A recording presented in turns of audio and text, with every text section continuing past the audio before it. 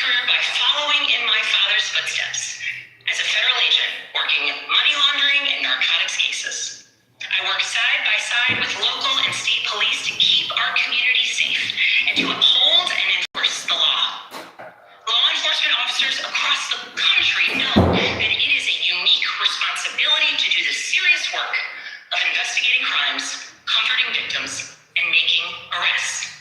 It's about building trust, and that requires an abiding sense of duty and commitment to community.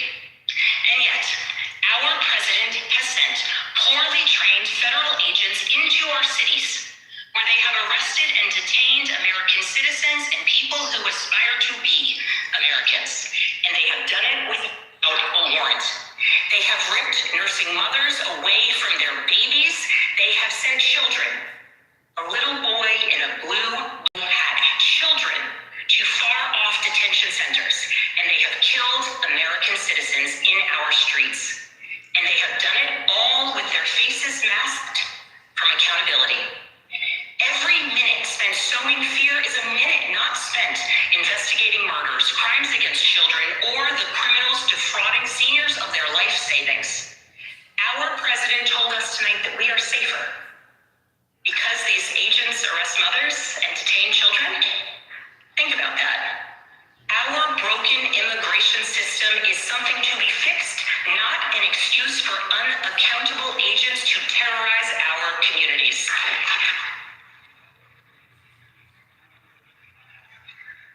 After working in law enforcement, I continued my career of service as a CIA officer, working undercover to protect the United States and our allies from global threats, terrorism, nuclear weapons, and the aggression of adversarial nations around the globe. But as the president spoke of his perceived successes tonight, he continues to cede economic power and technological strength to Russia, bow down to China, bow down to a Russian dictator, and make plans for war with Iran. Here's the truth. Over the last year, through DOGE, mass firings, and the appointment of deeply unserious people to our nation's most serious positions, our president has endangered the long and storied history of the United States of America being a force for good. So I'll ask again, is the president working to keep Americans safe, both at home and abroad? We all know the answer is no. In his speech tonight, the president did what he always does. He lied, he scapegoated, and he distracted. And he offered no real solutions to our nation's pressing challenges, so many of which he is actively making worse. He tries to divide us, he tries to enrage us, to pit us against one another, neighbor against neighbor. And sometimes he succeeds. And so you have to ask, who benefits from his rhetoric, his policies, his actions, the short list of laws he's pushed through this Republican Congress? Somebody must be benefiting. He's enriching himself, his family, his friends. The scale of the corruption is unprecedented. There's the cover-up of the Epstein files, the crypto scams, cozying up to foreign princes for airplanes and billionaires for ballrooms, putting his name and face on buildings all over our nation's capital.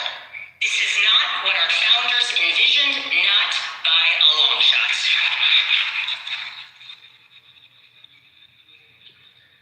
So I'll ask again, is the president working for you? We all know the answer is no. But here's the special thing about America. On our 250th anniversary, we know better than any nation what is possible when ordinary citizens, like those who once dreamed right here in this room, reject the unacceptable and demand more of their government. We see it in the determination of students organizing school walkouts all across the country, whose voices are becoming so powerful that the governor of Texas seeks to silence them. We see it in the bravery of Americans in Minnesota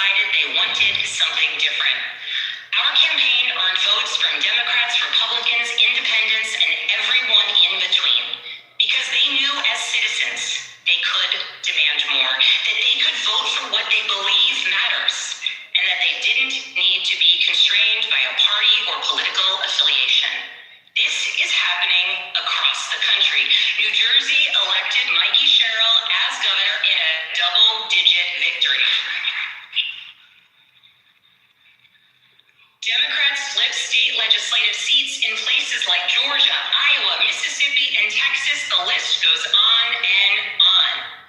Ordinary Americans are stepping up to run in the spirit of our forefathers. They are running to demand more and to do more for their neighbors and communities.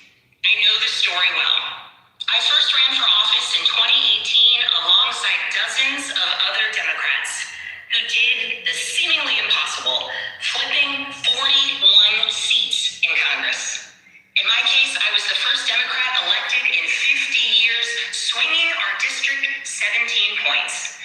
Those who are stepping up now to run will win in November because Americans, you at home, know you can demand more and that we are working to lower costs. We are working to keep our communities and our country safe, and we are working for you.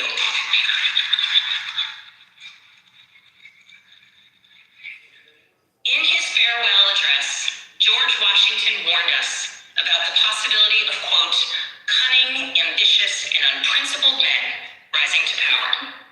But he also encouraged us, all Americans, to unite in a common cause, to move this nation forward. That is our charge once more, and that is what we are seeing across the country.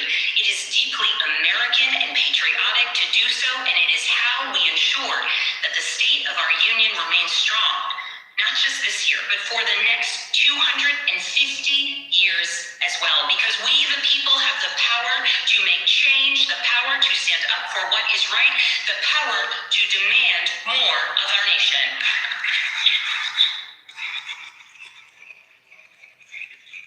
May God bless the Commonwealth of Virginia, and may God bless the United States of America.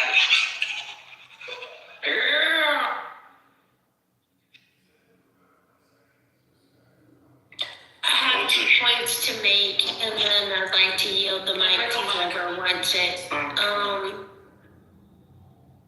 The fact that the Democrats continually confuse legal immigration with illegal aliens is frustrating to me. They deliberately believe that American people don't know the difference. And the pride that she showed about kids walking out of school to host anti-ICE demonstrations, they're using our children to shield criminals. It's nauseating. Thank you. They're not confused. They know exactly what they're doing. They're trying to use rhetoric. And then the children, there's not massive waves either. It's more hyperbole than anything else. And it didn't go over well. Like, No King's protests, all these protests, they don't go over well. So, again, they're more delusional, and we'll see what Rubio says when he starts running for president. Because that's probably going to be who ends up. It's going to be Rubio against Newsom, and we'll see who wins on there. And Newsom's not going to win. Nobody wants him. I don't know. Wait, did you hear what Newsom did in Maryland when he visited a black community? He said, I got low SAT scores too. Okay, well, it was Atlanta, and it was his Atlanta tour, and it was mainly a white audience, so he was calling white people stupid. Period. Get your facts right. I'm sorry, I got the city wrong. To me, anything below the Mason-Dixon line is over there. Just the wrong group, yeah. What's that? It's primarily white women. Oh, right, it was a different group. It doesn't really matter, Dar. The point is that you're right, Newsom is not liked by any. No, and here's the other part too. She talks on the economy. The economy was bad under Biden. It's moderately improved under Trump. We can see those metrics. We can actually see those. Those are factual. So, for all the libtards that are going to scream in the chat about how it's not. Yes, some of it hasn't come to fruition as fast as Trump has promised. And every president does that stuff. But it's still increasing, which which is better than what it was doing under Biden. And Biden's economic picture was horrible. And he had the best opportunity because he basically got to open up the country post-COVID. So a lot of you guys, before you start screaming about how great Biden did, it was after a lockdown. It was after he convinced governors to open up states after much convincing. And his geopolitical fucking promises, those were horrible. So, like, no, I'm sorry. Spanberger, again, screwed up. And she won in a very safe district. So it's not like she did anything really special. Hence why the Democrats picked her for the speech. Can we talk to the CDs and EFers? What made the speech barely adequate or a failure? And what did you hope he would do? What would you hope he would say that would have raised his grade in your eyes? Yeah, and for those who don't know what Monica's referring to, I posted the poll. Was Trump's performance, not whether you agree or disagree with him, but his oratory performance? So that was what I was most interested in that question. So for those who thought he didn't deliver an oratory performance, to hear why. I wrote down a couple things I took notes on. Just a couple quick points that I'll touch on. One, I thought it was a particularly weak point that the Virginia governor made about, and he's putting his names across buildings on the Capitol. It's like saying something about Trump that everyone knows. Everyone knows Trump likes putting his name on buildings. That is not part of the sauce as far as his political calculation goes. Huffington Post has a headline right now, which I think is salient. It says, Trump failed to make a singular mention of sex predator Jeffrey Epstein, even as 13 survivors sat in the audience. So I believe the Democrats brought them as political props. And I think Epstein not being mentioned at all was kind of loud in its silence. That being said, I don't want to make this a room about Epstein. I thought that the cameo about the D-trans person was very powerful. And for people who don't know, there's a large internet community of people who were at one point considering themselves transgender and now have reverted back to their bona fide gender. And these are some of the most based political people possible. If you go on Reddit r/dtrans, you can sort of read some of the stuff that they talk about. And it's really, to me, it's like people who have left a cult. I respect the hell out of those people. They were indoctrinated with a powerful ideology that they eventually snapped out of, or maybe over a long time. Okay, next note. I'm very surprised he did not mention that SpaceX saved the astronauts that were trapped in space, and Elon claims that they were trapped in space for months extra because Biden wouldn't approve their rescue because it would have made a Trump ally look good during the election season. So I'm extremely surprised he didn't bring up the astronauts, and that concludes what I'm saying. I have a friend, derisive, who is a gay man who lived as a woman for a number of years, including boob implants. And then he reverted or detransed, or whatever you want to call it. This is kind of before the whole trans thing. And became a gay man again and married his boyfriend, who became his husband. And he made a movie about it. And I think it's called I'm Going to Make You Love Me. I have to think. Brian, I have to remember his last name. He's been on the app. He's actually been on this app with me. And nobody will go near him or near his movie with a 10-foot pole. It's just radioactive to do what he did. Yeah, it's just not acceptable. Would he like to be interviewed on a replay to promote his movie? On a replay Clubhouse room? Uh-huh. I'm happy to ask him. Thanks, Nora. Yeah, I'm going to look right now. I guarantee you that person who were featured in the State of the Union tonight, who was trans and now is no longer, is going to be the subject of so much internet hate from the trans organized community, it's going to be unreal for them. This guy Brian, by the way, is not conservative. He's not based. He's not anything. He's a New York gay guy. You know, he went back to school, become a therapist. He lives with his husband. They take care of his husband's parents in Long Island. I mean, he's Mr. Normal. He's just a guy, you know? And he's just persona non grata because he lived as a woman and reverted to being a man again. He lived on an army base in Germany with a guy that he had married, and according to him, nobody knew that he was actually a guy when he was living as a woman.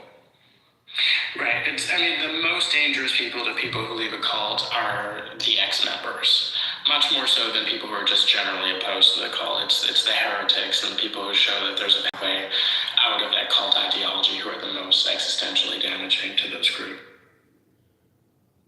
Just because they show that it's a matter of free choice and that this is not some inherent condition, prejudice against which is therefore just bigotry.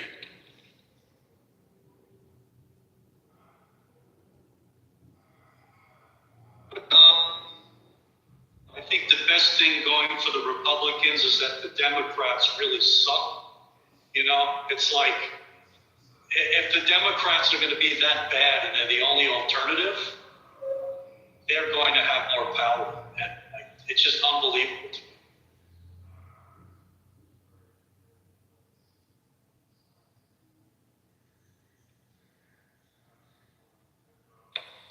So no school shooter stuff came up, no two-way stuff came up. What else did you think would come up that we didn't hear anything about tonight? Iran. China? No, Iran came up. Iran came up. What did he say? You're right. The greatest sponsor of terror on the planet. You're right. But I think what everybody was waiting for is like, when are we going to hit him?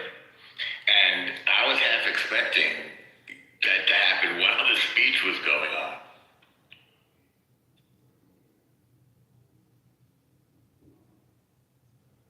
Did he mention Mexico? I think one of the most prominent ones was when he said, he was talking about the young girl that was stabbed on the train. Right, no. And when he looks at the Democrats and he goes, how can you not stand up for her? And that kind of showed the Democrats in their light. Like, you're so just anti-Trump. You don't give a shit about a poor little 100-pound girl that was like just killed, just blatantly killed, while people just watched and no one stood up. And you really don't care. And none of these progressives, like, in all of their angst, none of their bullshit, nothing can stand up. And even the facts that, like, Spanberger talking about, the little boy that was taken in by his, well, yeah, her mother or his mother jumped the border, like, what, 4 or 5 months ago with him? Like, again, none of these things actually add up to the stories that they're trying to say or the narrative they're trying to paint. It's just all crap. It just always crumbles with them, and somehow they continue to just throw more shit out there. But that right there showed literally all of America that you weren't going to stand up for a refugee that you claim you love about immigrants. But she fled a war, came here, was stabbed on a fucking thing by a guy that should have been locked up. And you now want to sit there and go, oh yes, we're for immigrants. You're not for immigrants. You're just anti-Trump. Like, stop pretending. You don't give a shit about Iran.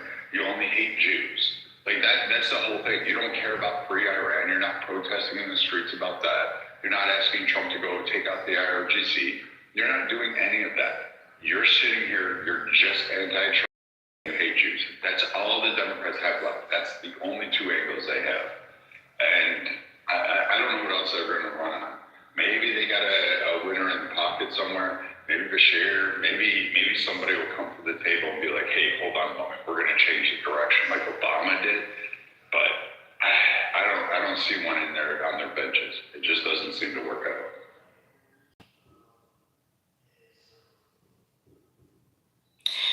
Not only did you get stabbed but the people around her that saw her got stabbed didn't offer any assistance, and they moved away from her.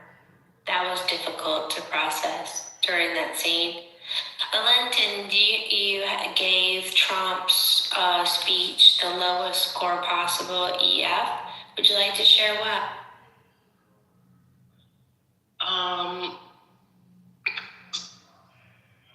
I think it wasn't so much like the message, it was just more like just the, I don't know, like his style of speaking, you know.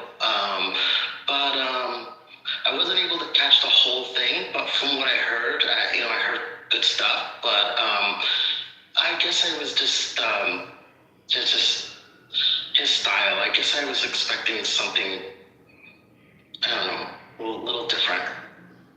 What do you think could have made it better?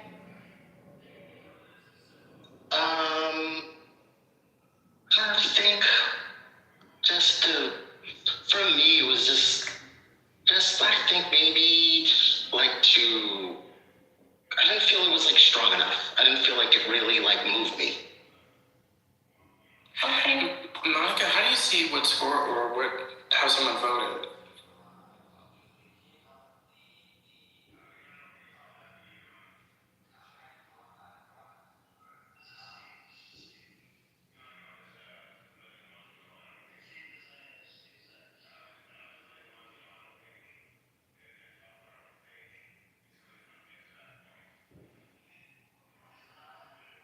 Oh, nothing about Maha or RFK came up.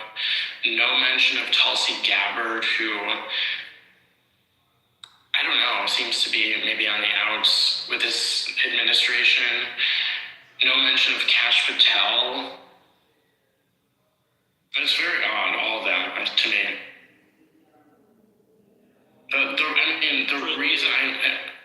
The reason I emphatically supported Trump in this election cycle was specifically because of RFK's inclusion on the ticket or in the administration, and I think RFK still has a lot to deliver on his promises, and I would like to see Trump really support him on that.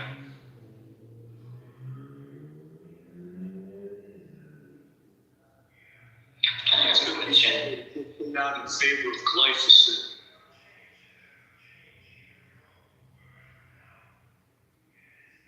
I'm sorry, Teresa, when you pull to refresh, if you can't see how people voted, you might want to leave the room and come back. Sometimes it gets stuck.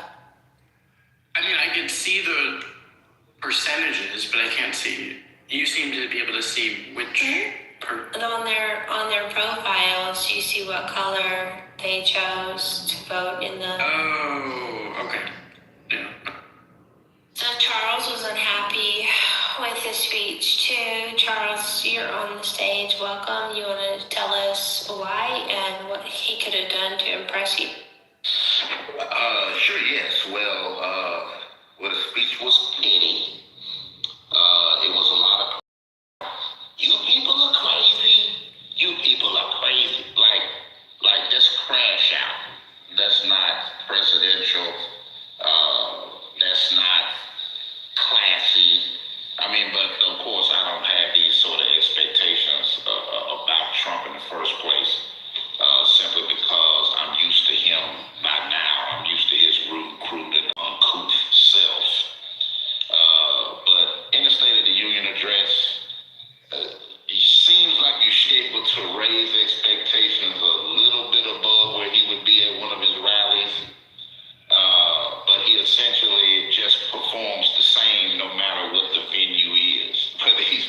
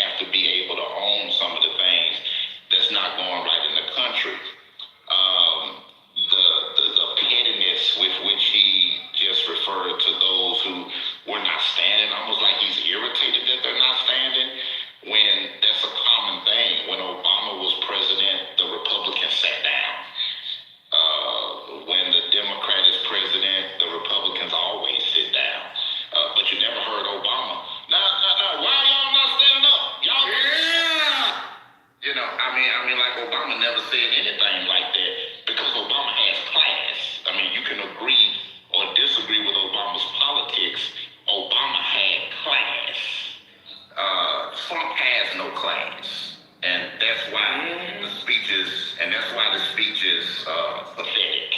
And maybe some other Republican can run next time if Trump relinquishes power, which I'm not entirely sure that he will. But if power does transfer in the next election cycle, then maybe a Republican with class like George W. Bush or somebody of that caliber can get in the White House and restore the Republican brand. Maybe that can happen. Like Margaret Rubio. It was pathetic. I heard 2 or 3 sections of the speech where he was very, very critical of the Biden administration and Congress passing bad legislation. Charles, what do you think about the fact that Trump and his administration has saved and found over 30,000 of the 50,000+ kids that were missing during the Biden administration, 3,000 of them in Minnesota? He didn't mention that either in his speech. I think that was a missed opportunity. Yeah, I mean, look, I'm all about finding kids. Some things are not partisan issues to me. Like when the hockey team was congratulated, I can stand up for that. I'm definitely standing up for the World War II veteran, and I'm definitely cheering for him because that's the greatest generation. They defeated Adolf Hitler. So I'm going to always give props to any World War II veteran I come across. If I meet some World War II veterans here in Memphis and we're in a restaurant, I'm paying for their food. Like that's like their money's no good wherever I'm at. The soldier, the brave soldier that got a medal pinned on him, I can salute him too. So it's like several things that I do agree partisan issues, even if the president is using it for an opportunity to even appear like he's pro-America. I mean, you got to allow him some wins. I'm not partisan to the degree that I don't want him to win at all. I mean, there are some things that he can promote and tout as his administration. But for the most part, I'm just rating the speech. And, the speech, could have been a whole lot better. And I know that this is not a knock on his speech writers, because what's in the teleprompter, he's not necessarily going to stick with that. Like Trump will go off prompter and go off into his own thing. And that's been one of the biggest criticisms of people that have worked for him, is that he doesn't stick to the script that everybody agreed to. He's liable to get up there and go rogue. And so it's not the fault of his speech writers. But I do feel like, if he would have stuck closer to what was prepared, and you can tell when he's going off book because he starts looking off and he starts doing, saying his little filler statements.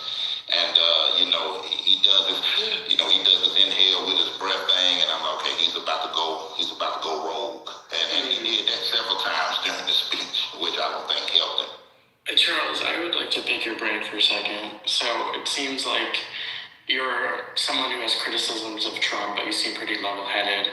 So in this speech, you said that this administration does have some things that they can be proud of or something like that. What would you say, and Trump we all know is a self-boaster, what would you say are the most salient wins that he had, that he pointed out, that may hit hardest with an audience that's critical of him? I do think that his control of the border is something to be touted. He's actually doing more for border enforcement than really any president in my lifetime. And so, the mishaps with ICE in certain cities notwithstanding, because I definitely am not going to hold the president responsible for the irresponsible actions of some agents in the field. I do criticize the shortening of their training window to try to beef up their numbers, shortening it from, 6 months to 47 days. So I am critical of that. But at the same time, we can't blame the president for the actions of agents who may have mishandled people in the field. So we have to let those agents who perpetrated those acts, be responsible for those acts. But overall, he is doing more for border enforcement than any president has ever done in my lifetime. And enforcing the border helps those who are at the most bottom of the totem pole as it pertains to the economy here in America. They're not competing for the most part. Illegal immigrants are not competing for high quality jobs. They're actually competing for middle class jobs and for jobs that people that are around the poverty line would do. And enforcing the border actually helps those folks to have more job opportunities. So I believe that being anti-border enforcement is a wrong policy. And it's one of the reasons why I don't agree with the Democrats, is because they seem to be so against Trump, they're against border enforcement. And it's like, y'all can't be against enforcement. It's almost like unfortunate incidents that happen with police officers, killing people and extrajudiciously murdering people and getting convictions. And then some Democrats went to the extreme and said, defund the police. And I'm like, whoa, pump the brakes. Pump the brakes. Now, we don't need to do all that. We don't need to go that far. We can reform the police without defunding the police. So I do think that the other side, the side that's critical of Trump, frequently jumps to extremes and opposing him, when we have to be level-headed and sensible enough to agree with Trump where we can. And I say this as an anti-Trumper. I was a never-Trumper. And in 2016 Republican primary, I supported other Republicans other than Trump. I've never cared for Trump, never liked Trump. But at the same time, we can't allow our disdain to become dishonesty, because we have to have border enforcement. And the previous administration was not doing the border enforcement. In fact, going all the way back to Ronald Reagan, who famously did amnesty in the 1980s for illegals. And then W. Bush was trying to do another amnesty, but it failed in Congress because the Republican senators didn't support it. So Trump can definitely tout border security. He can definitely tout crime rates dropping in certain cities where his administration has intervened with the permission of the governors of those states and with the permission of the mayor of those states. I know I'm here in Memphis, Tennessee, where the mayor of Memphis agreed and the governor of Tennessee, Governor Bill Lee, agreed to have this intervention. And the president's administration was very successful in assisting our police with making our streets safer. So these are things that Trump can tout. I did hear Memphis, Tennessee mentioned in the State of the Union. I said, okay, yeah, he mentioned Memphis. We are one of those particular success stories that the administration and their efforts to lower crime and make America's streets safer has endeavored to do. So I can give credit where credit is due, but at the same time, definitely be critical of the speech tonight. Yeah, that's a lot of valuable insight. Thank you.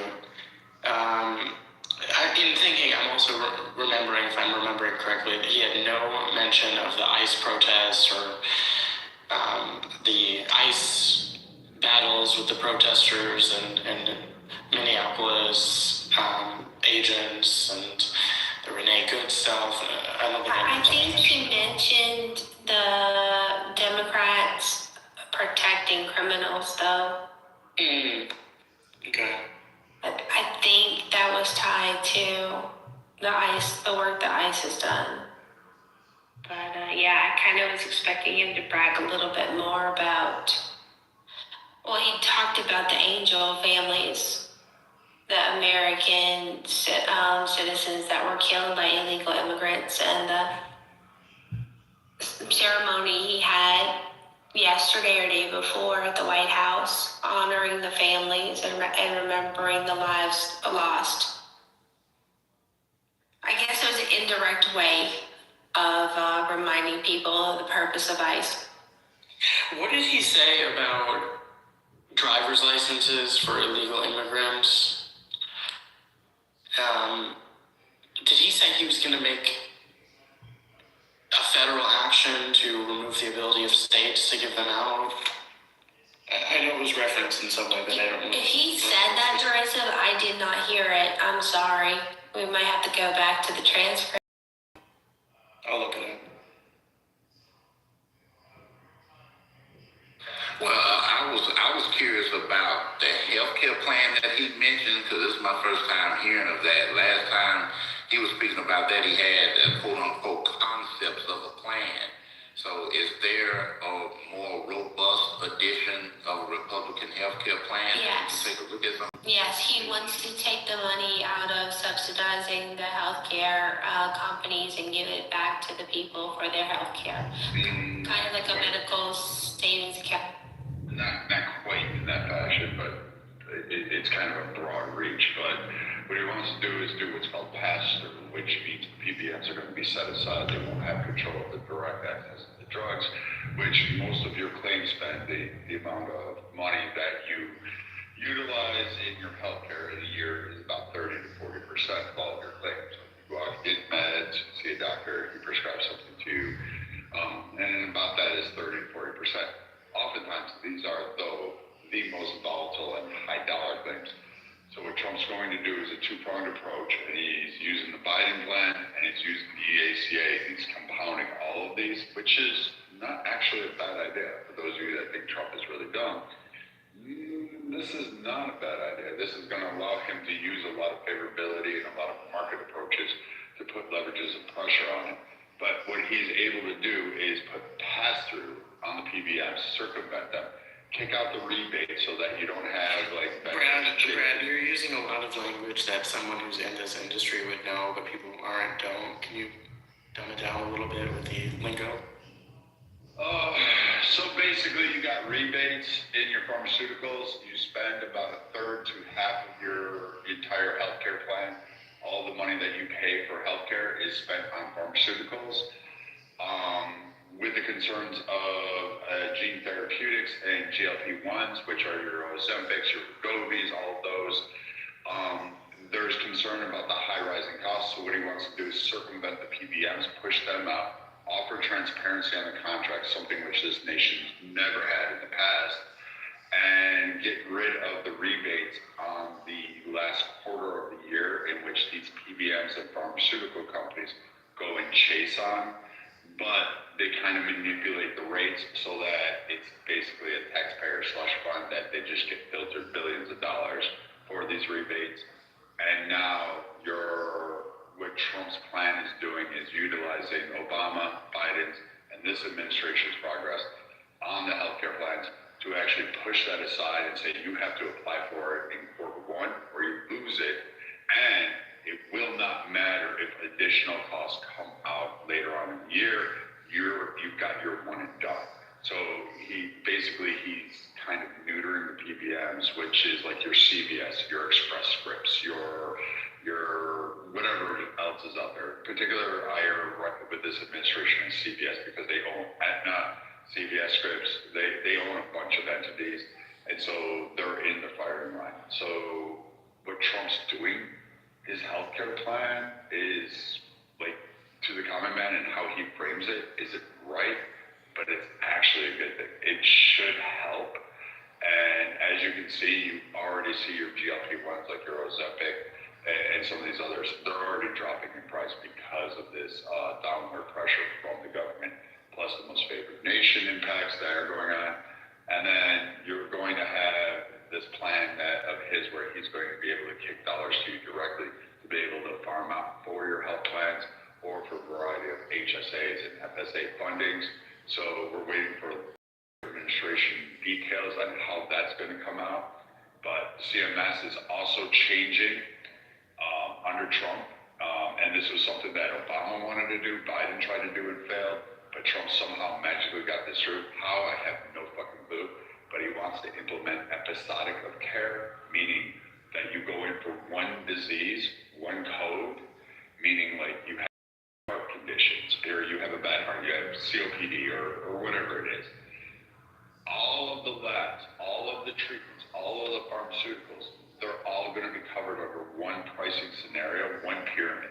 So it doesn't matter if the doctor sends you for 20 of them, or 50 of them, or one of them.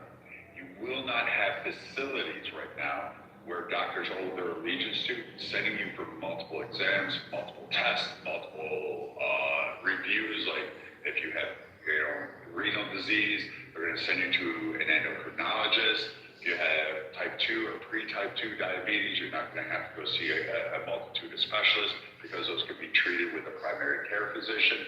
So a lot of things are moving under this wheel, and Trump's plan actually is sound. A lot of us in the industry are like really happy with this, not because it gives the insurance companies money, but because it puts deflationary pressure on the 1,200% increase on medical costs from the medical community. That's pretty much controlled by about 6,700 hospital systems or facility systems in the country. Most of you realize it because you have one or two systems that own about 50% in your own backyards. So it's actually not a bad plan. He's just utilizing a lot of what work has been come from other presidents, particularly two. So it's no longer repeal and replace, it's incorporate now. I got you. Pretty much, to a certain extent, it's going to end Obamacare in the facet that Obama wanted it to be. What it's going to be is actually more fiscally sound. That part, I can tell you, it's going to change the dynamics and scopes of it, and it will depend on who carries on after this administration, because he can change it during this one, but that impact really won't be felt for like about 5 years. So it'll be up to the next administration to carry on the work and kind of really hammer down. And a lot of people are looking at those finances, both from the medical community to insurance carriers to like everybody under the sun are really looking at revamping this. This is why, you'll see direct there. You'll see your Amazon One Medicals. You'll see these like $5 pharmaceutical plans popping up. These $65 direct care options available to you that you can pay with, your Prime membership benefits. So these things are actually kicking out, and they're coming at a rapid pace. For those of you that are taking Ozempic or GLP-1s, there's a whole pass-through entities that are popping up. Just be careful on what you select, but they're basing it to you for like a third of the price, and they're going direct to them. And Trump is backing that so that the pharmaceutical companies could actually get those released there. And GLP-1s aren't for just weight loss; they're for cardiac, they're for mental health, behavioral health issues. So these things are actually really moving fast. And then you have the gene therapeutics, which you have about 35 being released this year. Those are going to be game changers because the average cost of those is $3.5 to like $4.2 million just for those. So you're looking at a huge flux of it. And the BUCAs, which is Blue Cross, United, Cigna, and Aetna, they're all really nervous, and they're basically reaching for answers because everybody's coming for their steps. Literally in the industry is like hanging them out to dry. And they like basically cut, manipulated, and profited from it. So everybody is coming for their next and saying, hey, you need to write these plans a little bit more effectively, provide fair and balanced billing, as well as be able to provide access for it, because you basically destroyed the entire rural community. So there's a lot of moving parts. Trump is actually doing good on it. His administration, at least, is doing good on it. Okay, let me try to insight. I appreciate that. distill some of that, if I got some of that right. So he's attempting to remove layers of complexity or bureaucracy and attempting to introduce more free market competition potentially to the healthcare industry. Is that right? Not free market per se. He's putting more guardrails in place, and then he's putting pressure on them to limit the cost increases and entities that are getting involved in the healthcare space. So like all of these other vendors that are outside that are like there's a new scam. It's a wellness scam that's out there. Trump is coming down on these. These are entities that say, watch this video and we'll give you $1,000 out of your FSA, and you can go ahead and it's tax-free just by watching our video on how to do jumping jacks. Well, the IRS is coming down on it, and they're taxing you. They're going after these entities under the Trump administration, and they're recouping these funds. But the problem is they're not legal to begin with. So a lot of things are moving under Trump, but these entities were allowed to play in the past administration. And so there's a lot of, we're not really going after the American people, we're going after these companies first, and then we're going after the employers. So now you've got employers and you've got these like startups that are fucking just scamming. And so Trump is using the federal government to kind of weed out who doesn't need to be in the healthcare space. That's basically the first step of this program. So it's not utilizing the free market. They're using heavy regulation on it, which I'm going to be honest, I'm not a big fan of. But for the first time, I'm going to have to acquiesce and say, you know what? Fucking somebody's got to do it. So like, I guess I've been fighting it for too long. Like I might as well let the federal government help me out on this one because I haven't been able to win in the private sector. So I needed assistance.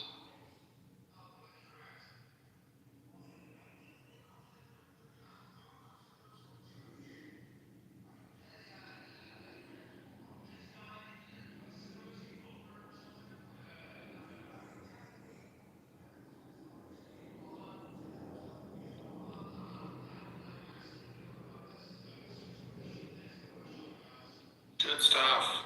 Did we beat it to death, or what do we feel? Oh my God. Is the government still in a partial shutdown? Yes. Where have you been? Yes, of course. I thought that was undone or ended. It's interesting.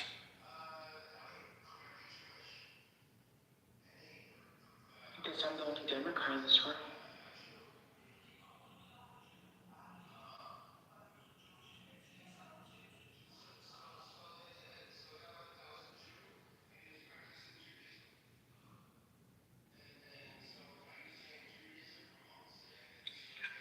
I find it very disingenuous when both parties talk about the affordability issue. Of course, Trump famously ran on that in 24. The Democrats were harping on it during their response to Trump tonight, and neither party has the power to make things more affordable. Not really, maybe in a few specific instances, but they can't restore the purchasing power to the dollar. They can slow the rapid decline in the purchasing power of the dollar. They stop printing money so fast, and I do think Trump brought down the rate of inflation, but it's still higher than it should be. It's nowhere near what it was in the middle of the Biden administration, but as far as both parties promising to bring prices down, neither have that power, and it's totally dishonest to sell those ideals to the public, in my opinion.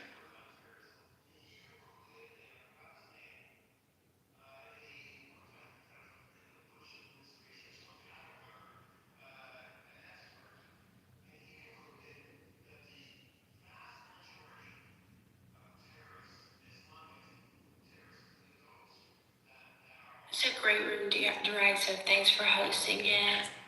Thank you for coming. Yeah, it's midnight, so this has been going for over 3 hours. So I'd say if anyone has any final thoughts, we should wrap it up now, and if not, we should all see each other next time around Clubhouse.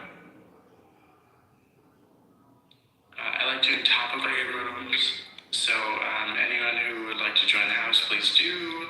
We appreciate people with all perspectives who want to come and have real bona fide discourse. So please join, and I want to thank everyone for coming, and wherever you are in the world, I hope you have a great night and sweet dreams, or a great day if it's the morning for you.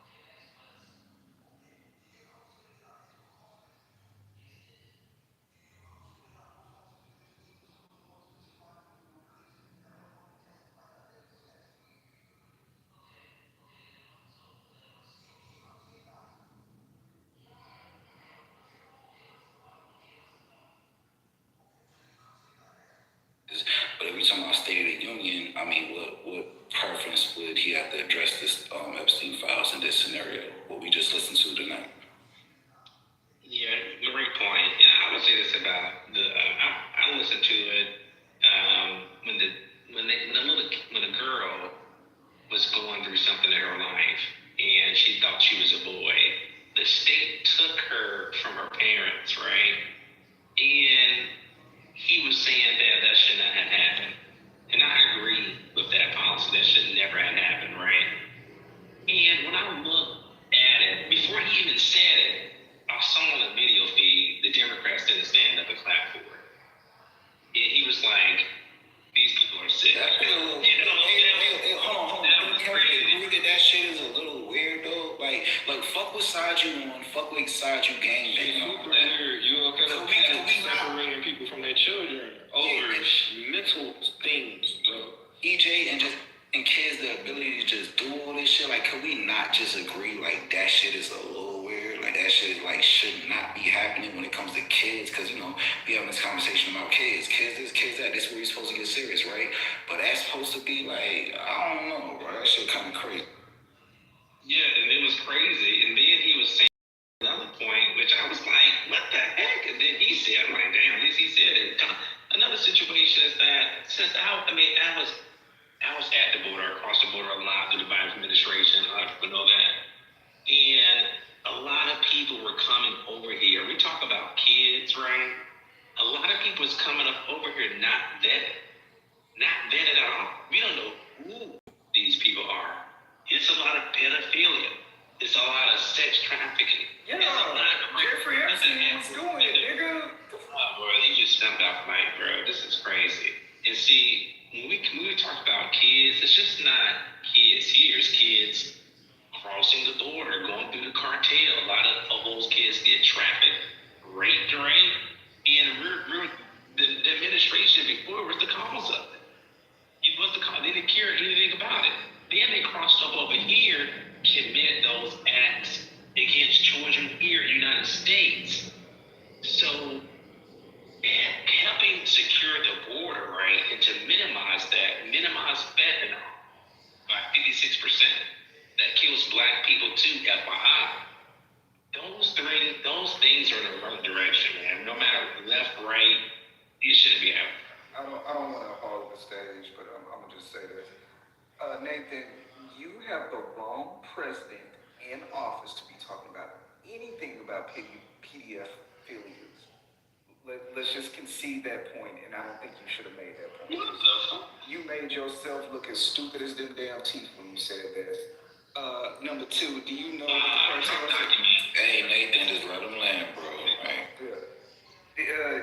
You know what's been going on with the drug use and all this shit and overdose. They have been on the decline. They have been on the decline since before he got in office. Do you know why that has been on the decline?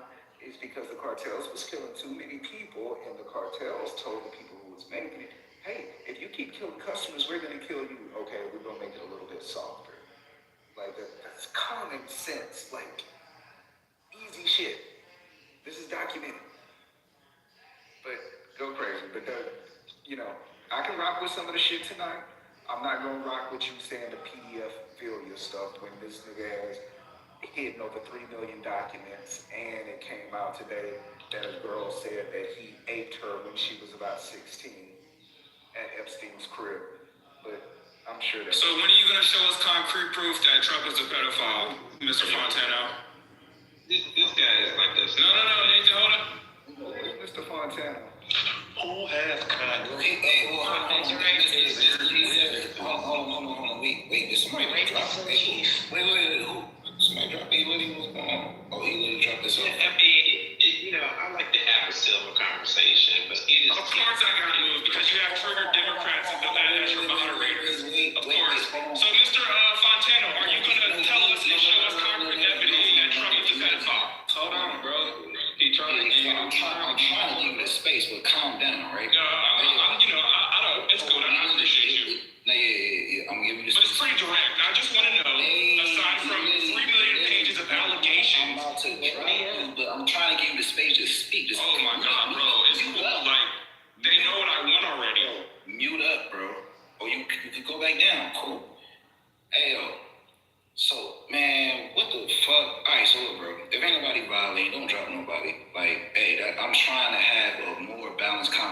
don't want this to be all left, all right. If it's sides coming in from either way, let's just let this shit rock.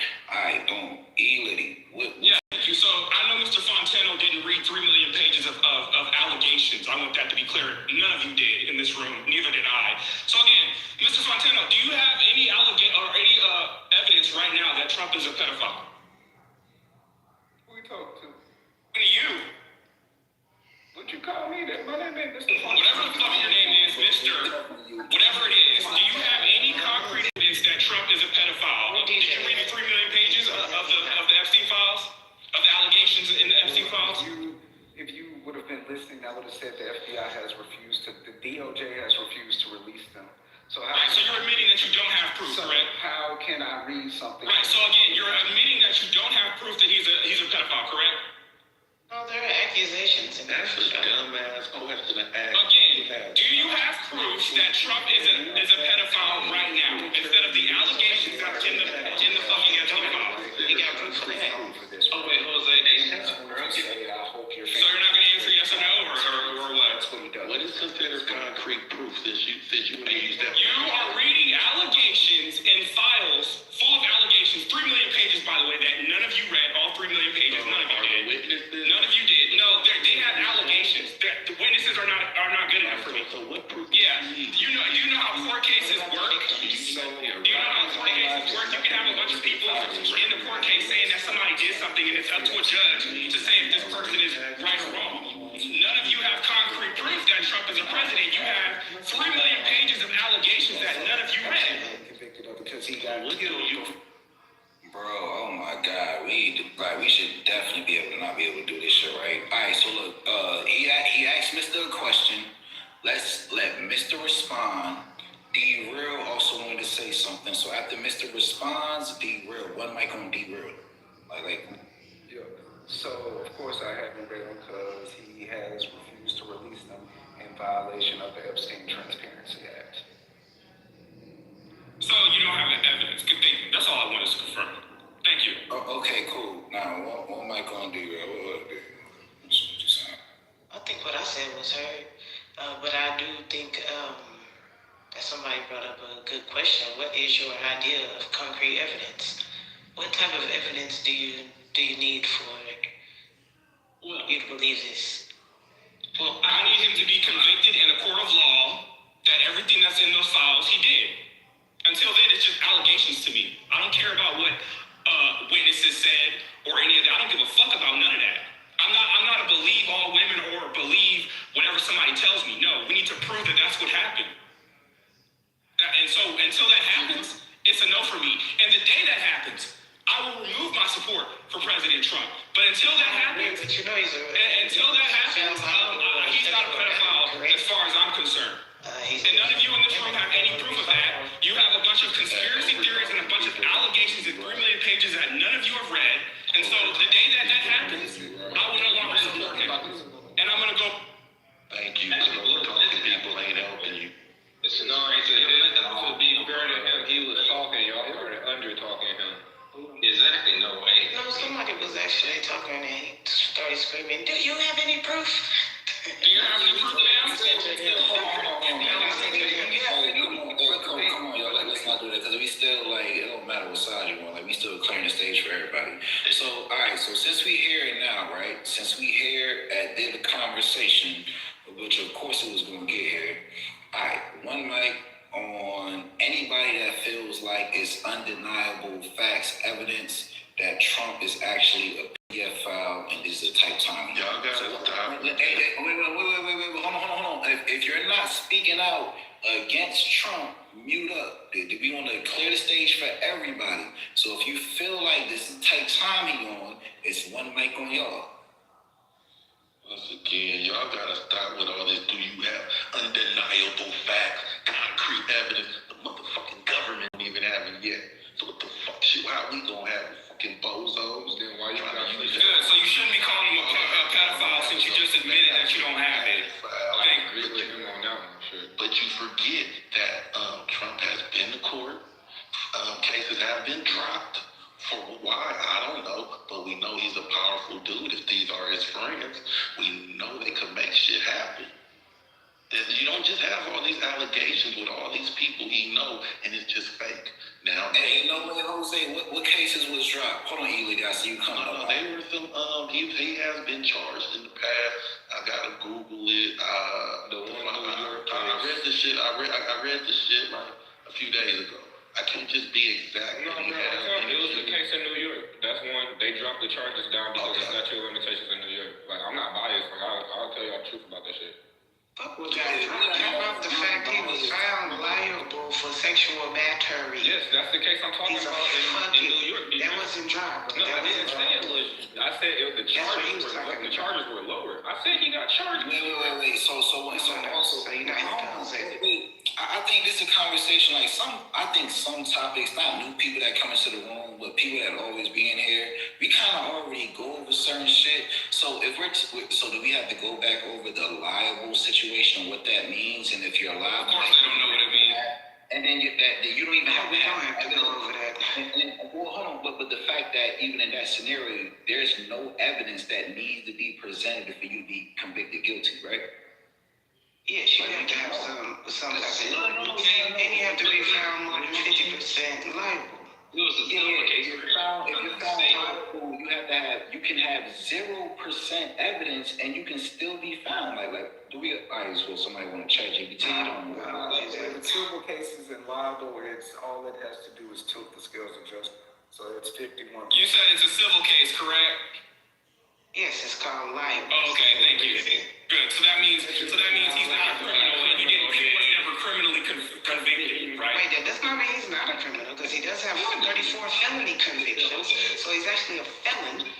However, this one... Yeah, none of those 34 felonies are for sexual battery or anything sexual, correct? You didn't say that you wanted him to be found criminally liable. No, you're trying to... And I get what you're doing. I'm being direct for you. Right now, you don't have any concrete proof that he did anything sexually. Hold on. No, you're not being direct. You're being very emotional. And no, I'm not. I'm sorry that you're emotional because of the way I said my tone. Am I too loud for you? We don't want our daddy to be rapist. I get it. Like, I would never ever imagine my president ever. All right, bro, this is going to turn into some shit to where it's just like, yo, it's very simple, bro. If somebody's speaking, just let them land. D-Real, can you finish saying what you're saying?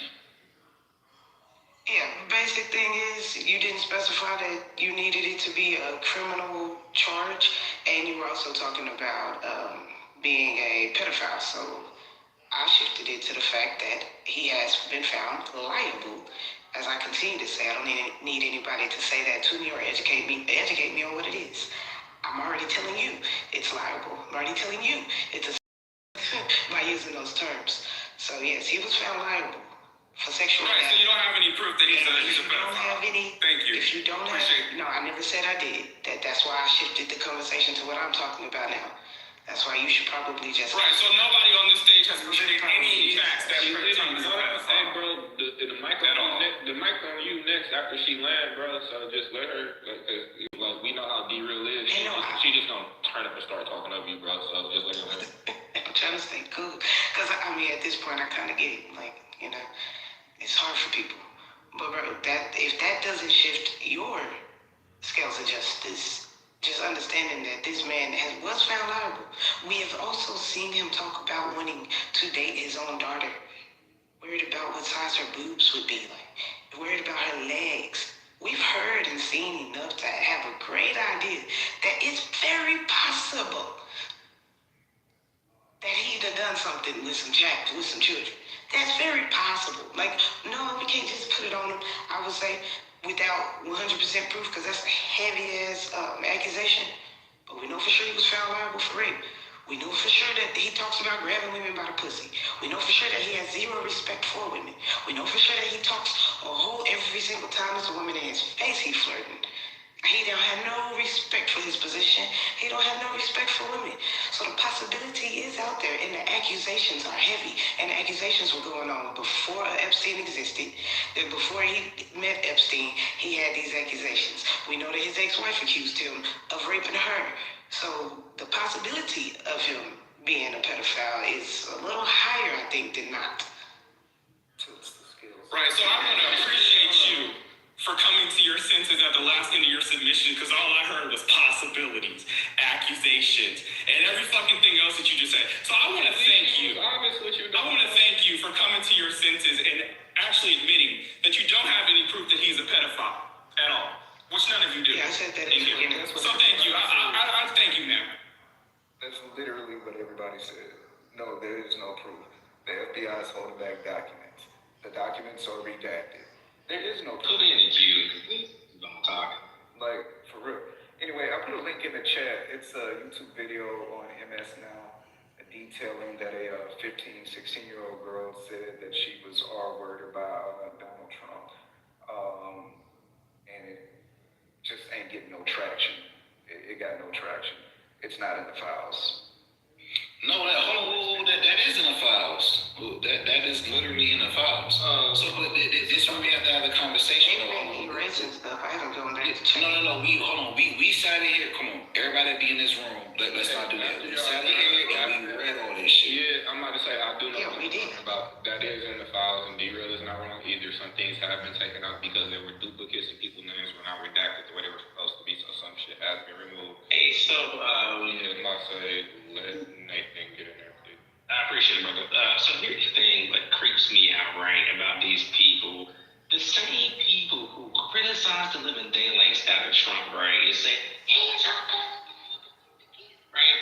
Then they go out there and vote for Biden, who actually have sexual harassment claims against him for sexually assaulting Tara Reid, right? And now one day I heard her story on a radio show. What she described her city.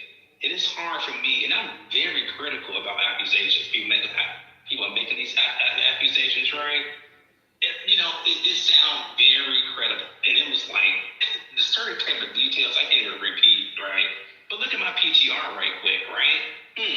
What is Biden doing? If you go ahead and click on it, it looks like a little boy right there.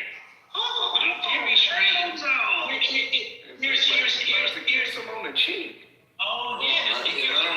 Hold on. Here's another one. So Biden right here, he actually kissed his granddaughter on the mouth, live on stage, right? I'm just gonna put it up here right quick. Just give you a second. This is on stage, and you know what he did. I'm gonna pull it real in 2 seconds. It's about to be right here, right? So all these people making these type of claims, right? Trump this. They went out here, stopped very hard. Okay, I'm gonna put it right here. Ignored Tara Reid's sexual harassment charges, right? And then they went out here and look at it right there. Smack right there on the, you can look this stuff up yourself, right? Multiple videos and clips of this dude sniffing somebody's wife here, doing all kind of inappropriate things. They have this stuff was on the news. Question: Is that the? This is real. No. Is that the real Biden or the one that they talked like timeline wise? Because per the files, they said that. Okay, so that supposedly is supposed to be that's supposed to be the biological Biden. If you want to follow that shit in the files, because they said he was replaced somewhere in his camp. You gotta read. This is so crazy to me that these people voted in somebody who it's not too crazy, because guess what? He's a villain. Well, guess what? Hillary Clinton ran underneath FBI investigation for having all these email servers in her house, and they told us to go out there and vote for this person no matter what. The hypocrisy is wild. So these people are just delusional. That's why I'm independent. Nathan, you would have to actually find where I voted for Biden or Hillary. You would actually have to find my hypocrisy. Find my social media. My pages are open. Find me supporting Biden. Find me supporting Hillary. Hold on. Nathan, was you addressing D-Real or talking to D-Real? Yeah, please, if you wasn't. Yeah, I'm the one who just said that. Yeah. I mean, this is crazy. Yeah. I talk too much. And see, when I roast y'all asses, y'all don't like it. Okay, big 2 See what happened when you start.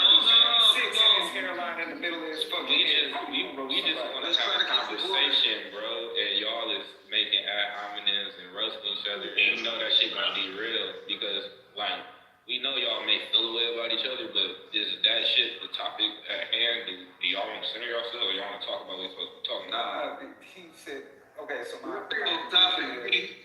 He talks for too long. Everybody else finished their shit up quick. All right, say something smart. Say something smart. I'm you.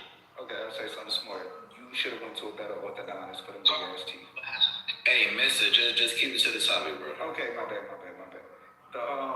The video that I posted in the chat again, this says, and it's now Trump-related files withheld from DOJ Epstein release.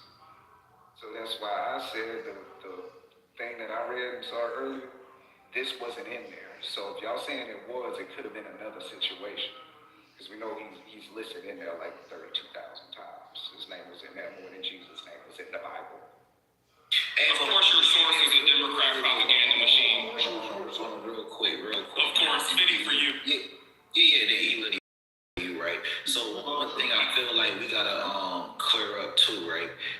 We gotta stop saying, oh, somebody was mentioned in the Epstein file and automatically making them guilty of some shit. Bro, we sat here when these files was released, day after day, week after week. If you ain't been in the part of the room, then you probably don't know. I don't care who you want, any artist, any entertainer, anybody. Everybody name comes up in the Epstein files. So we can't just keep saying, oh, your name was in the Epstein files, which automatically makes you guilty. If you're gonna bring up somebody's name being in the Epstein files, we need to now pull up what exactly was said and read that shit so we can all be like, okay, this is what was said, this is what your name is attached to on the Epstein file, and let's break that down. But we do have to, hold on, I got you, but we do have to stop saying people's name is in the Epstein file, so they're guilty. Because we saw Whoopi Goldberg on The View saying, release the files. I was just about to say that. Yeah, like saying release the files, but when they released the files, her name was in the files, and then she said, well, just because your name is in the files, it doesn't mean, like, come on, we gotta, like, we can't keep doing this shit, bro. If you don't speak on it, you gotta point out what exactly was said in those files and talk about that. Don't just make it vague. No, I agree with you 1,000%. And that's cool. We shouldn't be able to agree with that. Like, We all mentioned the stop Jason saying shit. where's the hard evidence? Where's your evidence? When the government is still trying to figure this out, so all we could go at is and pass shit. That's all we could go. So all you need is where's the harder evidence? All we could go off of what the accusations are. So it's more photos of Bill Clinton, right? Bill Clinton, after he left office, went to Epstein. His wife had to know about it, and she almost became president and mentioned nothing about it whatsoever. Bill Clinton is all up in it. These Democrats knew it. They had to know, right?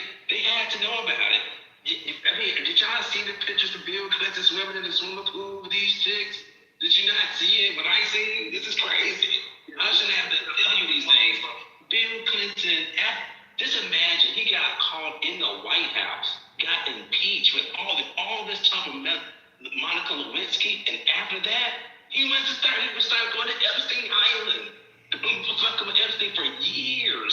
His wife she knew about it, bro. Why didn't Bush say anything? No, let's not do the whataboutism. Why Obama didn't do nothing? Why blah blah blah didn't do nothing? Yeah, they did. Y'all can choose when y'all want to use this argument. 2008, Bush, that's when he first got caught, and Bush didn't really prosecute him. The second Bush is actually this guy. I can't stand the second Bush. You're right, Jose. He should have been Biden, Barack Obama should have went in on it. No, I'm just saying we do got to be realistic about it because, like, if we were to compare, like, a Donald Trump to a Diddy situation, the power and the control levels are not the same. Like, Donald Trump does have the ability to really suppress some shit. Like, I'm not even being biased about this. And everybody know in the room, like, I talk mad shit about, like, how I fuck with the shit the Orange Man be doing, dog. But, like, it's just a harsh reality. If he did do some shit, he got more than enough juice to get that shit fucking white, bro. It just is. Because he a dictator, right? He got all the power and control, right? He's in control of the DOJ. That shit is blacked out. They didn't release a third of the documents. Like, well, wait, hold on, wait. How do you say it's blacked out? But he's mentioned, you said it over whatever 40,000 times. So he has control, but the files were released and his name was in there, as you said, according to a lot of other people, 40,000 times. So doesn't he have the power and control if he wanted to say, take me completely out the Epstein files? Thank you. You gotta make it believable. You know what I'm saying? If them files would have came out and he wouldn't have been in that bitch at all, we would have been like, Cap. They cannot talk. But the fact that You believe every situation that he's in there, it's reciprocity. Can I talk, please? Yeah, bro. That's a new voice, bro. Yeah, go ahead, bro, please. Thank you, man. Listen, I fuck with Donald Trump, but I don't.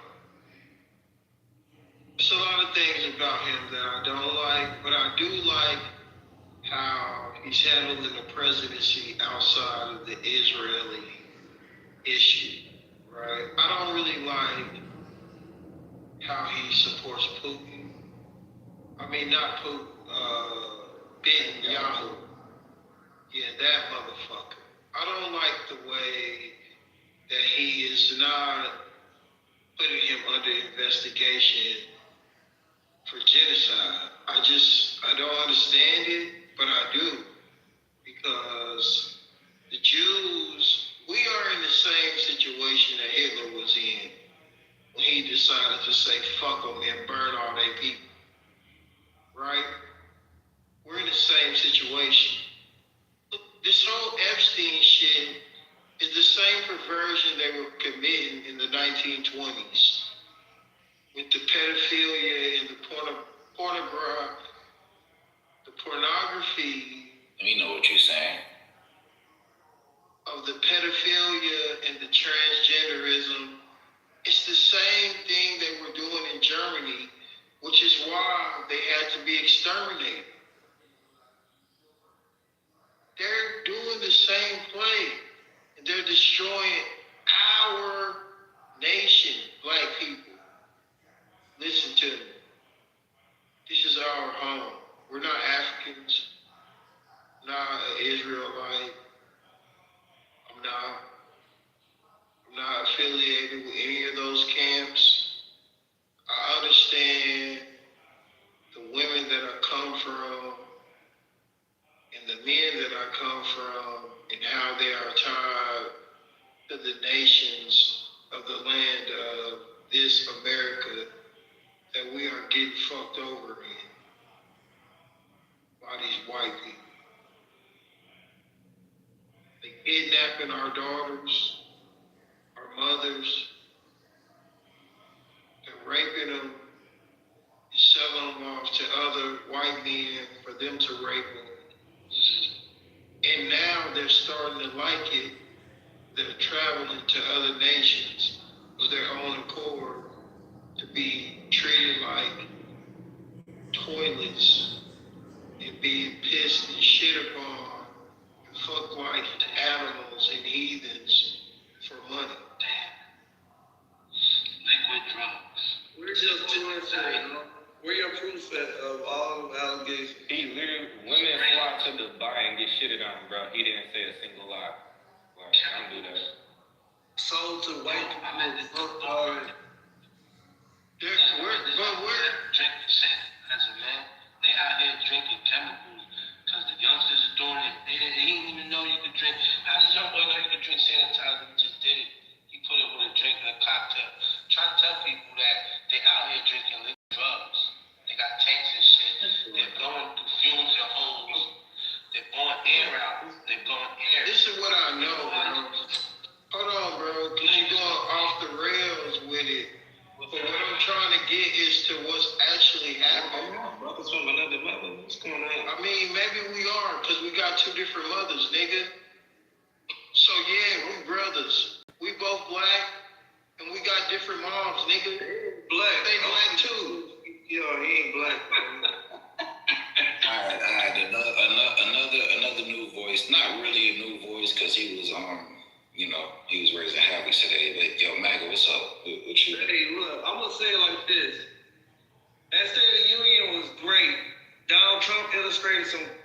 some great points. You know, he showed some survivors, heroes, and I'm not disappointed in Democrats. I don't have no expectations for them. They are below scum, man. Those are pitiful, nasty, evil, demonic souls. And you don't got no family that's Democrats, bro? No, they don't matter. They come. Wait a minute. I'm talking to hey, hush. They all do the same.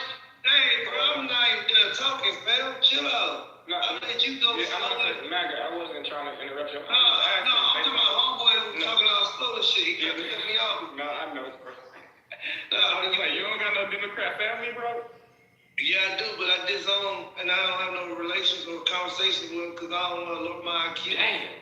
Trying to figure out why they so lost, because I'm to the point I realize, you know, you got blacks that will feel subjected to put themselves in a category where they need the support of the government system. Like, so I'm coming for him. They did for us. You ain't did shit for yourself. And that's to the point where I'm at. A lot of Democrat supporters don't try to do anything. They don't have own no real estate.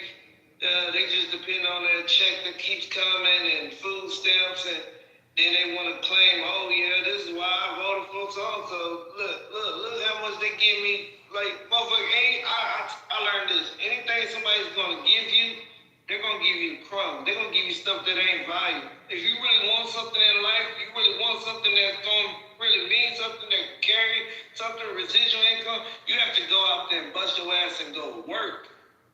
And I don't like lazy motherfuckers. That's always been my pet peeve. A motherfucker that rather take a handout, take some crutches to lean on, you know, get a head bust open, and try to wonder if they can put a Band-Aid to fix it. Nah, you ain't trying to find a real solution. So procrastinators usually, you know what I'm saying, are Democrats. And tonight was a great example. That's the best of them right there. All the motherfuckers that didn't stand when they said making America right and the way this country's going, and all the brave soldiers that fought for us, they couldn't even stand and clap for them, man.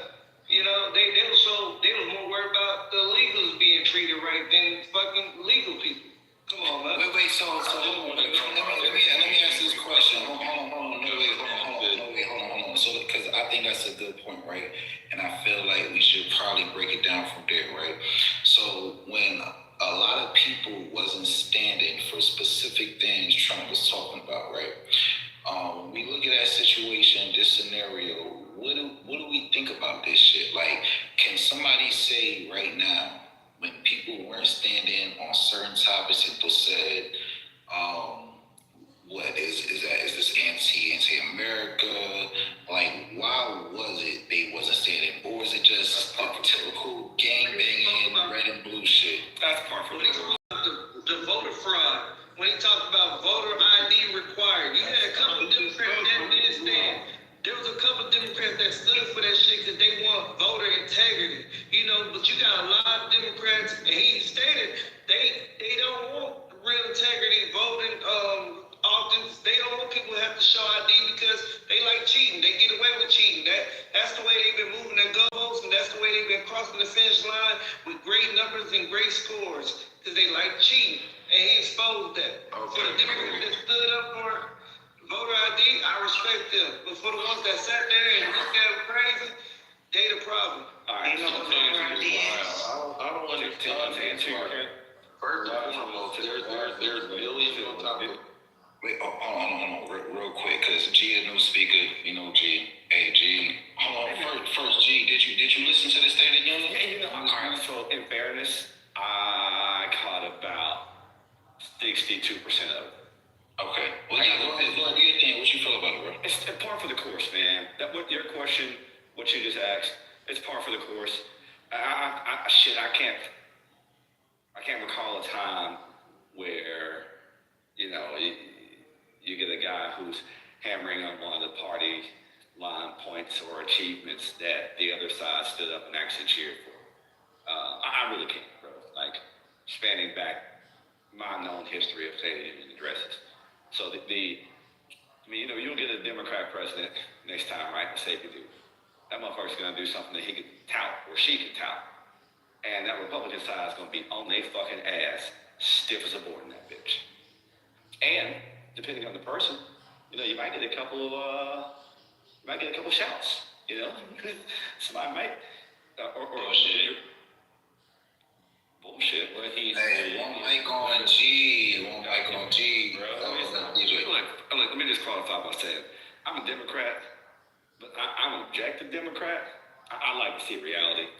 I understand my party has plenty of faults, and you know, I'm not voting for a perfect party. I'm just voting for the policies that best reflect me and the people situated near me. That's why I vote Democrat. Notice I said policies, not people. But like I said, that's par for the course, though. You know, if you have a Democrat next time, you'll see the same fucking thing happen again. And you have, in fact, you can actually go back and look at State of the Unions and watch the shit. Some of the craziest ones were when President Barack Obama was in. The shit they yelled at that man during his State of the Union address. Shit. God damn. So, you know, par for the course. I actually agree with them. I don't understand how people act like Republicans don't care for government assistance. You broke motherfuckers need to stop talking rich people talking points. Rich people don't need government assistance, but a lot of you niggas do. Then for motherfuckers to say, the Democrats is devils, let me figure this shit out. I'm gonna just keep shit simple. I'm not too deep in this shit, but I like to keep it simple. I was born in 83. I think I was born into Reagan when he was president, when Reagan was president. And it's fact that he put drugs in the black community to fund the war. That's damn, how much devilish could you be? That's a fact. All right, Reagan. Then after Reagan, we get Bush Senior. Didn't Bush Senior send us to a war that we didn't need to go to? The Iraqi war? Okay, cool. Then after Bush Senior, we get Bill Clinton. Yeah, Bill Clinton may have got some head in office, cheated on this bitch, but everybody says he brought the economy back. I don't care about that other shit. They say he brought the economy back. All right, after Clinton, we get Bush Jr. Didn't he send us to a fucked up war? And didn't he fuck up the housing market under his watch? Okay, after Bush Jr., we get Obama that all you white motherfuckers claim to say he was the worst president. But didn't Obama inherit a fucked up country? And didn't he have to save the country? Okay, then after Obama, we get Trump. Damn, didn't Trump mishandle COVID? Didn't Trump fuck up the country? Then after Trump, we had to get Biden. Didn't Biden inherit a fucked up country? And didn't he have to clean it up a little bit too? So I'm just lost on where these Democrats is just the devils and the Republican has done so much for this fucking country. I'm really lost here.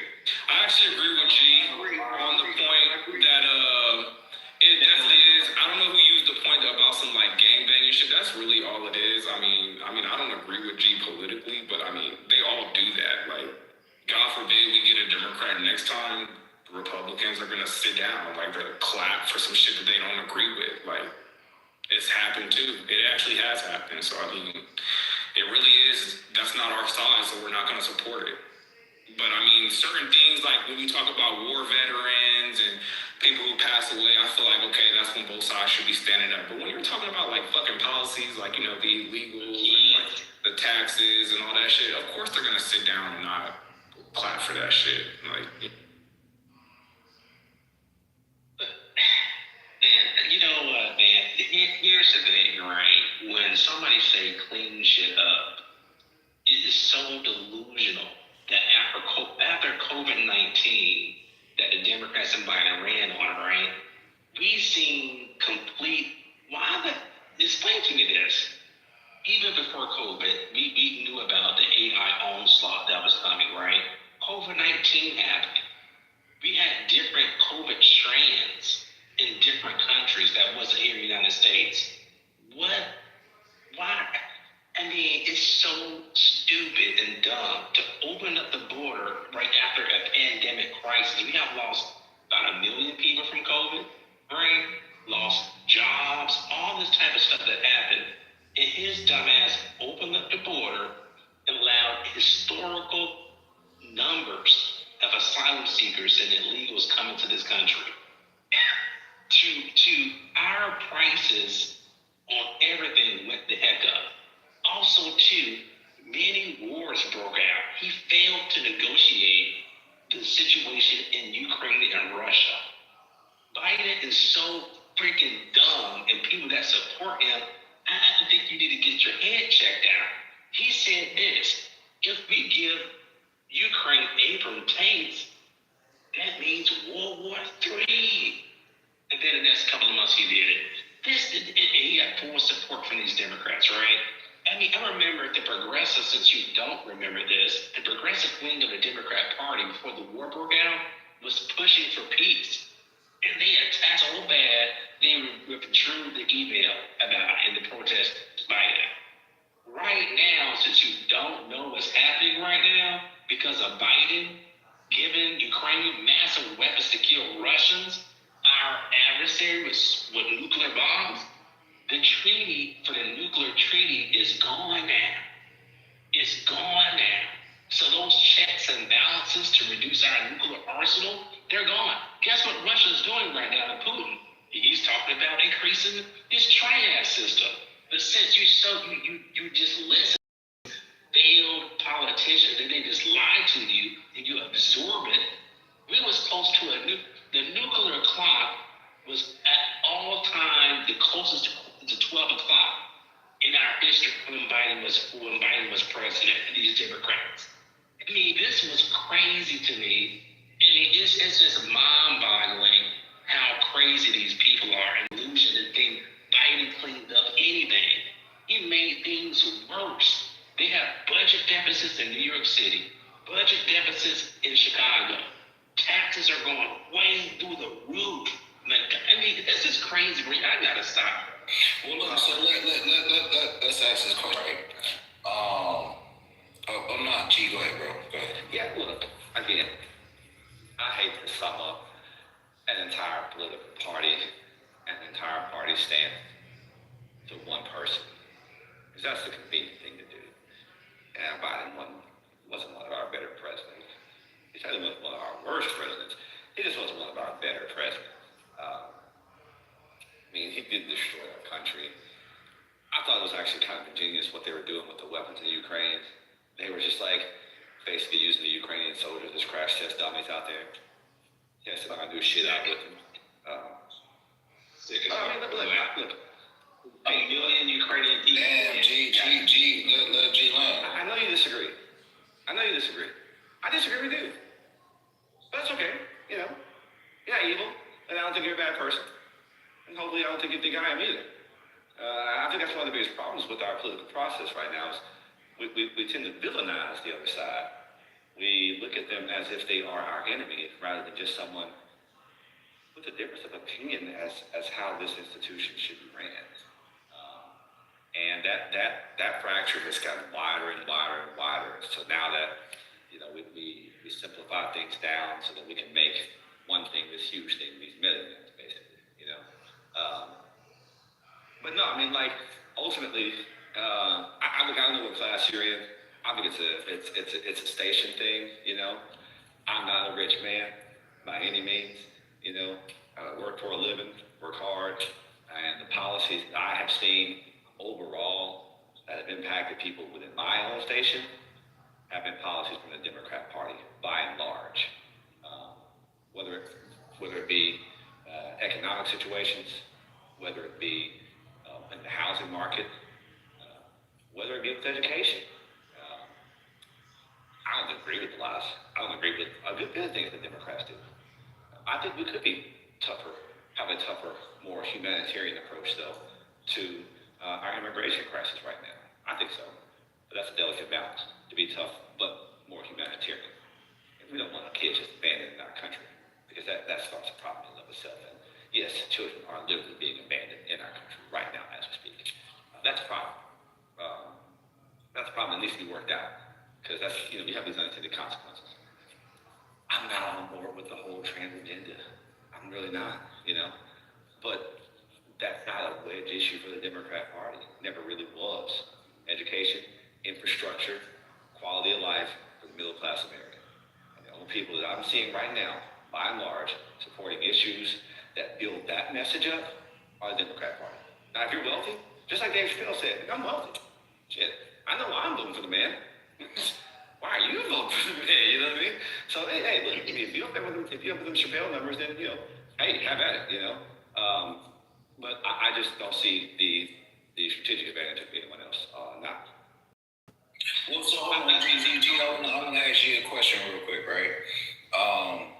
And then hold on, stop acting like you don't be getting these retainers. Hell yeah, you trying like G up, bro, on somebody else. But look,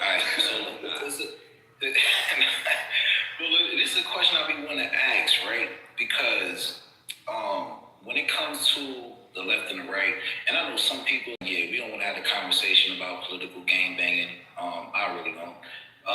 But when it comes to the left and the right side, right, Max, do you feel like when people make this statement, both sides of the same coin, like that's a real thing? Or do you really feel like the left and the right, like this shit is just like complete opposites? Or is it just like, all right, we can't trust nobody, and it's a ploy, and it's a play, and everybody's doing the same shit, there really is no division? Well, I'm glad you asked that, because I'm starting to incorporate the position that I reject the notion of left and right. Because all it does, if you say left, that puts you all the way on the left. Or if you say right, it puts you all the way on the right. And such an amorphous, so difficult to define phenomenon that you can literally make it whatever the fuck you want, pros and cons, right? So I would much rather characterize it in reality again, Democrats or Republicans, because then when I do that analysis, I have a body of work from which I can actually identify the thing as, and then compare that to. But when you start saying left and right, what the fuck is the left? The fuck is the right? That's what I was asking, bro. It's so fucking nebulous. It's so nebulous. But that's a ploy, right? In my opinion, that is a ploy that both sides are taking advantage of, mind you now, not just one side. Both sides are taking advantage of this to further the gap between people. When in actuality, the motion in our country has traditionally, and I would argue, always will happen from the middle. But they don't want us in the middle. And both sides are guilty of fracturing us like that. Wait, hold on, who don't want us in the middle, though? Who's that? Well, look, so when we say the Republican Party and the Democrat Party, we're really talking about the inner institutions of that party. So like the RNC, right, or the DCCC, because you're trying to secure a candidacy to run for any major office. Good luck without those guys to support. I don't give a shit which side you're on. So specifically, when we're talking about who, I would start there, right? I would start with the party bosses on the national level, and their respective committees, because that's really that's the message generating machine. Okay, I see that. I could agree with that. So here's the thing, right? If the Democrat Party was so good, right, why did Trump win? Didn't he have all these felony charges against him, stuff like that? But you see, the reality is this, what people got to get grips with, right? There are stark differences between the two parties, with this administration and the Democrat Party. Trump didn't win. Biden and the Democrats just did a horrible, disgusting job. So bad that they got whooped up on by this guy who had all these charges. He shouldn't have lost. But what's happening is that they keep comparing this dude to Hitler, doing dumb stuff, vilifying. I mean, it's just like they was trying to lose on purpose.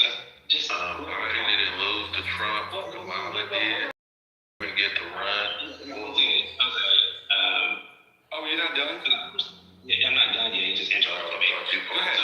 And then here's again, right? You made a comment about, it was a smart idea to use Ukrainians as test dummies against a superpower who have the second or the equal nuclear arsenal as us. So here's the thing. If I'm fighting somebody, right,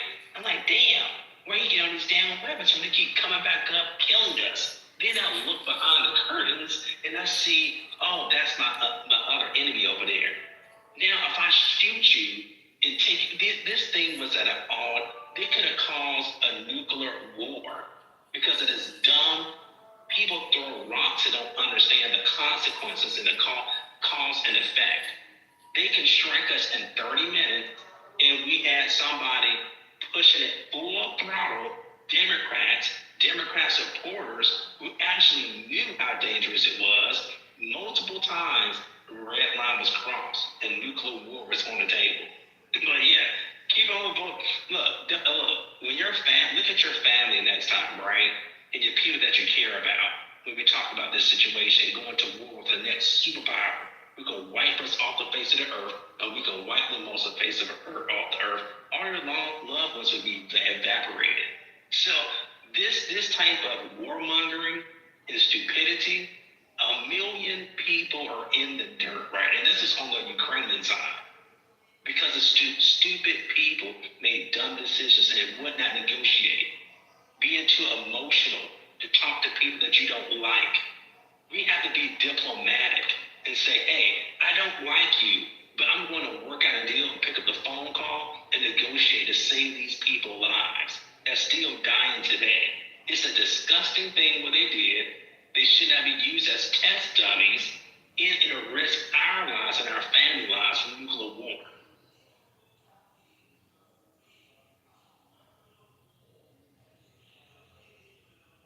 Oh, was that the whole submission? Okay. I guess. I mean, that's your opinion. That's your opinion. But I mean, I don't really think that remotely addressed. You were kind of bouncing all over the place, honestly, and I was trying to keep up with the points. I think it's walked right back down to exactly what I was saying before. How we reduce, thanks so much. How we reduce these things essentially back down to Biden and this guy and that guy. We're not looking at the broad scale politics or the policies that come out of each party. I brought out some notable examples, and I was hoping that you could bring out some notable examples about how historically the Republican Party has benefited, thanks so much, middle class individuals wholesale, from education, civil rights, to economic stability. And that again, that's why I voted. That's why I tend to vote Democrat. And I said that at the beginning. I was very intentional to say I'm voting for policies, not people.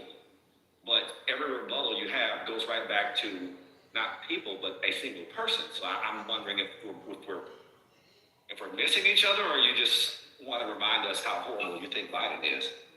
Gotcha. So here's the thing, right? These rights, whatever rights and laws that you talk about, it won't matter. We get vaporized. What are you talking about, bro? We can have policy debates and all this type of laws with X, Y, Z, and I can agree with you. But the line gets drawn when we talk about nuclear war, and that's fear-mongering. Nobody is fear-mongering. It's just you don't even know what was happening. See, I give out details and you don't. So this actually was. Now I'm not saying that you can look this stuff up if you wasn't being told the truth. But the truth was that we was closer to that. This is how serious it is, since you don't realize it. That was our history, that we had Abram tanks killing Russians on the Russian border with our missiles and weapons, right? On their border. Our weapons. Ukraine has already lost. It's our weapons that's doing the destruction, putting all these Russian people in the dirt. Y'all are crazy, bro. Stop listening to delusional people, delusional parties, no matter if it's left or right, and actually do research and realize we're still feeling the remnants of this failed administration.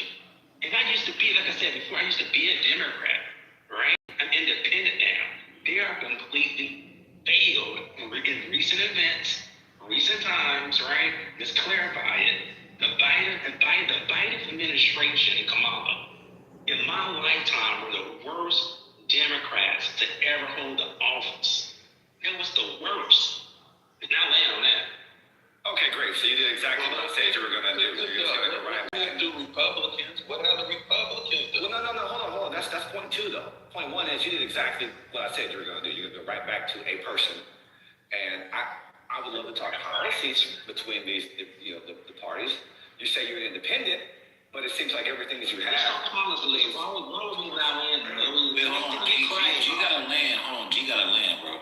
You say you're independent, but I don't really see the objective nature of your independence. Seems like everything that you're saying is basically a Republican talking point, and which tells me that perhaps it's like, are you an independent, or are you just like a closet Republican who's too afraid to say he's a Republican, so you feel like more liberated saying you are an independent, meaning that you're like an independent thinker, meaning that you're kind of separating yourself from the pack, right? And that's fine. Hey, look, be a drum major, right? But what King said back in the day, be a drum major for justice, right? Be a drum major for righteousness, right? I tend to like to look at. But yeah, I mean, you know, we talk immigration. Sure, there was an issue there. We certainly made a mistake there. I don't, you know, but however, I think the numbers and the messaging was inflated to a great extent. But make no mistake, there were undocumented aliens or undocumented or out of status individuals rather coming into this country at that time. There were undocumented individuals coming in well prior to that. There's still undocumented individuals entering the country right fucking now.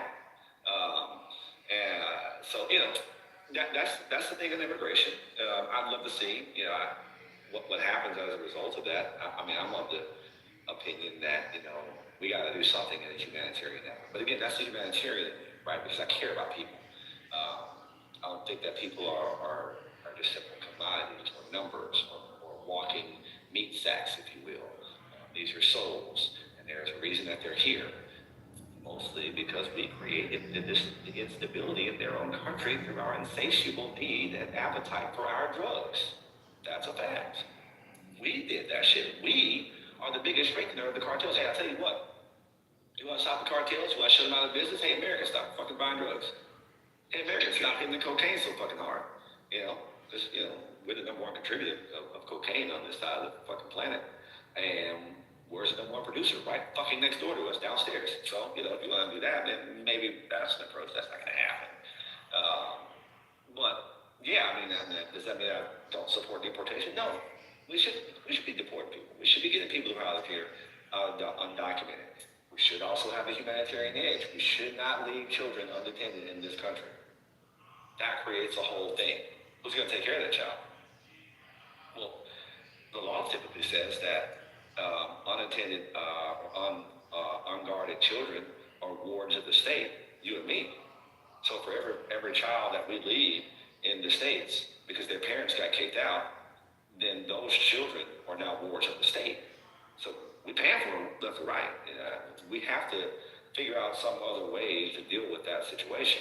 I'm not sick. I'm very healthy. I run on a daily basis. Thank you for your comment in the chat, though. But again, we haven't touched on housing. We haven't touched on infrastructure. We haven't touched on the economic situation of the average middle class or lower class American, which, by the way, that's the vast majority of Americans. But yeah, let's go back, if you like, to tell us again how horrible of a President Biden was. I mean, that's all you tend to do, is just go right back to Biden sucks. Great. Yeah, you got it, right? Tell you what, we can both agree on one thing. Biden sucks. So can we move on for that and talk policy? And that's why I'm not gonna lie. Like, hold on, Nathan. I feel like if more people spoke the way G spoke, right? Like, regardless of what side you feel like you're on, and you can actually address what you feel like is going on, right or wrong, a lot of shit will change. But I just feel like, bro, a lot of people are just so heavy on this red and blue and this game banging, and it's not gonna be a lot of people that do support the Democrats who will say they would and not point out the wrong that's being done. It's just gonna be like a tit for tat. Like, it's just, but we need people like G, we need people that's gonna be on the opposite side that just gonna point out the bullshit, and at some point in time, all this shit and information come together, and we can see what the fuck we gotta do. But like, yeah, you can't just keep, like, I'm not saying you, Nathan, but you can't just bash somebody just because of the side they on. Like, I'm just saying. You're right, but I'm going to give you the policy since we want to have a policy things I disagree with on what actually happened, since he wants to go there, I can bring it there. So, number one, reversing Trump-era border enforcement policies, in the construction of the U.S. Mexican border wall, cancel the travel ban only from people mostly from Muslim-majority countries, reaffirm protections for DACA recipients, shifted immigration enforcement priorities, focusing ICE on serious criminals and national security threat, not minor offenses, ending Title 42 expulsions. Title 42, a public health authority used to rapidly expel migrants during the COVID-19 pandemic, was lifted quickly. Humanitarian aid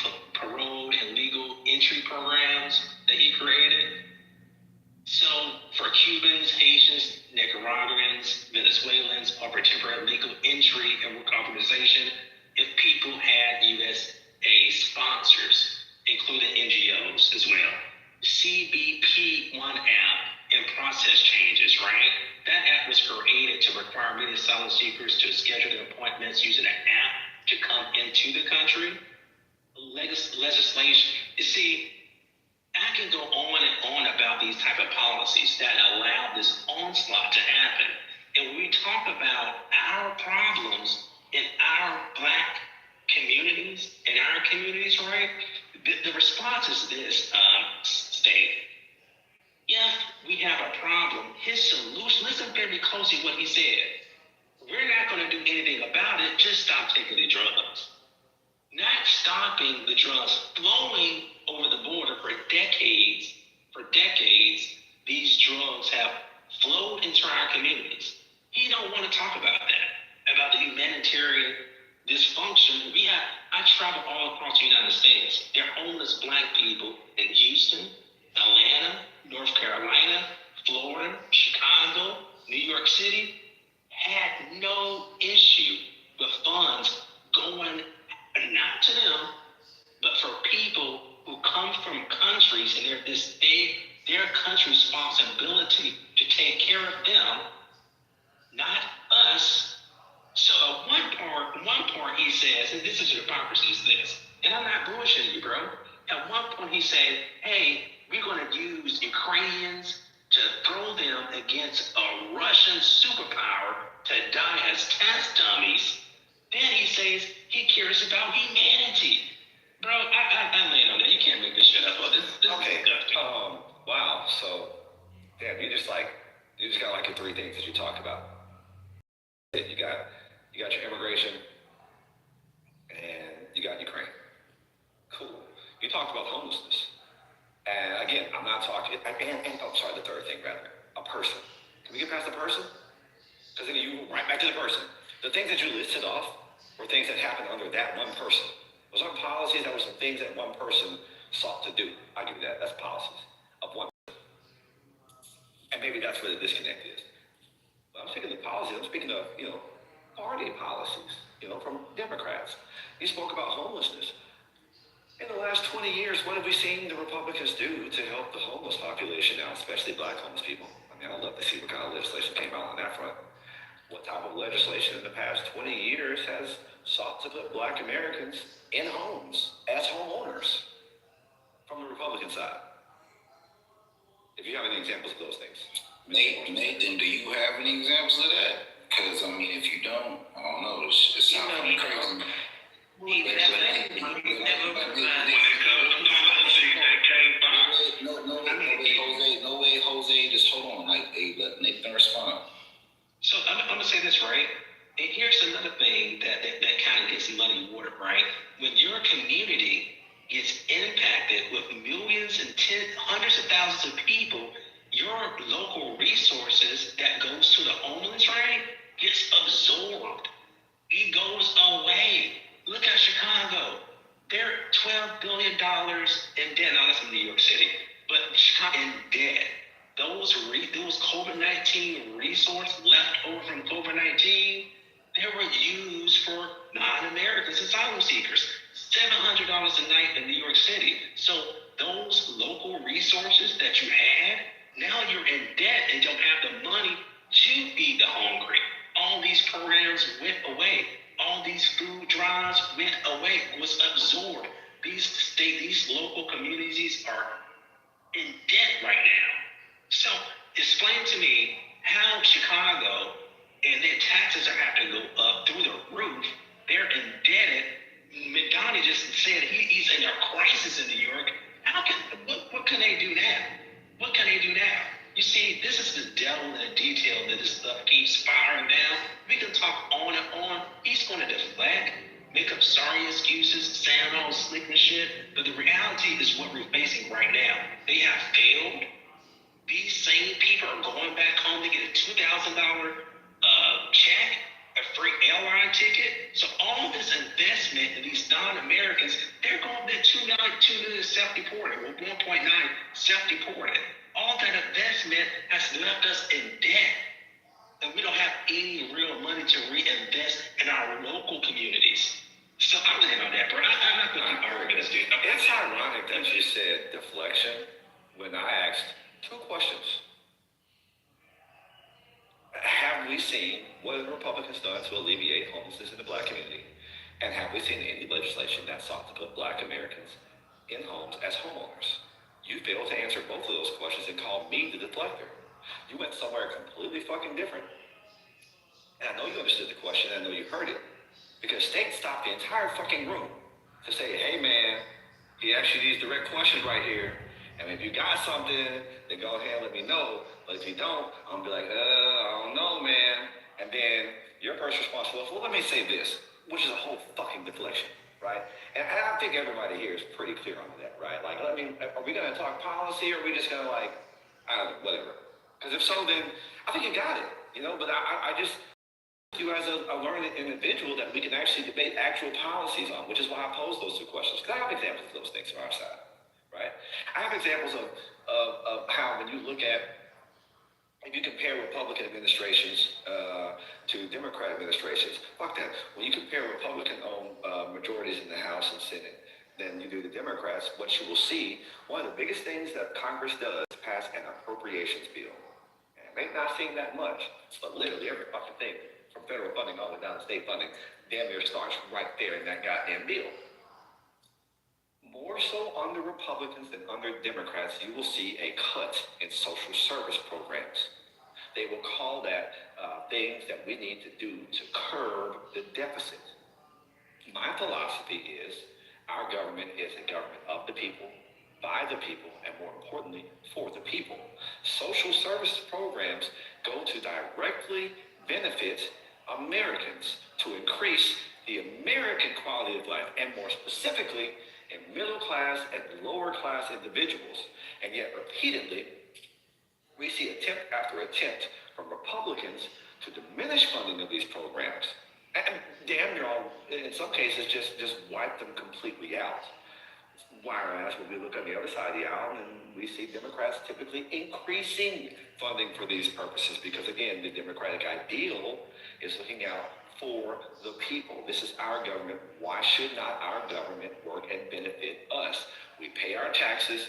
Our taxes should go back to benefit programs that benefit us. So I will repeat the question, and I would respectfully ask that you count your response in the frame of this question. Can you show me examples of Republicans helping black homeless people out? Can you show me examples of Republicans specifically passing legislation to put black Americans into homes as homeowners? One mic on you, Nathan. What's up? So recently, if you watched the whole State of the Union address, right? I don't know if he was watching because he said he didn't watch the whole thing. There was a black woman in the audience, and he said this.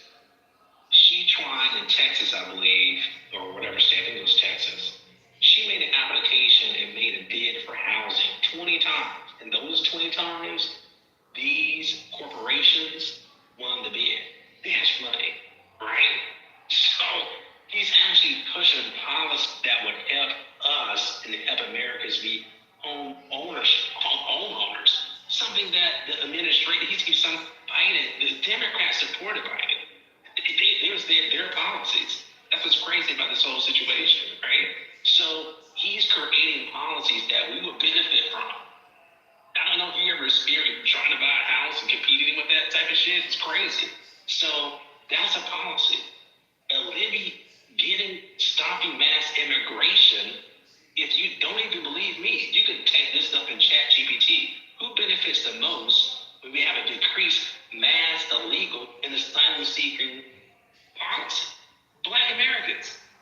Who gets hurt the most with these type of policies that AG supports, right? And the Democrat Party supports? Who does it hurt? The least of us, which is Black Americans again. Because we're competing at low levels, competing for these type of jobs as well in small businesses. So he's actually pushing for policies that would hurt us, that when it gets alleviated and the problem goes away, we benefit from it.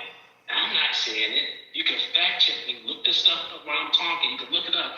Also, too, it seems like I'm the only one to fact check myself, and he provided no data, so I provide it right here. Just like I said before, the budget restraint from these policies of open borders, which a lot of Democrats actually support, and the reason why they support it, just have them verify And so here's another date. Cities reported significant migrant-related budget strains. New York City spent over $1.4 billion in 2023. Chicago, Illinois, 200 plus million since 2022 on housing, food, and care for migrants. This is crazy. Also, officials warned that total cost in New York City could reach 10 to 12 billion over multiple years. Denver, Colorado, Washington, D.C. It's a short list. So again, I provide the data and also look at the data of overdoses, since honestly he said just start using drugs and it'll go away. Don't address the border, which 80% of fentanyl cross the border. What's happening right now, G? It's down 56%. You know, this is crazy work, bro. Look, I'm not going to keep debating somebody who don't provide any true data points whatsoever, and I got to keep proving myself again and again. It's hypocrisy and it's bad policy, the bad politicians that you support. It doesn't matter who it is running the blue side. G would support it. He doesn't care, and you would be even to your demise. He's going to keep blowing blue no matter who. I land on that, bro. I'm tired of debating these dudes, but I land. Interesting. The only thing remotely close to an actual data point that you pointed out was when you quoted Trump as saying 56% of fentanyl was reduced. I don't know if you actually looked into that or not. You know where he got that number from? No, you don't. Go ahead and Google it right now. You don't know where the fuck that number came from. You just heard him say it, so you said it, so that's the truth. Good. That's the only data point you brought out. But I wasn't talking data points. I was talking legislation. Federal legislation. And I was very clear on that. Federal legislation, right? Now, the city of New York is a municipality, not a federal institution, right? Federal legislation. I don't know if you're familiar with the HARP Act, which was specifically aimed towards homelessness and targeted towards Black American communities, which led them to rapidly rehouse themselves. And a lot of money got thrown in that arena to specifically help these communities out, and there was a net benefit. Opportunity zones. I'm not certain if you're familiar with Neighborhood Stabilization Plan 2. Also passed legislation, okay? Because remember, I asked, the question I posed to you was legislation. Legislation, and maybe we're not clear on what legislation is, and let me not speak and assume the knowledge of my listener. Legislation are the things that our legislature does. They come up with these things called bills and resolutions. So it's legal jargon. Excuse me, sir. Hey, G, Huh? No, go ahead, G. I'm just Okay. Collectively, these bills and resolutions we collectively refer to as legislation. The Appropriations Acts are legislation, right? When I pointed out funding and how it decreased based upon the Appropriations Act, legislation. The HARTH Act, H-E-A-R-T-H Act, legislation passed by Democrats.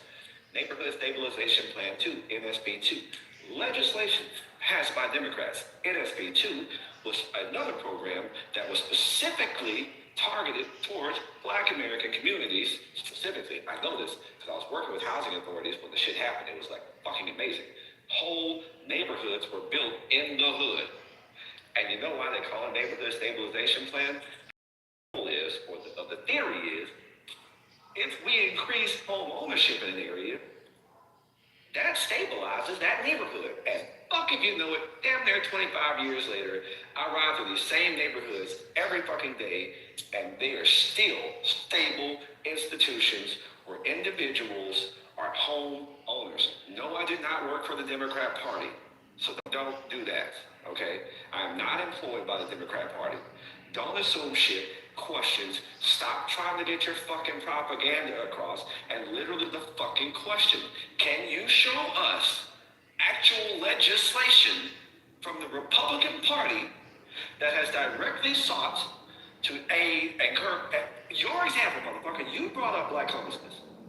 So, to your point, I brought out these two bills passed by Democrats. Can you show me Republican legislation that targeted Black American communities to either curb homelessness or put Black Americans in houses? And I gave you a fucking choice then. Previously, I said, give me and. Now I'm only asking for an or. I hope that's clear enough. If it's not clear enough, you're just going to trolley along on some other fucking topic, trying to get people on this emotional appeal and shit, because that's all the Democrats do. They're all in goddamn emotions. No, we're talking policy. Can we talk actual legislation? Is that possible, Nathan? Hey, Nathan, you understand the facts he wants you to present, or are you confused? He's talking about, he's trying to say legislation as if, like the Senate, Congress, and that Donald Trump made, and so did Biden as well, right? It's a thing called executive orders that he's not talking about. He wanted us to exclude executive orders and only talk about, the rest of it, right? What they passed. And that's not the whole picture of what happened. Even underneath the Biden and Kamala administration, Biden used executive orders. Trump used executive orders. That's what presidents do. And you try to talk about presidents and party issues, and you try to dissect executive orders and just say, hey, I don't want to talk about that. Let's just talk about what Congress passed and what. Just stop, bro. That's why I don't like debating him. I already won the debate.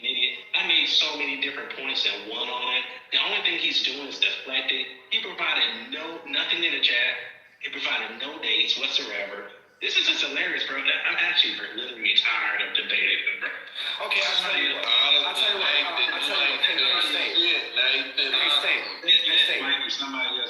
Hey, State, if you could do me, I'm going to make a statement and I'll ask a request of you. Since it was a challenge that was brought out, and I do believe in democracy, so that my request is along the lines of democracy. But first, I will point out that no, you have nothing to bring to talk about Republican legislation that affected black people in terms of homelessness or home ownership. Because if you did, you said it. And you know what it was, because the action was clear. You went to talk instead about fucking executive orders? Who the fuck was talking about an executive order? I've been talking about congressional legislation this whole time. Hey, and bonus points for you for mentioning the Senate, but you did say the Senate, Congress, whatever. Fuck it, we'll get past that point. State, tell you what, if you could do me a favor, please, since I don't have a name, could you start a poll up? Because apparently he said he won. I didn't know we were in the competition. I thought we were just discussing policy, but since we were in the competition, could you put a poll up and say, who won? Yeah, all right, let's do a poll. It's a lot of people in the room. Yeah, let's do a poll. All right, here we go with it, man. We got G with it, man. We got G, we got Nathan. Big G, we got Nathan. Hold on, I'm gonna create this poll. Here we go. Because I'm a fan of democracy. Poll at the top. Simple. Hey, they kind of been going back and forth for a minute, man. A lot of y'all been hearing who's been, speaking. Hold on. You know what I'm saying? A lot of y'all. No electioneering, bro. No electioneering. Yeah, John, meet up, bro. But yeah, here we go, man. We've been listening to this, and I think this is a good point to where we should go ahead and, see what y'all thinking, how y'all feeling. It's been a very unbiased stage. Everybody's been getting, room to prove their facts. So yeah, link up top. It look like we already got. I'm gonna cast the vote and I'm gonna remove it just so I can see. Just so I can see, right? Okay, we got 11 votes, man.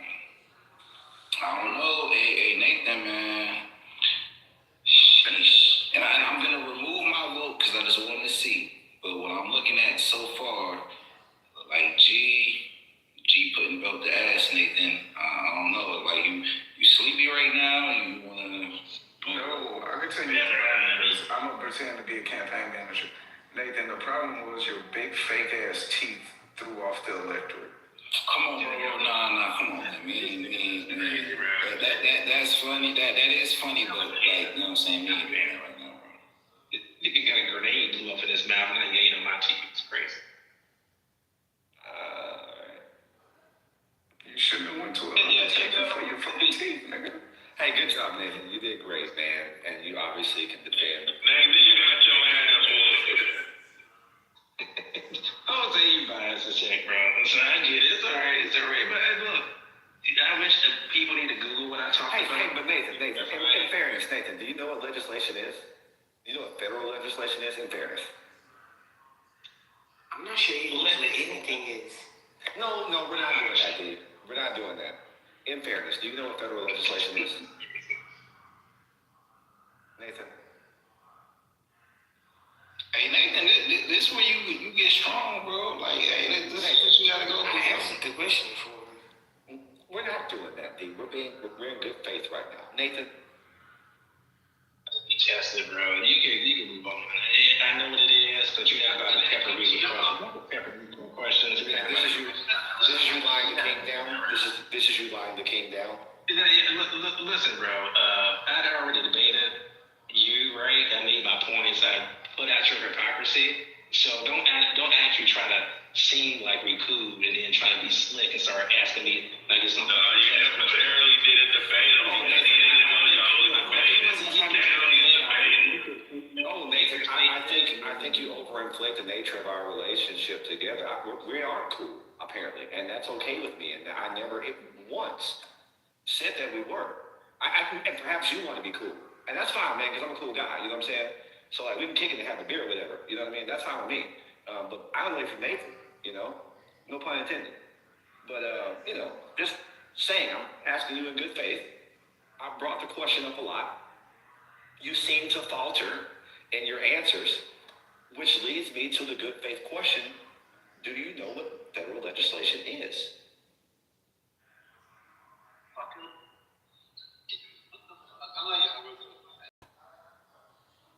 Hey man, this is no, you're not in the matrix. You're not in the matrix, G. And this is where the smoke go down, and this is where people that you have a certain stance, because I'm just like exclude myself from the conversation.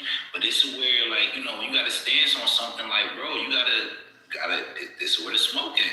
Like I don't know, this is where the smoke, bro. And Nathan, man, sheesh.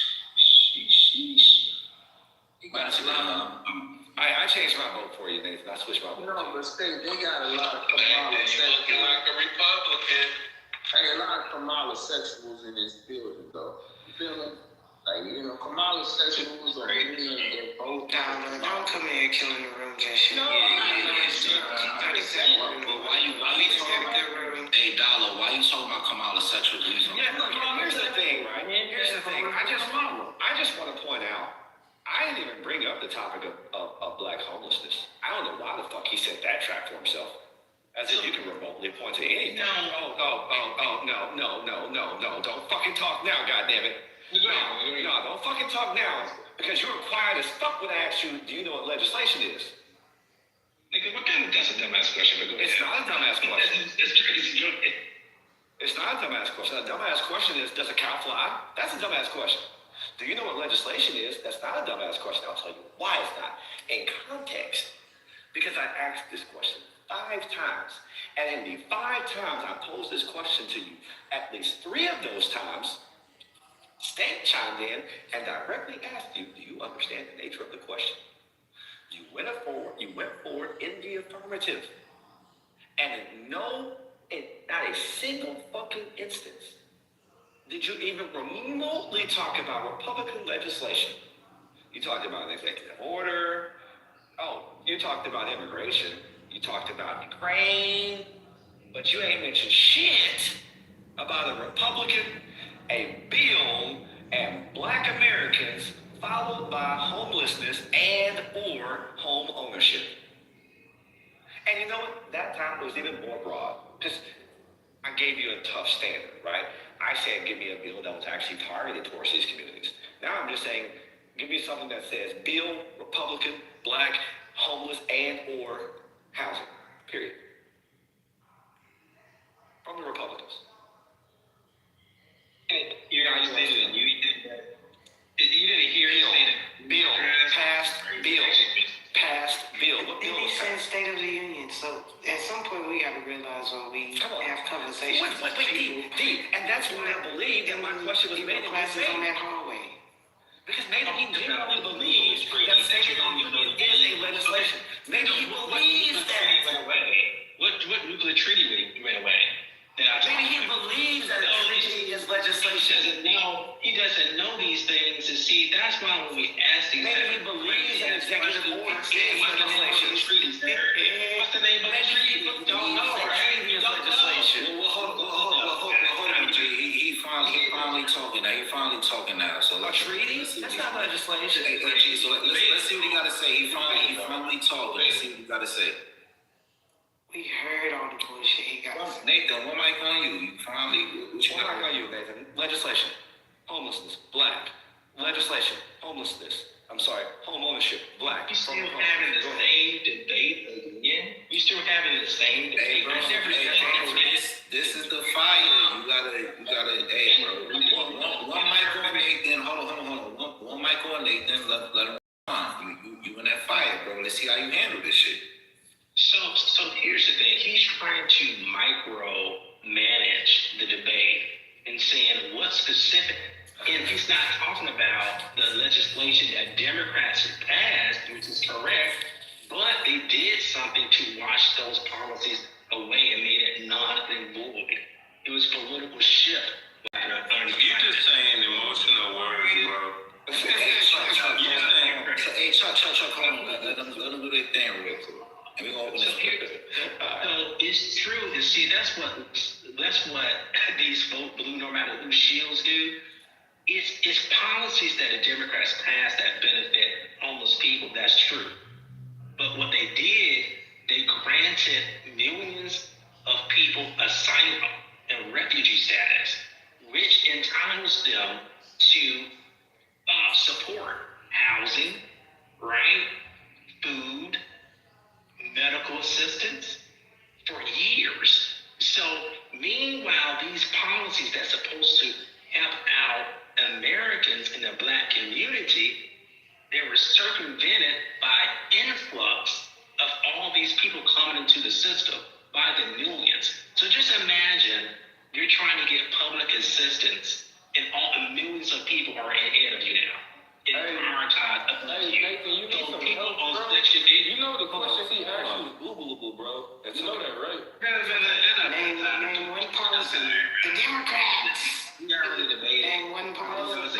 You know bullshit, Nathan. So the Fair Housing Act from 1968, it was actually passed by LBJ, but there was a Republican senator named Edward Brooke, the first black person popularly elected to the U.S. Senate. He was a part of that. But I'm not in y'all shit. But you should look this shit up. Hey, DJ, that's a great. Wait, hold on. That's a great point, and I have to give you that in theory and in essence, right? The problem with that is that time point in history was literally right at the apex of the change, right? And LBJ was popularized in saying, we give them civil rights, they'll be voting forever for us. And people like to take that and vilify it. And I made this point before. Okay, you directly targeted my community with legislation that's going to benefit me. And then you turn around and you do it again. And then you turn around and you do it again. Of course, I'm going to continue to vote for you because A, you identify me, recognize my existence. You legitimize me, says, hey, I can see what's going on in your existence. And then you sought to actually ameliorate. Yes, you know what? You're human. I see you. You're struggling. Your human existence. I don't believe that struggle is a fair struggle. And this is what we're going to do to try, because nothing is perfect, to try and correct that. And we've seen those three things occurring for black people on a consistent basis from the Democrat Party. I'm not talking about Trump. I don't disagree with you, bro. I'm just saying we should have Googled it. I like that nuance. And I do want to point out how that nuance was formed, right? Now, to address the ad hominem, I've been called a shield. I've been called an agent. I've been referred to everything else but the answer to my fucking question. And I know you're not dumb, Nathan. So the question is, who's the real shield? Is it you? Because you won't even admit that your shit stank. And we all human, brother. And we all shit. And all of our shit stinks. Excuse me, sir. Excuse me. Thank you. Absolutely. I know. Just as I was respectful to you, you will be right now. consistent in that approach. I will admit where we fucked up at, because we're fallible. We're people. We're not going to be perfect. Our institutions are not going to be perfect. But we at least have to strive to make for a more perfect union. And perfect, when you go back and you read that shit, they even acknowledge that perfect really meant our definition of what we believe could be the best of the best. And now let's try to exceed that. In other words, shoot for the stars, so if you fall, you land in the clouds. Again, when I look consistently throughout my lifetime, the administrations and the Congresses that have most often benefited Black Americans, especially in the realms of homelessness and home ownership, have been Democrats. Now, final point. You brought up Black homelessness. I didn't bring that up. That's why I've been harping on it the whole time, because that's something that you introduced into this conversation with absolutely no support. And it was, if we're playing chess, if you open the queen up, I have to take her. If I don't take her, then that puts me in a strategic position to lose. That's how many battles in the Civil War were lost, because they didn't press the advantage. You throw a goddamn softball out there, I mean, of course I'm gonna knock that shit out the fucking park. I didn't introduce it. You chose to play softball. I was trying to play hardball. Pause. All right, brother. So you want let's recap what happened, right? Because you do a masterful job. I give you credit for deflecting. You made a comment. Ma'am, shut the fuck up. So you made a comment about Ukraine, and I made a comment about Ukraine. Actually, I think that your response to it, which was literally just one little comment, because you don't know anything about it, obviously, and said that, hey, that didn't affect us, right? That was a great idea to give them weapons. Guess what happened afterwards? We put all that action, increase inflation, increase gas prices, right? I mean, Russia is, wait, brother, hold on. Russia is about the third or second world oil supplier in the world. That was not a great idea to welcome this type of war that affects Black people. But you don't understand that. You don't want to talk about it. Mm-hmm. You see, and you want to take away from the actions, and you say, hey, let's just talk about these small little policies, not actually the reality of what the president and the Democrats' job was. You had a Democrat administration. They have failed us. I don't know why you don't understand it, why you deflect from it, why you don't understand the impacts on the rent costs. We had mortgage rates that went from 3% to 8% in some areas, right? We hear nothing from you but deflection after deflection after deflection, questions after questions after questions, because you failed at these debates, bro. Oh, brother, debates are not about feelings. Debates are about positional arguments. Debates are positional arguments. Your position is... What are you talking about, bro? I'll refer you to the numbers, sir. Debates are feelings. They're about positional arguments. It's a positional argument. You could be right and lose the debate. You know you could be completely right and lose the debate because you choose the wrong strategy, right? You choose the wrong strategy for a debate. You lose, bro. You know that, right? Debates are not your feelings. Get some self-control, brother. I don't know who check.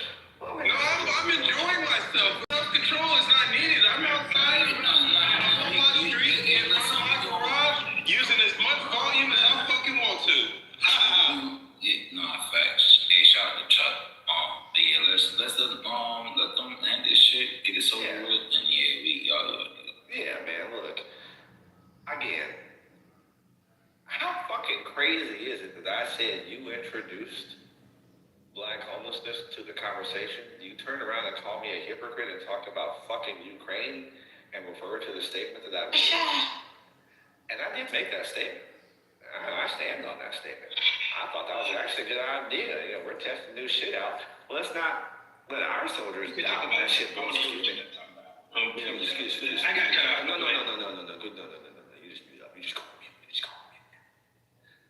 I think it's a good idea to, if some shit's gonna blow up in their hands or just completely fucking fail at the wrong moment, I'd rather it be in the hands of somebody testing it out in the actual field than our hands.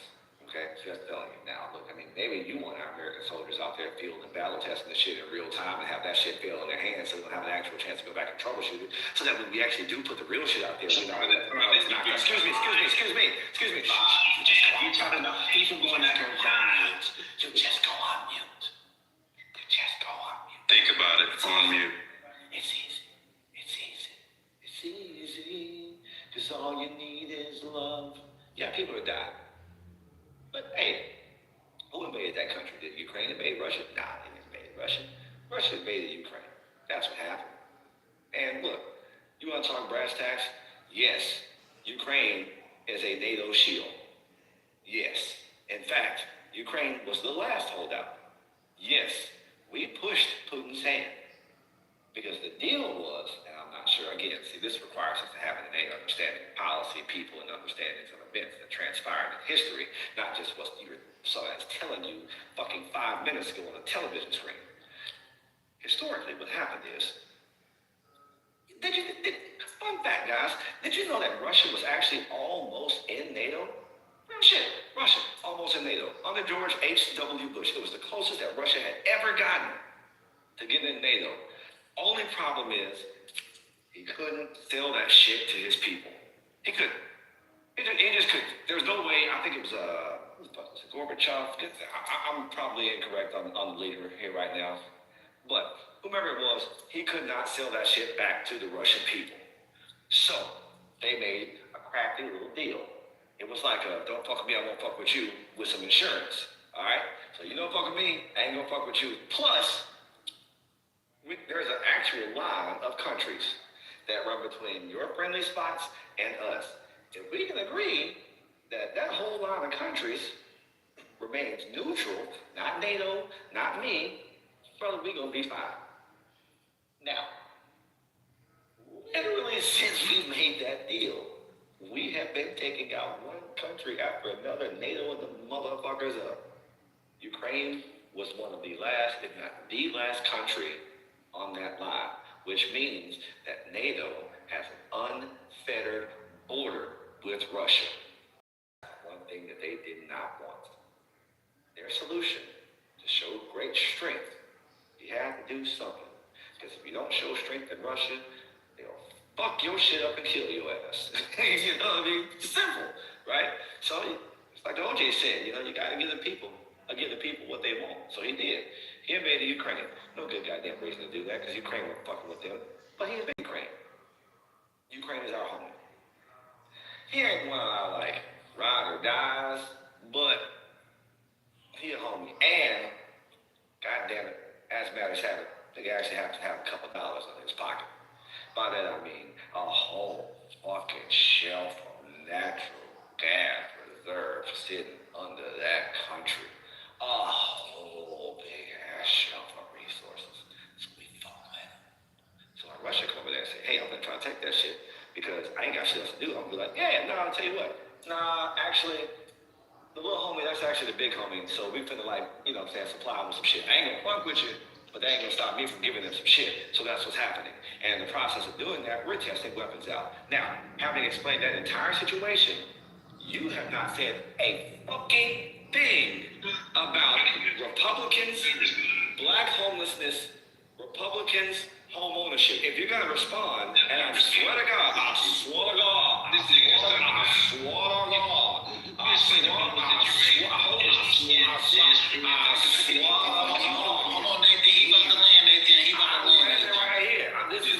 you see that shit? Goddamn plane is 500 feet off the ground right now. I swear to God, if you don't reply with Republican legislation, a fucking bill labeled or geared or administered or aimed towards black homelessness or black ownership or black homelessness specifically. Name the bill. I named the bill. So let's talk about what you said. No. No. You Wait. Nathan, he about to land and it's one mic. State. What that means is I got you now. That means I got you. When you can't even fucking control yourself. You about to try and talk You had him 30 minutes ago. You about to try and talk about your Ukraine point on answer that question, bro. But I gave you the full fucking rundown of Ukraine. Let's still give Nathan. So for one, G, you done? Or you? Yeah, you know what? Did I switch my vote to Nathan already? Hold on a second. I'm about to be done. Yeah, Nathan, I switched my vote to you, man. That's a strong good thing. At least that land, bro. Shut the fuck up. All right, so here we go. One mic on Nathan. He responded to G. Go ahead, Nathan. So just really fast, right? So he always lands by asking me a question, in which I'm not even a Republican. I don't know why the fuck he keep asking me this shit. Of course. Do you think I vote Republican or like for Republican? This shit is crazy, but I'm on the Democrats' asses. Well, I'm independent, like I said before, whether you like it or not. And the only thing he explained to the situation was, oh, these niggas over here, this shit up over here. It's actually hard for me to actually follow what the fuck you were saying. It's the only thing you were saying that this shit, about this shit, the whole fucking oil underneath this shit is embarrassing. It's actually embarrassing that you don't know international affairs and how it affects us, right? You said some stupid ass shit like, we need them to test weapons on a nuclear superpower. We have 5,000 nuclear warheads instead of testing it here. That's how crazy the things that you say, how stupid they are, to be frank. We test military weapons here in the United States. We always did. Answer the question. Man, shut your crazy Sir, you are wasting my time tonight. I don't know why you know y'all do this. Start talking about weapons. But all of a sudden, this dude get all this type of, everybody cut me off, right? When he's talking, no, that's the mob, right? Instead of probably me. But like I said, you're supposed to listen to yourself talking drunk ass all night. Say something with some sense, bro. Shut up. Something will pass you. Man, can the mod, you heard, bro? No.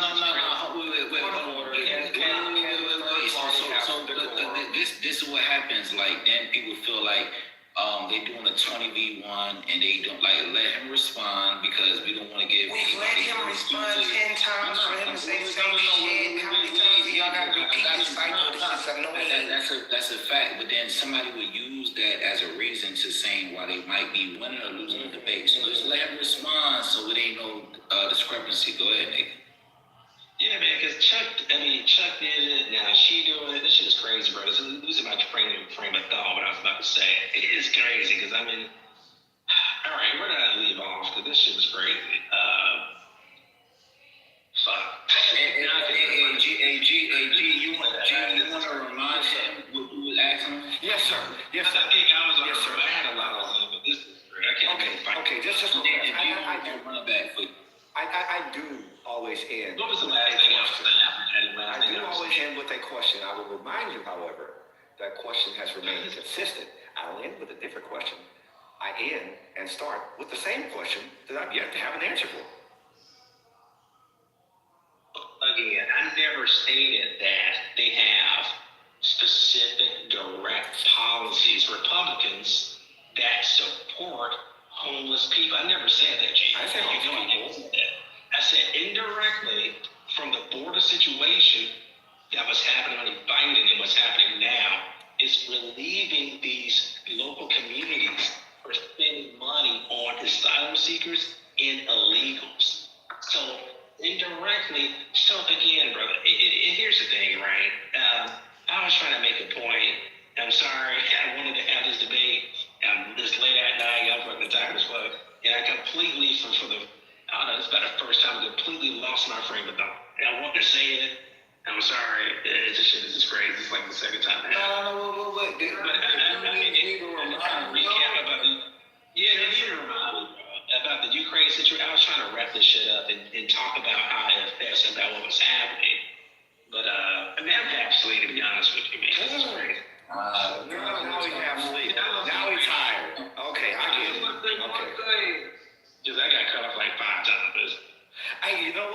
to by you.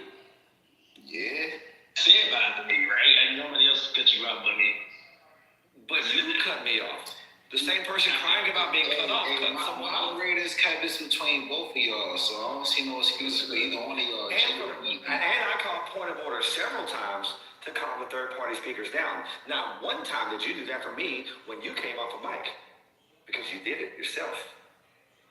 I never, like what Chuck and D just did, completely just talk over you for a long period of time to distract you. I didn't do that. Every time. Oh, I talked over you for a long period of time. Just like Feel like Nathan, what you just accused me of? Want me to talk over you for a long period of time? You really want that energy? to refrain and hold the Stop being a fucking bitch right now, bro. Like, you're being weird. You're actually coming towards your defense, right? Address G in the conversation he having with you and stop crying about getting interrupted. Thank you, which reminds me, you said you're independent. Okay. Independent. I'm not a Republican, but I have all this votes with Democrats. I can't say a single thing. How many independents are there in the United States right now? 12. This is crazy. Well, was that a false statement, Nathan? Or was that a false statement? Yeah, there are actually millions. I think that right now it's more independents than Democrats and Republicans right now. But so, okay, I'm sorry. So you're a centrist. Are you saying you're a centrist? Let me go. I just think G would beat Nathan's ass. Hold on a second, goddamn it. Stop yourself. You said I'm a R? Now, R is an R sound. G, what? Your policies again. Your policies. Okay. No, we haven't talked about that. We're just gonna let that. So yeah, I'm right now. Gotcha. It just happened. I just hit it. Wink. Nah, you just let that one go. Never happened. Gotcha. Attacking me just made me put my point about the security. You said that we need Ukrainians to test our weapons, right? No, I didn't say we needed that. No, I didn't say we needed that. I didn't say we need that. No, I didn't. That's actually what you. Now you're lying. Now you're actually lying. I just say we need. I'm gonna repeat what you said. But G, that ain't fucking talking about. You're right. That is fair. So one mic on Nathan. Go ahead. Yeah. So he actually said that we need Ukrainians, and that's a good idea for them to test. At first, he said it's a good idea that they go get slaughtered in Russia. Then he tried to rewind it back and make it seem more humanitarian, and to say, hey, let's just get them to test the weapons like we don't test them here. I told you he wanted to go back to Ukraine, bro. Well, I'm going back to everything, DJ. I'm going back to everything because that's what happens. Since nobody was fucking paying attention to the shit when it was happening, people were fucking asleep when it was happening, and you didn't know why your gas prices going through the fucking roof. All this shit was happening. Yeah, it was because of Ukraine. That's what the fuck happened. You know what I'm saying? These things affect us and affect our policies here in our own land. The amount of money, let's just talk about it. Let's really have a real talk. The amount of money that we spent on Ukrainians, did you know that we pay for their Social Security, their retirement, their police officers, their federal government? We paid for a whole country operation. And guess what?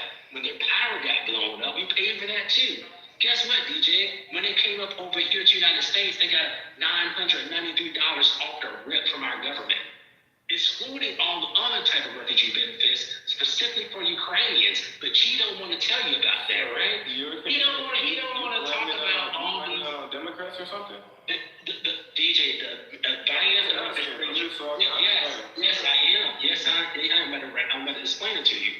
Actually, the progressive wing of the Democrat Party, when the negotiation was happening between Putin and the President of the United States, Biden and Kamala, they was pushing for peace. The progressive wing, they was pushed down by the majority of the Democrat Party, which is like 95%, right? Pushed away. The actual war could have been avoided. But the failure of the Democrat Party, Biden, people like G who support them, right?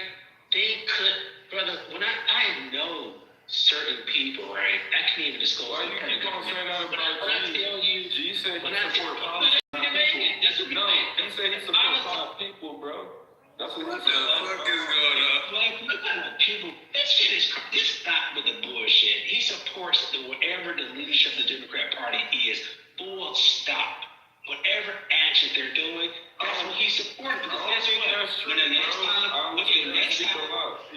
Gotcha. That's not what he said. That's not what he said.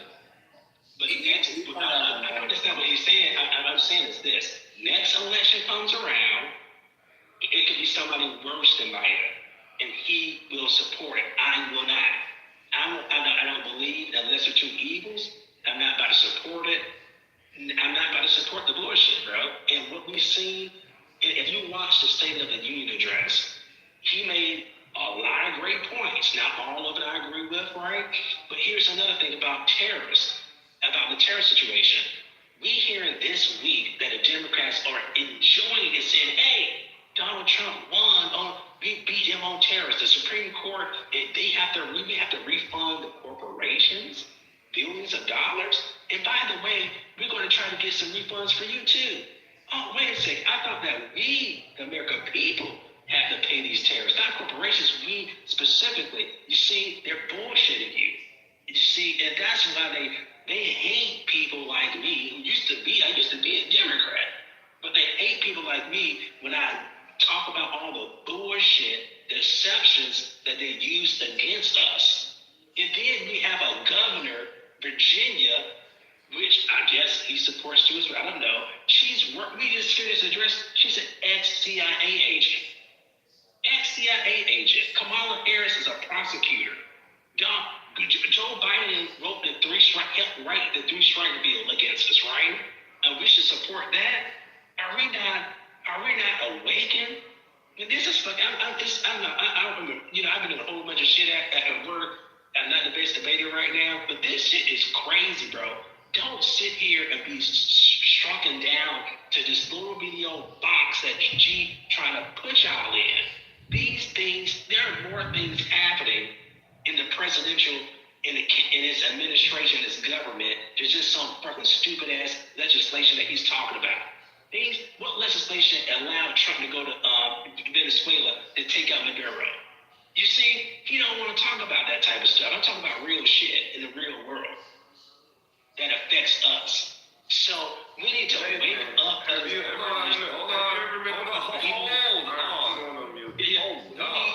We need to wake up to the reality of the situation and push back against this bullshit. When somebody talk about international affairs and say, oh, this is shit and this shit, nigga, this shit is crazy.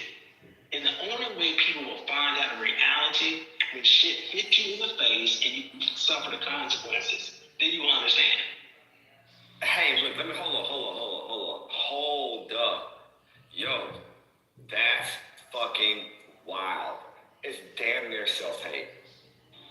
When you said stupid ass bills you said the stupid ass bills that I was talking about. The only two bills that I mentioned were the HEART Act, HEARTH, and NSP2, both of which were bills specifically aimed and designed to benefit Black Americans in both homelessness and home ownership. You refer to those as those stupid ass bills? That's wild. And that borders on self-hate. I ain't got shit else for that. You just call bills aimed towards Black Americans stupid ass bills. That's wild. I just wanted to ask, like, bro, have you ever actually been a part of like a formal debate before? Yeah, that's what it is. I don't mean really, bro. But this is Clubhouse. This shit is crazy. And I never even seen it. I used to be on the only bills I brought out were those two bills. You said those stupid ass bills. You don't even have to know how to debate just to answer a fucking question. He said those stupid ass bills. The only bills I mentioned were those two.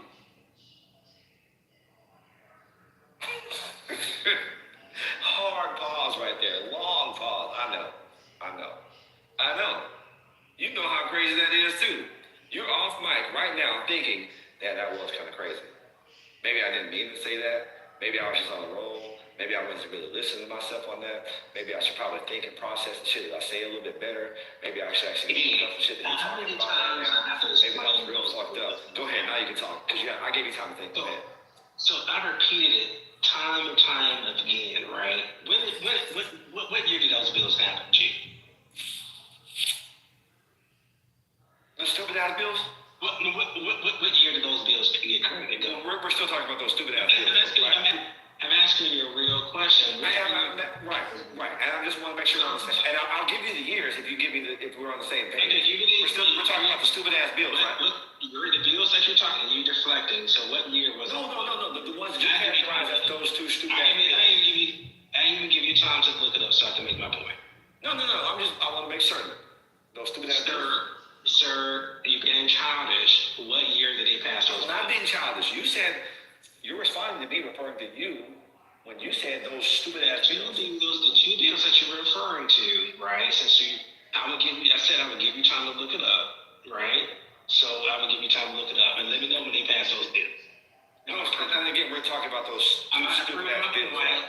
Since I'm fucking all these things that I can't answer a question, but you can't answer mine. And I'm gonna give you time to answer it. Hold on. Asking why you can't answer my question. Okay, I'll tell you what. This is why. I'll tell you why. I have to prove everything. No, you don't have to ask anyone else why. I'm gonna tell you why. This is crazy. I'll make a deal with you. I'm not making a deal with you. You're filibustering.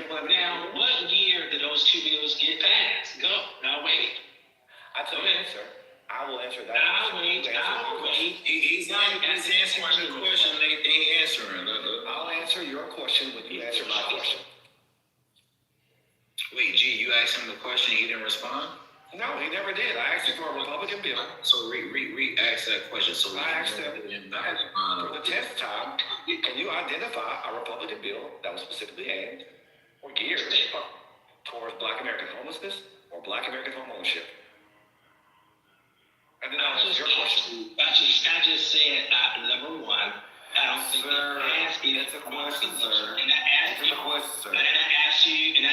the question. You made a point to bring up the bills that you're talking about from Democrats, right? Right. And I said, what year? It's a simple question. What year did they pass it? It's not that hard to answer. I don't know why you can't answer it. You had all this time to look it up. Answer me then. Why are you not answering the question, G? Why can't you just answer the question so we can continue the conversation? Oh, they passed NSP. Is it a reason? Actually, hold on a second. Let me check NSP. Yeah, go look it up. So he's making point. All right, this is crazy. Just give me 1 second. Y'all better come with y'all facts, man. Hey.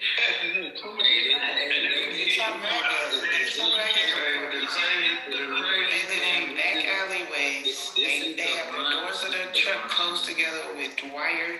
Oh, I'm sorry. I'm making it very clear. First off, I'm not hiding from the answer. If you were listening a long time ago, I actually, what's going on? If you were listening, I actually did say that these bills came out of the Obama era. I made that very clear from the start. Never hid from that. In fact, I made it known. I said it. So there you go, right there. What I was really trying to show you is you're attacking. What year, sir? What year? That was 8 years of the Biden administration. Yeah, exactly. Sorry. Am I tripping? Hold on. Am I tripping? Did I say Biden? Obama. Wait, did I say Biden? Am I tripping? Obama. Sir, you still haven't answered my question. You didn't say Biden. I told you this man. It's crazy that they put him to answer. He said Biden, but he's referring to... Oh, I did say Biden. Oh, thank you. That's what I'm saying. You said Obama. I might be tripping. Okay, I thought I said Obama. I thought I said Obama. If I didn't say Obama, then let me make it clear. I made it clear from the very beginning. Yeah, what did it mean? And it's a 1:14 in the morning. What the fuck does that mean? Okay, fine. Look, first off, hold on a second. Chill. Humans are fallible. Humans are fallible. What's the name of the bill? It's perfectly fine to be a human. I'm not repeating the damn bill for the 8th time. Have you not been listening this entire time? It's the American Recovery and I haven't spelled it. I haven't spelled it. NSP2 was born in 2008. NSP1 came out when the foreclosure crisis started happening, and then NSP2 came out. Two was the big boy, though. Two was the big boy. Two was that boy, right? Yes. Yeah. Like, and I'm talking whole fucking neighborhoods were built. When I say whole neighborhoods were built, I mean they went in that bitch, and they didn't kick the residents out. They just like built up for the residents, and they gave them financial literacy classes. Like, it was a whole shebang involved, and billions of dollars were invested, right? Billion. And I think my still critique of it. Sorry, I just want to. We are. It's not as much. It's we're getting back to it. It's a revolving kind of brand thing going on. But it's significantly political, right? So when you hit a Democratic administration, the pipes of that they'll make the pipes bigger so more flows through it, right? When you hit a more austere Republican administration, they'll diminish the circumference of those pipes so less comes through, right? More pressure, but less comes through. And my whole critique about NSB2, and I'm not ashamed. I mean, again, I like to keep it real. I like to be objective. That while that was a great program, it should have been bigger. There's no reason why it can't be bigger. And I do hold Democrats accountable for not at least seeking to try and push for expansion on that measure.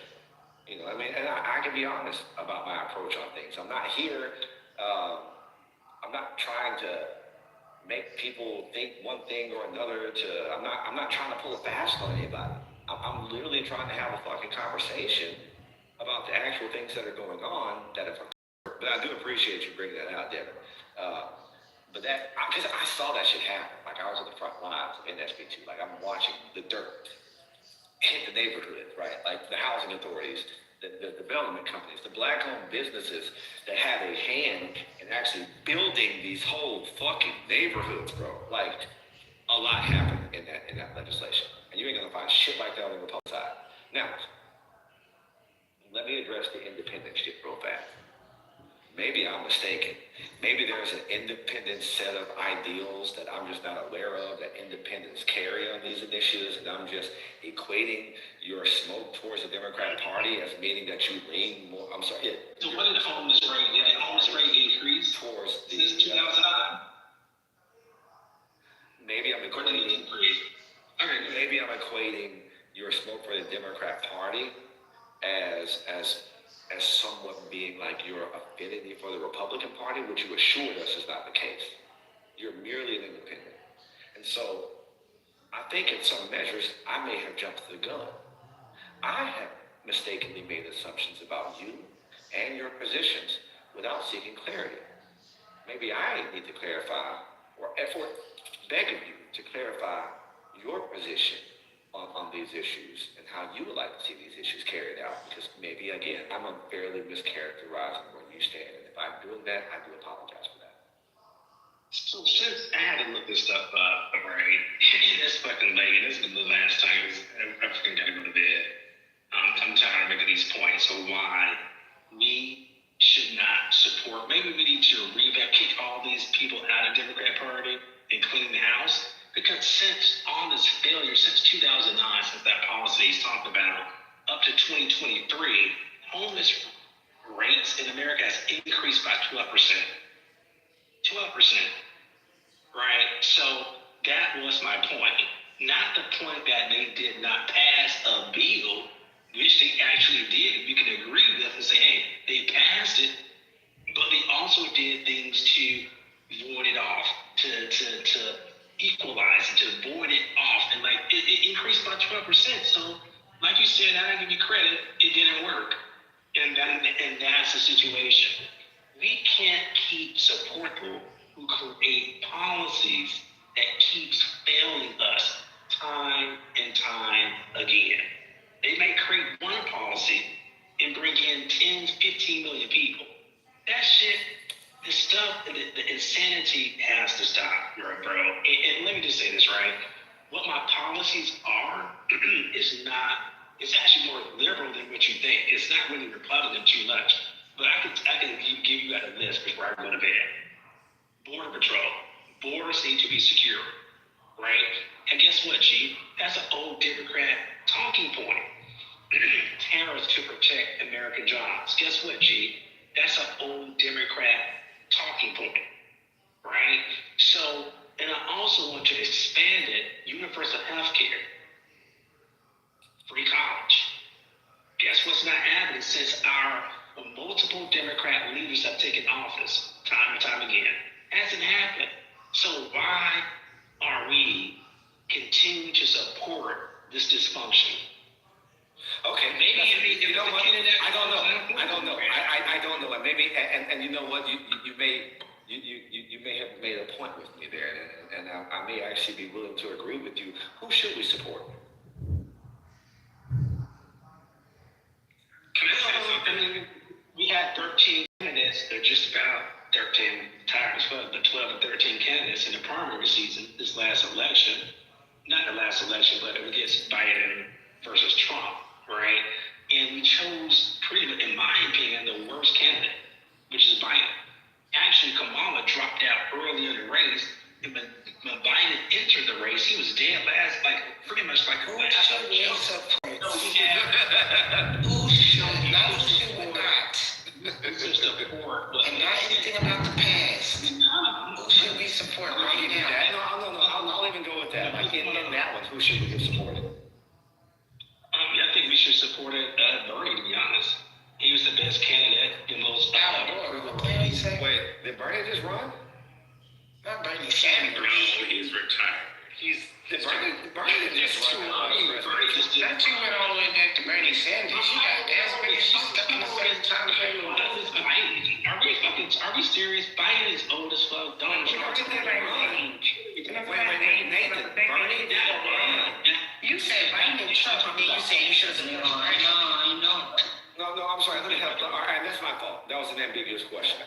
In that last campaign, right, in the last election, who should Biden run? Yeah, the whole college week. Even considering the Republicans who ran in the primaries, even considering all the independents who ran, even considering the Democrats who attempted to run, who should we have supported? You know, to be frankly, man, I'm gonna be honest. Like he's a Democrat now. Man, damn, are you really fucking? Bernie Sanders, Bernie Sanders. Stupid shit. Why don't you move your dumb ass down? You're not even smart enough to ever. He has been campaigning since the 1800s. The intelligence is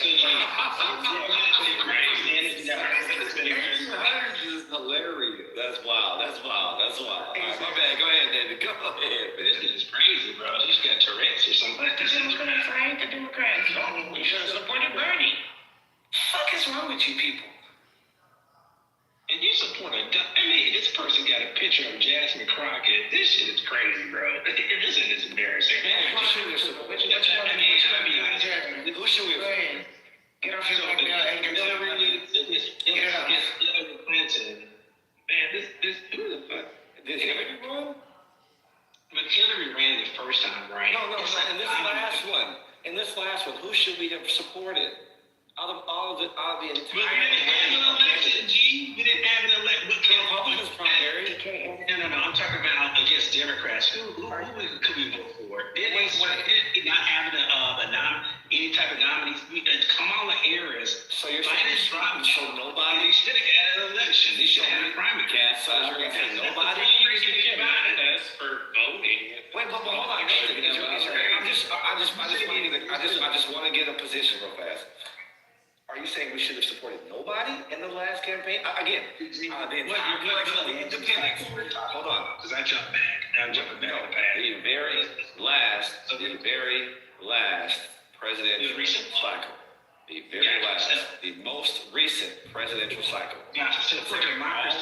Considering all of the Republicans who primary, all of the independents who tried to get their voice out there and get it heard, and all the Democrats who did. Who should we support it? So, well, you can support who you want, but I think that, traditionally, the Republican Party are not for tariffs, right? So, actually, if you think about it, the type of tariffs that Trump is utilizing, most Republicans don't agree with. Should we have supported? Sir, you should push for a primary. That's what should have happened. That's what should we have supported? So no one is what you're saying. Yeah, if you don't like, we should have supported none of them, right? You have your own discernment. You can vote for who you want to vote for, but I want to vote for the current situation right now. Wait. So hold on. So I think what Nathan is saying, is right. No, I got you. This is what Nathan is saying. Nathan is saying, did we really have a true choice when it came to Kamala? I hear you. Okay. So then, when I posed the question, nobody. Hold on, because I'm trying to help what she. So when I asked him, and which would have been a fair response, okay? Because I've heard plenty of people say it, and you know what? Oftentimes, I really don't have a good leg to stand on when they say Zionists don't support none of them motherfuckers. They all fucking suck to me. And you know what? And there's a lot of good points that can be made on that arena. That's not a diminishing characteristic to say none of them. We should have supported any of them. That's a fair statement. But to just, again, not answer the question and continue to call me a deflector, that's crazy. I'm not gonna lie, G kind of killing you with fairness. Kind of crazy, kind of killing you with fairness, bro. And even kind of.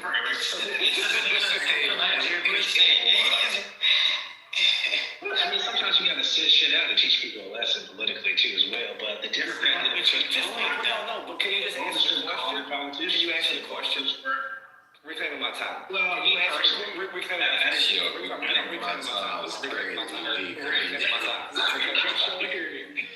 my time. Oh no, we all know Mr. Chairman. You gotta give him his time. He reclaiming. Mr. Chairman, may I reclaim my time, Mr. Chairman? Man, get his time back. Thank you, Mr. Chairman. Again, all I'm asking is one simple, very easy question, and I will help you out.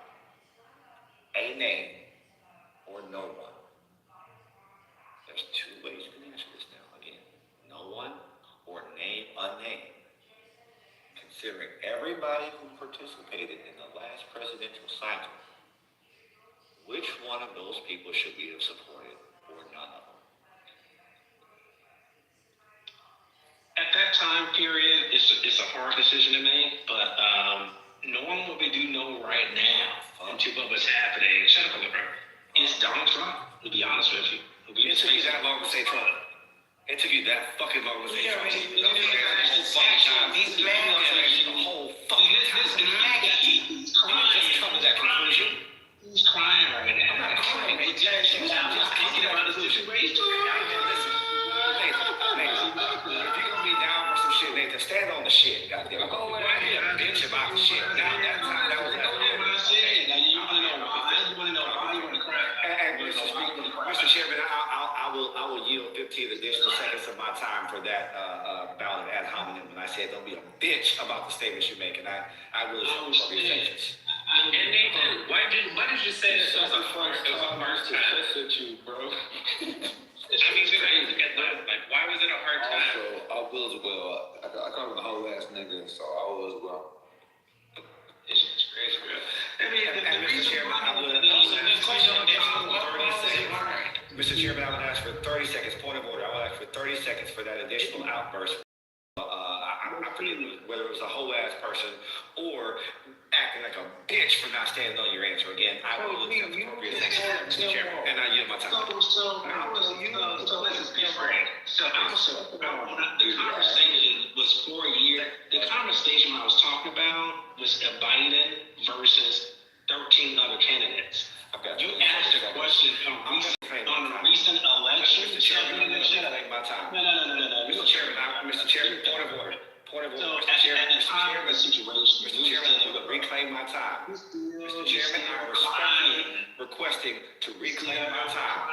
Mr. Chairman, states I am requesting to reclaim my time. I am reclaiming my time. Hold on.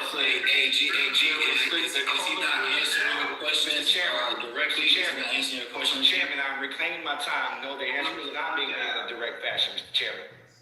Okay, so let's figure it out. All right, so G, he's not answering the question. Can you restate your question so he can, one mic on him so he can answer? Yes, Mr. Chairman. The new question that I posed to him was, it took you that long to actually come to that conclusion? Of course it didn't. So why did it take you that long to just say that Donald Trump is the person that we should have selected the whole time, knowing that that was your answer from the beginning? And again, Mr. Chairman, I would accept the appropriate sanctions for saying, don't stand up like a bitch, stand up on your statement, and I'll accept the appropriate statements and sanctions on that, and I'll yield my time. I answered his question because I said I was thinking about it, because I wasn't even talking about that recent election. We're in court. Okay, so Nathan, go ahead and answer the question. So again, his stupidity is that I already had an answer for it. That's not correct. And I also stated that I didn't vote for either. But if who you should have voted for, when I analyzed the situation, that's what I was doing, right? I concluded that, hey, at that time period, I'll be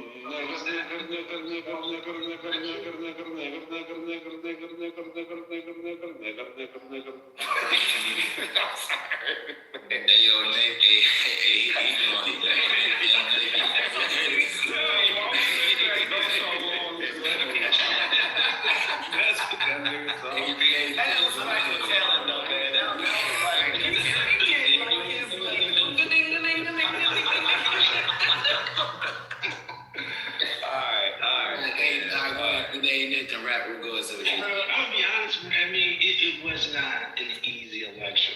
So I was thinking about it, and that's what people do who think, they fucking take time to think. So, to be honest, and like I said before, I didn't vote for Trump, I didn't vote for Biden, but if I was really forced to, and people were forced to make a decision, Biden was falling off the Richter scale. He was pretty much a dead man walking. He has stage 4 prostate cancer right now.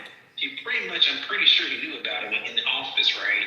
It was a multitude of What things. year are you talking about? Biden has cancer? He's got stage 4. No, I'm trying to figure out what year he's talking about. He has stage 4. Are we talking about the last election? Are we talking about the last election? Who's the same dumbass people keep cutting me off? Bro, what year are you talking about? Okay, do you know he has stage 4 cancer right now? I asked, what year are you referring to? I don't know what I'm talking about. Just shut up. Bro, I said, what year are you talking about? Yes, I know he has prostate cancer. What year are you talking about? So stage 4 prostate cancer. Well, you just can't tell me what year you're talking about. You're talking about 2020? It takes years for it to formulate. Because you know in 2024, Biden did not run against Trump. When we found out that he had prostate cancer, this was after the Wait, hold on, D-Real, just let him respond, and then, hold on, D-Real, let him, hold on,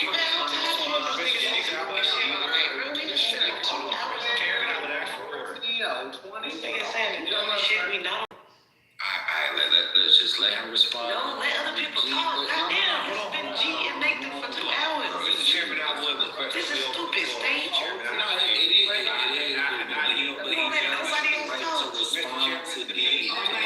Nathan and D-Chairman, a little back and forth, like y'all. I don't want to have a little back and forth with this nigga. I want him to shut up and I want you to let him just respond.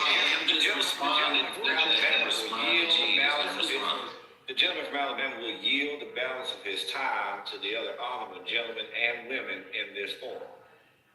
Yeah, so Nathan, wrap it up, land what you gotta do, and do your thing. Like when you good. Mr. Chairman, I would also like for the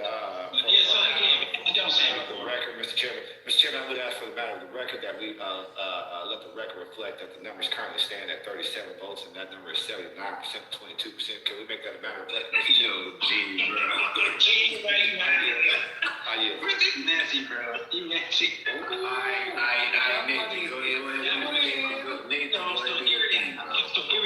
had the war in Ukraine was increasing.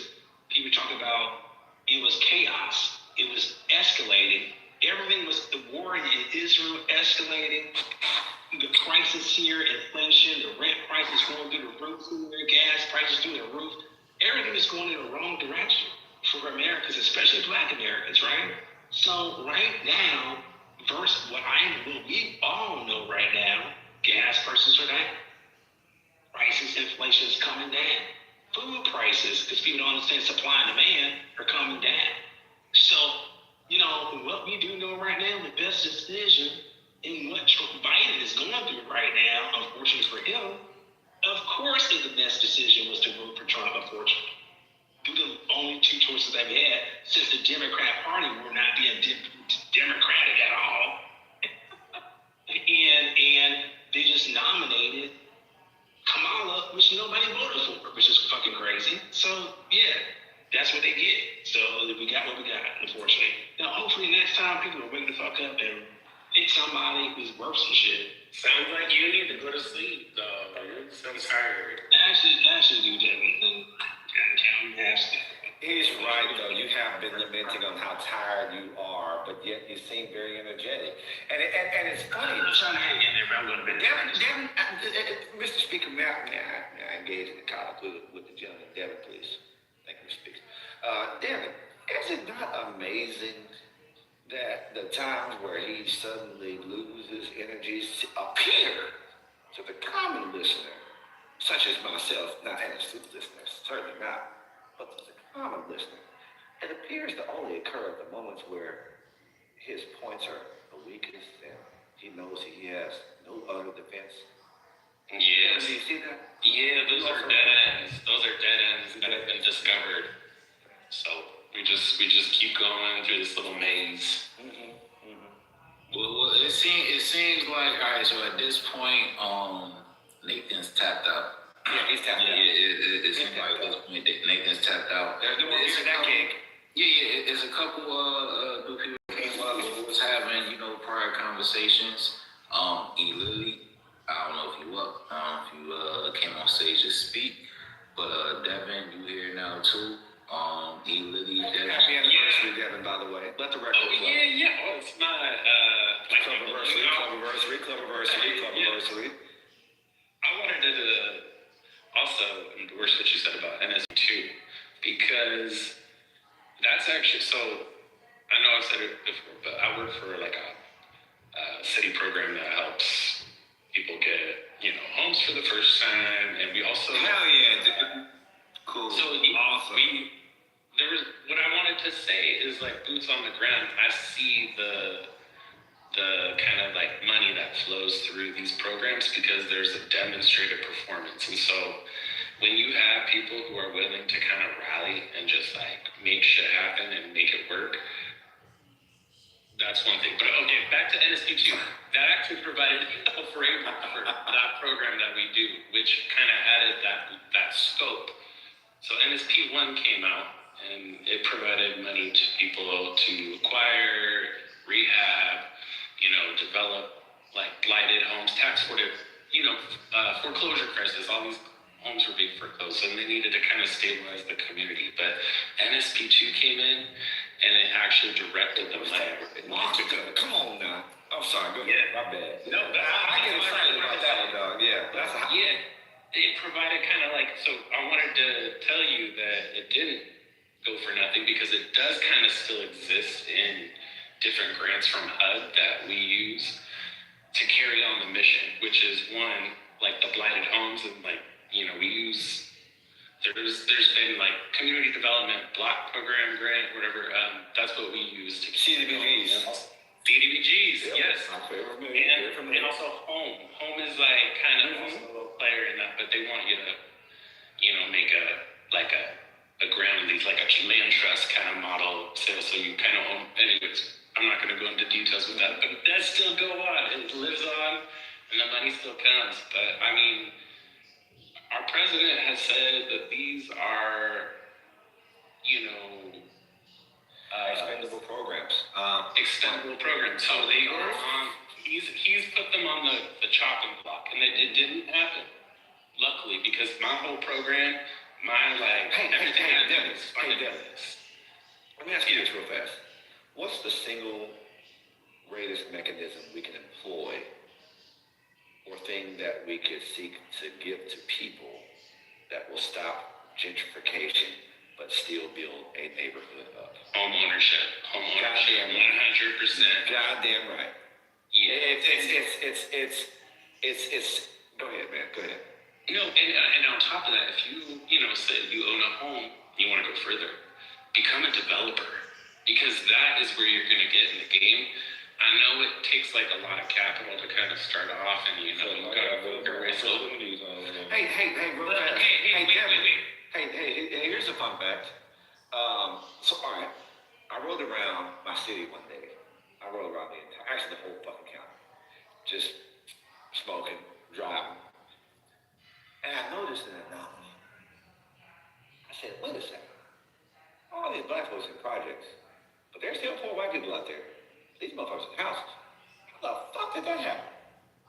Did a little research. Neighborhood stabilization 2 is not a new program by any means. In fact, it's a throwback to the original purpose for the Federal Housing Administration itself. But we have to go back before that. How do we even get housing projects?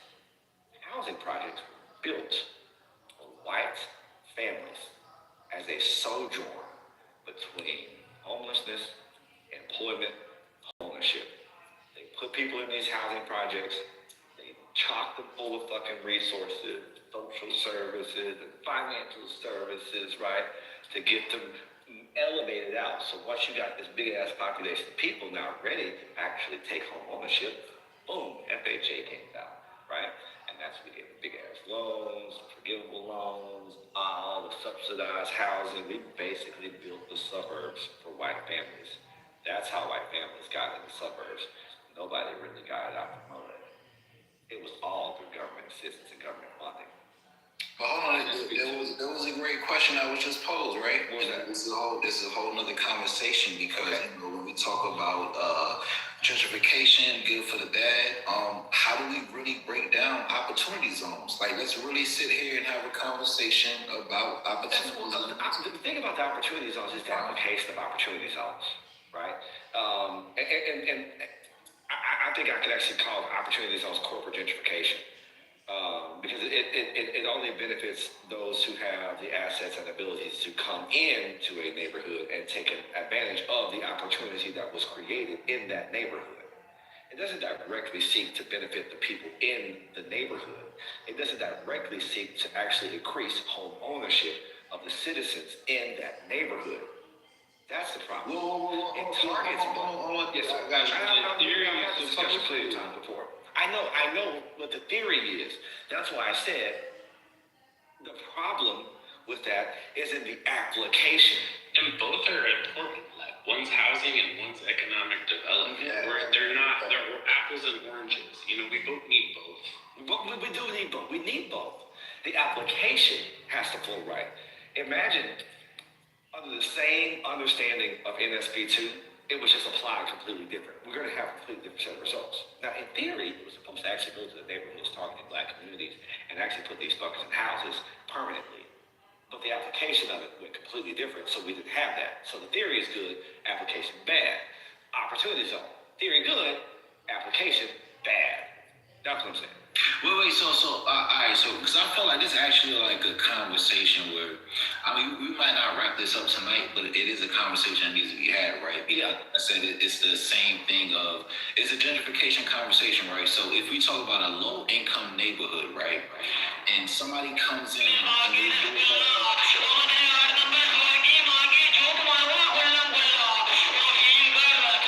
wow, you guys are being very lit. All right, so we talk about a low income, a low income neighborhood, right? So if we have a low income neighborhood to where it's poverty, there's nothing going on in this neighborhood, right? And somebody comes in and they introduce just for the sake of conversation, a Walmart, right? Walmart, does that do more good or more bad? Because now we're talking about, okay, a center, because like, all right, so I'll use where I'm from, for example, I'm from Virginia, right? And we have the shipyard. We have a lot of shit to where just like the area you in, you really just gonna get employment based off of what's going on. So if there's a low income neighborhood and somebody pops up with a quote unquote corporation or Walmart, whatever you want to call it, and now there's people in this area that are getting employed, getting more money, like what do we look at that as? What do we call it? Okay, so here's the thing, and I really hate the jobs thing because it's not just jobs, right? If we're gonna look at jobs, let's look at the job. What's the quality of the job? How well that job actually allows a person to increase the quality of their life. Are there benefits to that job, right? Do you get health insurance? Do you get dental? Do you get paid an average or sufficient of wage to actually live a decent, low-income living, which basically means you can live in a house, you can afford to live in a house that doesn't have holes in it, that doesn't have wiring problems, that's actually sufficient shelter. Not saying it looks good, but you got good bones type shit, okay? You can put food on your table. You can afford to drive yourself to and from work if you live in most areas of America where public transit is just like a fucking hypothetical idea. And if that's the case, then yeah, I would say that is a net benefit. But I want you to understand what you just did. When you talked about gentrification, and the reason I said economic gentrification, but let's go back to property. Gentrification is the process by which an entire neighborhood loses the people that were in the neighborhood because the people in the neighborhood did not sufficiently own the neighborhood. So now they become a permanent diaspora of renters. And every fucking 30 years, somebody in the line of that family will then move to the other side of town that has been devalued. And they just repeat, and they repeat. And the people who always benefit are the homeowners. The bedrock to financial stability in this country starts at home ownership, equity. All right, so look, I agree with that. You said the basic starts with home ownership and equity, right? Yes. So G, when we talk about home ownership, what happens to your home if you own it and then we have a corporation coming to an area close to you? What happens to the value of that home? Like, what happens to it? Does it go up or does it go down? No, you know just as good as fucking me. Now, that depends on the corporation, the dynamic of the corporation, the traffic of the corporation. That's why we have these conversations. You put a Walmart next to a quiet residential area, and arguably the value of that neighborhood goes fucking down. Yeah, and then we gotta ask. Hold on. Why are we? Hold on. G. What? Let me just have a conversation with G real quick. Mm-hmm. G, what if you own that property though? The value could arguably go down. Okay, so if you own the property, I thought we were talking about from ownership. I got you, GG. So if you own the property, okay, so we're making a statement that when the value of things in the area that you're in goes up, because clearly we're talking about corporations, and I do think Walmart is a great example. I think we should actually focus on a horrible example. No. The value of the neighborhood.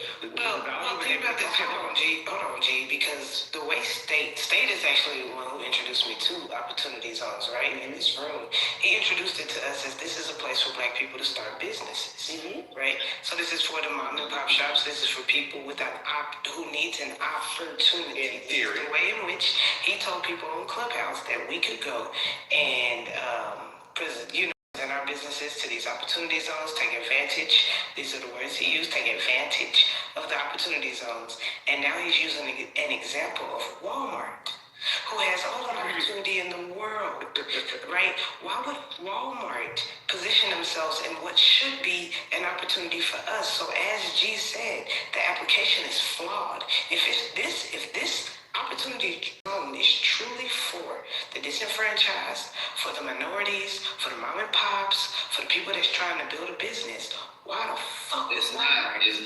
Come in? Hey, why did you present it to? Even with my research, I understood that it was, like, hey, if you got the bread, you could slide in. No, that's That's not true. Like, so Wait, stay. let me reiterate what it actually is. Hold on, and just if we talk about my stance, what I said, right? Okay, all right. This is a tax opportunity. This is a opportunity. If anybody wanted to be exempt for taxes, you're going to certain areas. This is why we have to have the conversation of, you know what I'm saying, what is really gentrification, what's really benefit, what's not benefiting. So if somebody says, okay, damn, there's an area right here, low income, not a lot going on, and I can have the option to not pay certain taxes, not do certain things, because I'm gonna put up something in this area. That would give certain people the opportunity to be like, all right, cool. Yes, I'm going to go in this area. I'm not going to get taxed. I'm going to be able to do this. But then we have to have the conversation when this corporation or company or whoever we're speaking about, when they go in these areas, we do have to have the conversation of jobs. What's actually going to happen and hit this area, this low income area, when it happens. Like that like we have to go through it piece by piece. And we should see who's been awarded this money. Like, see what it's like. And again, that's application, Devin. Exactly. Now, real quick now, since you bring up the Walmart and value to a neighborhood, the last time you saw a fucking Walmart directly abutting a $500,000 neighborhood. Well, it's not. So when we talk about, I use the example of Walmart. The simple fact of where do you see that? Where do you see that though? G, I got you right. I got you. So G, on average, how many people does a Walmart employ? If it's in any neighborhood, any community, what's that? Okay. So let's just say, and we can look this up. I got you. Hold on. We can look this up. Let's just say at the bare minimum, 1,500. 100. Hold on, G. It's not 100 people. They ain't got 1,500 people. They ain't got 1,500 people at that point. It's not. Hold on. It's not 100 people. If you go to a Walmart, and maybe a lot of y'all might be too bougie. Y'all might not be going to Walmart, right? But if you go into a Walmart, you cannot walk into a Walmart and say this Walmart is being ran by 100 people. Like, this just come on. So yes, I can. Bro, nigga, there don't be nobody in the check. Okay. All right. Okay. Easy. This is too easy. Walmart. This is too easy. An average Walmart superstore employs approximately 300 associates, while traditionally discount stores have about 200. Here's the breakdown. Supercenters have 300. Discount stores have 200. Neighborhood markets up to 95.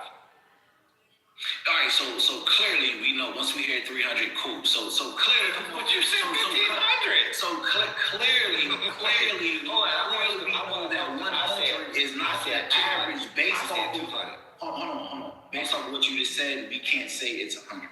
That's clear, right? We clear. So I was a lot closer with my 100 than you were with your 1,500. All right, so we have this.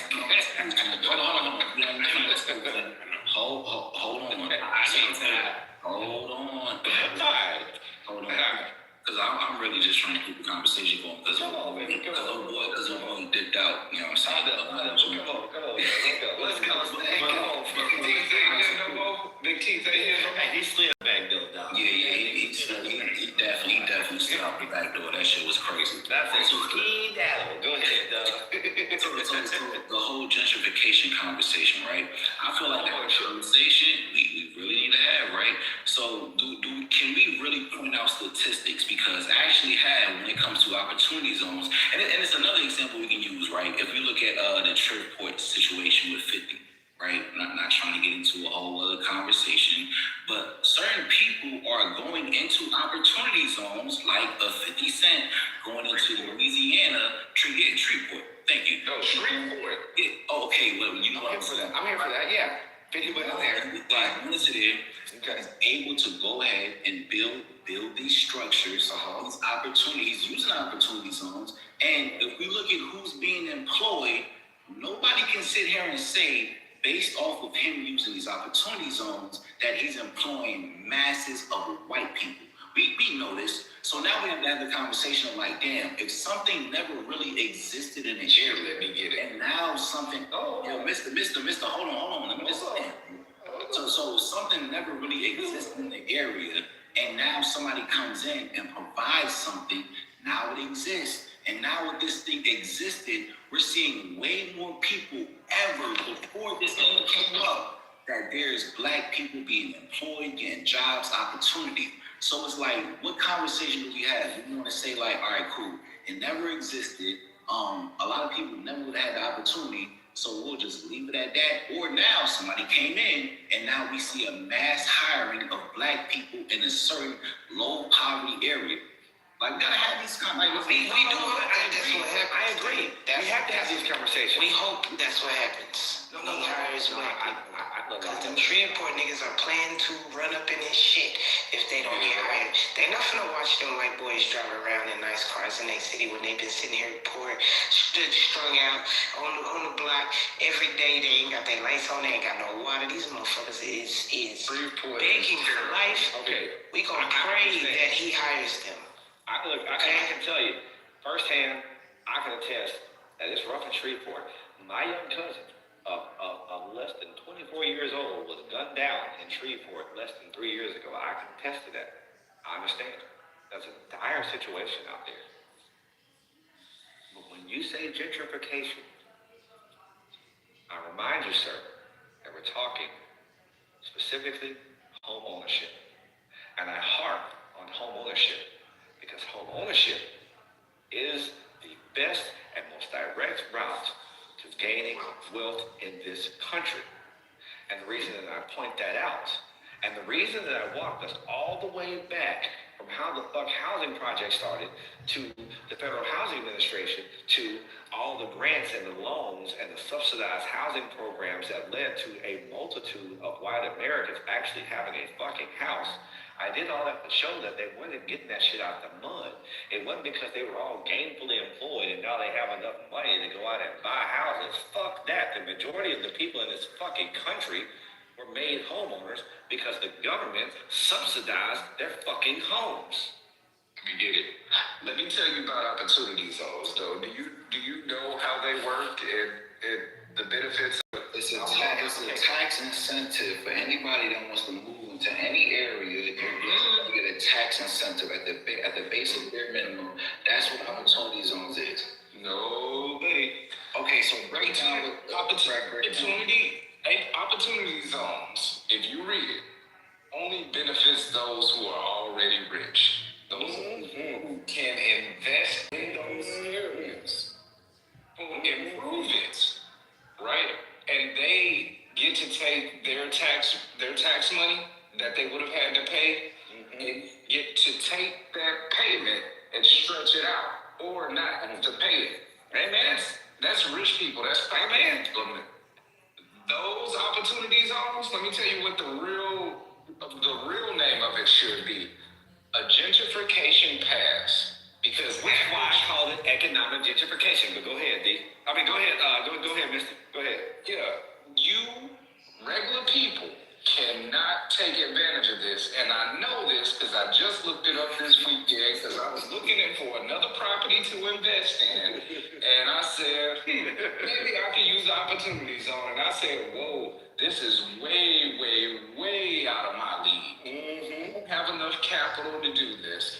What I would have had to do was buy those 4 apartment buildings. And then after that, take it, refinance it, and I would not have had to pay money on that or sell them after I fix them up and put $1.5 million into it. You get a huge tax break off of that $1.5 million. So basically, we have to have that conversation because just the same way people talk about corporations and they classify corporations and they make it seem like, oh, if there's a corporation, we're only talking about rich motherfuckers. When anybody in this room right now, if you file anything you want, you can file under a corporation. And now if you're a corporation, hold on. All right, now you're fucking yourself. I just want to let you know, put a pin on this. You're about to fuck yourself. I got you. I got you. So I want to be sure that the statement that's being made is that an average person, if they build their company up and they file as a corporation, that we're making this statement that they cannot benefit from opportunity zones. Like opportunity. I don't agree with that. I believe that there will be some. Hold on. Hey, hold on, mister. I got you, mister. I got you, dog. I fucking got you. Hold on. Okay, so here's the question. asked, right? Okay. If we say only the rich benefit from opportunity zones, what is the threshold of the business, which you have to have in your bank account, which you file as, that says that you can only benefit from opportunity zones? And an average person that, and keep in mind when we say average, because if you make, if you got $250,000, 500, $500,000, you know what I'm saying? You're not in the 1%, you're not in the 5%, but we still see these people benefit from opportunity zones. So what is the threshold? Let's have the conversation now for somebody to file for opportunity zones. Okay, now let's talk about the average person. Okay. Hey, mister. What up? Your corporation, you apply for these homes. You ran into a roadblock with that corporation in trying to take advantage of the opportunity zone benefits, correct? Correct. Okay. Hey, state. Yep. Would you consider Mr. Fantastic an average person? Well, hold on. I missed what you asked, Mr. My bad. I asked him the baseline questions, and we'll run through this again. Hey, mister, you sought to try to get benefits with your corporation from the opportunity zones, and you realize that you're not really qualified to do that, are you? Not at all. Because that requires that you be in a much higher bracket with your corporation than your corporation currently stands. No offense. Good faith. Oh, that's the truth. Okay. Now, state would consider Mr. Fantastic to be an average person. Would I consider him the average person because he's not making how much?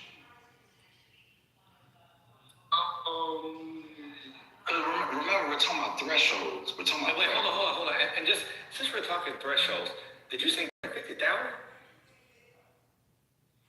Oh, me? Yeah, he did. No, state. Did you say 250,000? Wait, 250 for what? When you said the average person, because surely we're not saying the average person makes 250,000, right? You just said they're not in the 1%. Yeah. I mean, if you make but we know the median income. 250,000, you are clearly 100% not in the 1%. I mean, we could agree on that, right? Hold on. Let me just check something out real fast. 1% is The main incentive. 1% is not $250,000. Like, let's keep it a buck, bro. If you make $250,000 a year, you are not in the 1%. But the main benefits of the opportunity. Hey, stay. Hold on a second. Okay. Now, there we go. I just had to pull it up.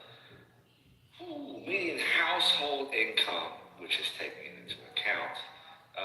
Full-time workers. Oh, it was up a little bit from what I thought. Okay, individual, 62,000. That's your average person. Yeah, but what I'm saying, like, I'm sorry, that's the median. Yeah, right, that's the median, not the average. That's clearly not the 1%, G. Right. Why did you bring out 250 when we're talking about the average person? Because I feel like the average person can make, like, if we're talking about somebody that's Chandler does. Wait, hold on. Like, even if you work a corporate job, right? There's somebody in corporate America that can make 100 to 150. Now, if we talk about 250,000, $250,000, there's way more people making $250,000 that's not in the 1% than actually that equates to the 1%. We can't say, bro, the people that's making $250,000 is in the 1%. Hey, people making $250,000 is in the 1%, G. I'll tell you this by referring to the recent 2024 census data. The median household income for Asian Americans is $121,000. The median household income for white non-Hispanic is $92,530. And none of them is in the 1%. The median annual income for Hispanic households sits at $70,000, which is a 5.5 increase from 2023. The median income for Black American households sits at $56,000, which is a 3.3 decline since 2023. I wish my other guy was here. So how many of them people are in the 1%, G? Now what we're asking, I don't give a fuck about the 1%. You talk about the average person. That was the conversation. Why you don't give a fuck and that's the conversation? Because you're talking about the average person taking advantage of the opportunities. Who are we fighting for? So an average person, wait. Hold on. I just labeled it off. Hold on, wait. So this is where these conversations, and I think people mentality when it comes to how we operate in America goes left, right? We just heard all the statistics we read off, right? And then to make the statement that if you make $250,000, $250,000, are you or are you not in the 1%? Let's just get that squared away first. No, are you not? It's irrelevant to the average person. It's not irrelevant to this conversation. The conversation is geared around whether or not the average person can take advantage of opportunity zones from an ownership standpoint. Hey, let me tell you, that's about how much me and my spouse makes, right? But the incentives of the opportunity zones is the for your opportunity. Hold on. Hey, is a deferral? That's the benefit of getting married, though. Shout out to y'all. Shout out to that. Deferral of capital gains tax is reduction of taxes if you hold it long enough, and no capital gains taxes on new property or new profits, right? So the biggest thing this does is, like, let's say I cash out $1 million in stocks and then hurry up and invest it into the capital, into a opportunity zone. I just don't have to pay no taxes on that money. And that goes back to what I said earlier. Rich people are finding a way to not pay their fair share into this community that we call America. Well, that's what the opportunity zones are designed to do, is to offset that goddamn tax. Expiration date, the rich folk don't have to pay tax. They find other ways for them not to pay tax. Hey, here's a fun fact. And I know this because I personally dealt with these companies. Did you know that there are companies that exist solely for the purpose of buying and selling tax benefits? Yeah.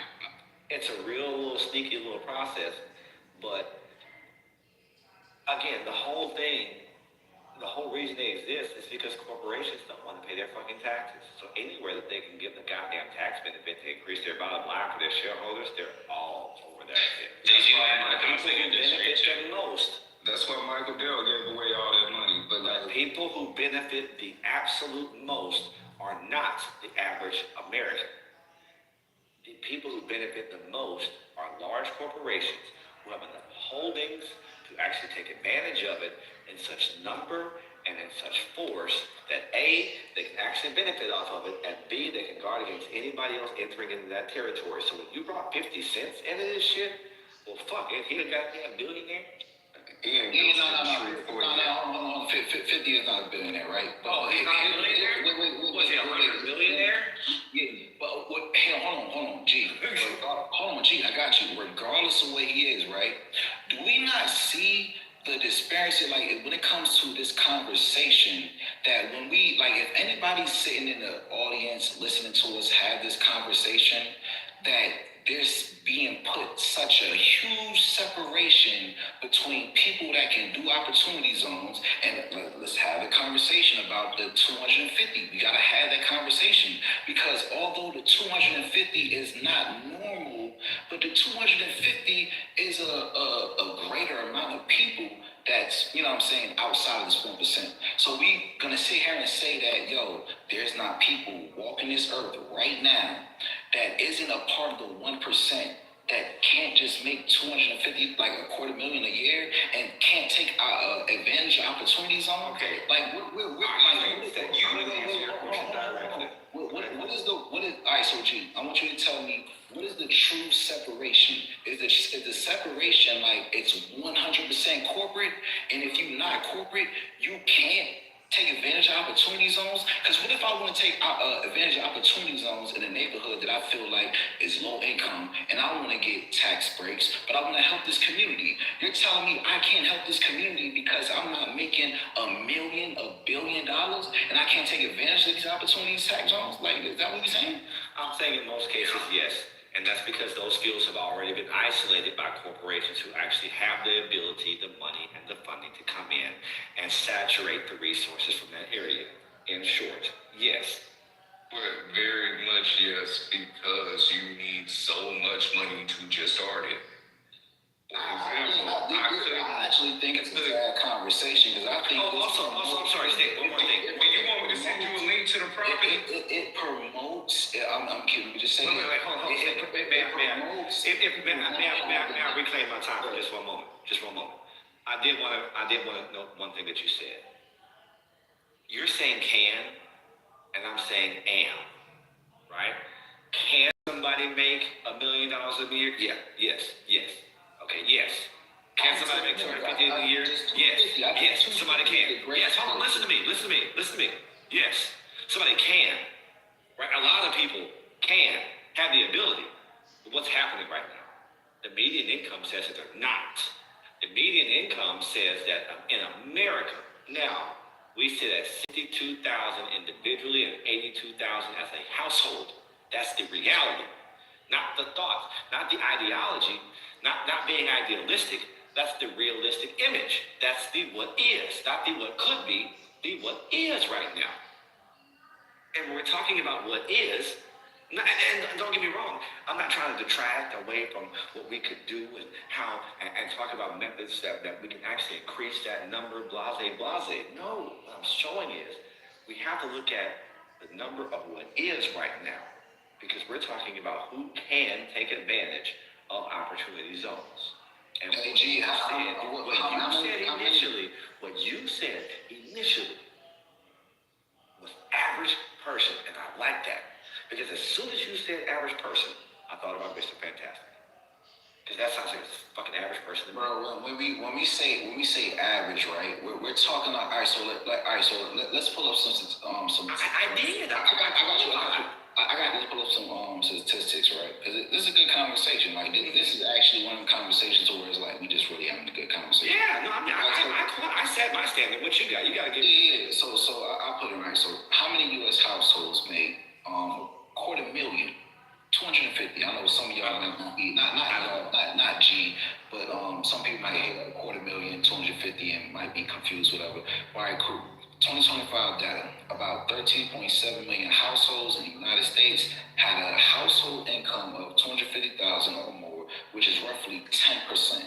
So listen, 10% of American households had a reach of $250,000 yearly. So if we're talking about 10% of American households reached a, hold on, is somebody on mute because I'm reading something? Yeah. Okay, cool. So we're saying that 10% of people, when it comes to the household, made $250,000, and we're having a conversation about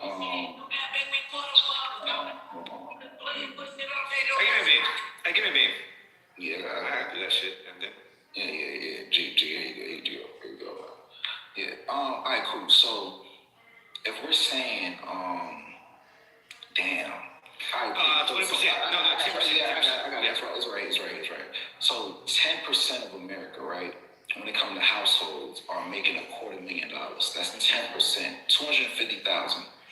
So if 10% is making 250,000, how can we place opportunity zones on 1% when that's all you need to actually invest in the opportunity zone?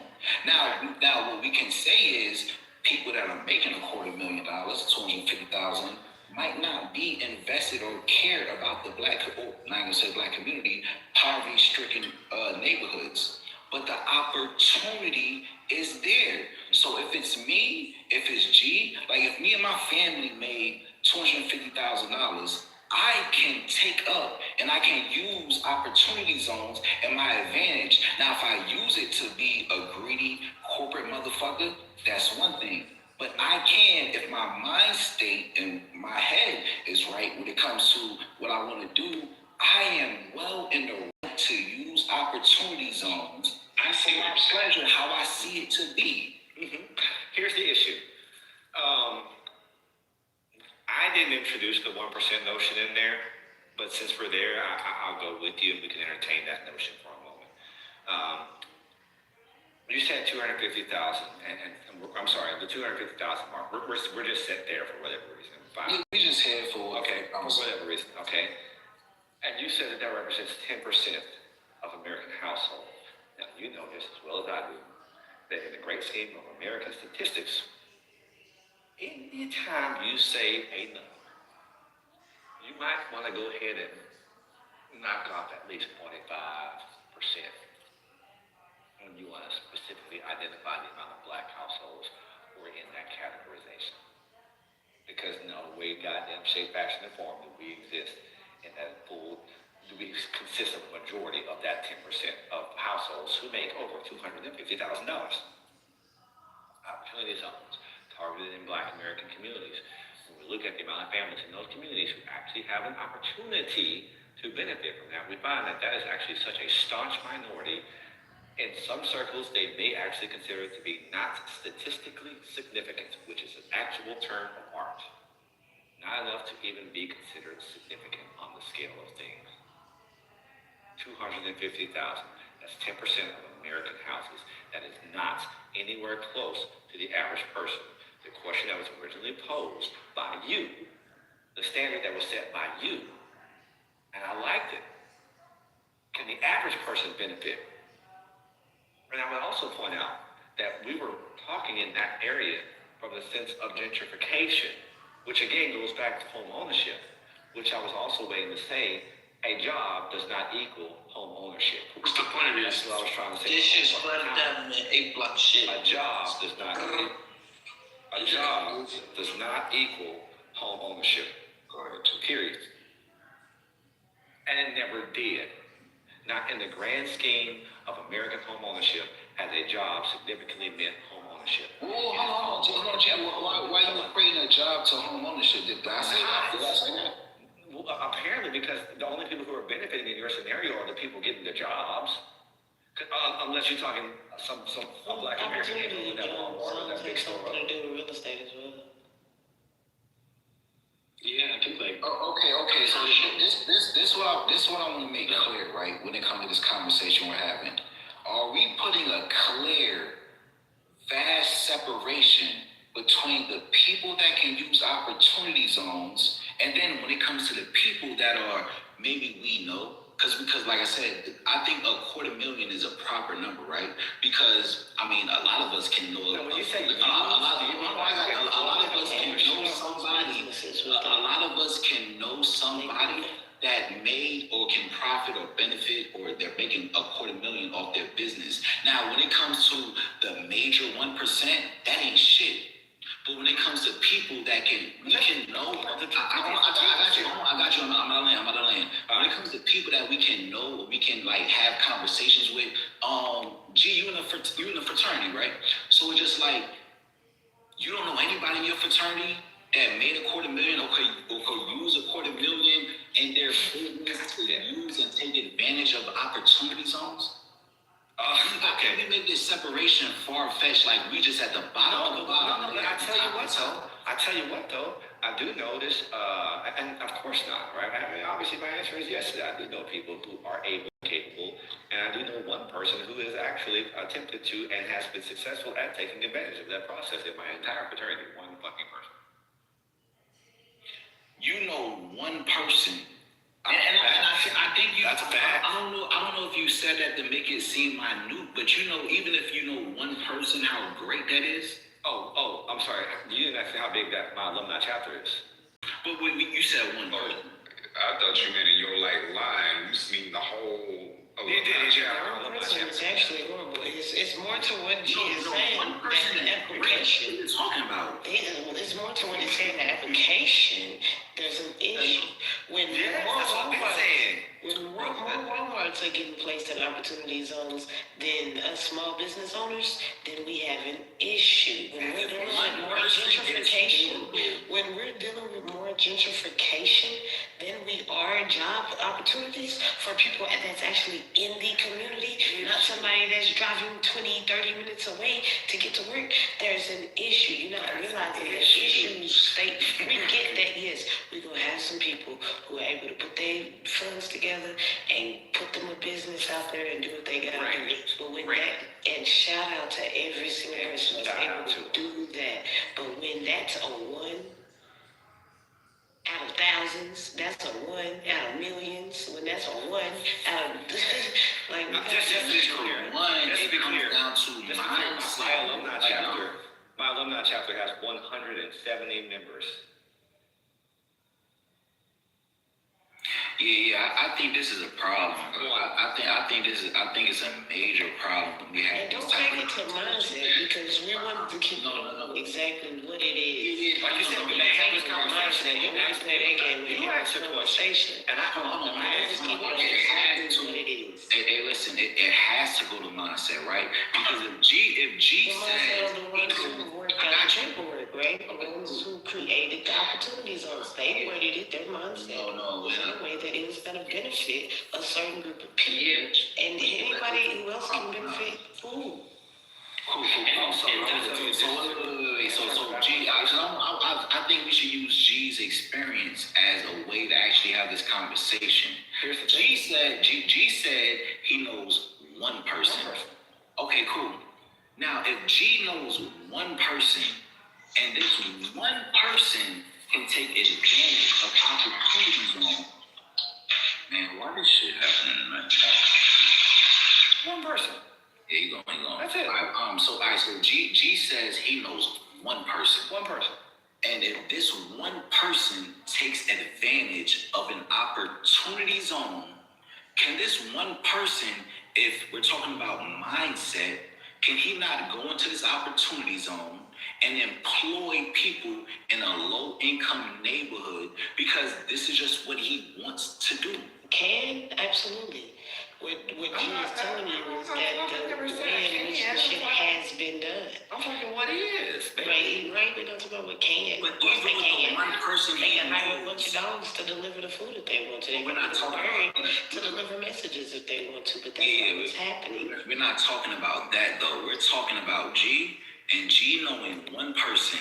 Now that one person that G knows, his mindset can change the vast of how he uses opportunity zones. Like, let's not be like, come on, let's just keep it above. If that one person, let's just say that idealism.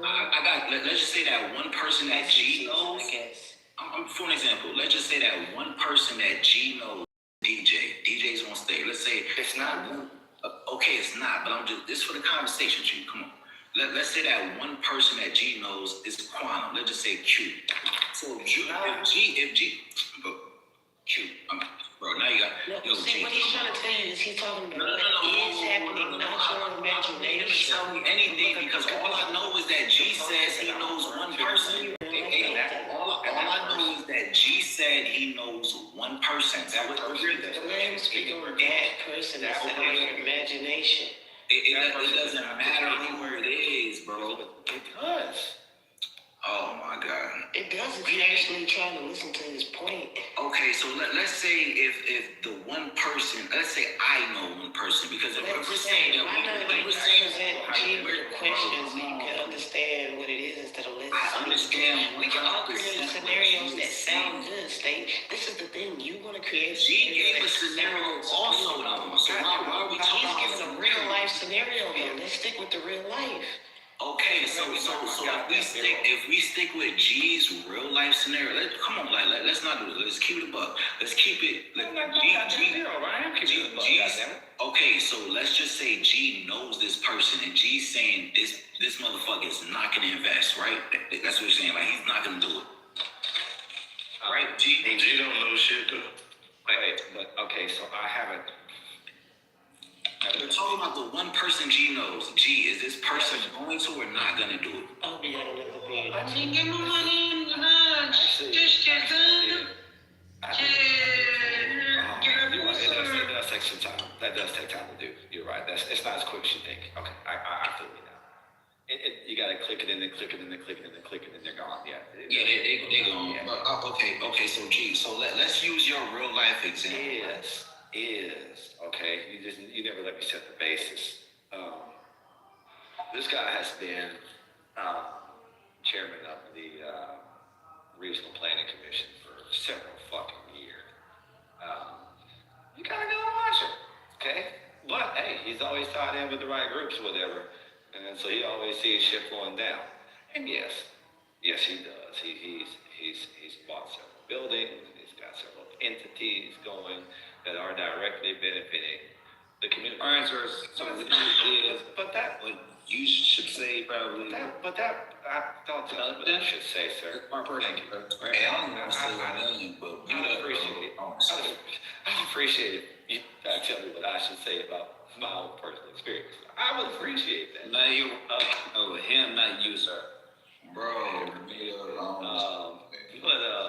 no, man. All right. So look, hey, I'm gonna say this motherfucking name. I'm not gonna say it by name. But no, he's like, hey, yo. You know what I mean? Cool guy, very cool guy, good friend of the family, all that type of shit. But he's more connected than the average bear. You know what I mean? But that one person, the benefits of that one person. I mean, look, bro, we talk about this shit in frat meeting all the goddamn time. Okay, all right, fucking goddamn opportunity zone. You ever heard of a disparity study? Let's talk real shit, State. Opportunity zones. Okay, go ahead, G, if you want. Right. We was kind of we was getting somewhere with this. Please indulge me for a second. You ever heard of a disparity? Break it down. Okay. Let's forget what we was talking about. Okay. It actually does relate, but in a different sense. A disparity study is a study that most cities haven't actually commissioned. It looks at the rate of contracts and ownership of those contracts throughout the city, and it breaks it down, and it seeks to see if there's a disparity. A wealth gap. Population. No, there's a disparity of based upon numbers and expected outcomes if everything was equal, ceteris paribus. It looks bro. Ceteris paribus. Okay, I like that. SG, I like that. Come on, man. Hey. All right. But if all things are equal, these things should correlate. And if they don't, then there's a disparity arising, right? And in most instances, in the areas that have these disparities, hurry up. Come on, let's go. In those areas that have done a disparity study, you'll see that they're mostly like black-led cities or whatever. And even then, Birmingham, Alabama, for instance, 70% black. 70% of all the government contracts that flow out of that city go to white institutions. That is a disparity. When we talk about wealth building efforts, hey, government contracting, that's a real Alabama, are you dumb? Yeah. Disproportionate. Dumb. Do I sound dumb to you? Does anything that I've ever said indicate fucking dumb? Come off mic again if you want to get moved down. Go ahead. Yeah, nigga, shut up. And let me tell you, that's not to say that Birmingham is not short of black American movers and groovers, because they got a lot of wealthy black folks up there, but when you actually take those black people and correlate to the rest of the black population, again, disparity. And that one of the main reasons is the issuance of government contracts. That's a huge, bro, you get a contract to build a fucking road, you know how much that goddamn contract costs? And who are the people awarding those contracts? What normally happens, we've carved out the broad exception, the WBE/MBE, right? So now that program was designed to actually, stop the disparity against black Americans, but it was broadened out to include women and all minorities. All you have to do is have a woman or some form of a noted minority in the country, regardless of whether or not that group has historically experienced anything remotely related to black Americans. Fuck that shit, just a minority. And you get these contracts, and then when you look at the number of contracts that go out, they say, hey, we're meeting and exceeding our WBE and BE quotas. That's like Anthony Hood. Yeah, we're meeting and exceeding. But when you actually look at the impact to the black American community, drops dramatically. And that's just about how every program, with the exception of those programs that I named, that's why I really like and value that NSP2 program. And that was actually the crowning achievement. Fuck you, man. Everybody fucking. Yeah, because it was neutral and it was. Yeah. Hold on, that was the crowning achievement of Barack Obama's, in my opinion, his whole tenure that nobody ever fucking knew about. Okay, so all right, so I'm gonna ask one last question, right? Because I think this is what's gonna summarize the whole conversation what happened. So G, if you were that person that you said that has that amount of money that can actually utilize opportunity zones, would you fuck the community up? No. Okay, so that we're back to a mindset, and the person that's actually having this opportunity and having the money to do what they can, utilizing opportunity zones. If it's the person you're talking about, he's on bullshit. But if it's G is not going to be on bullshit, right? But hold on now. Now, the person I talked about, remember, I told you that he is actually the black community. Okay, so where we at with the conversation? Okay, this is where we are with the conversation. That's one person out of a chapter of 170 professionals. But at the end of the day, when we're talking about now, one second. Hold on. I disagree about mindset. This goes beyond mindset. You have to. There are programs right now all across America, right, that they'll give you a house for dirt cheap. Here's the catch. You gotta take that house and bring it all the way up to 2026 standard, drop that motherfucker down, build it all the way back up in a given time period, and you gotta have all the shit licensed, bonded, insured, everything else. Is opportunity zone about housing? No. Opportunity zones are about getting economic gentrification. Business. It's about getting a tax incentive, right? That's about building a business. It's about getting a tax incentive. It's about making money for a business.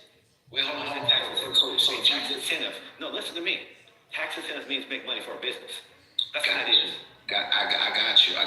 So we on the same page, G. We good. Yeah. So that has big to do with home ownership, though. No. We're on the same page because we're not disagreeing with each other. If opportunity zones is giving tax incentives for certain people to go into certain communities to do what they want to do, and just to get that tax break, you can fuck with the community, you can not fuck with the community. But if we're talking about G, open some up there. Yeah. So wait, hold on. So if we're talking about G is gonna use gentrification. Hold on. So G is gonna use his opportunity zone to benefit the community, right? Because he's not on bullshit, right? You gonna okay now. Hey, State. I've indulged you in your theory, right? I have, respectfully. May I ask you to indulge me in the reality?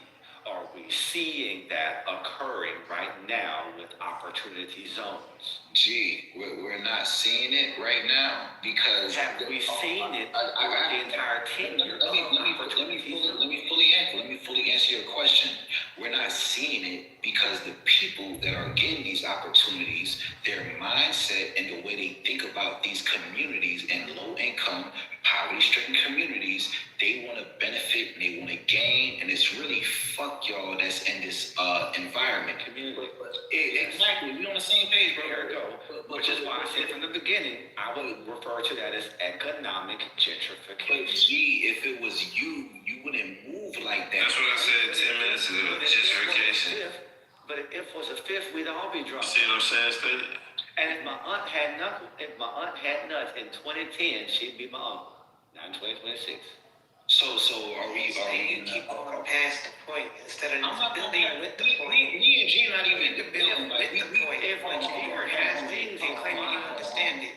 Hold on, we're literally just having a conversation. But you're combating everything. I want to get to the basis of. You need to talk where you could listen and try to build on the conversation. Me and G is having a conversation. I don't know where let me get in there. That's cool. That's just cool. I don't know where that shit coming from, right? But at the end of the day, it's coming from directly where I said it. Okay, many opportunity zones are in historically black neighborhoods. You don't listen, State. It can't being a listener. A lot of opportunity zones are in historically black neighborhoods. Hey, and GOD, I'm glad you said that. They don't want to listen to me. I'm rambling, right? No, but there was actually one point related to that I wanted to bring out when I talked about my local story of opportunity zones, because this is amazing. The second largest and poorest black city in the state of Alabama was excluded from the opportunity zones. Okay, G. That's systemic, right? Oh, so why was it excluded, G? Look, I tell you. Yeah, let's hope they wrote it down on paper. Let's hope they say, hey, we're not going to really help these niggas out. Let's hope they wrote it down. There's no reason to exclude them at all. I mean, come on. It checked every fucking qualifying box on opportunity area. And just excluded. Now, The city next to it, which is a 9-figure budget city, and the city that was excluded was a low 8-figure budget city. I agree. I agree that everything G is saying is facts. But what I want to focus on, hold on, I agree with G, right? This is what we need to focus on, and this is why I feel like these conversations kind of might discourage people from even getting into a certain position, right? When it comes to the black community, at the end of the day, G has presented a person that, whether it's the homeboy or him, whatever the case is, right? But if you say, me, G, if I had the money, I'm not going to move like this when it comes to the tax benefits of an opportunity zone. If you're saying that you're not going to move like that, which I don't believe G will move like that, so we have to have that conversation. Now we have to talk about the people that are given these opportunities and opportunity zones. Like, how are they moving? How are they thinking? We can't put everybody in the same boat. We can't say everybody is in the 1%. Everybody is corporate America. Because if I had the opportunity, G had the opportunity, whoever on the stage had the opportunity, we're all saying that we would do what's right for the community. Can we just agree on that at the bare minimum? Okay. Now, I love it. Okay. Yeah, that's the idea. And John Lennon said, John Lennon said, they say I'm just a dreamer, but I'm not the only one. And you remind me so much of that line. I gotta tell you, you're such a dreamer, and I admire that dreamer. We need dreamers to fuel the American experiment. And keep dreamers built on dreamers. The dreamers actually come up with some really cool ass shit that keep us fucking going. But on the other side of that trail, you got seers, right? And innovation, bro. I just happen to be one of those who just like to see it what it is and look at it for what it is and deal with it for what it is and modify it how we modify it for what the fuck it is. For what it is. I agree with you. It's such a limited way of thinking, man. How it should be is exactly how it should be stated. But in actuality, those who are administering the program are doing it in such a manner that not only does it leave out the benefit for the for the people in the areas that it was supposed to benefit, it actually lowers their benefits in the area. Period. That's the problem, which is why in the beginning I said the theory, I agree. You never heard me disagree with the theory at all. The theory works. That's what I agree. But the application, the human application, the intentional human application. These are not accidental decisions. That city was not left out by accident. It wasn't like they were like, all right, we got everybody, all right, oh shit, where's Kevin? No. This is like, yeah, fuck Kevin.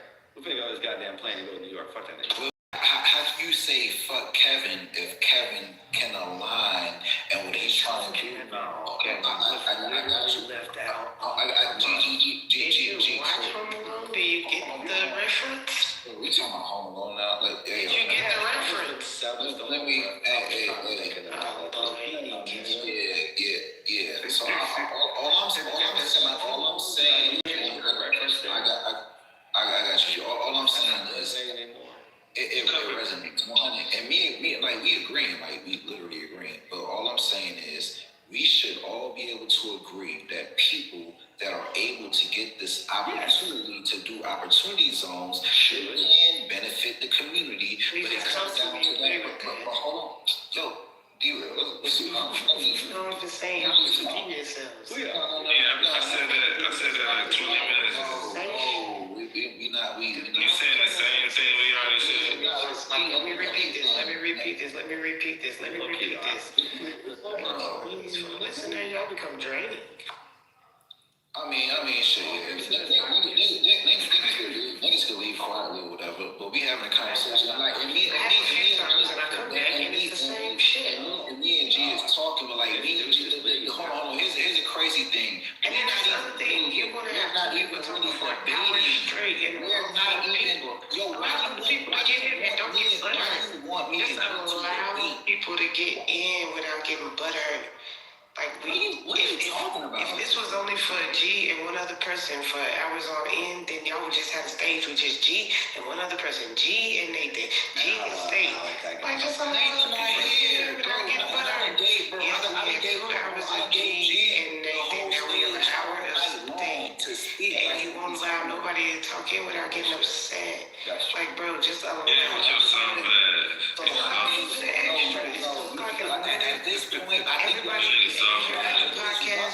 actually disrupting the bill. You're actually disrupting. No, I'm trying to help. Yes, you are. You're disrupting the bill. I'm saying the same thing everybody else said. When you cry about it, it becomes. They be like, hold on. Me and G is actually agreeing with each other, and you're trying to put a strife between me and G. And we're not even disagreeing with each other. We're not trying to put each other out. What I'm trying to do is help you out. Your portion of the conversation. I just want to say real fast, I do appreciate the room. Sometimes I need to annihilate a motherfucker, all right? And it's not an innate desire of mine, but just the hunger of being a shark swimming around in the rhetorical waters. You understand? And I haven't had a good annihilation in a long time. I hadn't had a good trial in about 1.5 years, and I've been building up some annihilation. I mean, I do appreciate everybody in here so kindly for allowing me that moment to just thoroughly annihilate Nathan. I got a lot out of that. I did. It's very therapeutic. I thank everybody. Yeah, shout out to me. Yeah. You got another shark right here. What's up? What you want to do, huh? I'm always hungry. Kill a shark. But I feel like we're not getting to an actual middle ground when it comes to this conversation because it's a lot of picking and pecking, like. Because even me and G is saying we on the same page and we trying to get somewhere, but people are stepping in on the conversation and trying to make us go against each other when we're actually trying to build on a topic. That's what's happening right now. That's literally what's happening. Me and G is not going back and forth. We literally low-key building. I'm not trying to put you against that.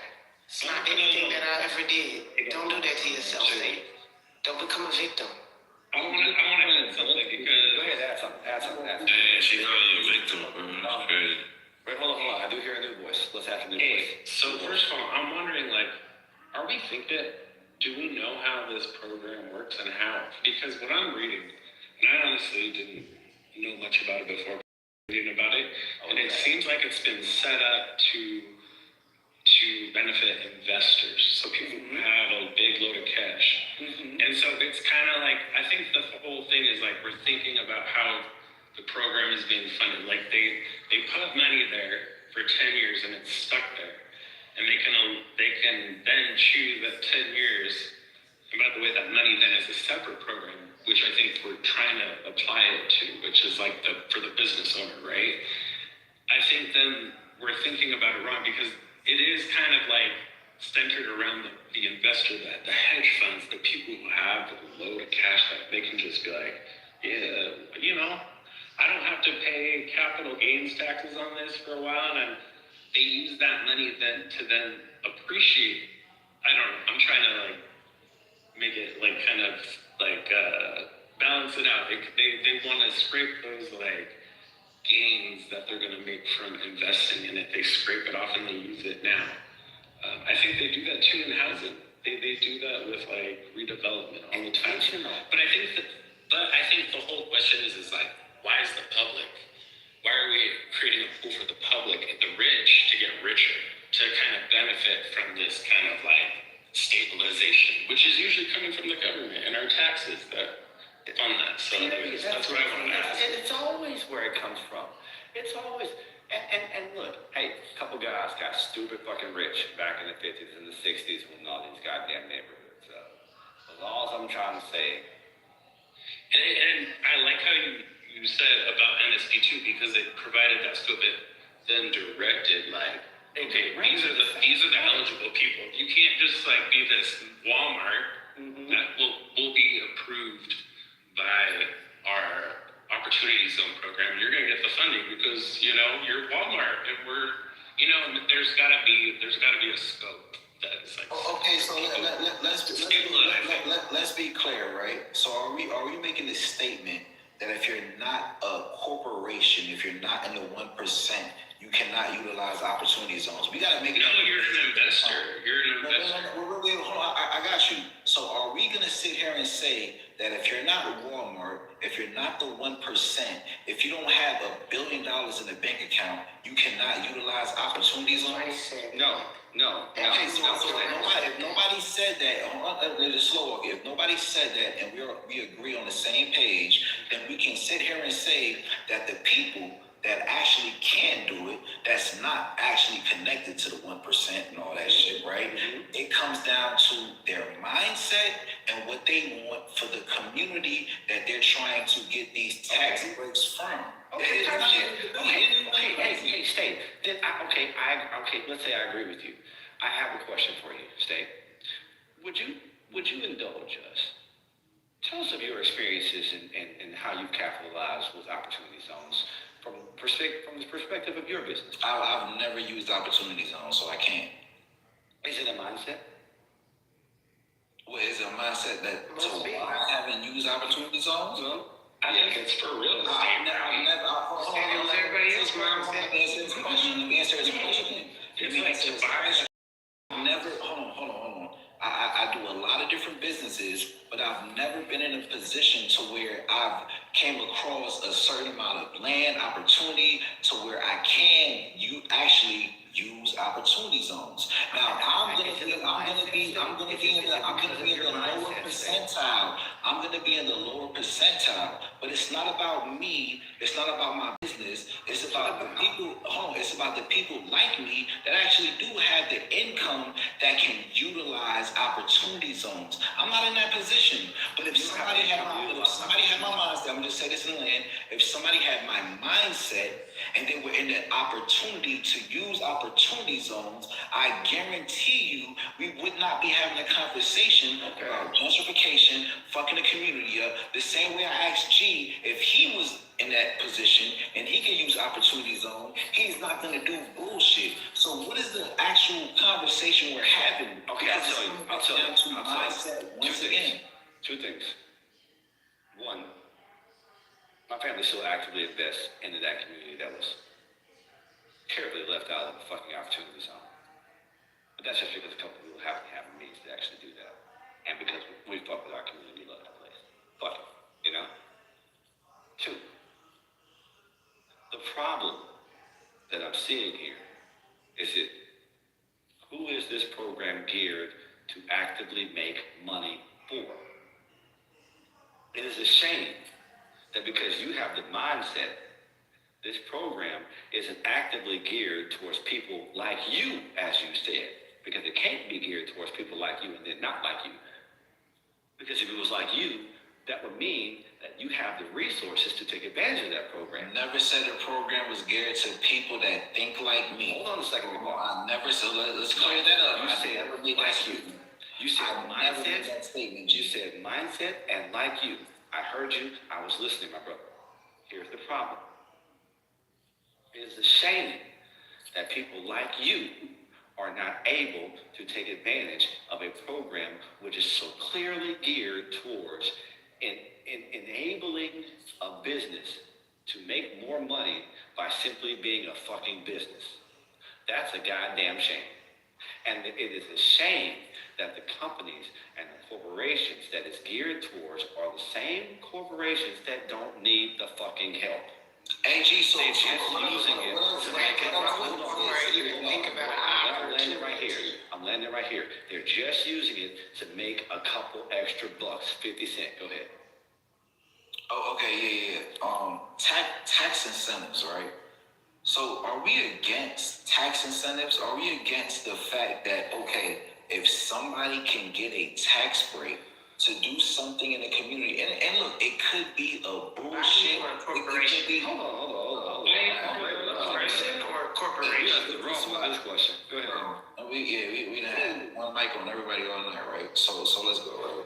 So when it comes to the tax incentive, I think it's a little weird because I feel like when y'all make these statements about the 1%, it's only geared towards certain people, you have to tell me and you have to let me know why can't I use opportunity zones to benefit any low income, low poverty neighborhoods? Tell me why I'm not able to do that, and the only people that can do it is rich motherfuckers. That's the 1%. When we can clearly look at opportunity zones and we can clearly see you don't have to be the 1% to utilize opportunity zones.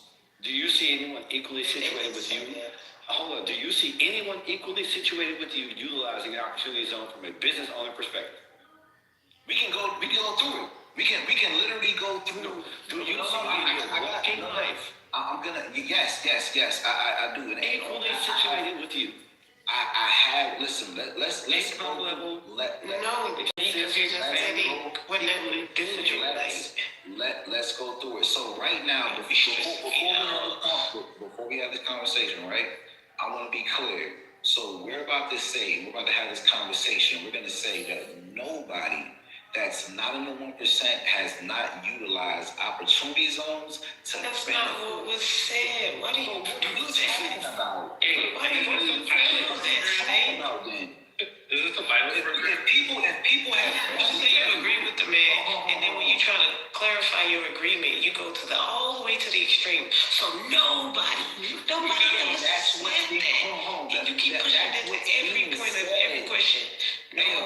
Nobody that's literally okay. So now we got a yes or no question. You're the only person taking it to the extreme. Nobody can do this. Nobody. It's only three of us talking right now. So let's keep the conversation. Yeah, you don't listen. Let's keep the conversation. Let's keep the conversation where we at right now. So when it comes to opportunity zones, yes or no? Does this only benefit the 1%? Yes or no? Yes or no? Does the opportunity? No. Okay, got you. Cool. Be on the same page. It doesn't only benefit the 1%. So if it doesn't only benefit the 1%, we're making a statement that there's people that are not the 1%, not for corporations, that can utilize opportunity zones to benefit the community. Correct? Yes or no? Yeah, I guess, because it's so what? Boom. I mean, it is. It is what it is. What are we fighting for? Like, we wish it was like a different program. No. Me and G was having a bill, and we was getting to that point, but I was trying to jump in there a few times. So now we've come to the understanding that people like me and you that have the mindset of benefiting the community, we can utilize opportunity zones to benefit the community. We don't got to be a rich ass motherfucker that's making $1 billion, right?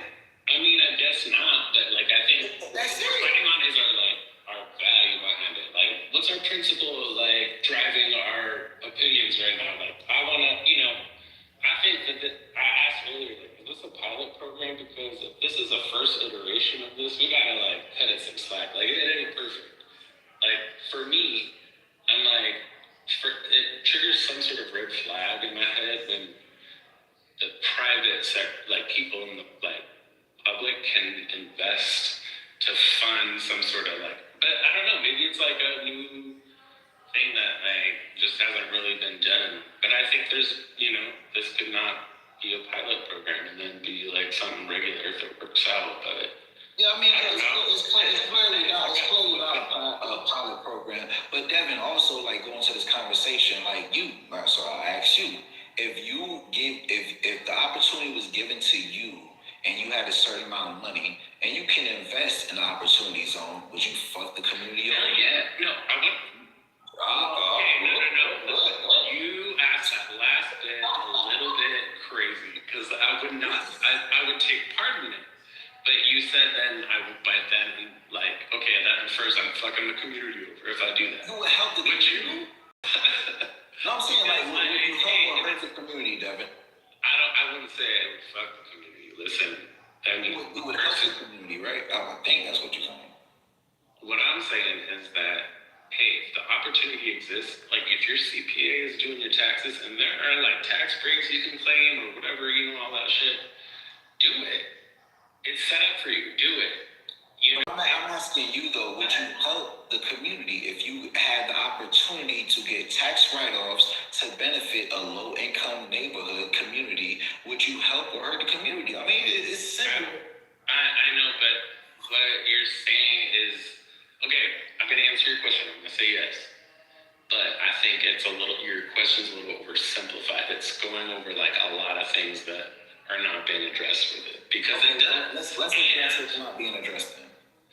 Because what I'm like, okay, so I heard you guys talk about this opportunity zone so many times. I didn't even know how it like worked. I just thought it like worked like, because I'm familiar with NSP, which was like there was a very like, I don't know, it seems a lot very similar, but it's, okay, we're talking about the opportunity zone program, and I think that's for investors. This is for like the people who have cash, and this is what I'm talking about, like the private is funding public kind of like rehabilitation, which is not. Why do you separate yourself from it's the public it's a public body that's facilitating it. It's what I'm saying, because they are the program like providing the terms of like how you participate. So, but then why are we separating ourselves from investors? Why do we have why can an investor do this but we can't? Listen, I believe that government should operate as a business as much as it should, but I don't think it needs to be like making some market for people to invest in. And it kind of seems a little bit weird, because it's like it was created during Trump's era, and he was a developer. He bought commercial, it was very much like his first project. That's what I'm thinking. He was like, oh, I'm going to create this little program here for people to invest in because I wish I had it. And so, that's what we're seeing. And it's almost 10 years now since it's been done, but let's look at the data when it comes out, because I want to see who benefits from that, because we're arguing over hypotheticals. That's what we was trying to get to. What has actually taken place? The people that benefit from it. Go ahead, D-Ro. What you say? I was saying that was G's point. Like, what are we witnessing? The idea behind it sounds good, but when we actually look at what opportunity zones have done, is it has gentrified our neighborhoods. It has moved us out of neighborhoods. It has caused less job opportunity for people who live and stay in these areas, and provided more for people who have to drive 30 minutes away. It's not been the ideal thing for the normal business owner. That's not what has happened. So yeah, if we could reverse it at some point and go back to what we think it should have been, but then Devin just made a very good point. Was it ever for the everyday man? Was it ever for the people that's sitting on this app talking right now? Probably not. Because of who it was created by, what they do, what the pattern is, and what we have seen over the last 8 to almost 10 years. So this is where the conversation goes in circles, right? Because literally we asked the question, can anybody in this room, the average person, exactly. So if I got a yes, so this comes back to the conversation of the person, the average average in the sense of opportunity zones, is somebody that can acquire land or do whatever they're doing, right? If they're doing that and they have the opportunity to do it, it just comes back down to the mindset and that person. We got to stop separating ourselves, and bro, we have these conversations all the time. I feel like we be trying to put this huge ass wedge between us and all these companies and everything that they're allotted to do based off of law, based off of the black and white. And we remove ourselves from that because we say, we're not millionaires, we're not billionaires. No, bro, you can be a corporation tomorrow, $150. Go to your SEC office where you at in your state, your city. You can be a corporation tomorrow. Now, guess what? If you're a corporation tomorrow, do you not get the same benefits that corporations get in the United States? That's the problem. That is literally the problem. But I think everybody is meant to be a corporation. Honestly, I'm down to just do what I specialize in and be not a supervisor. That's me. I'm down to just and I'm happy. I feel good about myself, and it works for me. Like, there's got to be people who's got to do the work. You can't always be a boss. You know what I mean? Like, there are corporations and they have, upheld this economy, but that's because we put most of, like, the helium in that part of the balloon and it's now, like, lopsided. We gotta, like, I don't know, it's not benefiting everybody if that sort of, makes sense, but yeah, we give them a lot of tax breaks. I think we were talking about earlier, like, this should have benefited small businesses, like, in the area. Small businesses wanted to create a pool of funds to create new businesses to, like, benefit, and they got a benefit by not having to, like, I guess so this is what the program does is, like, an application, it benefits the people who put that money in this pool to help people buy their commercial space. And so if they get a tax break and they own that place and they have equity, like, hell yeah, and they don't have to pay capital gains, like, I think that's the people that should have probably benefited from this, but that wasn't applied during this. Like, G was talking about NSP2, there was NSP1, which kind of was, like, similar with, people buying homes and tax forfeited properties and shit, and, like, during that foreclosure crisis, it was a mess. And so they had to pump something into some, like, whatever. But they basically provided that stability for people to, like, put those properties in a land banks, and that's what people are, like, now buying from. And I don't know, we're still feeling the repercussions of that. And I think this is probably an iteration in, like, what she was saying, like, an economic kind of, like, gentrification. There's like, you have your anchor with homeownership, and then if you are able to, and I think that it's wise to start with home ownership, but if you're able to then, like, do business, and that's why I said you be a developer, do dual, there's so much money being kind of, like, put into that, and there's a need always. And anyways, I was going to say the key too is also providing that kind of, like, education, providing that, like, people who have that, like, gumption, have that cool project and they want to get in it, or they've been in construction and stuff, and they know they can kind of, like, put together a plan and present it, they can get money and stuff, and I don't know. It's also their story. If the education is provided, do you think people would move differently? Yeah, totally, because it's like a dual Education for sure provided already. The program benefits developers who are emerging in the field, and then also homeowners who are buying for the first time, or, like, so it's kind of like There's a whole program that train first time homeowners. It's not good. It's several. Their education is there, it's available for people. They just don't fucking read.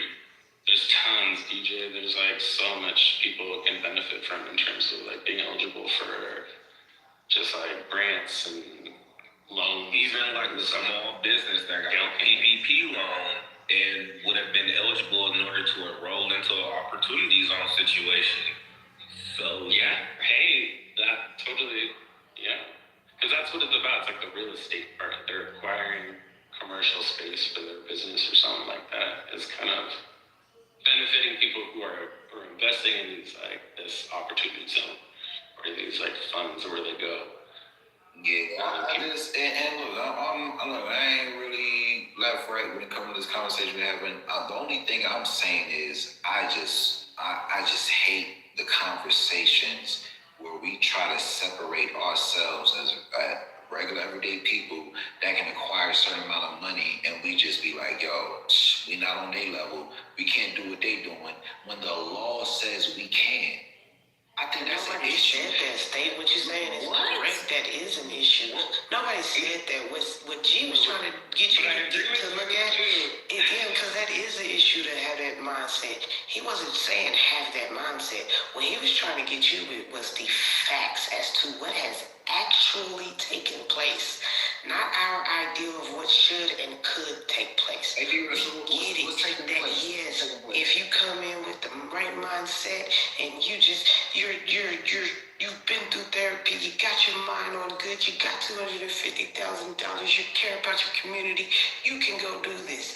That is a selling point that you have repeated over and over with what G was trying to get you to understand is that when you go back and you look at the research, what we have found over almost 10 years is that opportunity zones have not helped out the communities that they've been in. They have very little reports that there are any type of labor differences that have happened in the community. You said people will get jobs. That's why I said we hope that what 50 does gives people in the community jobs, because what we have seen is that it's not happening.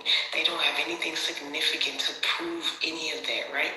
What we know as a fact is it has helped and commended developers and investors. It's not the community. So what he was trying to get you to understand was what you're saying is idealistic. Yes, that is the goal. We all want to be able to throw our businesses up in the opportunity zone. But what we have watched over almost a decade is it's not your mom and pops. It's not the average Joe. And the people that are getting benefited are the ones who already have it. Even when you look at the communities in which the funds were being given to after they already started the businesses, these investments were going to areas that were already getting better. They weren't in the most disenfranchised areas of the city. So even where there's opportunity zone, if it's over there where things are still bad, that didn't go nowhere. It was where people were already with the money. That area, right? That's what we're trying to get you to see is that the benefit hasn't been to the regular person. The people who are making the money isn't your regular people. Yes, if we can eventually get there, that'll be dope. But what the conversation was on what have we seen, and what we have seen. Regular people get jobs from that shit. Yeah, that's not the people in the communities. It's called gentrification. That's how gentrification works. The people in the communities are lost their job. The people in the communities are pushed out their homes. And now they not only are pushed out their homes, but typically this is happening in areas where they already are very low income, right? This is not the wealthy parts of the town opportunity zones go to. So if you're getting pushed out your home, you most likely driving 30 to an hour down and get housing vouchers. They do get housing people who don't believe in government assistance. So now you want them to rely on government assistance. When you come into their neighborhood, no, what you do, DJ, is actually helping. You're helping you're helping me with the issue. The idea that somebody, you don't understand what the problem. I'm not arguing against how. Nigga, I'm looking at the statistics. We've been talking about this for 2 hours. Welcome back. I've looked at the statistics. I never left. This is not me arguing. This is not me arguing about an opinion. I'm not arguing about how I feel about opportunity zones. I've not made one opinion on this. I'm speaking straight facts, okay? No, I'm talking about the housing voucher happen. However, what you are saying is another fact as to why people have an issue with it, DJ. You cannot move into somebody's community, push them out of their homes, and then say, I handed you a housing voucher. You're telling me more reasons why you absolutely can. Niggas live in terrible areas. You can. My bad. The word can I probably should not have used, right? Because you can do that. But the purpose of the conversation was to show you why people have an issue with that. Obviously, yes, you can kick somebody out their house and then say, here goes a housing voucher.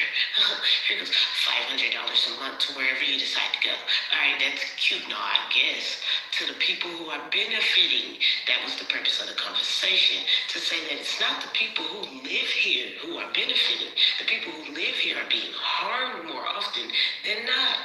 Because not only do they get kicked out the house, but as you just decided to bring up, they get a housing voucher. So now they have to be on government assistance. That's not how that housing voucher works. They give them enough in order to purchase a whole home when they make the move like that. It's not no monthly stipend shit. That's what I was talking about. Well, like the other thing when it comes to this, right? And it's like the only reason I be speaking of opportunities is because we didn't have rooms a year ago, 2 years ago, and we know that the data is still here, right? And then if we have a conversation and we go, I know this sounds crazy, but it's the shit we gotta go with. Opportunity zone for opportunity zone. Like they say, band for band, bag for bag. If we go opportunity for opportunity zone, guarantee you right now, you would run out of the opportunity zones that are not benefiting versus the ones that are benefiting. And it's a crazy conversation. We gotta have it. And it just be like, to me personally, like, damn, like, if we can really, and like the place that we can start is Cleveland. Because Cleveland breaks down in so many different areas, right? And it's just like, we need to sit here and we need to have a serious conversation amongst ourselves, and we need to look at what opportunity zones really is, and we should really look at the statistics, the areas, and what's being benefited and what's not. Now, if what's being benefited is a higher percentage, then how do we feel about opportunity zones? How do we really feel about this shit if people are being benefited, communities, on that end? Like, we gotta really have that talk. Like, that's a conversation that needs to be had, because it's like, damn, is this misinformation? Like, what's really going on? This shit is wild. So what I would do too, right? I would say if we want to start and have a certain conversation, I'm always want to start with Cleveland and the people of Cleveland, Ohio. And then from there, it's a lot of places in Florida. Like, we could talk about Florida.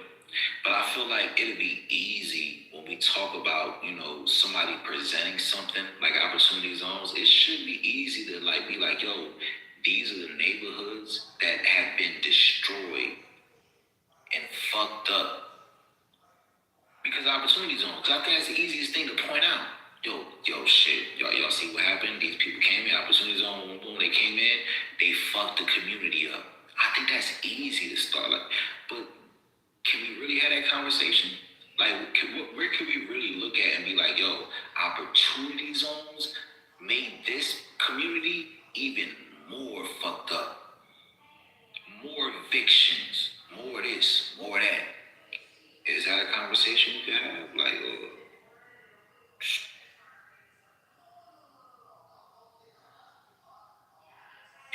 I mean, at the end of the day, look, I get it, bro. Niggas don't wanna say certain things when it comes to this side, that side. But at the end of the day, bro, when we have these conversations, I feel like it's gonna benefit everybody if we just slow down and look at the numbers.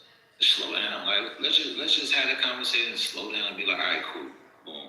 The topic is opportunity zones. Let's break it down piece by piece. If we do that, bro, a lot of these conversations are gonna look and sound real different. Hey, so is opportunity zones like a forever program? Because what I'm seeing, it started in 2016. And that's when the first people locked down their money for 10 years. So 2026, we'll have our first set of data. Those people who locked in their money, and you can elect at the end of those 10 years to be like, hey, no, I want to keep my money in, and I will continue to get deferred capital gains tax, whatever. But I'm just thinking that will probably be our first little glimpse into see, hey, is this working? Are we gonna continue this thing? Because I don't know if this is gonna be forever. Who knows? I mean, it's always gonna change depending on who's the president. Like, somebody can come step in and say, all right, no more opportunity zones. You know what I'm saying? Right, So, yeah. The programs change based on the need of society or something. No, the programs change based on the fucking administration. Yeah. You're right. You're right. They make the ultimate call. And so, they decide, hey, we're going to do this. Because they don't have to. They hear, anyways. Yeah, that shit don't be having nothing to do with the people. It be having everything to do with the administration and what they want in order to push their agendas, narratives, in order to make them look good in history. I don't know. Yeah, I see that.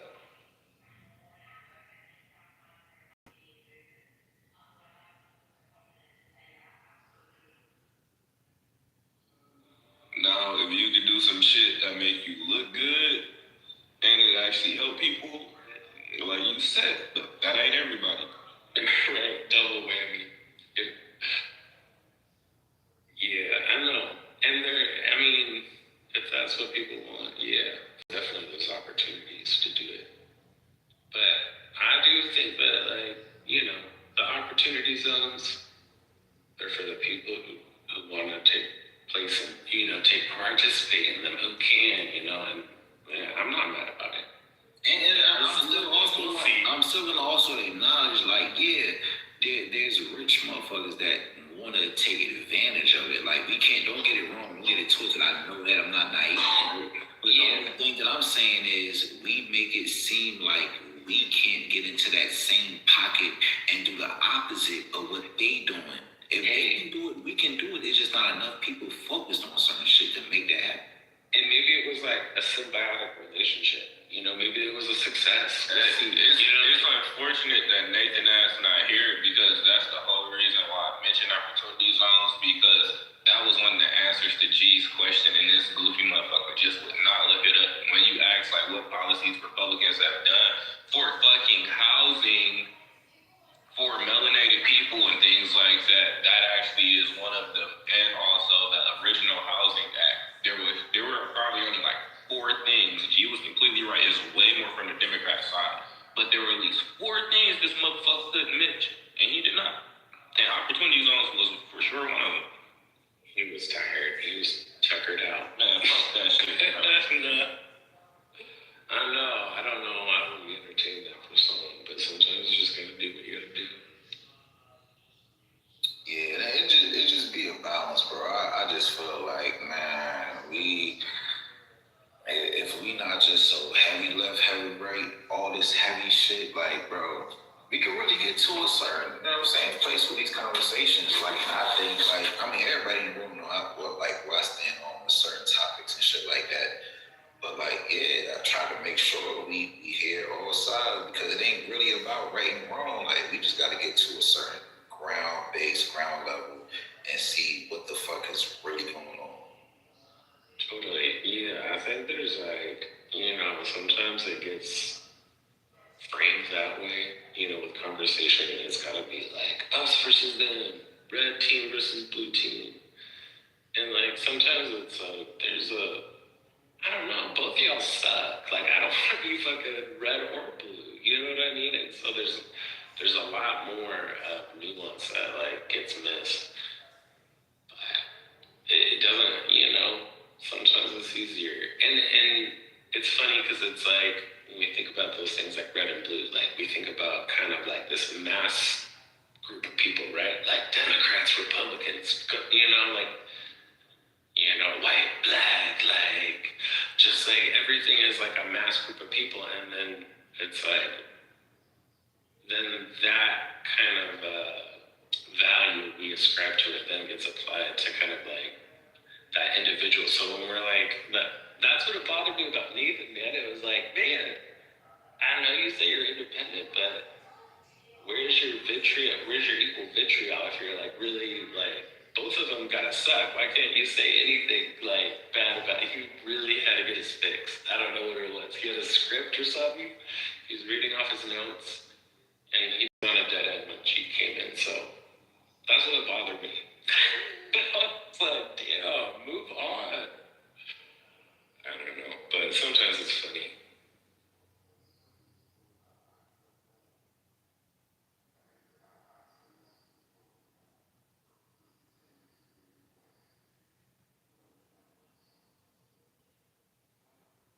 It's bedtime now. All right, good talking to y'all.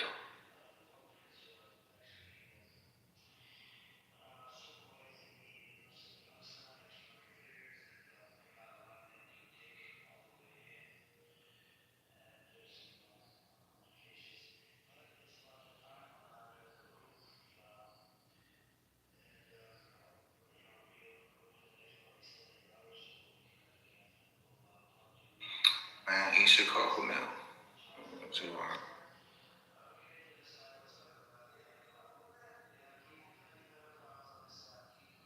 Nah, this was it was a good topic, good back and forth. You know what I'm saying? Everybody got their shit off. You know what I'm saying? But at the end of the day, yeah, we had these debates back and forth. But but I don't know. Common denominator is sift through the bullshit. And it'd be hard to sift through the bullshit sometimes because sometimes people just be so. Cause niggas don't read. And they be gangbanging. That's the other thing, right? Bro, like if you read that shit and you truly comprehend and you still like absolutely choosing sides, like nigga, you got mental issues.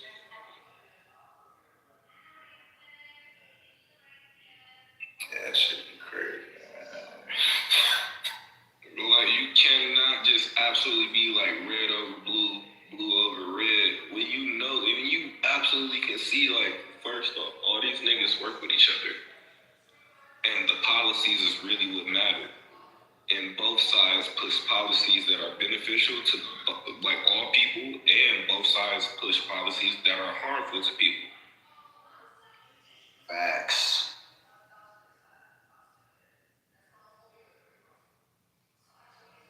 I mean, that's why, like, shit, I think it was earlier today, like, we had, Buddy, MAGA.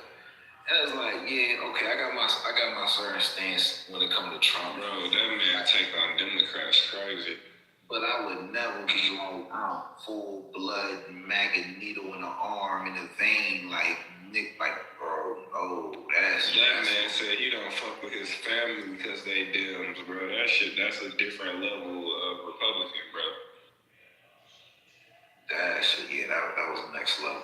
I was like, shit, I don't even want to have my name be MAGA. I was like, you calling me MAGA, like, what?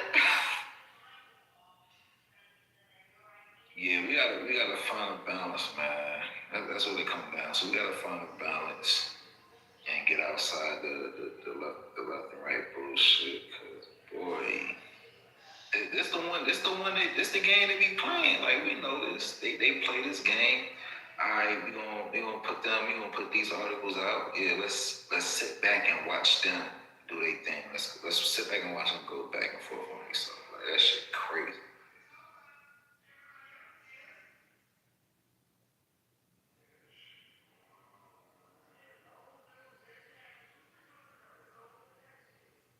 At the end of the day, I don't feel like it's no hope for these motherfuckers. So like, I just mind my business, bro.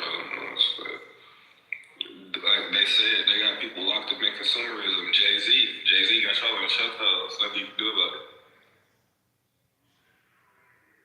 Well, when you say like you sit back and just do your own thing, like I don't know. I think when we be having these conversations, do people really be like, yo?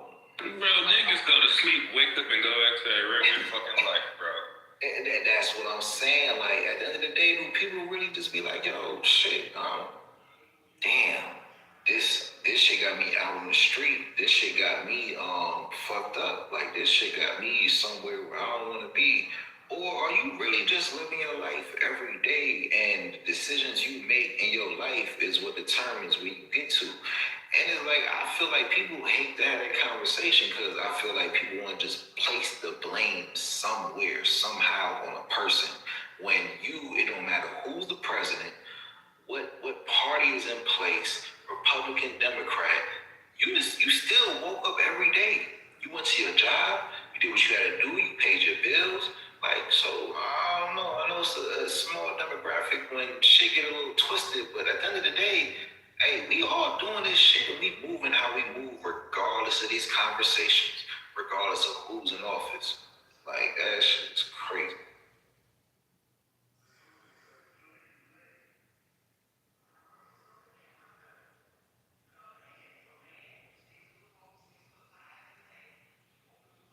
Might as well just let Trump get this. You might as well let that nigga run till you die, bro.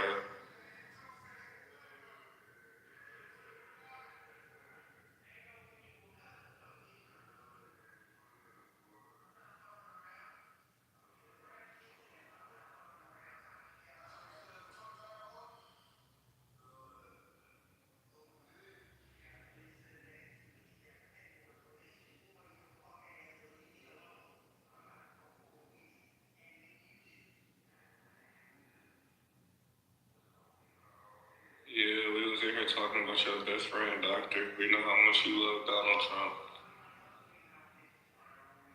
Oh, that's Invoice. What up, Invoice? That's good. Yeah, I called you fucking Invoice.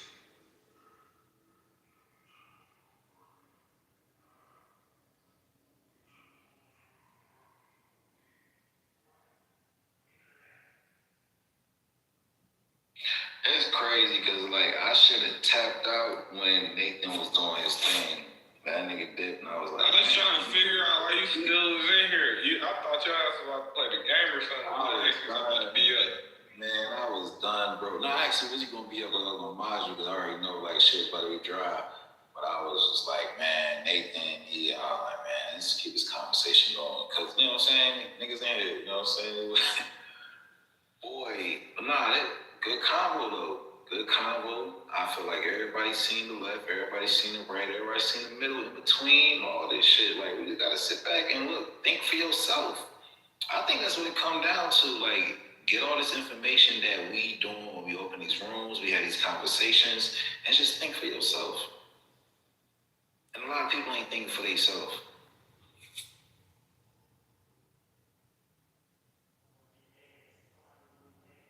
Your man's just came up on stage. What up, Ben Voice? You heard the State of the Union address?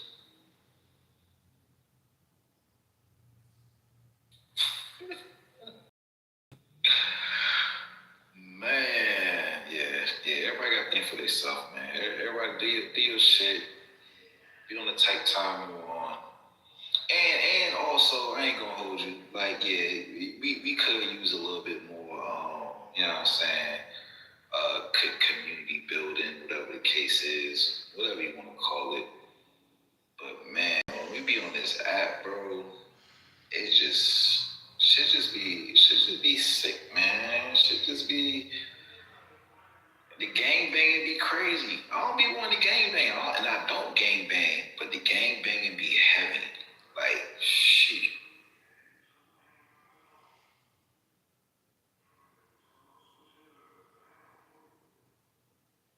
Yeah, hey. Hey, State, you're right, bro. But guess what, man? You know, reality is it ain't gonna never happen, bro. Y'all, like, let me tell you something, bro. Like, y'all are like the worst, like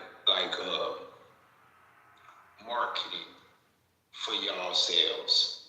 You know what I'm saying? And to know that y'all would be the head of anything dealing with community, I'm definitely not. I wouldn't give a dime to that shit.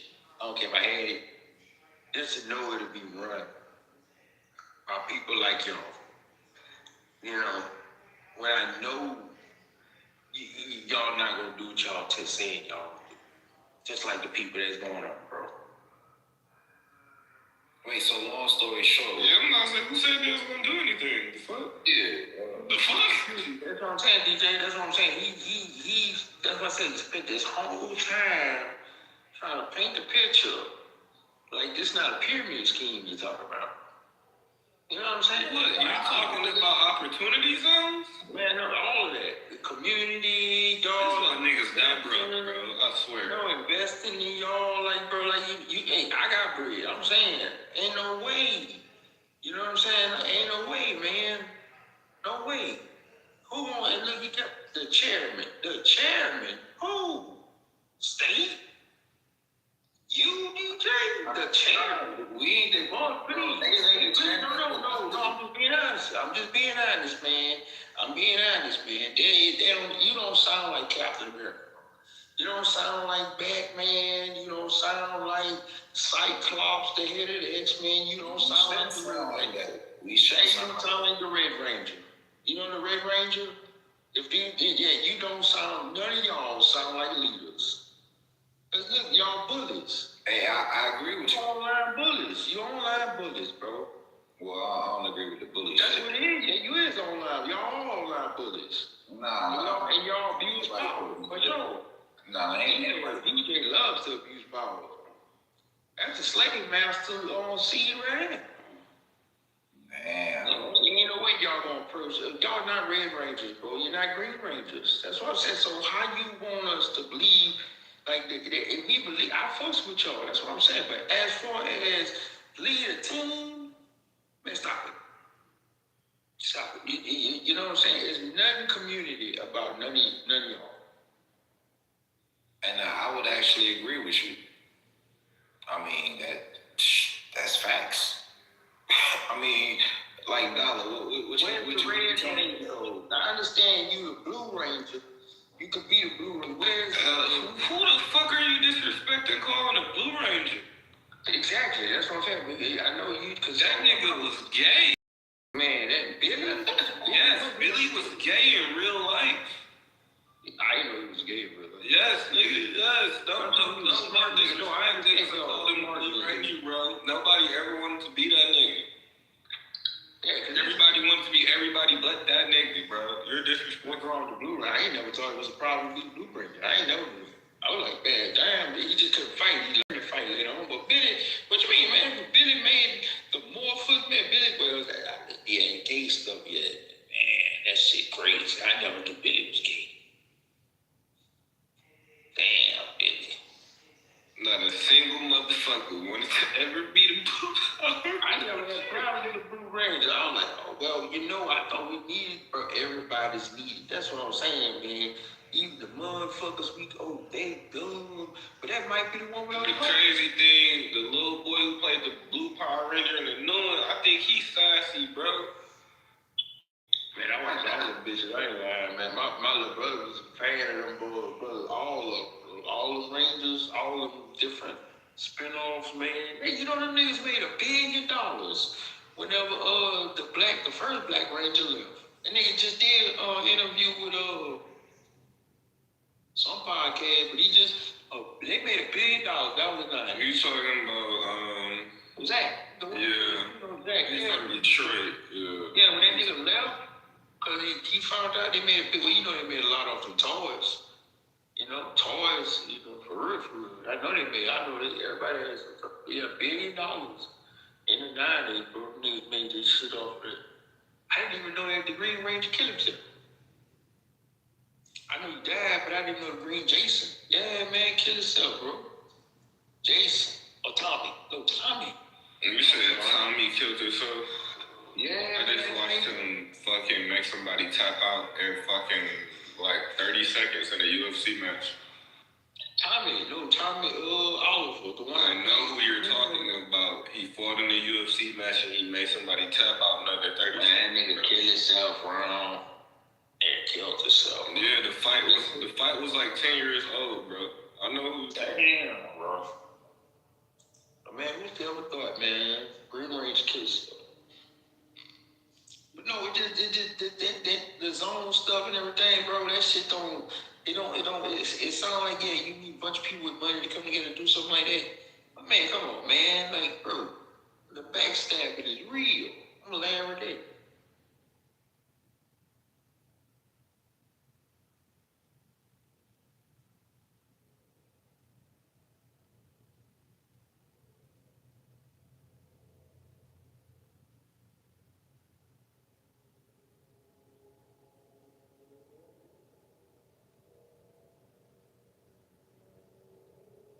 That political stuff, hey, bro, like Mary said, $4 million on Crockett head, bro. Are y'all ready to $4 million on Jasmine Crockett head, bro? Y'all ready to? This nigga said, Jasmine Crockett head, bro. Man, that's crazy, man. Whoa.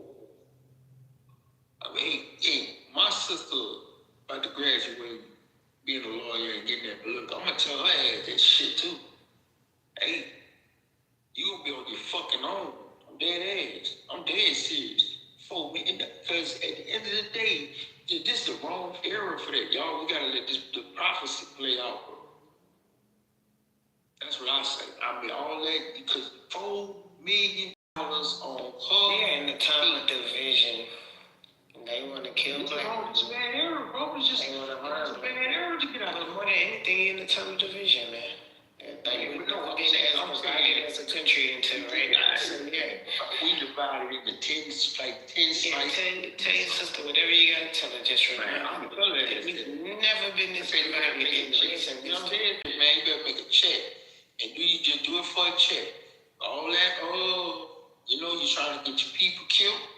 You trying, cause these people ain't playing foul, nigga. You know what I'm saying? Like all that, just hey, do your job. That's it. Don't be, because I'm telling you, I stop talking to her ass, stop spoiling God, nigga. My mama telling her that shit, all that extra shit you think. You know what I'm saying? You going up against these Epsteins and these cartels and these white supremacists and these bitch ass goddamn trillionaires and BlackRock. Remember, $4 million on Holly. Charlie Kirk got shot in your face. I'm just saying, that's the wrong era. And then look, if you ain't spiritual, then you ain't spiritual. Then what is protecting you? Just tell me that. Tell me what the fuck is protecting you out there. Because you damn sure ain't got the black community with you. Because we do all so much online bullying and we don't give a fuck about that. So who the fuck, and then if you don't fuck with if you don't kiss the wall, right? What is protecting you out there? Your little 9mm? What you got? Like what God you? No Allah, no Buddha, no nothing. So what is protecting you from $4 million? Your brother will come for that, man. I'm dead ass serious. You'll get like Malcolm. Your own kind will shoot you for something like for $4 million, bro. So that's what I'm trying to figure out. Like, because that changed the game. What you said there yesterday.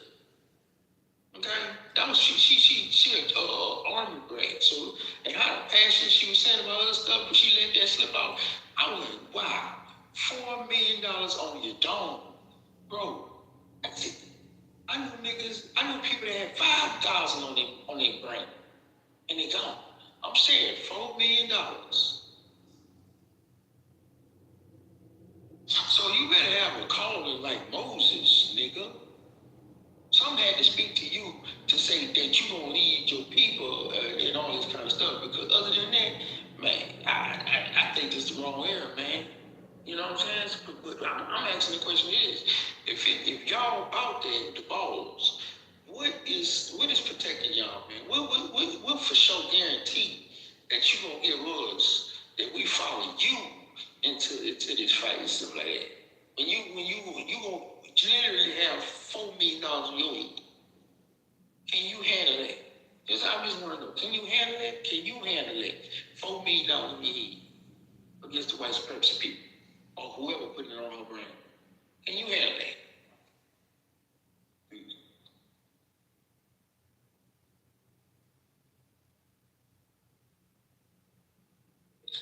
We need to know. We're about to be crickets in this motherfucker. Yeah, we do gotta let the prophecy get ma'am. Just what the fucking, bro. I already knew crickets, man. $4 million. Cause let me tell you. I'm watching this last episode of Night Agent, bro. This shit is crazy. It's not the same shit you talking about, though.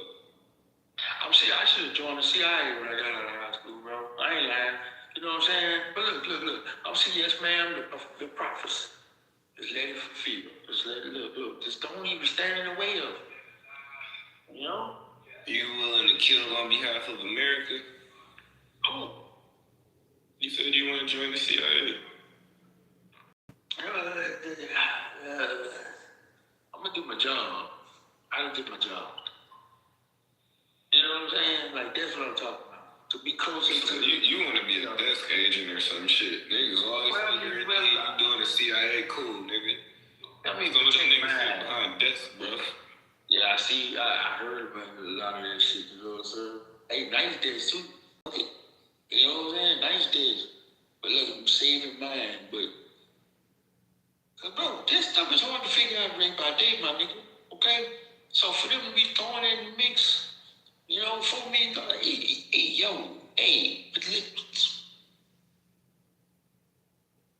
Man.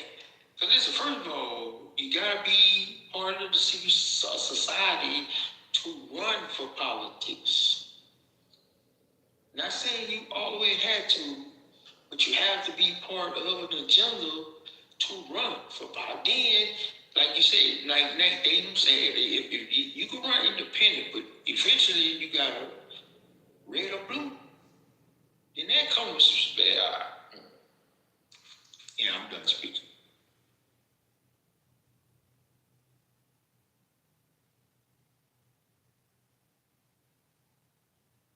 It was some shit that had happened. Let me go to my IG. Hold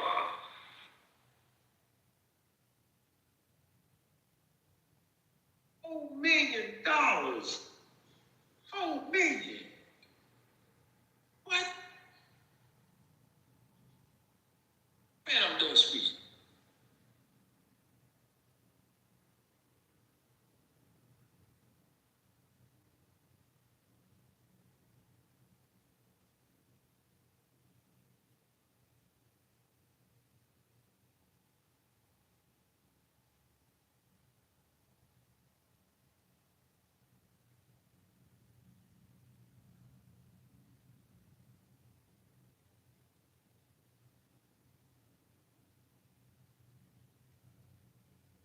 Alright, I think this was it.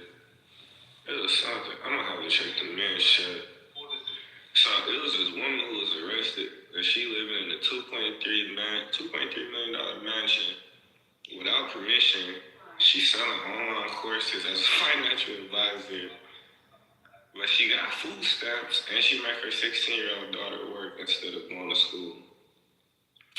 Yeah, and she calls herself a baddie, bro. Shit crazy. That was one thing. I'm gonna check the men's chat.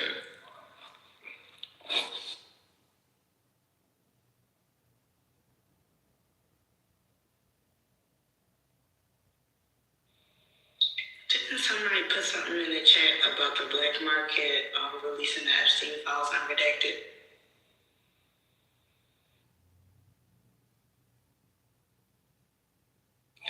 I know people been going back. Yeah, where did I look at? Yeah. Because you did say that they had some unredacted files that they just dropped. Where can we find that? I don't know. I'm about to look now. Probably Twitter.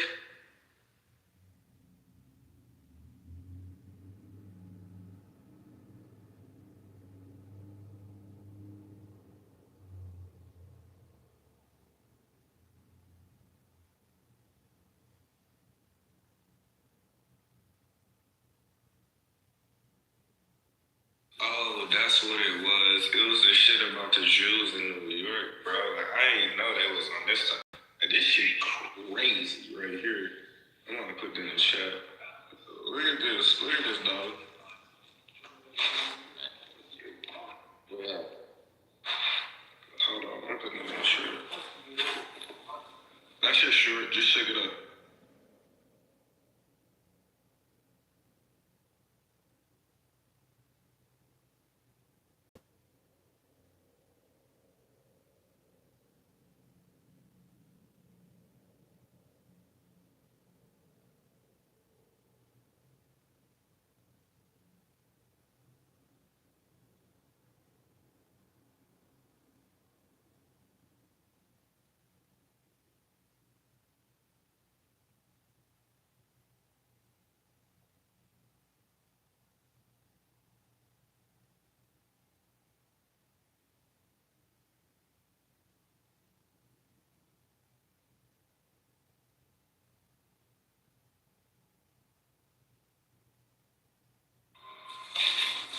You see what the Jews doing to the melanated schools in New York?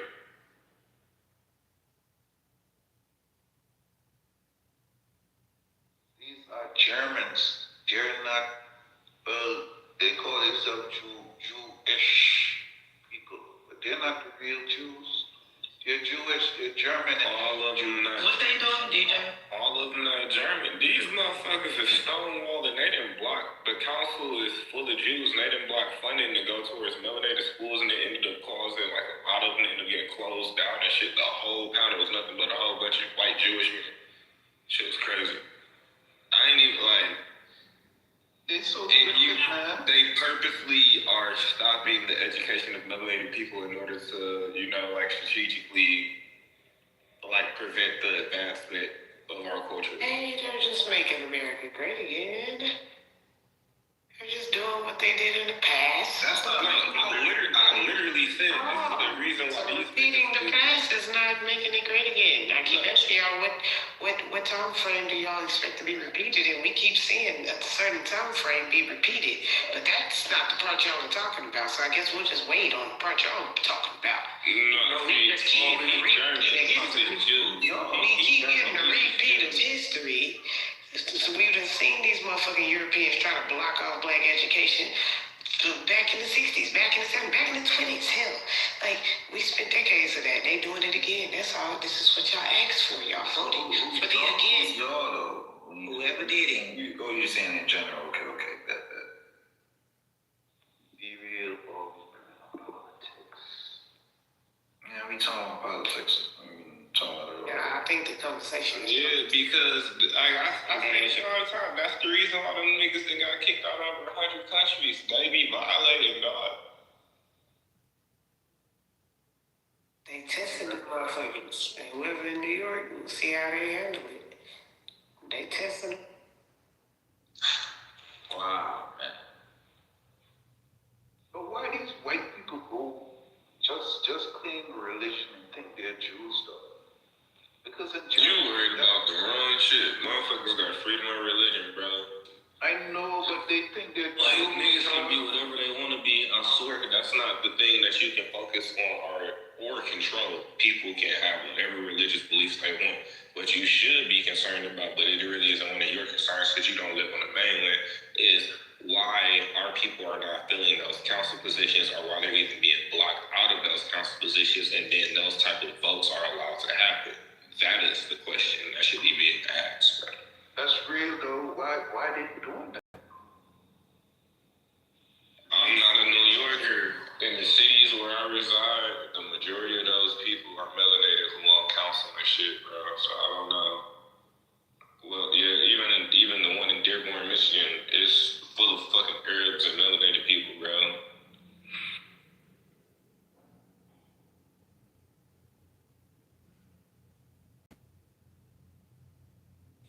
Hey, that's what happened when motherfuckers don't fill them seats.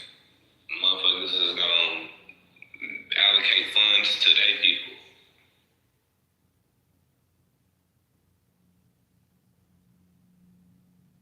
How do we fill the seats when we don't respect or support each other? I think D-Real can agree with me on this. That's crazy. I just saw a thing on Motherfuckers get to slap the woman in my PTR right now, and you expect these people to help fill seats? Yeah, it's like the Jewish. How many Jewish people we have in each state? Okay, we see Jersey, New York, y'all got millions.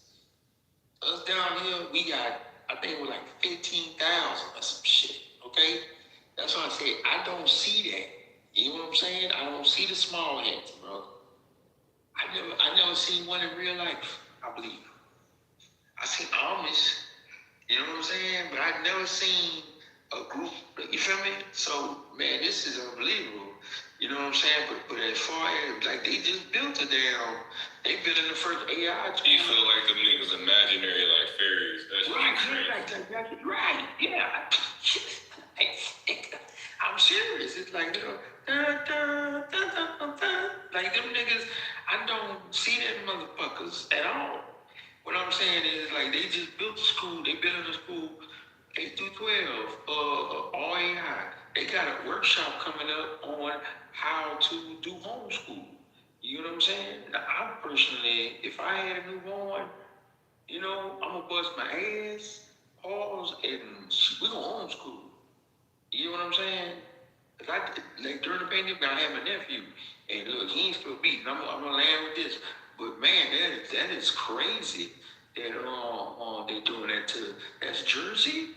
As I said, that's childhood. You know what I'm saying? All that tough shit. You know, look what's going on in your backyard, homie.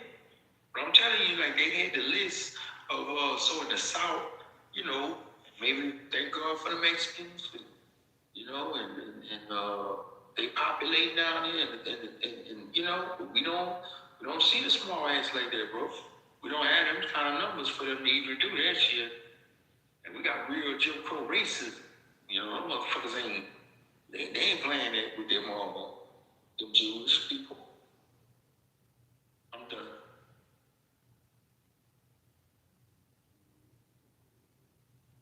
Riding food and everything like that, man. Bro, they make it to where you can't even go smack them people because of this shit, the way they projected that story in order to protect them. Like, if you put your hands on the Jew, all the motherfuckers gonna fall out and act like the Holocaust started all the way over again. Like, bro, it's all types of hoe shit. Like, they have submitted themselves as being some of the most bitch-made people in history, and that's why can't nobody do nothing to them. That's why they got a fucking ADL and all that hoe shit. That's why can't nobody say that to them, because they have victimized themselves so well in history that if you say anything to them, it's damn near as bad as trying to cut to the damn boy with Tourette's for saying nigga.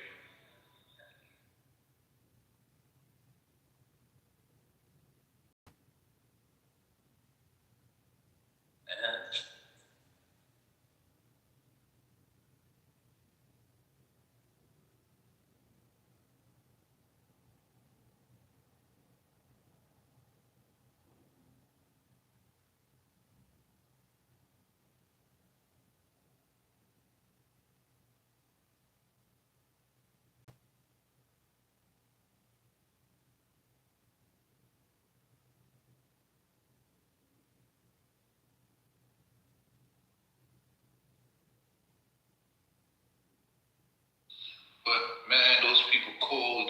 They doing some dumb shit like that. You can't be doing that to people, man. How people be so wicked to people though? I can't.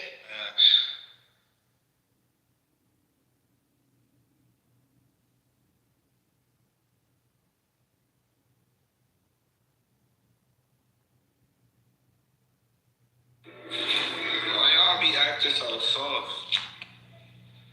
That's the reason why Europeans be getting off and doing shit. Y'all be acting like that shit just so unmentionable or just not possible. Them niggas don't give a fuck. Why do you?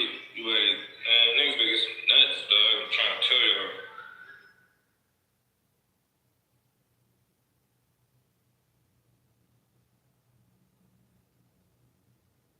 It's in motherfuckers' DNA.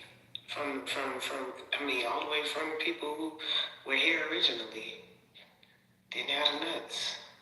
Sign paperwork so they can stop getting killed and beat up, right? And so it just trickles down to people. Like, you got a group that's gonna have the nuts and either fight to the death or create a certain change that they no longer have to fight.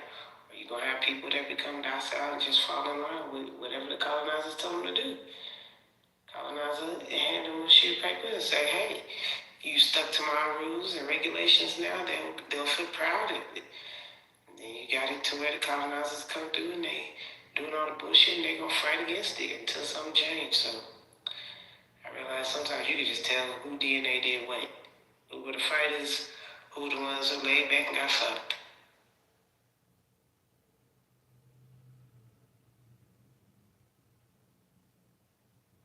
Yeah, so a lot of niggas who go through life doing nothing. That shit be crazy. I'm like, how is your DNA established?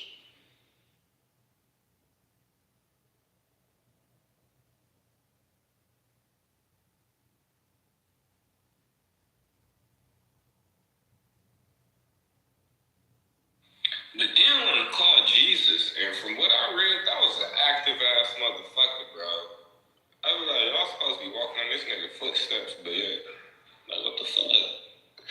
If niggas was really Christian, like, they should be flipping tables and shit, right? That's the same people who killed Jesus. You didn't read yours. Yeah, I thought these was rowdy niggas. With the age of information, right now people should be learning all the stuff we've been talking about. We officially here. This is the perfect time to start flipping tables. But no, all the Christians have gone to sleep.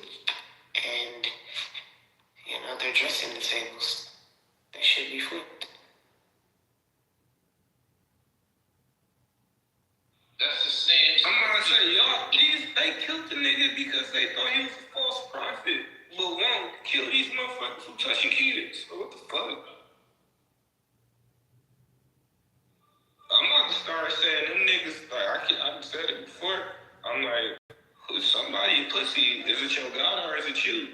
because niggas ain't doing nothing. And they be claiming almighty and shit. I be like, make something happen. Y'all be talking about all this magic and shit, can't make nothing move, goddammit. Make it work, make something work.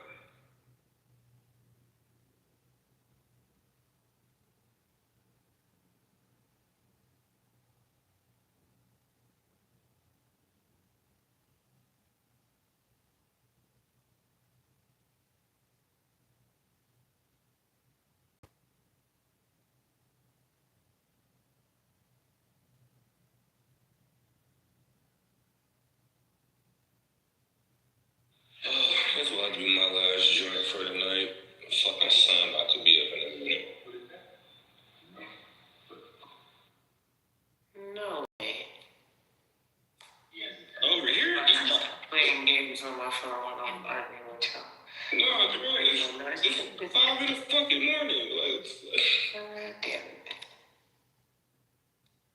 It's the only way I lose track of time. If I start getting into games, if I'm up doing some work, I'll keep up with the time. I ain't even touched my fucking PlayStation tonight. I wanted to. I just did not have it in my brain. 5 in the morning, that's the time young people supposed to be waking up. You're sleeping for bitches. What you thought? Yeah, I need a good 3-piece and I'm Gucci. Yeah, we don't typically sleep around here if you can't tell. What that nigga Jeezy said, we don't sleep, all we do is take cat naps. Like, I just woke up. Bro, I took a power nap. My children went to a birthday party the day after school. I had to hop up and teach a whole fucking class, and I've been this bitch ever since then. That's the only sleep I had, goddammit. I went to sleep for like an hour right back after that shit. Man.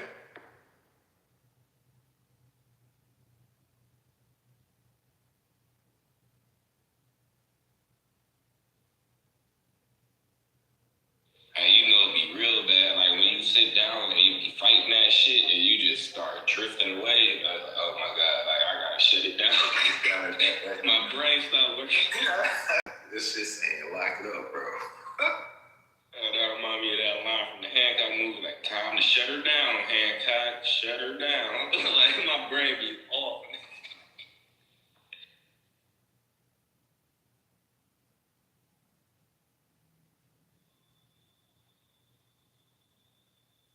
Bro, you ever fell asleep in the middle of editing, like typing on the computer type shit? Man, what? That shit be making me mad.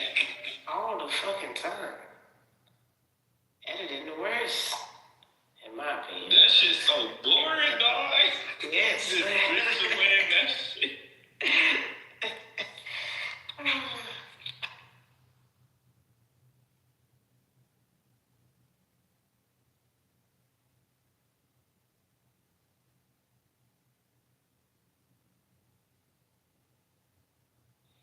I be trying to take shit because I just naturally don't sleep that long. But if I take like B-pollen, macaroon, I can't drink no energy drinks. I can't drink regular coffee either. That shit'll have me shaking like a crackhead. I can't do any of it. I can't do energy drinks. I can't do coffee. Like, I'm just straight, hey, it's fruits. And I'm gonna get some. What's wrong with y'all? Can't do coffee. Nah, hell. No, that shit give me the jitters, dog. I ain't even hold you. Like, my legs start rocking and shit. Like, that shit not for me. Like I told y'all before, I'm somebody who should never do cocaine. And that shit be making me, bro, I ain't gonna hold it. Hey, I'm going straight to the toilet. Coffee, I'm going straight to the toilet. That shit, boy. Oh yeah, but that's, you know, that's part of the morning routine. That's crazy. You can't drink coffee either. What? And that shit, I've been drinking coffee since I was 2 years old, so I understand. I can't drink mushroom coffee. That shit not the thing. I can't do coffee. Bean coffee that be coming from with little cat boo-boo tea on it shit that y'all be drinking. No, I can't. My stomach. That's Ethiopian coffee, man. We ain't. My stomach can't do that shit. We ain't drinking poop out here. No, coffee gives you, hey, I don't know. some reason, if I drink like coffee for the week, I get a headache out of this world. What? See, you get rid of my headache. I don't have a headache until I get my coffee. Energy drinks, I can't I understand that I have an addiction to it. Yeah, I don't do energy drinks. Yeah. I eat every now and then a Red Bull. Yeah, every Bull. I know I need to be up late. Sure, you might as well do a blow pass. You know that shit give you a false positive for heroin? I don't know nothing about none of that. Duh, You talking about heroin? Yeah, all the way off. But like, y'all gotta stop drinking the energy drinks, bro. Like I said, maybe every now and then Red Bull. Put a drug test strip in y'all energy drinks and see what come back. That Celsius shit, all that shit. That's why Coco, she hate when I mention that shit. Energy drink, give me a next. I ain't said a word. I'm just gonna drink my Celsius. Fuck you, DJ.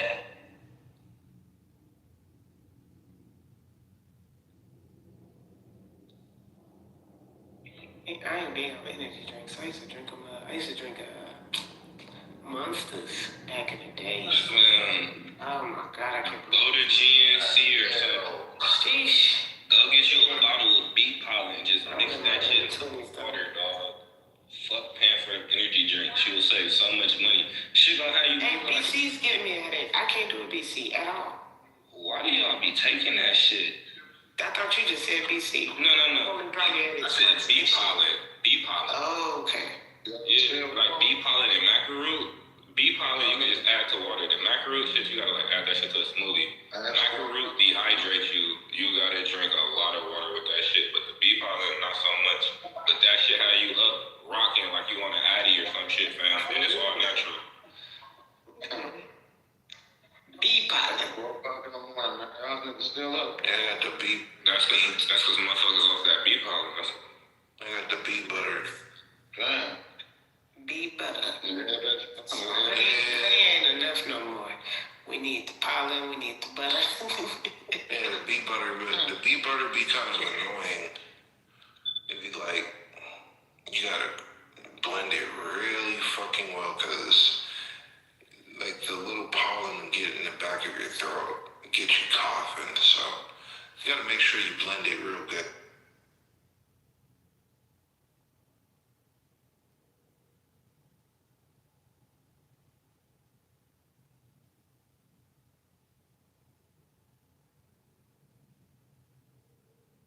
Yeah.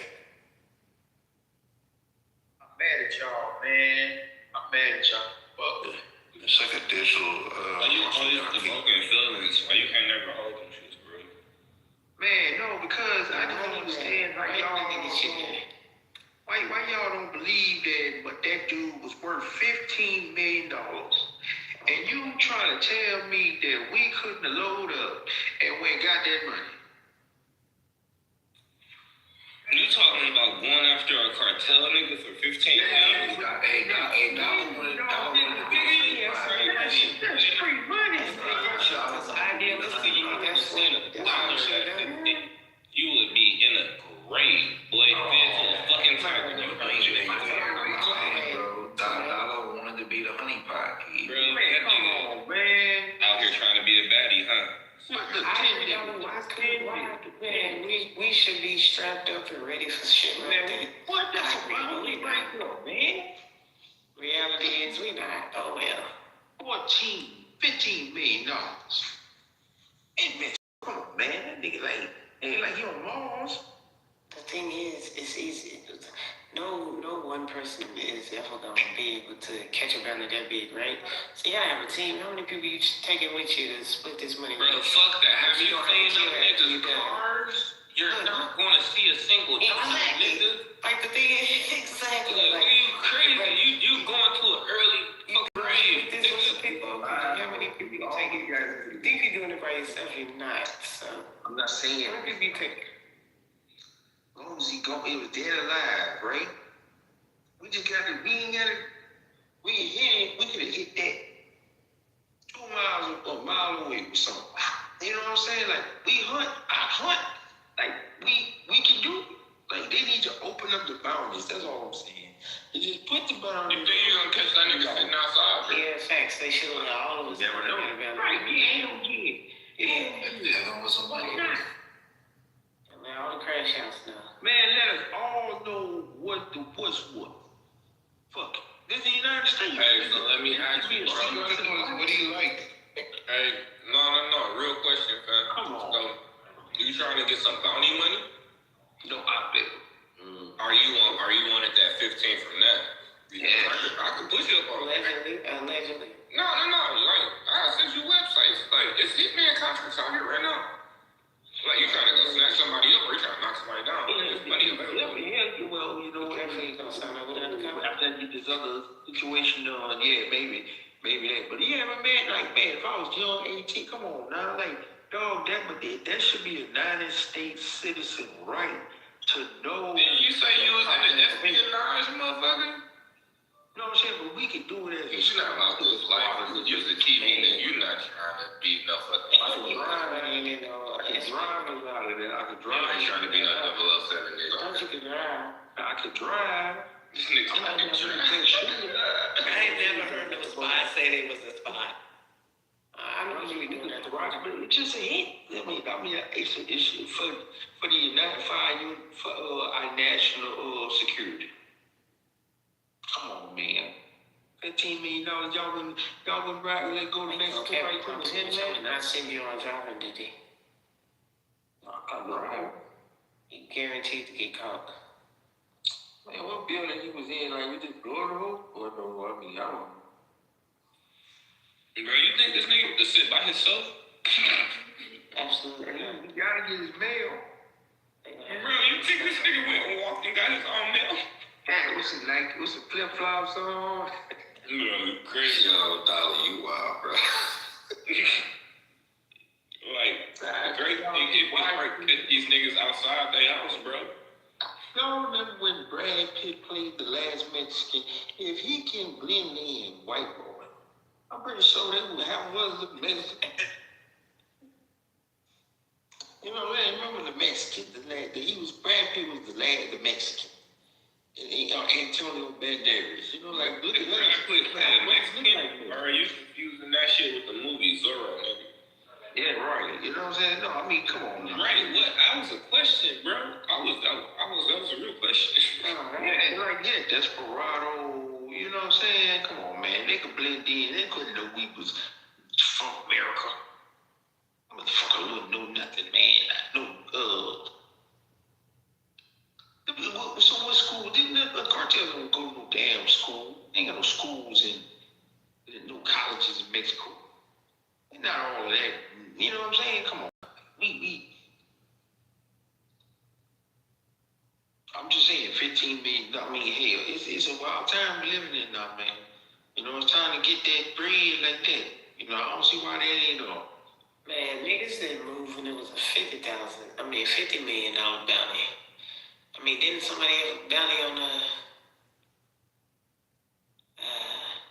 who's the bounties on that shit? You talking about from our government? Several niggas. It was a $50 million bounty out there on. The nigga in Venezuela. Maduro. Yeah, Maduro. Was it Maduro? Yeah, it was Maduro, yeah. Oh, he over here talking about 15. Threw me off. Okay, never mind, man.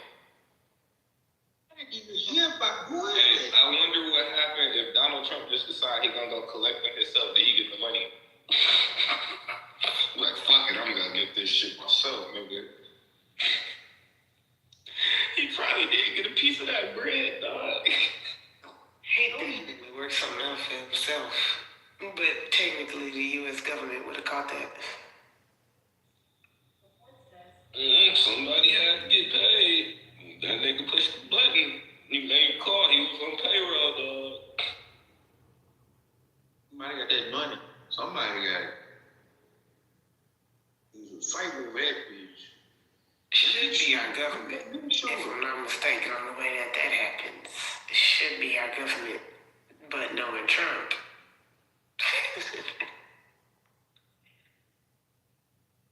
This is trip me out. Everybody was like, oh, Mexico will do this.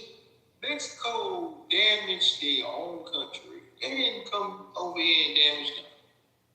No, I feel bad for the American tourists. Hey, I heard they snatched all the American tourists up.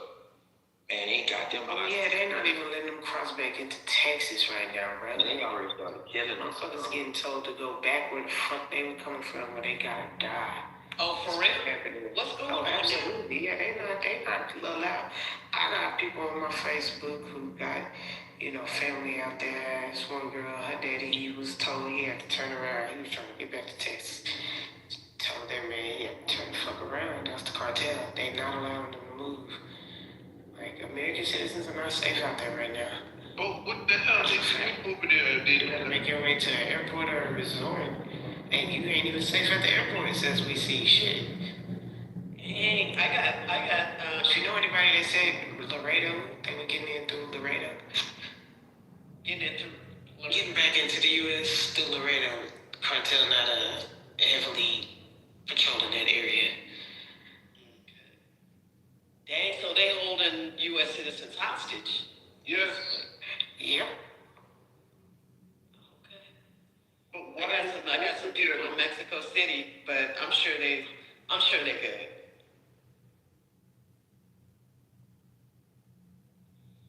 Some cartels ain't mess with them because they know what's gonna happen. Trump.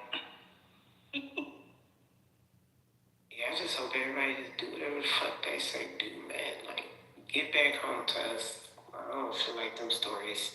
Then we got another one to worry about, like, goddamn, can we get a break? So I'm saying we not ready for no wars and shit. We keep hyping up war. Yeah, we go to war. Ain't ready for no motherfucking war. We need a break from the shit we dealing with already. If Trump had just gone ahead and built that wall like he said he was gonna do the first time. These niggas started stopping him. Nigga built 400 miles. Come on now. Nigga, do you act like that's not it's fucking cities. And then they still climbing over it. Like, come on, anyway. Exactly, that's why I was strong. But do you know that niggas started stopping? And we work directly with these people. Our border patrol helps them across. So that the idea is that they make good points to themselves. Reality is, they never building a fucking wall. If they tell you they're going to, you expect them to. So yeah, had he done what he said he was going to do, we probably wouldn't be dealing with this.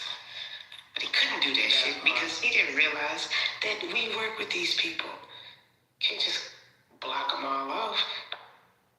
He said who was gonna put alligators around the wall. A whole moat, like in Dragon Days.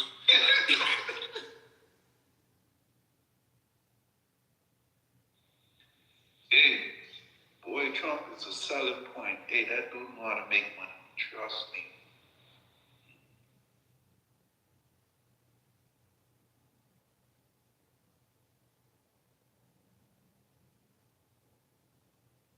Hello guys, how's it going? What's up? Who that? No, it's Mom. Hell no. What's going on, bro? Like, What's up, Mumbo? yeah, I'm good. Have you done it lately? Yeah. Good. Was she able to keep up? I think, well, you want me to keep up? I mean, you're doing the Mumbo, you gotta be able to keep up. No, do you see the song, like, Mambo Italiano, ma? It's a whole dance. Yeah, it's bad.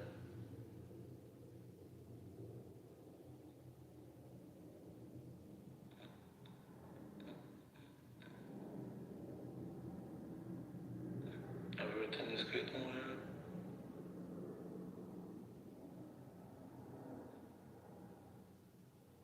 Yeah, everything's good. We're gay. Sorry.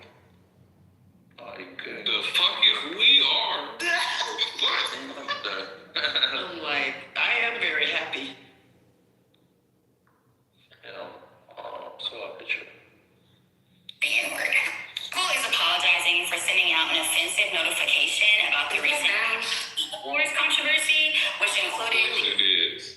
I knew it. Yeah, I think it does. What's this vibe, guys?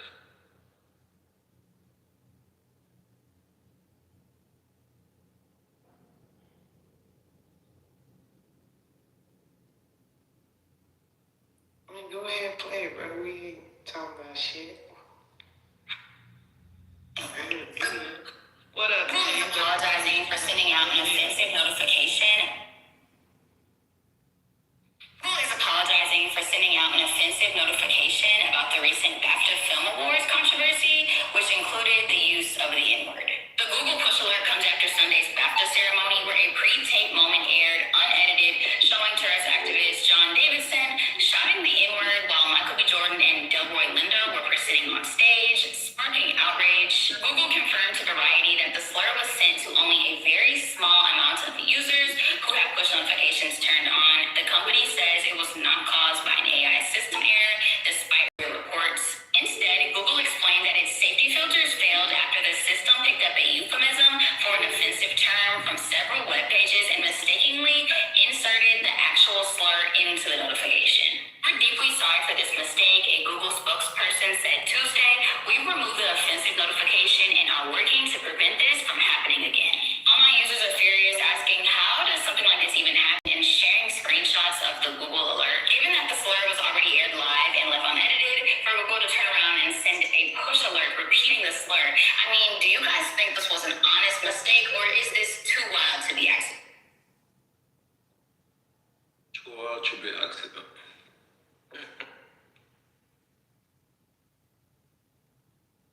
Yeah, they just pushing their boundaries, and they sent somebody who, you'd hesitate to crucify. Yeah, that was definitely a setup during this administration. This is crazy.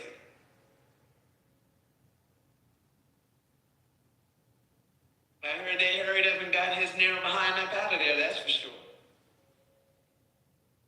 But Delroy and Michael B. Jordan's face, though. Yep. So what do you... The language, we got a language, we don't even have to say anything to each other. There was a whole conversation went down between Delroy and Michael without any words. We have something wrong, guys. The question is, right, the reason for that man saying that is the culture that he grew up with that caused him to even twitch to say that. So at the end of the day, not because of his disability, let's talk about what's going on. Let's talk about the culture. Nah, if you know who got disability, bro, black people got disability. They're snapping an action for anything they need to, other than be niggerish upon each other. How about that? I'm about to get real this morning, because this shit sad as fuck. Like I said, we need to develop the BEDA, the Black Defamation League. And when a motherfucker say anything that has anything derogatory, even close to our shit, we snapping an action, we hopping out of the sky like paratroopers. Yeah. Like just on some what's the name of that shit? What's the name of that movie with the Mission Impossible, Tom Cruise? With the precogs and shit? With the precogs, that was a Minority Report. Minority Report. Like we psychics with it. Like, hold on, we see me on their lips and then we jumping out the sky. You hear me? Like you about to say it. You know what I'm saying? We arrested motherfuckers even if they not about to say it, then we won't let them out here. You know what I'm saying? That mess would be so funny. Oh my gosh. No, thank you, I'm straight.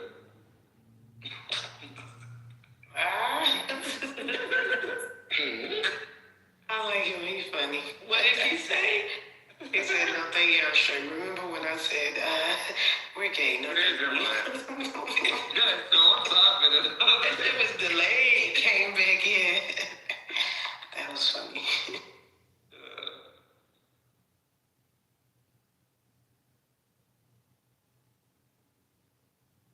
But the people around him need to be investigated.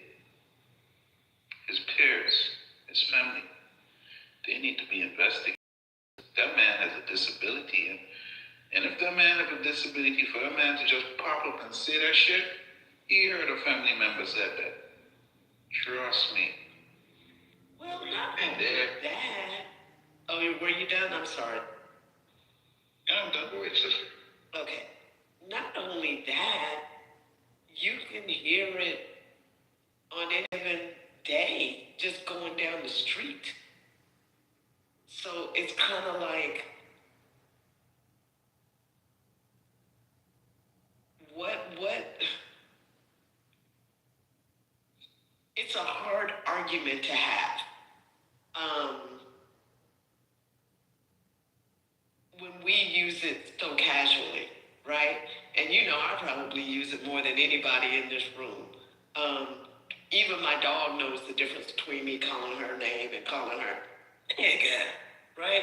And so, yeah, see, she didn't respond this time. But most of the time she's like, what now? What I do now, you know? So it's kind of like, how do you hold someone accountable if they have a disability for something we just use so casually? Yeah, he probably heard it in his family. But he also probably heard it on the street. He probably heard it on TV from us. Hey, let's not give that man a blind. I mean, we could give him a blind because of his disability, but let's not give the people a blind around him, okay? No, I just want to have the discussion. I agree. I don't think he has much accountability in what he says because of the Tourette's. And I know that there's different levels, there's different terms, there's different types. What he does with screaming out obscenities is a certain form of Tourette's, right? That only, like, not everybody with Tourette's has that, which I've learned over the last maybe year or so since following people who have it. Not everybody has it where they scream out obscene words and stuff, but some of them do. So that's why it's like, okay, it's understood that if they had people with Tourette's, chances are there were going to be crazy shit that was screamed out in the night.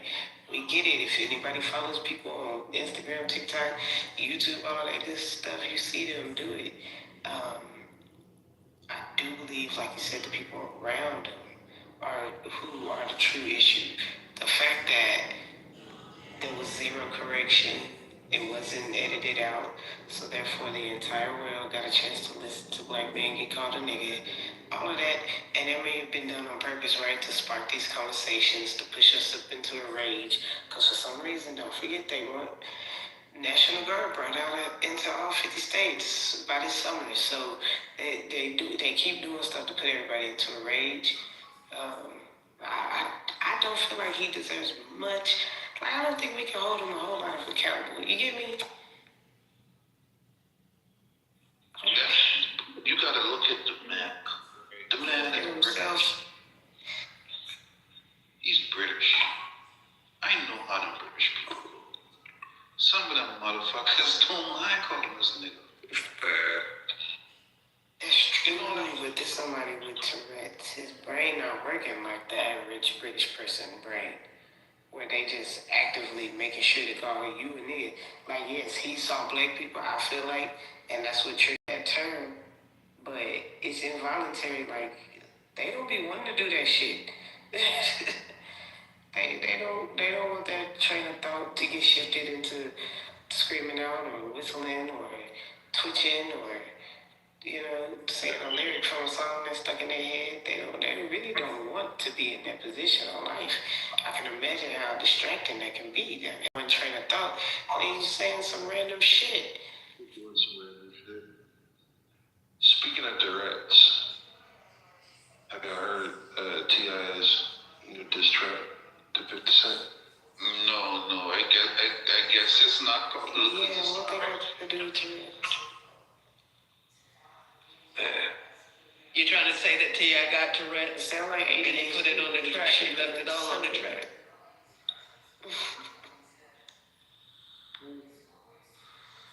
I don't think people listen to T.I. music no more, much less 50 Cent. T.I. Man, you ain't heard T.I. new shit, got the hottest song 2026. Baby, I'm finna do a TikTok. Just wait. Y'all be like, Shit, Peoria, you say? Oh yeah, I'm gonna do a TikTok to that. That thing is it got a great new mouth. Too? Oh shit, okay, Pure. You call it TikTok up there. I'm gonna do the Michael Jackson, and I'm gonna do the T.I. And then that's it. I'm gonna return. Oh, okay. Pull out your fake voice. Pop, she don't recognize you. Say what?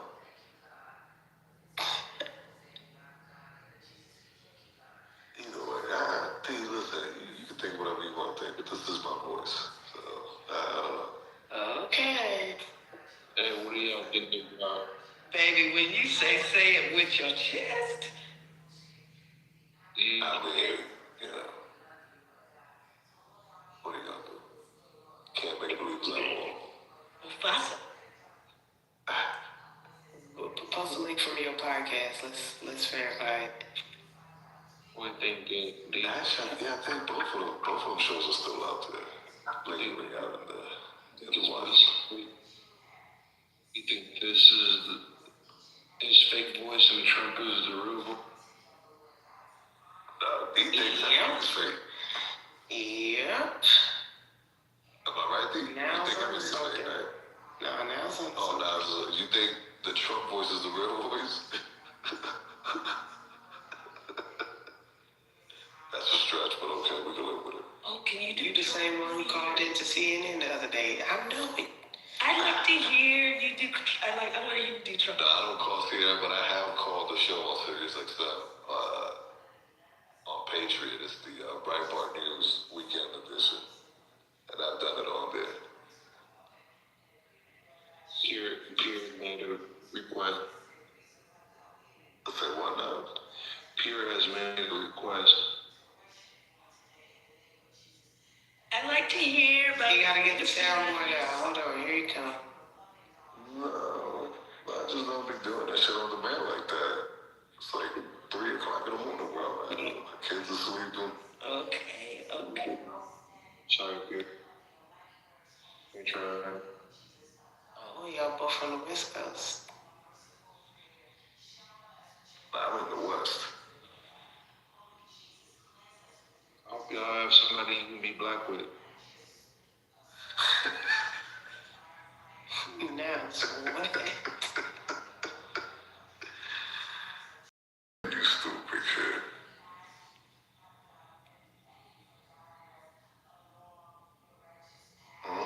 Daddy, why was Trump in our house last night when I was sleeping? Not sense. I wish that was the case. Did you just call him daddy? Am I tripping?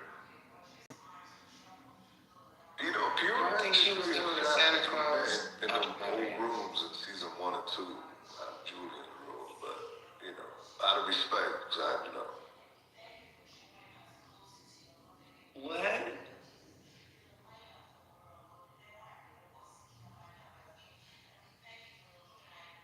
I don't know. I thought you were doing a Santa Claus reference. Yeah. Yo, Pure, can you believe these motherfuckers over at Chillers are still pulling off that shit with Coco?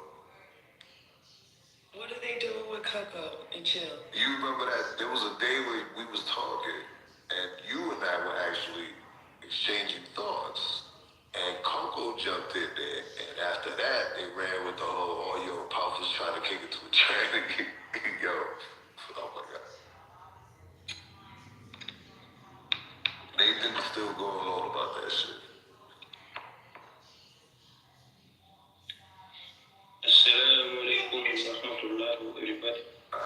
What happened? Good morning. I remember so clearly. Yo, Nathan's still going on with that shit. I'm done for Oh, me. really? Yeah, he is. You know how it is over there. The black leggings. Mm-hmm.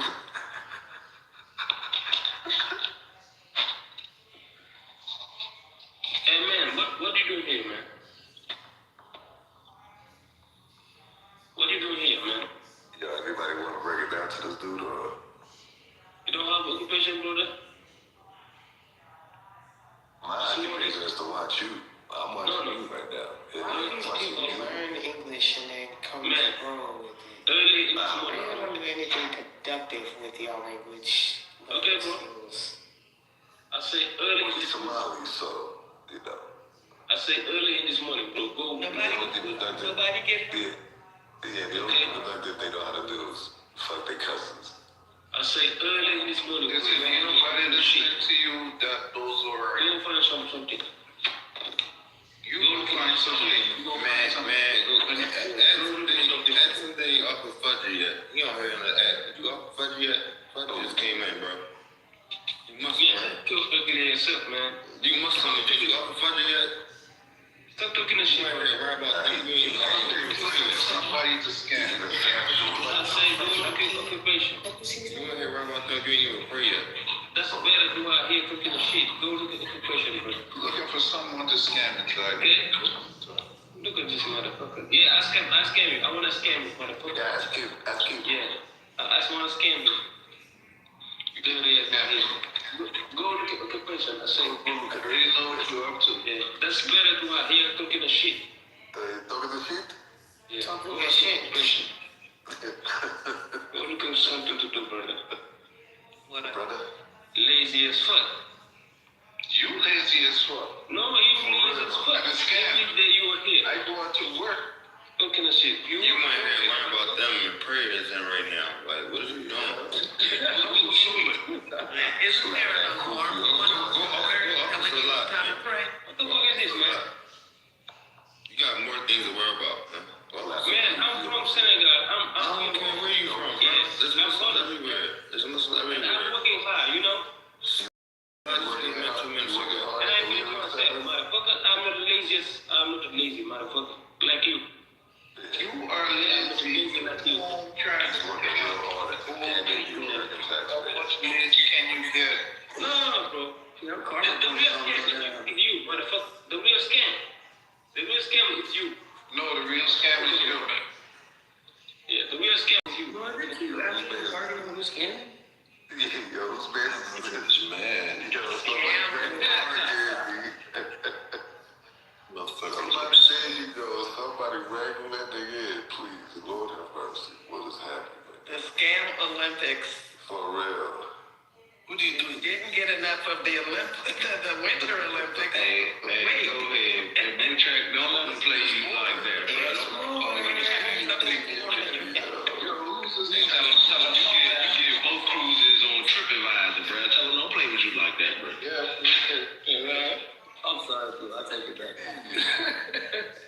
This shit crazy. There be some characters in the country, sure.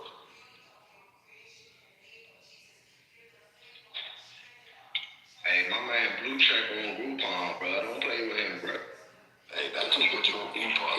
Hey, wait a minute. Yeah. Hey, I ain't never used Groupon. Has anybody in here ever used it? Yes, I use it all the time. You ain't never used Groupon. Sorry, I'm gonna do all kinds of shit. Groupon like that. It's like fruit. I probably should get back on that bitch. Yes, they love you. Wax is off of that Hey, thing. fucking you on Groupon, you like that. What you talking about? What the fuck shit? Yeah, no, listen, I'm 100% You ain't use Groupon, girl, you missing out on deals. All kinds of shit. Yeah, 35% off, 45%. Shit, I've even seen deals. Matter of fact, there was one that I picked up. Shit, Groupon be making motherfuckers. Oh, my bad. No, you good. I say Groupon. Hell no, finish that shit. You ass get one Groupon, you end up saying how like that they ass is, but you go back to that motherfucker forever. Now, you know what they're really good at is getting you in the door at local businesses. So I was going to say was I ended up getting 65% off my first family meal. So my kids and I, we went to this restaurant and we used it, but then the restaurant was so good that we ended up going back. So we didn't give a fuck that we was getting 65% off the second time or the third time we went back because the place was so good. Because it was worth it. Okay. Right, and we would have not found out about it if it would have not been my Groupon. So come on now, lifetime customer, see? Hey, I want to play for Groupon. Not one period. Really? Not that. Groupon is amazing. It's literally a coupon right in your phone for anything damn near that you want to do. Yep, I had a Sam's Club membership on there too. If you want to get your memberships and stuff, I got mine off of Groupon. You can get, if you want to get certain beauty treatments, you want to try different things like laser therapy, Brazilian waxes, all of that shit. I want to go to Skin Laundry. I wonder if they got one on there. I think it's called Skin Laundry. Hold on, let me see. And real quick, do not trash Groupon real quick when you choose to try that 11.50 one, okay? Because the shit is relative to price. You paid 11.50, okay? So don't trash Groupon because you didn't get the 42.50 one that was too. Yeah, there are some businesses on there, Pure, that will advertise certain deals. Oh, the bait switch. Yeah. Then when you go to it, be like, oh yeah, no, that's not today. That's tomorrow. And you go tomorrow, they got the same bullshit line. So at that point, you realize they're bullshit. Oh, okay. Let's see if we can find some butter biscuits on the Groupon. Butter biscuits. Wait, speaking of that, butter biscuits last night. Butter biscuits. Baby, speaking of butter biscuits, Trader Joe's, those cinnamon rolls, the croissant cinnamon roll things, muffin, baby. I'm just saying, thank me later. Yeah, but this is the caveat though. They have to have time to rise, right? So put them in the oven or something without the heat on, that before you go to sleep, and in the morning they will have rolls, and then you can go ahead and cook them. You need 7 to 9 hours for them to rise. Still not right. Still out, baby. Hey, now, if they don't come out right, hey, now, if they ain't hitting, what you gonna call the BBB? Better biscuit girl. Oh, yeah. So, you know, I should be corny, but you gotta laugh. Some corny shit is funny.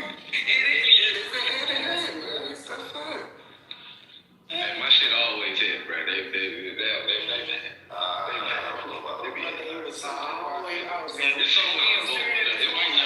It might not be in the target. It might not be right there in the red moon. It may not be bullseye every time. I can give you that. Yeah, that's funny. Pedicure, massages, food. Yeah, I went to a salt cave too on That's always sound like he's laying under his desk. I think I go to a salt cave and shit. Wait, salt cave? Oh, you went to a salt cave? Yeah, the salt cave. It was in Northeast Ohio. Northeast. Did you even know it was there? Caves out there. No, it was on Groupon. So I said, well, shit, I'm about to. You don't even know what you want to do until you see it. Sometimes that's a fact. Yo, listen, your best bet is just to install the app. Himalayan pink salt because cave. it's based on the location. So they could be all kinds of businesses that you don't even know of in your area, and all kinds of excursions and shit that you don't have no clue about, but you'll find out because of Groupon. Did you eat the salt though? Yo, for real. I said, did you eat the salt? That's what I want to know too. Did you lick a wall? I hope she ain't lick the wall now. No, you just should know. It's like they give you like a meditation, like it's like a meditative. You're supposed to ground in it. You take your shoes off. You just lay back. It's really cool. Like you just relax and just. It's like an hour session, and then it's just pretty chill. Like it's supposed to recharge you or something like that. That's what they say. But it was only like $30, so it wasn't that bad. I got a breakfast plate in Mexican food for $8.10. Oh, like that. Yeah, you know what though, Pure? The subscriptions are definitely the best because, like Aisha pointed out, that's how I got my Sam's Club. I think they do like 50% off of Sam's Club. Yup, $50 I've a seen year. Costco memberships on there, but I haven't seen the Costco. Oh, shoot, if they got a business Costco membership discount, that's what I need. Because I have a Costco membership. I need that business joint. Here it is right here. Let me see here. Oh, wait. What is this? It says Costco plus $20 or $40 stock card offer. It's 65. Let me see. Oh, you already installed it? You in there? No, I'm just looking it up online. Yeah, I'm on here. So many things on Groupon. It's crazy.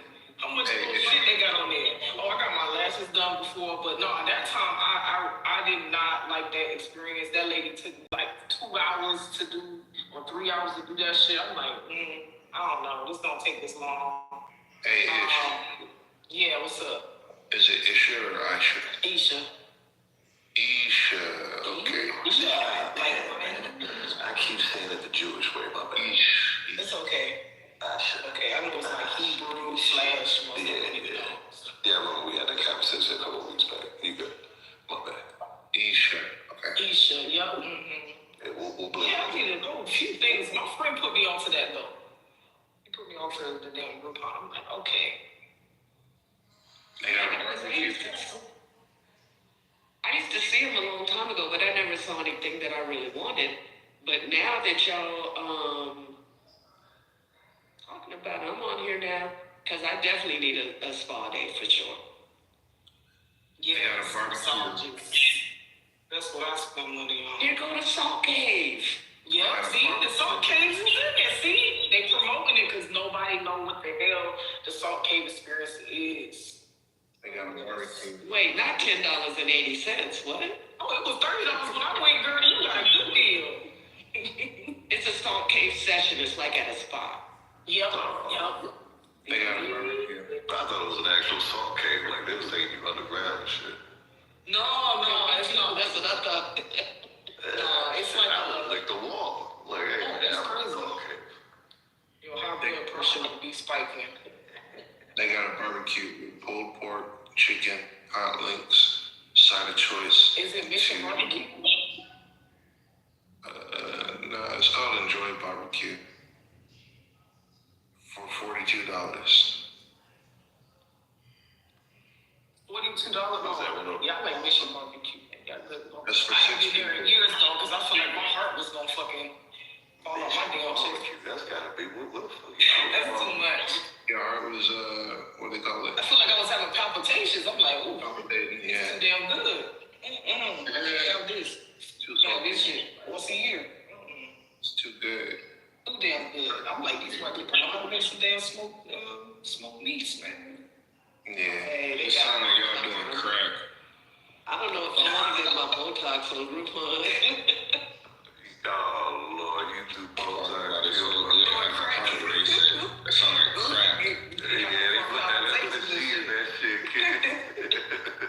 Damn. These niggas bouncing off the walls. No, for the lot, sniffing them. They must And a few of these motherfuckers that be in here get crack if You you want to know who made a song about bouncing off the walls? That same nigga who said that was bad. Oh, off the wall? Come on, Michael Jackson? Wow. Yeah, you gotta watch them bad niggas. Very true. In the middle of a talk. Very true. Oh, my God. They got an EDM party bus. Oh, that sounds cool. $30. $30. Y'all Lame birthday on that shit. Hey, I'm Because you trying to can see redeem it anytime. pancakes on this bitch. That's the thing. Like, that's some of them days you can redeem them within a certain window. Like, you don't have to do it that day. You can, buy it. And it gets expiration dates. Yeah. And then, within that window of time, and then boom, we're good to go. So $6 ice cream. Right, you can use it on food, entertainment, travel, like anything. sound like a lot of ice cream. If you have a business, you can advertise your business on Groupon and those people at this Some business just got shut down that was on Groupon that did some shady ass shit. I forget. It just was on the news too. Now I gotta figure out what it was. They did shady shit within Groupon, or they just happened to be I could get my man. It happened to be something going on, and then the Groupon ended up taking them down off of their business site because they was doing too fucking much. I gotta look this up. Party bus. Hand-feed bison on a narrated train tour with custom-built trains, $13. get that. But that's crazy. I'm going down to Colorado and get my marijuana card for $57 from 145. That's a deal. It's a premium ice cream. Oh, what's the difference? Well, we know what the difference between premium ice cream is. It looks like Italian ice cream. Yeah, look, see, Sam's Club membership, $20, 60% off. $20. They must be trying to get people. Oh, I'm definitely fixing to get that. Oh, this is Sam on my job. Even though I got $20 is, yeah, okay. $20 for some ice cream? What you talking about? I'm gonna do that right now. Chips and ice cream. The Sam's Club membership. I go for the milk. Shit, hell yeah. See, Peoria, you about to be addicted to group punch. She gonna be like, damn, It's a whole y'all heard about this? coupon book at the palm of your hand. Y'all heard about this? Yes, that's exactly what you need to be on. I'm gonna do this right now. Have y'all heard of Billy Icy? Billy Icy? Billy Icy, I love icy. Italian You ice. talking about Italian ice, bro? I love those. That should be paused. Oh, they got the break room station around in Philly. The paint room and break room. You know when they be breaking the plates and shit, they got that right now for $36. We call them water rings. What? The rage rooms. That's what they call it, rage rooms. Live. Yeah, I be talking about the South. Rage room for $40. A rage room, what's that? A rage room when they break plates and shit like that. Splash paint everywhere. Hey, so we had a rage room out here, right, in Deep Ellum. And, man, I wanted to go to this rage room for, like, years. Every time I'm down in Deep Ellum. And, well, at first, I just wasn't prepared to go. So it was just, like, the wrong day type shit. But then, other times, I'm like, hey, we out here, let's go to the rage room. That motherfucker closed. Y'all, I found out that the lady who owned it died. She was the one who started the rage rooms. That's crazy. And they still got the building just sitting there. The door still tell you everything. But I'm like, damn, why this ain't never open? That woman dead. Like, damn. Brought everybody to rage and ended up dying. I just let her go smash up the building and honestly. Yo, DNA kids at $20. Hey, so y'all let y'all soft or y'all gotta scrape that shit? It's soft. Soft? I don't know how hard or how nice. That's what I use. My heritage. I mean, cause I said soft, pause. But we're not talking about that in that context. Ain't nobody. You want us to be focused on a soft penis for what? Right. I'm only thinking about the ice cream. They say penis. Well, you kept emphasizing that you had to say pause. So trying to make sure you got my mind. Whenever I say soft, I said soft pause. Did y'all hear me? I said soft pause. When I say it don't got shit to do with y'all. What's wrong with y'all? Yes, it do. Yes, it do. We are in You forced your pause. Y'all can say yes, it do. We ignored your pause. We kept going with the conversation. You want to circle back and make sure everybody heard you pause it. So now you just no, that's because I said soft again, so I had to say pause again. Listen, man, you don't have to say pause, okay? That's your business. Me personally, I'm a grown straight man, so I gotta say pause. We heard you out there. You didn't have to double back and make sure we heard you again. No, that's because I did, because they said, why you say pause? You gotta say pause for Italian. I don't like those thoughts on me. All right, listen, I don't want anybody here from Philly. Meanwhile, no. His thought was I was saying pause for Italian. Yeah, who wants to know? I was saying pause for soft. He should be. Y'all have since I said it again, I had to say pause. Wait, what do we have? Have a great day. Jesus, again. What we got? Isha, you were Philly too, Isha? Hell no. You in Ohio, right? Yeah, I've been to Philly. I went to the Poconos too on Groupon. I got my fudge. Poconos on Groupon. That's fine. Yeah. I actually lived around the Poconos, damn. I like that. I went to that little fudge place and they had the little, and I went to the outlet mall over there on the way back. Because I had went to go to what? New York and Cole. I went to the Adidas. Yeah, that's Strasburg. Yeah. Hey, any of y'all ever been to Mass or nothing? Yeah, that's Strasburg. So, Coco, do y'all have a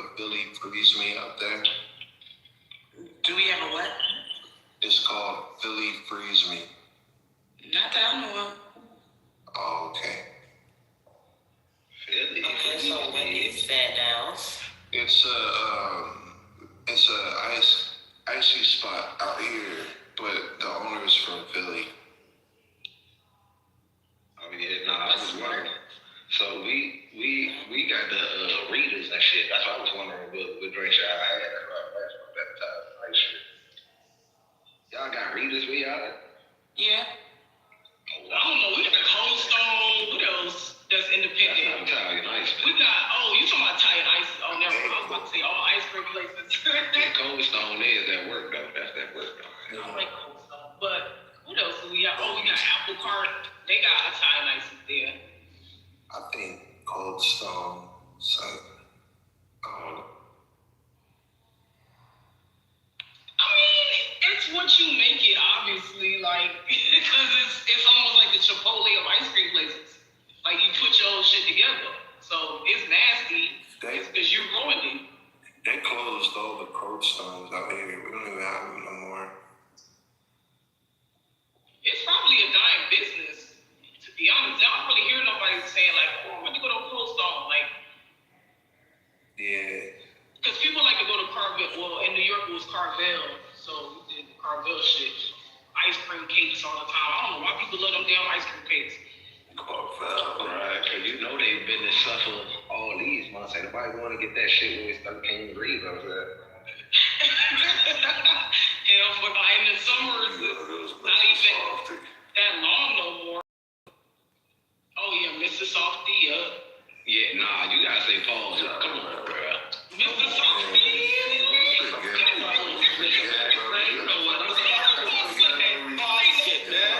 If they named it Mr. Softy, you don't need to pause.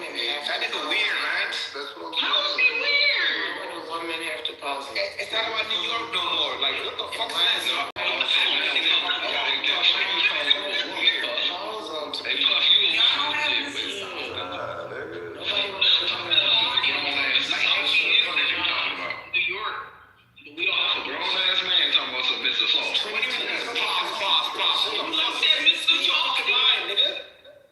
But you know who soft serve never is available? McDonald's. What happened to the McFlurries? Yo, so they changed it. So get this. The McFlurry's still out there. What they do is now they not only did they change the cup, but they changed the way they do it. The spoon is no longer that plastic reusable joint that they used to use to spin the whole shit. Now they got like some mechanism that they stick it in, and It's all convoluted. Hell no. Yeah. I've been to McDonald's in years, but I don't know. You know the fucking menu. The spoon used to make that shit sanitary. I mean, but that's your own business. So hold on, Puff. What they do now? It's a little instrument that remains on the machine because this shit ain't sanitary no more. It used to be sanitary. It used to be that they had a little plastic spoon. They would attach it. Nigga, you work there, nigga. And then you know how to run your own business. I don't even try to fries or nothing. So what the fuck they do now, Puff? He an employee. now I've been there for a long time. it's a one-time use. I said, why he an employee? And the cup is no longer. The cup is no longer. I ain't had that shit in years. The cup is like. But I always go off of what people say, like the shit ain't even in there. I know a lot of Y'all gonna like shit right now, man. What's going on? We ain't been able to talk like this. We did, but it was a subject. They had a range for, so I ain't gonna lie. And then DJ said we don't read, right? We don't got that new McFlurry shit. They excited. Yo, know how to run your own business. That's business. Yo, that's money.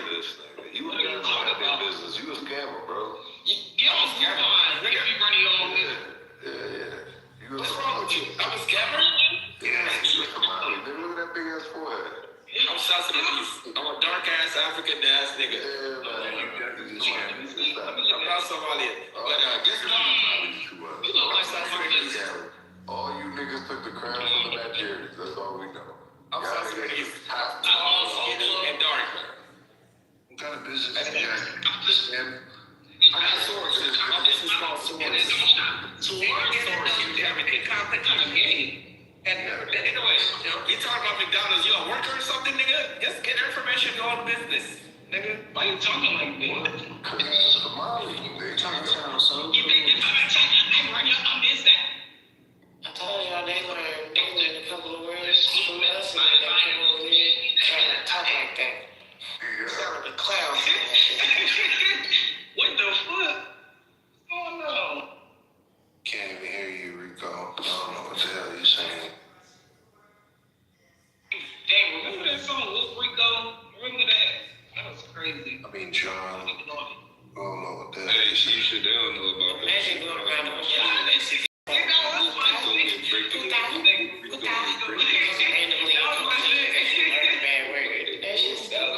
We had a whole routine of that shit. Yeah! Rico. That's why it's stupid to keep calling yourself a nigga, because then you still get mad at it. Shit's stupid.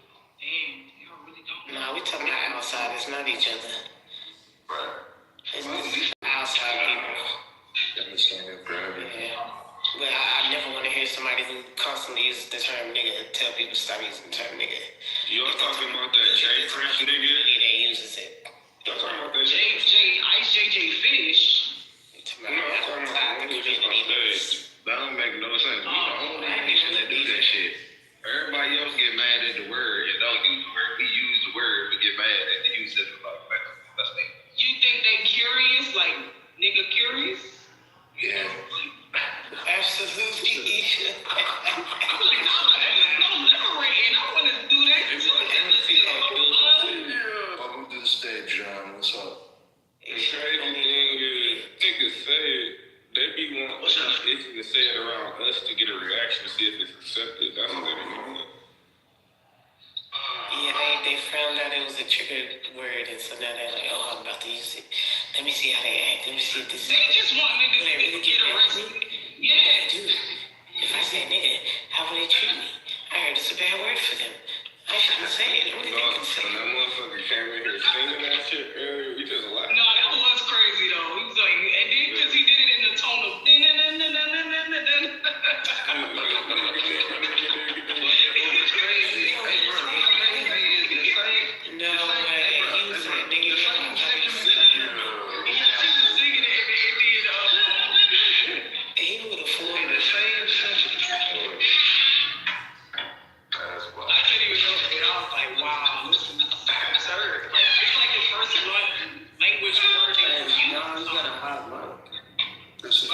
It's the first thing you learn. Yeah, it's like, oh, you know what? First word It's the first thing you learn. Yeah. Hey, bro, it's the same outrage, bro. It comes from, motherfuckers actually give people outside the nation the pass to say that there's certain ones, though, he earned it. We earned the world. We earned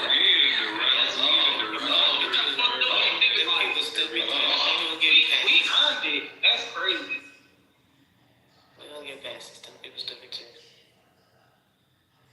We earned getting our ass beat. If somebody make a book for all the bad words you can call other nationalities, that way when they come here and trip, we just say them words. Thanks, DJ. I was just thinking that. Just imagine them going in their spaces, learning the bad word for them, then going in their spaces, just saying it over and over again. Like, at some point, you just gotta call out what the fuck is going on. The shit weird. You ain't got nothing. We should. We say these are in our own community. Going to aliens. Hold up, real quick. DJ just made the last point I was gonna make, that we call them niggas. White people, foreign people. Like, bro, all that shit is just made the last money I was gonna make. It's idiocy, bro. I mean, can we make sense of this shit? When you think about it, there's niggas in all races. You got white niggas, you got Asian niggas, black niggas, Hispanic. When you think about it, you using it as a form of like ignorant individual. Yeah, I get that. I do the same thing. I call all the motherfuckers niggas. Yeah, you got niggas in all races. He's using it to describe someone. See, that's not what we do. But y'all use that. I don't want to hear that because y'all use that term of endearment towards that. So it's not a description. So when you do use it as a description, we understand your mindset when you use it. My point is, in this situation, when you do decide to use it as a description, we understand your mindset. That's where the difference comes in. unless we are attempting to talk shit at each other. Yeah, niggas not walking around here like Denzel talking about my nigga.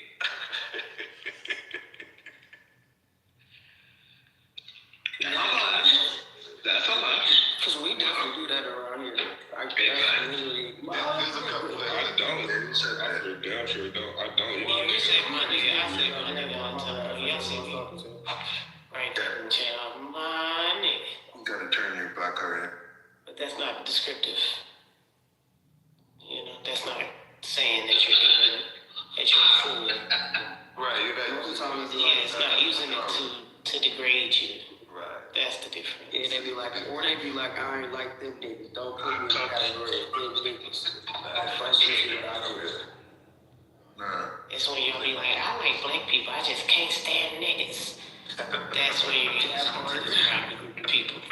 You know? Yeah, y'all making perfect sense. This makes perfect sense. Everything happens right now. It's a difference. They always say like around here, it's a difference between black people and niggas. Because the niggas be the ones that's ruining shit for everybody type shit. Niggas are the ones that be getting left over died. The niggas the ones that be embarrassing you to be black for a short period of time. I went to a parking lot and it was crazy. Like, I'm trying to park in a parking lot and this other woman, she's trying to park in the same parking lot. So I stop, and so I let her have the parking lot, but I start to move into another parking lot, but she does the same, and she flips the fuck out, and it's weird because, you know, it's a sister, whatever, and then we're in Vegas, so there's like hella white people in the parking lot. And they just all stand and stare like it was crazy. I was like, what the? I couldn't even make out what she was saying. It was like, what the fuck? I guess she was late for work or some shit. I don't know. That shit was wild.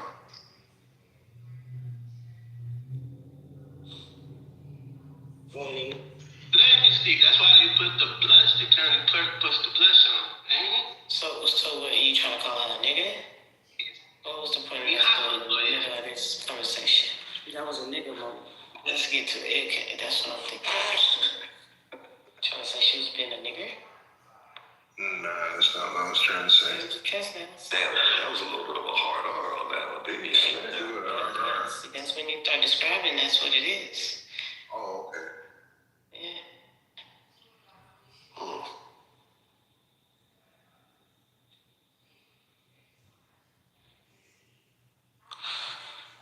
And this right? You gotta be like this. I'm gonna call. I remember that, but I had RPG. Hell no. What the fuck? Yeah, this is not Mikey. Got some mental issues. We've been dealing with him all night. Drugs and something going on.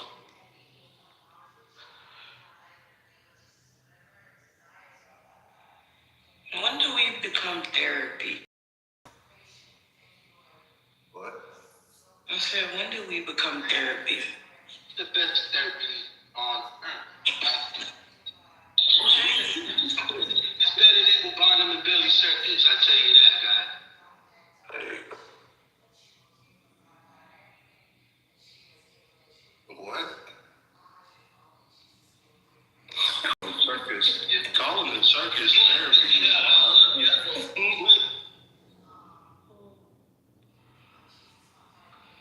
Okay. And these days my voice is fake. This is crazy. Coco. Said when do we become therapy? Yeah. It's a lot of problems lately. Always therapy in here. Yeah. Everything is we have become the mental trauma. That's a fact. There has been a lot of therapy sessions in here. Let's start with RJ. They made a really good point once. They said, if you're in a waiting room, what are you typically in a waiting room for? A hospital. What are y'all waiting for? What are y'all sitting in this limbo for? Therapy. And yeah, when we start thinking about the different characters and shit we get through, it's like, yeah, this is some sort of a institution. I can't remember what it was. It was a topic a couple days ago. I was like, yo, it wasn't RJ. I take that back. It was something else. Shit, I can't remember. My boy RJ that put the high LED lights around his neck to sacrifices. No, we don't feel. No, not the not your lights around. Sorry. Yikes. No. What the fuck? Wow. Oh my god. Only on Clubhouse. Come on, you know I'm right now. Only on Clubhouse. The laugh that came with it at the end. Right. He thought he made a good joke. And yeah, he thought he really landed it. Yeah. No, I mean, Clubhouse just a reflection on what's really out there, right? Like, Right now, like, it's people that really think like this. These motherfuckers are not acting. yeah. We thinking people think like us, but yeah, just a lot of loose cannons out there. yeah, this is not fake life. This is real life on a social scale, in my opinion. Like, motherfuckers tell themselves it's fake. That way they can absolve themselves of accountability and responsibility. But the reality is, this is real. Yeah, We are real. Yeah, you go to the DMV and just sit. We're like, all right, this is a freaking waiting room. I mean, clubhouse space. Like all those people in there, they just don't say it, but it's the same thing. They probably have the same. Like if everybody start talking about a topic, they probably have the same thing. I'm trying to figure out what a pre-market volume went. God damn. This reminds me of like back in the day. I was watching like this one show in the back of the day where they used to go to the temples and debate issues all the time. You know what I mean? They would like. This would remind me of like a fucking debate hall or a freaking temple where everybody's, you know. No, it's like a kickback, like a house party. Type shit. Like hella different characters gonna come through, personalities and all that shit. You be sitting around at certain points, you be engaged in conversation, floating around, that type of shit. That's what kind of reminds me about. Yeah.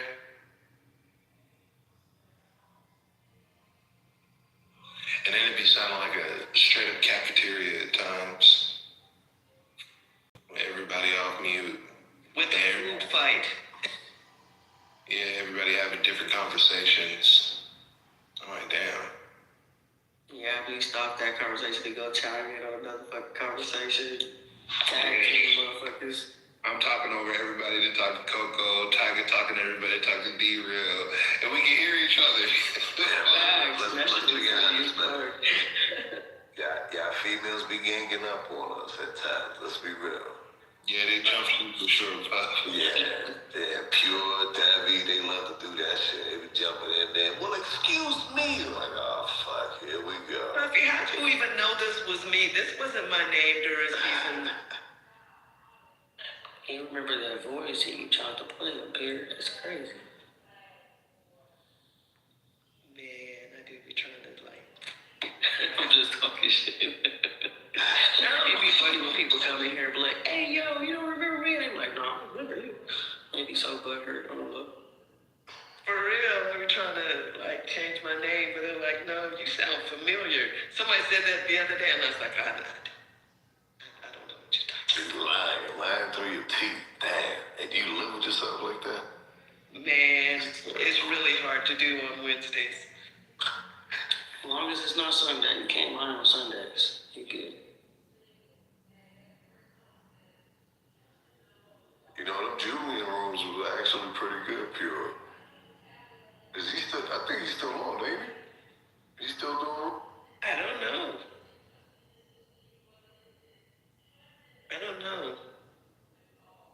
There's a lot of people that I don't see on here anymore. Who we used to see back in the day.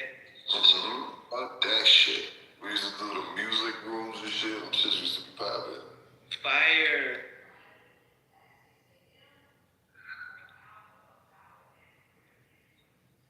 They said, fuck that shit. You always know if somebody is like a season 1 and 2 if they know what the moan room was. Yeah.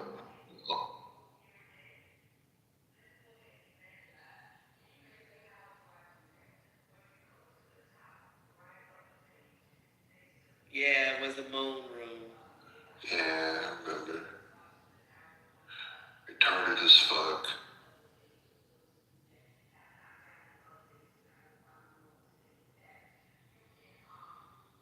It's crazy because this app used to have some crazy rooms early on. I remember when Elon came onto it, and what was it? I think Tyrese was on here, Ludacris was on here at one point, and I know this cat from Chicago, Lupe used to hold these rooms on anime and shit. Do you see Elon as a racist? I'm gonna go mute. No, I'm just. Yeah, he a racist. I mean, there used to be some real good rooms on here till the niggas started niggering. And then it was like, yeah, no, we're not doing this. Yo, Kill, you know what it felt like? It felt like, you know what I mean? You know when Morgan Freeman starts to walk out at the beginning of starts to walk out the school, and shit just starts to fade into trash, going down the drain. That's what it felt like. Because you started to look at, like season 3, 4, you started to look at the hallway, and it was like, yo. Why y'all believing black folks? It's just nothing but nigga dumbness out here. What is happening? What the fucking good? Why y'all calling it nigga dumb? Oh, listen, it's a whole lot of it. That's an attitude. It's an attitude, not a color. What? That's the way of life for them motherfuckers. Fuck that. Facts.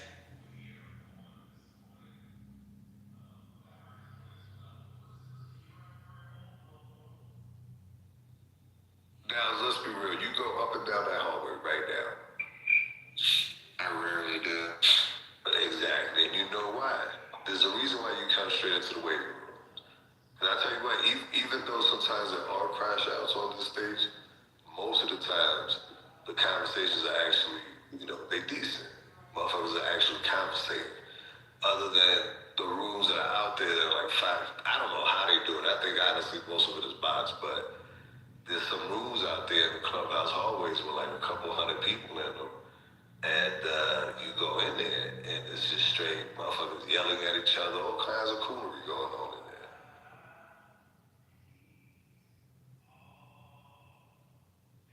Motherfuckers doxing each other and shit. Yeah, that shit's crazy.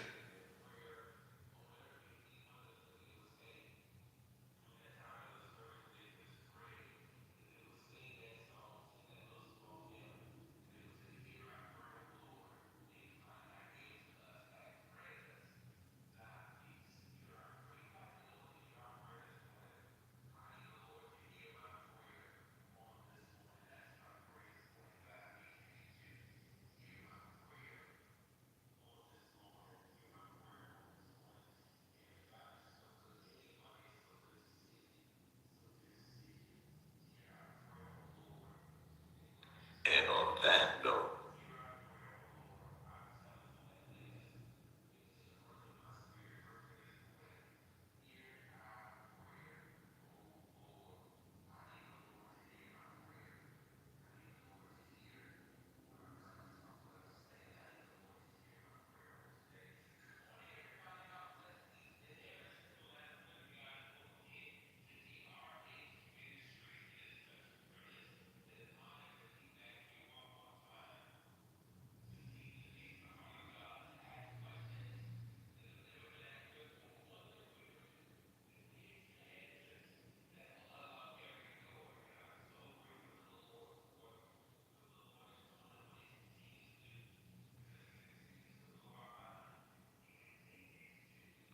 Man. Doctor, you getting hit with those two? What happened, Pure? I'm just sitting up here. No, you know what? I'm not even going to speak it because then God will be like, oh, you want to know the answer to that? Granted. So yeah, I'm not even going to. Don't do that. You see, yo, y'all females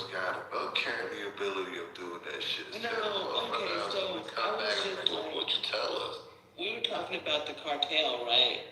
And it's like, it must be crazy being a member of the cartel. That's all I was thinking about. Oh, you taking it back to earlier when motherfuckers was talking about drum baths and shit, acid bath. Oh, I wasn't even in here for that. Yeah, pig pens and shit. Oh yeah, I'm good. Pure quick question. Do you have folks in your back channels trying to tell you that they're gonna hit you up with the cash app? Yeah, Cash App, Illuminati membership. I've got those, yeah. You got the Illuminati membership? Yeah, I got the Illuminati members. I had one tell me that she wanted to hold on.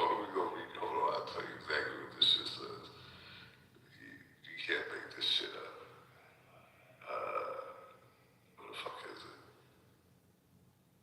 One wants to tell me it's a sugar baby. I think that's what she said. Oh, we could be sugar baby twins. Yeah, okay, here we go. Babe, can you be my sugar baby? I'm ready to help you, and you're gonna get paid weekly. I'ma send you some money for the new month's shopping spree, and I'm not interested in any news. Just chat with me every day and make me happy. I'm bored or lonely.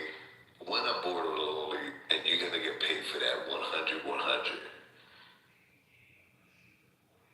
And make sure you wear some black leggings.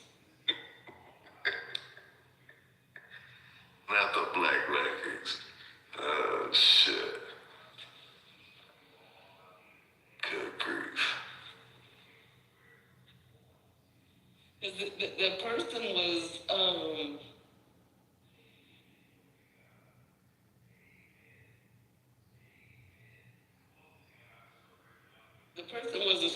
a switch hitter, right? Yeah, I think that's what it was. Yeah. Yeah. They jumped in there, and Nathan tried to say that what I was saying to you, I was instead saying to the switch hitter. Right. And I was like, come on, stop that shit. And then Shy was like, Pio, don't defend Puff. Don't be trying to defend Puff. It was a setup. It's so funny. Anything. For real. They will fucking pull up that big old cheese buzz and drop it over your ass and then back up on your ass a couple of times.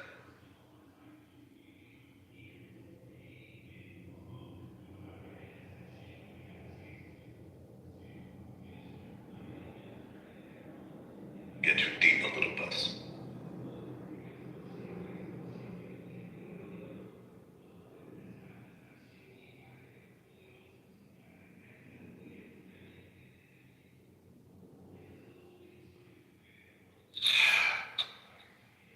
Yeah.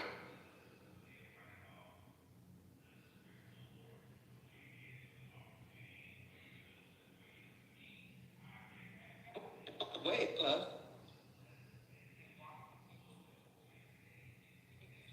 Say what? Why are you awake? I'm watching the pre-markets. Oh, okay, got you. Yeah, I was looking at how the Asian markets closed, and now I'm watching the European, and I'm watching the European market close, and I'm paying attention to our pre-markets. You gotta be up early for that kind of shit. Yeah, my neighbor does. I can't remember. He does the market for some company. I can't remember exactly what company it is. But while I got you, hold on. Let me play something for you, and you tell me what you think. Let me see here. Let me find it.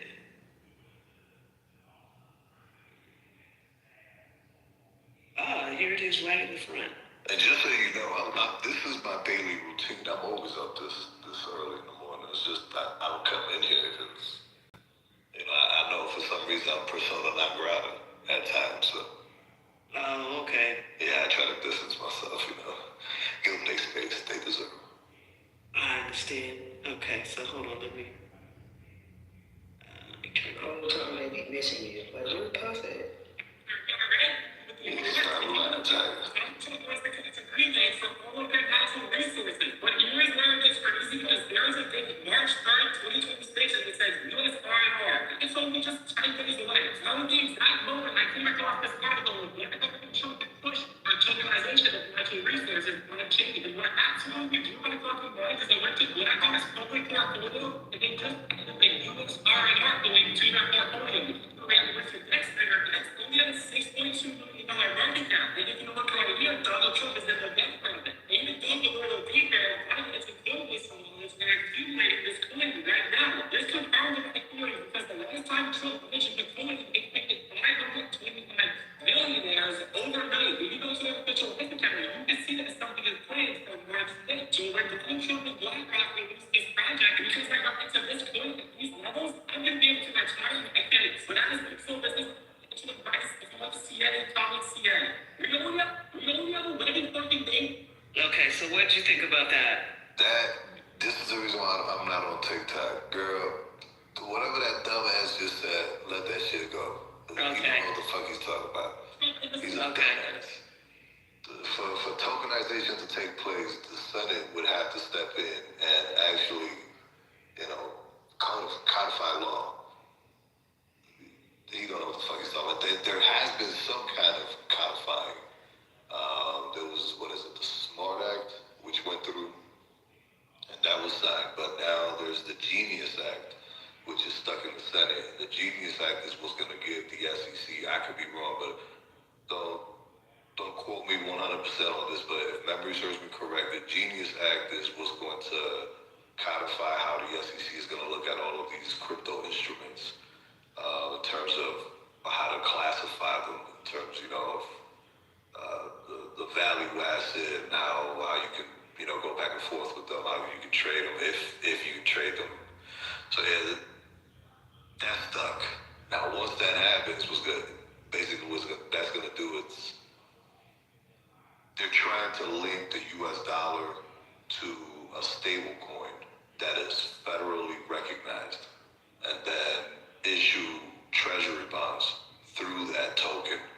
So they're basically just trying to move treasury bonds into the 21st century by tokenizing them. And instead of getting a paper slip saying that you own, a federal note, now you'll just have a stable coin token sitting in an account somewhere in the ether saying that you own a treasury note. But the Genius Act still has to get through Congress. So once that happens, then the opportunity for what he's talking about maybe can be explored. But outside of that, he's just talking shit on TikTok. Okay.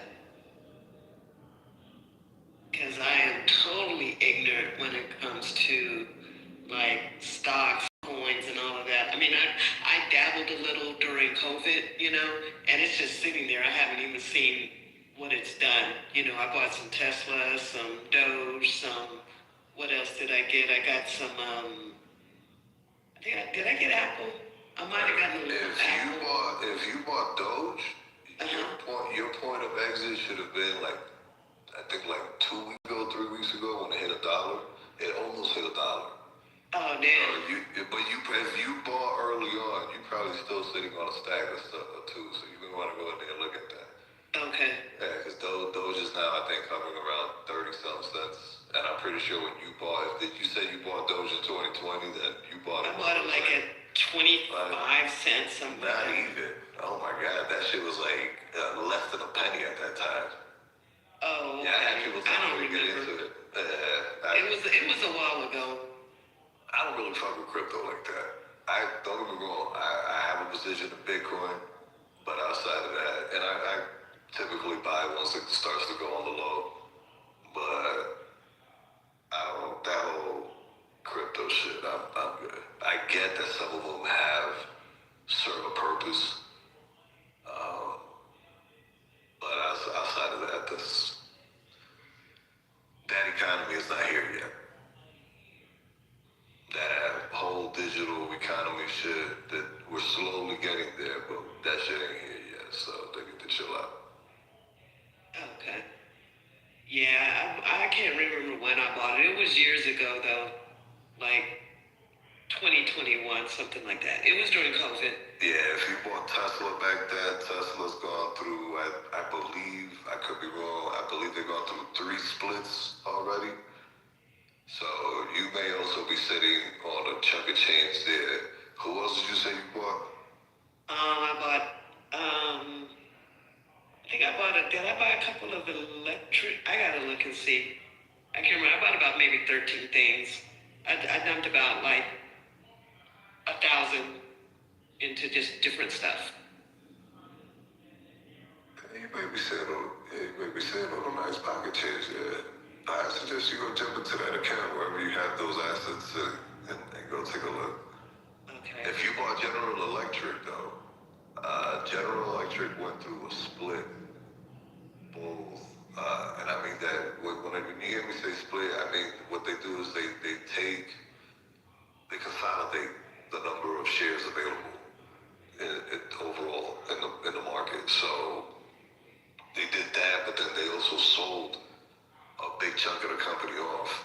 So there was also a split internally within the company, and you may want to go look if the portions of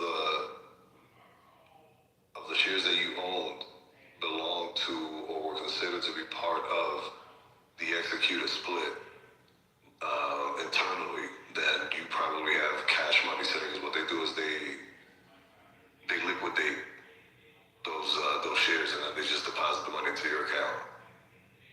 Okay, So yeah, I didn't. Of course, I didn't do any GE. I do remember I did some AMC.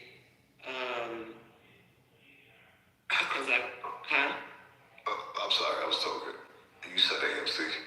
Yeah, because I figured once COVID was over, that maybe it would go, it would go back up. But I gotta look and see.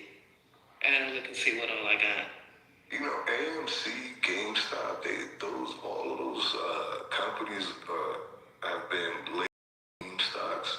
But the thing is, AMC as a movie theater company, common sense would dictate that companies are still gonna, movie companies are still gonna put movies in the movie theaters.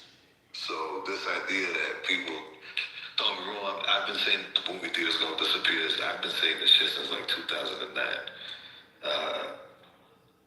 But the writing is the wall. Why the fuck go to a movie theater and watch a movie in like half the definition that you can watch it at home? You gotta share this fucking big ass room with other people who may be obnoxious or not. When you can watch it in the sanctity of your own home, in the privacy of your own place. But that's neither here nor there. The whole thing is, those are still solid companies. They still have balance sheets. They still have cash flow. And for some reason, AMC, GameStop, what's the other one? There's a couple other ones. I think even Best Buy at one point, they tried to slap that sticker on them, like, oh, it's a meme stock. But these are companies that they operate in the green. So I don't know. That you may want to look into, because I know AMC had a couple of spikes, a lot of hard spikes. So. What does that mean? And it's like once it does that, I don't even know what to do. Like, Pierre, I feel the same way. I've been so lost. Right? When you see spikes, I mean, it's not like you're an actual, trader. You're just putting money into the stock market and seeing where it goes, which is what most quote-unquote retail investors do. They just put money in there, they park it. They don't even know if there's an exit strategy, or they go into it not having an exit strategy, or whatever the case may be, or just a plan in general. So if you just put the money in, they just go back, and look into those accounts. If you feel like, oh shit, I got some money sitting here, cash that shit the fuck out. Okay. Yeah, I gotta have somebody manage it, because I know that when I was working at a particular place, And I think I was putting in 25 or 50 a month. I might have been putting like 25 a check or something like that. And when I tell you whoever was managing it made it grow into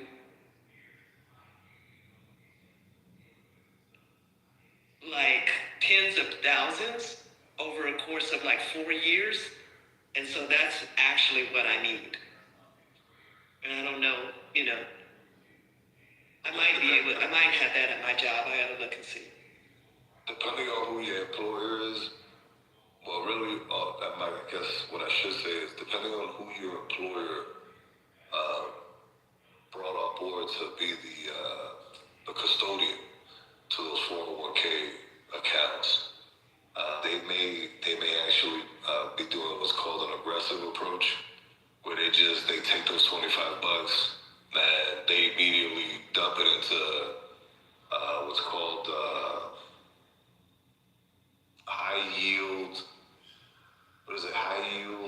positions, where those stocks tend to grow at a quicker pace than the S&P.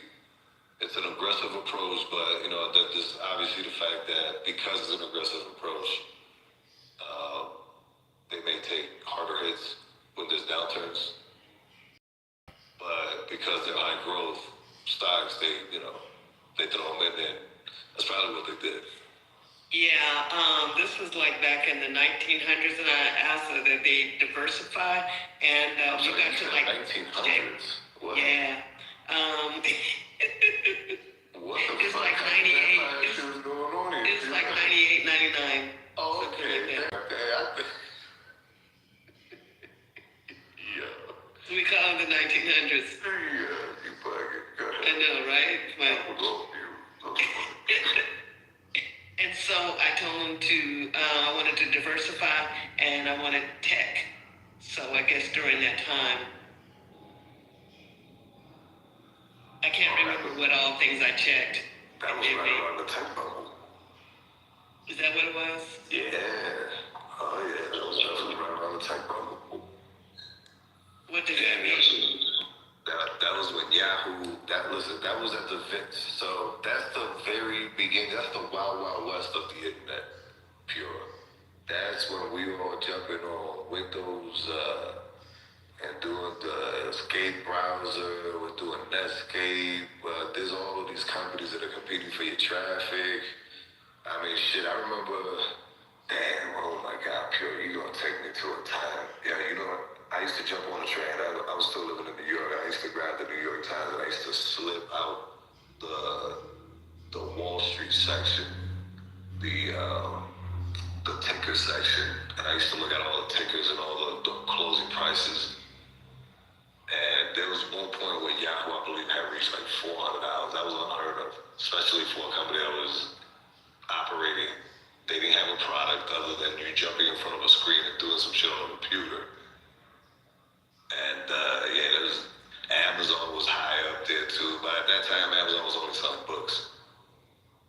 Let's see, there was Yahoo, Netscape, AOL. Yeah, that's the whole .com era.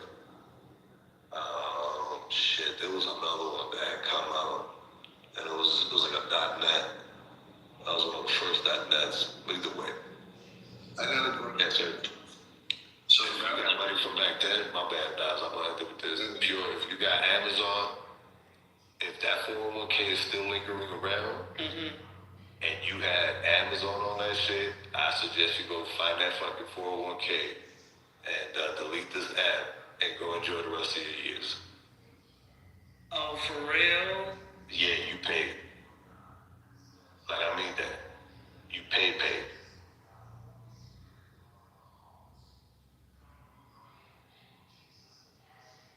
I'm gonna check it out. I'm gonna look and see what's what.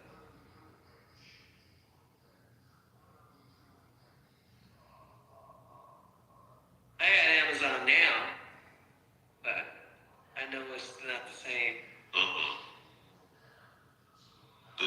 This is the descent on the bell curve. The highest high has already been reached.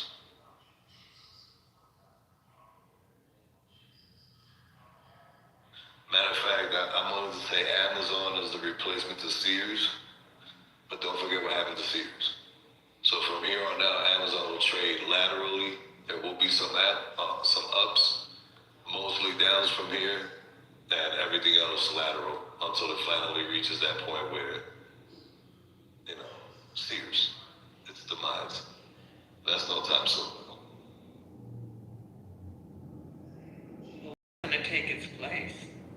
Well, you just gotta wait and see. I mean, think about it. You and I remember the days of JCPenney, Sears, you know what I mean? Who the fuck ever thought back in like 88, 89 that JCPenney's and fucking Sears was gonna disappear off the face of the earth? Let's be real. Yeah. Come on. This shit, these motherfuckers, Sears had already been around for how many years? Sending motherfuckers catalogs to their houses and shit. And Sears is gone. So Walmart will disappear one day too. Hey, Puff, that's funny that you say that because in my town, my city, they got one of our malls. It got the old Sears and JCPenney still on the building, but they didn't get rid of that part. It just blocked off. Like the Sears got like the little automotive section, this shit. Like through the tires and shit. Yeah.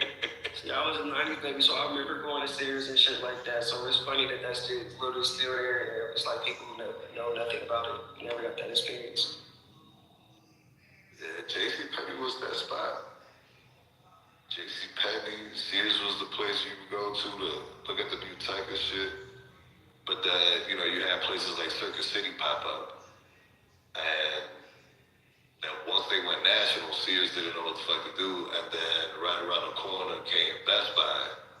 And it was like, oh shit, there's competition. And it all went downhill from there.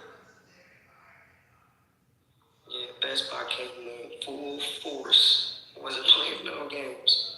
For real. Yeah, I think Walmart gonna be like, they're gonna be like malls in the future. Like, you kind of seeing it now. They'll have like a celebrity section or something. You know what I mean? And if it's not Walmart itself, it'll be replaced by something with that type of concept, like a mall where you can go get everything. You know what I mean? But within the capacity of like a Walmart space.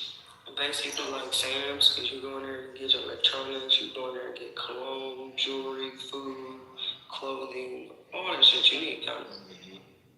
Exactly. Well, I'll tell you what, y'all better get ready for the next stage, which is actually, now believe it or not, is the opposite of where you think shit is going. So what they're trying to push is these 20-minute cities where, yeah, you got shops and shit, but it's not some, like, mega box that you walk into and everything is in there. What they're trying to do now is they're trying to push everything towards the whole delivery, the final mile. So anything you want, just order it.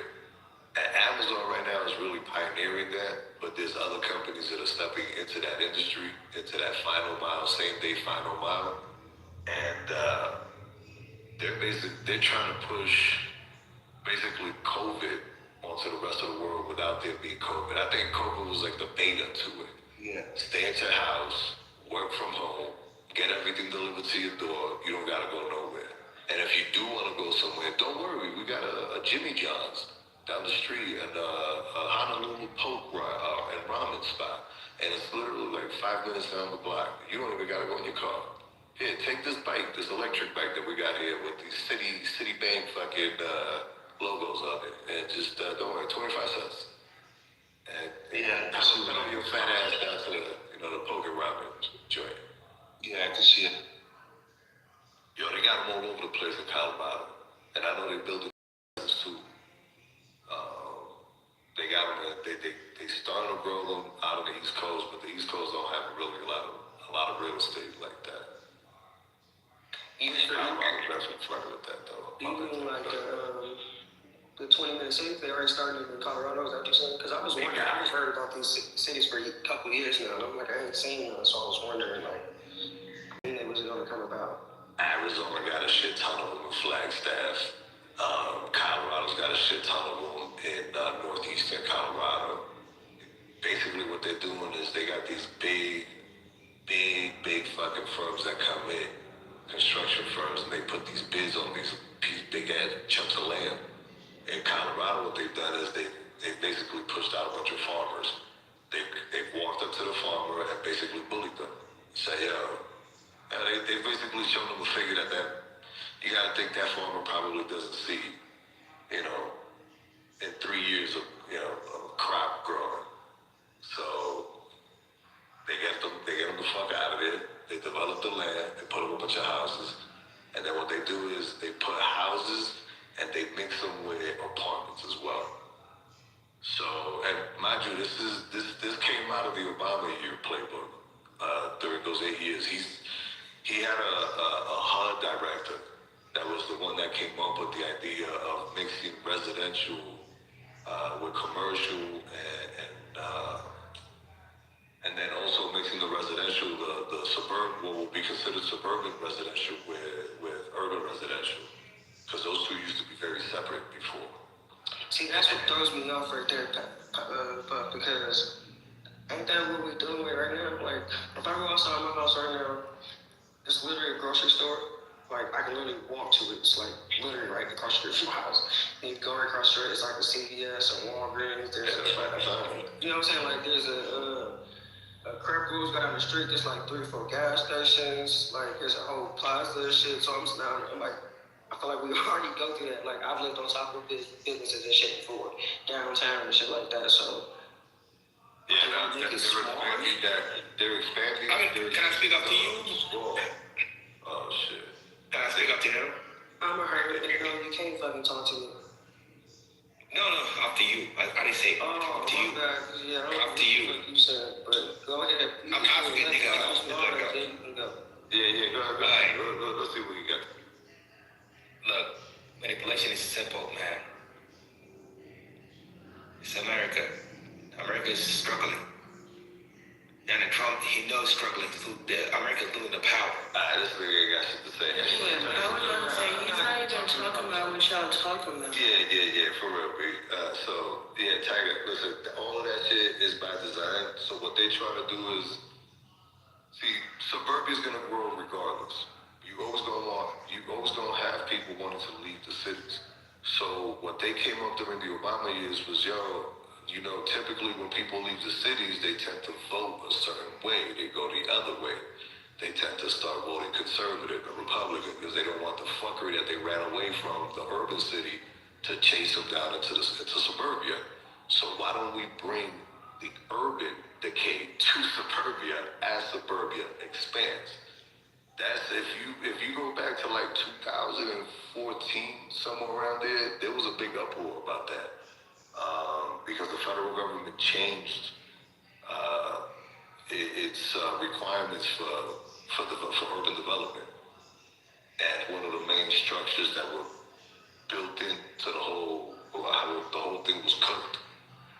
So now you have, especially like for example in northeastern Colorado, you have areas where you'll see a bunch of houses, but out of the woodwork, you start seeing these duplexes and these three-floor high apartment buildings with like 6 to 8 units in them, stuck right in the fucking cut of all these other houses. And then in green houses, you also have duplexes, so they're forcing or renting people or renting to folks in the suburbia, rather than going after the whole pie of just making sure that people come home. They're basically, like I said, taking the urban sprawl and sticking it in suburbia just so they can keep a stronghold on the voting block. That's pretty much why the 20-minute city was created. That was the whole purpose of it. My advice, go to Ghana. Go to Africa. Invest your money in real banks. You're going to steal your money back. And then who that? I get all of that, but this is what I'm arguing.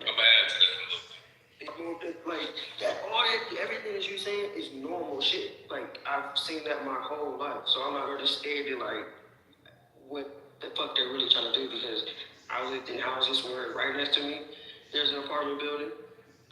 I live across the street. There's an apartment building. I lived in those apartment buildings where there's been just 6 units. I like that shit because it's actually better than having a fucking apartment with 20 plus people in this bitch type shit. So I get it, but I'm just like, I don't get it at the same time because it's like we've already dealt with it. Of course, because you fucking invest in a fucking.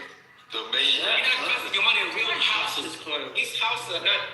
Man, y'all dumb. Y'all dumb? I don't know. Yeah, we is. Go ahead, Puff. The main thing is that suburban was mainly, it was dominated by single family homes. Oh, okay. You know what I'm saying? I get you. So when you would drive out to the burbs, you wouldn't see apartment buildings anymore. You'd probably, see maybe like one apartment building tucked away somewhere off of a long drive, but it was mostly just houses, single family homes. Now you go into these new developments and they all got apartment buildings in them. And that's on purpose, by design. That's the point I was making. Oh, okay, I get what you're saying now. Okay, see, I'm in Illinois, like that's all we see.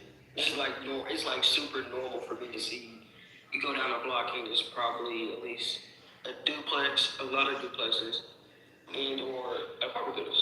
New York used to have all the brownstones. Yeah, I was gonna say shit. Yeah, we still got them scattered site houses. It's brick houses. been apartment buildings in the suburbs forever.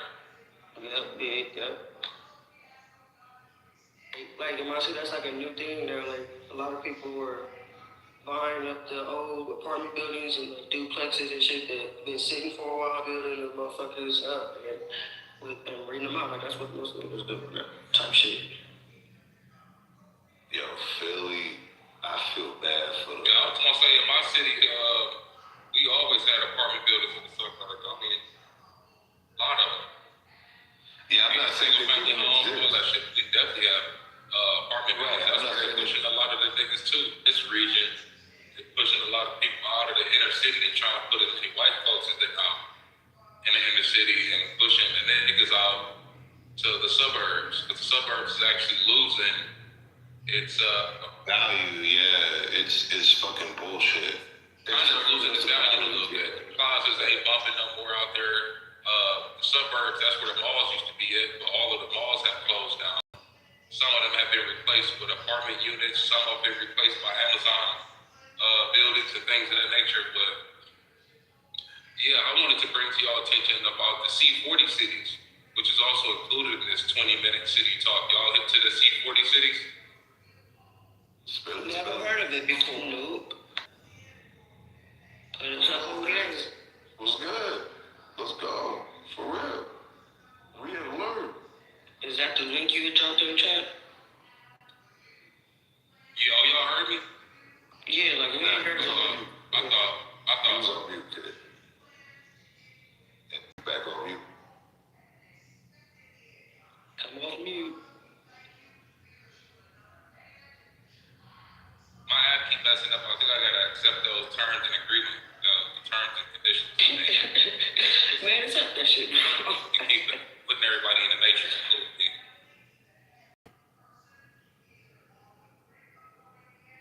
What's the C40 city? I think he left and go try to come back. You said I feel like we heard anything about the C40 cities. I ain't never heard about the C40 cities.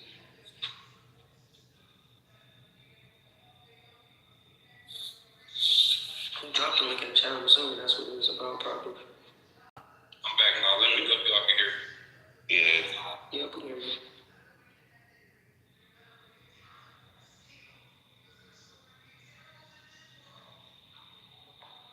We heard you even if you got a red bar. That's again.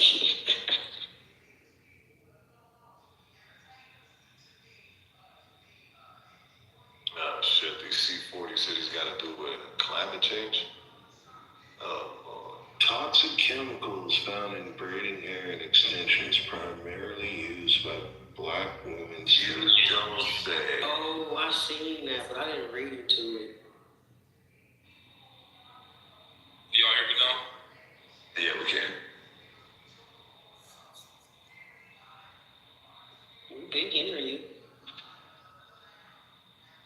I know, but I can tell something ain't right because it's like a delay.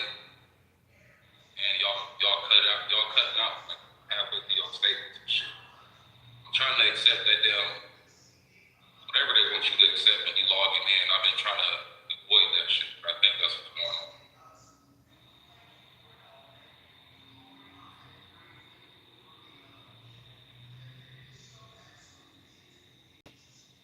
Yeah, but I seen that now. They were saying that the braiding hair and the weave hair that the black woman was using was connected to that shit. And I was like, damn, I don't even want to know about it. But then again, I'm one of them people where I got locks. Man. Stop putting those people hair on your head that way.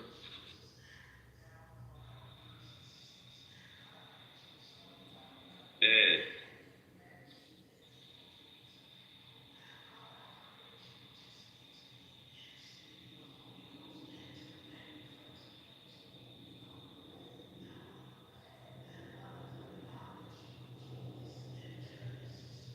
Hey, when y'all listen to the State of the Union, I missed half of it. Did Trump, does he say anything about the Mexico shit? Did he brag about that? Take credit for anything? You said about what? When Trump did his State of the Union, I missed it. Did he say anything about what was going on in Mexico? Did he take credit? That I don't believe he addressed, but I could be wrong.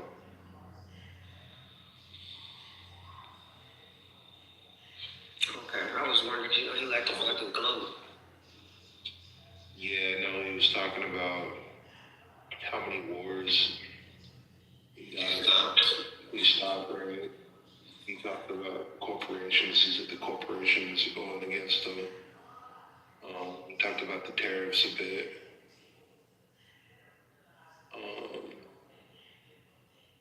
That's all I remember.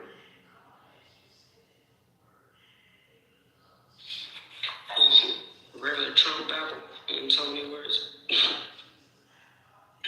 Yeah, he said that,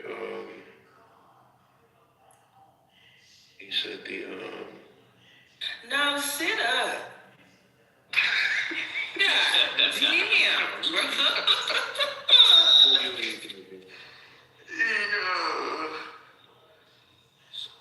Yo, what's the name? Is it Toby? Yo, he's the sloth that works at the DMV.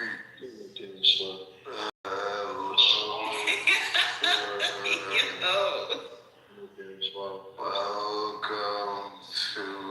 I just take my time. Y'all be slave to the fucking app. I just take my time chilling. Like, shit. Didn't do too much. I got one to smoke with you smoking, bro. This shit sounds healthy. It's not like it's smoking. You sound chill. Yeah, I'm chill. I'm always chill. But nah, yeah, what was I saying? Fucking, yeah, you fucking, did that thing. Now, I can't know. Hell no, bro. No, you've been talking for 5 minutes and you ain't said nothing. You waiting to see. That shit crazy. Yeah, y'all gonna get this shit. Hey, next, you back in, bro? Yeah, I'm back. Okay, there you go. So what's up with the 40s? Whatever. The C40 cities, yeah. C40. They don't know how to use Google Next. It's okay. Nah, we looked it up. He was in the process of telling us. Yeah, sure he did. Yeah. We know how to use it, but he was in the process of telling us, so we'd rather hear it from the horse's mouth. Yeah. Come on now, what's going on here, dog? Yeah, so basically from what I was reading, the C40 cities are these, let me read it directly. It's about cities that have major populations across the world. It says C40 Cities Climate Leadership Group is a group of 96 cities that represent 1/12 of the world's population and 1/4 of the global economy. Created and led by cities, C40 is focused on fighting the climate crisis, driving urban action that reduces greenhouse gas emissions, climate risk, while increasing health, well-being, and economic opportunities for urban residents. This is basically an agenda Back in the day, it was called Agenda 2020. This is basically this redressed up. Then it's something about what you guys were saying too. But the interesting part about C40 and its cities, first of all, you gotta look at the membership. If you click on that link and go down, it'll tell you exactly what it is to be a member and what's required for you to be a member and who currently are the member cities and other cities that are following up. And this spans across every continent, every nation, damn near. Something else I wanted to point out, this is the most important thing, honestly. I'm just gonna cut straight to the shit. When you go to affiliations, first thing it says is C40 is a member of the People's Vaccine Alliance. C40 is a member of the People's Vaccine Alliance. And it says an additional partners include, and you see the first name up there, the Clinton Foundation. But if you look at that little number, next to Alliance and click on that, you'll see that what I'm getting at here is the People's Vaccine Alliance apparently was an organization before C40 was, and C40 is actually under the People's Vaccine Alliance, so they're the ones that's really spearheading this. That what caught my attention out of all of this when I first came across this information. I came across it here about 2 years ago. But if you click on that number, whatever, it'll take you to the People's Medicines Alliance. And I just thought that this was quite interesting because they're talking about making cities healthier and more efficient and effective, but then somehow an organization dealing with vaccines is behind all of this. Y'all don't find that suspicious? Not at all. Okay. All right. So when you said the Clinton Foundation, you talking about Hillary? Hillary and Bill. Oh, That's the only Clinton Foundation. I can make sure maybe what nobody else. Hey, and look though, and when you also go to where's that? Because that's not the only group. That was the first one I saw when I first came across it. But when you go down to affiliations, you got the Institution for Transportation and Department Policy, International Council for Local Environmental Initiatives, International Council on Clean Transportation, United Cities and Local Governments, the World Bank, World Resources Institute, and then when you scroll down under there, it tells you where the funding comes from. The Root Group, AXA, Department for Business. Oh, go ahead. No, you good. I was gonna say, you got the British Department for Business. You also have Climate and Clean Air Coalition. You got Citigroup, which is a bank. The European Climate Foundation, George Washington University, Google, Johnson & Johnson, Michelin, the McConnell Foundation. You know who the McConnells are, right? And you know Johnson & Johnson is really left The Rockefeller Brothers Fund, fucking TED Foundation. Hey, if y'all don't get what's yo, that's wild. They told us we gonna own nothing and we gonna be happy. They gonna control everything, and we gonna be subservient to subscriptions and our 20-minute cities with our boba drinks. I'm sorry because I can't find the original link in my what's the name, but it was connected to the 10-minute cities that y'all was talking about, right? The 15-minute cities. 20-minute cities. Because they were talking about cities that are already constructed are going to be converted into 20-minute cities too. But how they're going to do it is they're going to divide that city into zones, right? And I can't find that link though to really back up that claim, so I don't really want to get into it that much. But that was some information that was given to me in here a year or two ago, and I can't find that tab anymore. The C40 one is the only one I have still in my web. But that's just to add to that 20-minute city conversation. Cities that are currently standing will also be a part of the operation. They're just going to divide the city maybe into 4 to 6 parts, and it's probably noticeable. You've been looking at the construction that's being done in your city. I know in my city they've created roadways to make it more efficient to get around certain areas. They put grocery stores in the craziest areas, apartment buildings everywhere. Apartment buildings are everywhere. I read about that years ago when I first found out about Agenda 2020, and I read it right out of the book that was provided by the UN. And they were talking about how you would see a shift from single homes being built to multifamily units. And I read that information in like 2012, 2013. I remember telling my homeboys, like, hey, bro, in the future, it's going to be apartment buildings everywhere. They don't want people to own houses.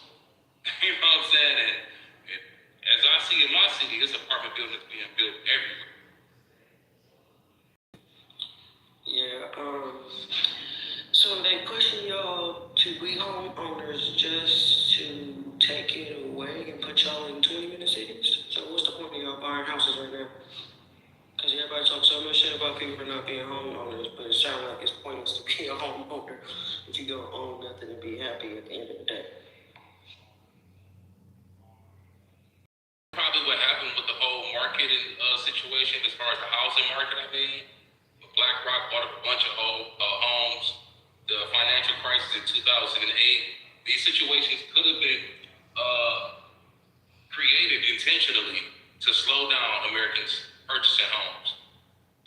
And then here recently, you got the whole thing with the tariff situation, which has Americans spending more money than usual. So it's like, as long as they keep a situation going to where you spending more money than you expected because of some shit you don't have control over, they can kind of either stall you out or completely stop you from getting to the next level that you're trying to get to. Unless you beat them, you know? So if we do find a way to buy homes and things of that nature, that'll just stalls their plans out even more. But if we don't get to that point, quick, fast, in a hurry, before you know it, it'll be 20-minute cities everywhere.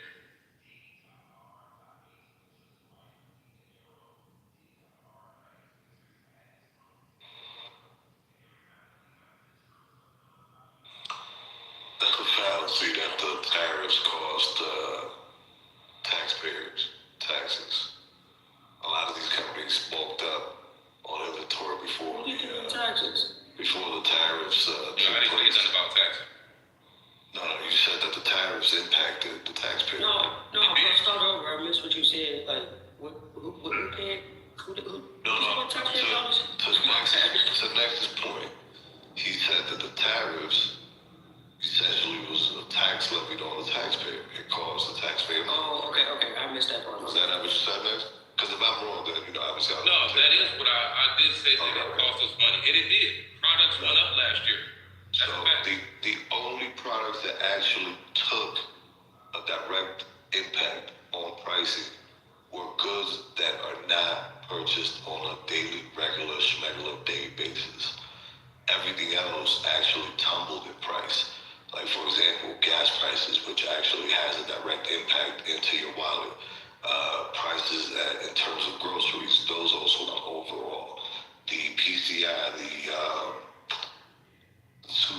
the P stands for Sound Consumer Index, PCI, dropped.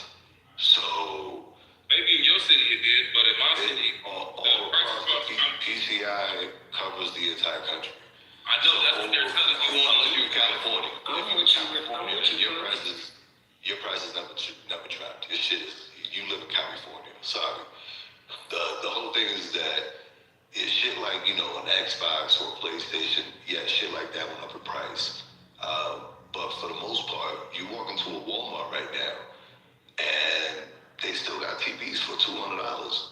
50-inch, 55-inch TVs for $200. So you're not going to tell me that the tariffs are costing us any kind of money. If anything, Walmart is having 50 inches for $100 on sale for like 2 weeks. Yeah, so the whole thing is that a lot of these retail companies actually. Let me know when I can respond to that, because you definitely. Yeah, I'm gonna end it right here. You good. Next. A lot of these retail companies actually bulked up before the tariffs took effect, and in the process, because the tariffs were actually put in place, it helped offset a lot of the primary manufacturing processes that would otherwise take place in places like Vietnam, India, or China, or even Taiwan. So within the next year and a half or two, we're going to see those ventures go online, you're going to see more jobs and a growth in wages as well. So just keep that in mind when you talk about tariffs. Go ahead. I'm not going to even do it. The CPI, I appreciate that. Yeah, I'm just going to let you have it because I don't feel like going through all that. I'm driving. But I can read something just real quick, right? Because a lot of times people say that, like, the price wasn't passed down to us at all. And then you say, well, I mean, some products maybe like a PlayStation or Xbox, and then like maybe something other than that, like, yeah, so that means some products were affected. Not every single product was affected, but Americans still end up paying more in certain sectors of shopping than they were before, especially with groceries and electronics. Also, what I had to throw in there is you talking about the gas prices. At least for me, I can't speak for everybody else, but in my region, in Ohio, the gas prices have been pretty much the same since like 2022, 2023. I'm not gonna even lie to you. Now, I remember having a conversation with people in here, like when Trump get in office, the gas prices is probably gonna go up, go down, or stay how they are. But either way it go, they're gonna give him the credit for it and not even realize that we got good gas prices right now. And those gas average prices have stayed the same for the most part for the last 3 to 4 years. But this is just something I just Googled real quick. Tariffs imposed in 2025 and 2026 have directly increased U.S. consumer prices by approximately 0.6 to 1% in the short term, with forecasts suggesting a 0.1 additional inflationary impact in 2026. These measures cost the average household roughly $600 to $1,300 annually, as retailers like Walmart and Amazon pass import tax costs onto customers, particularly on electronics, appliances, and clothing. So that back to what you're saying and what I said though, like, because you're saying like it didn't affect us, but then you gave us a few examples, and that's all that matters. Because people buy shit from Sony besides PlayStation. They buy Sony TVs. You have Sony radios. I got a Sony radio in my car. You know what I'm saying? Same for other electronic companies and clothes and food in some cases. Shit, they just took the stickers off of the door at the Dave's supermarket by my house. They told us we can only buy 2 cartons of eggs max per person. You know what I'm saying? Like, so the tariffs definitely impacted people. This is the reason why they're giving refunds. Otherwise, that means that. Okay, go ahead. Go ahead. I'm gonna go on mute. No, go ahead. No, Ness, what you mean that's why they giving refunds? What you mean by that? Because basically the tariff that they imposed and motherfuckers paid those higher prices, at least on the top level, right? From what I understand. And so when the judge ruled that shit illegal, that means all the money that they made from those companies that they were taxing, they swore up and down were taxing them, they have to give it back. Well, the Supreme Court, that's going to have to go back into litigation. Okay, that's cool though, bro, but you get what I'm saying though, bro. Hold on, man. I get what you're saying. The fact that they have to give it back is probably not going to happen. But at the same time, it lets you know that if something wrong was done, and just because he's fighting it and robbing people so that they don't go back on it, the original ruling from the Supreme Court is it's illegal. And that's what their investigation concluded. He wasn't supposed to do it. This is the reason why he was talking about giving Americans probably $2,000 for damage control, because that's about the average amount of money extra you done spent throughout the entire year without even realizing. Oh, it's just an extra $1. Oh, it's just an extra 50 cents. Oh, it's just an extra $2. Oh, it's just an extra 50 cents. You know what I'm saying? That's straight up. But go ahead. Let me ask you this. How often are you buying a TV? It wasn't just TV, bro. You just heard me say that. Clothes and other products. Yes. And not only that, okay, yes. And I want you to understand that. Y'all need to start using motherfucking electronic pros and shit. Y'all don't need all that damn shit. No fucking way. So I don't care if y'all getting taxed on electronics and shit. Clothes is clothes. I mean, you gotta buy clothes, but yeah, but you're also not buying that every day. It's people who wear the same shit, buy 2 pairs of shoes a year. All right. Hey, versus people. No, I'm just saying though in general. Like you're right, but it's still people who only buy 2 pairs of shoes a year. And then you got people to buy fucking 12 to 15, 20 pairs of goddamn shoes. The main daily drivers are gas, which is energy, and groceries, food. And then obviously there's the shelter aspect of it. This is why our country is fucked up. But the we don't have no problem with this shit. We don't have no problem with him coming in saying that we need to charge more in these certain sectors when we don't. Everything is completely. Bro, listen, we just got to. You understand RCA? Listen, RCA. What money are you making from them charging more? What money are you making? What's RC, going into your pocket for the companies charging more money? How was that? let me make a point real quick. RCA used to be manufactured here. It no longer is. As a matter of fact, if RCA even exists, it's probably a shell, a ghost of its old existence. So there's a lot of brands that used to employ people here in the U.S. And by putting these tariffs, he's essentially forcing those companies to have to reshore that manufacturing. Whether that manufacturing, and I know there's people that say, oh, he's not going to do it. It's impossible. You can't do that so quickly. We didn't lose all these jobs overnight. We actually did. It only took maybe 3 or 4 years to actually get all these factories out of here. And if we had the same energy to bring them back, they would be back within the same amount of time. I'm not saying that tariffs weren't going to impact anything. Of course it will, because we have become drunk on the Kool-Aid, on the sugar punch that is buying alleged cheap goods from China. However, that has an overall impact on the gross domestic product. If we're not producing for ourselves at some capacity, we end up with another 2020 where we gotta basically beg somebody else for the shit that we already used to do for ourselves. That's essentially the whole point of the tariffs.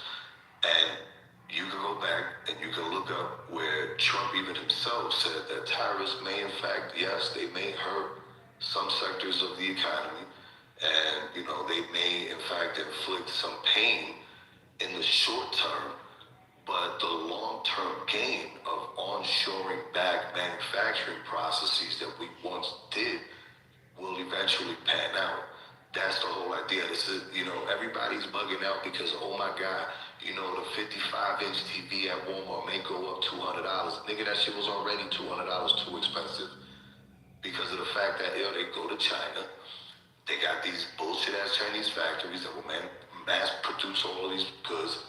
They turn around and bring it to the U.S. How much do you honestly think a 55-inch TV costs to put together in China? Probably like $20, $25. Let's say on the high end, it's probably like $55, maybe $100 per unit. All right, and then with shipping overseas on the big ass boats, let's say that TV is now probably $150. So they turn around and put it on the shelf for $200 to $250, maybe $300. They're making what? 100% profit on your ass. And if the TV was made here, or at least most of the processes were onshore, then guess what? Yeah, do you have to wait a little longer to buy the TV because the TV's now maybe $600? I feel you on that. The shit was made here. There's somebody producing, and when somebody's producing, they are paying taxes. So now the tax rolls go up. This idea that we just gonna tax rich and get out of this problem is asinine.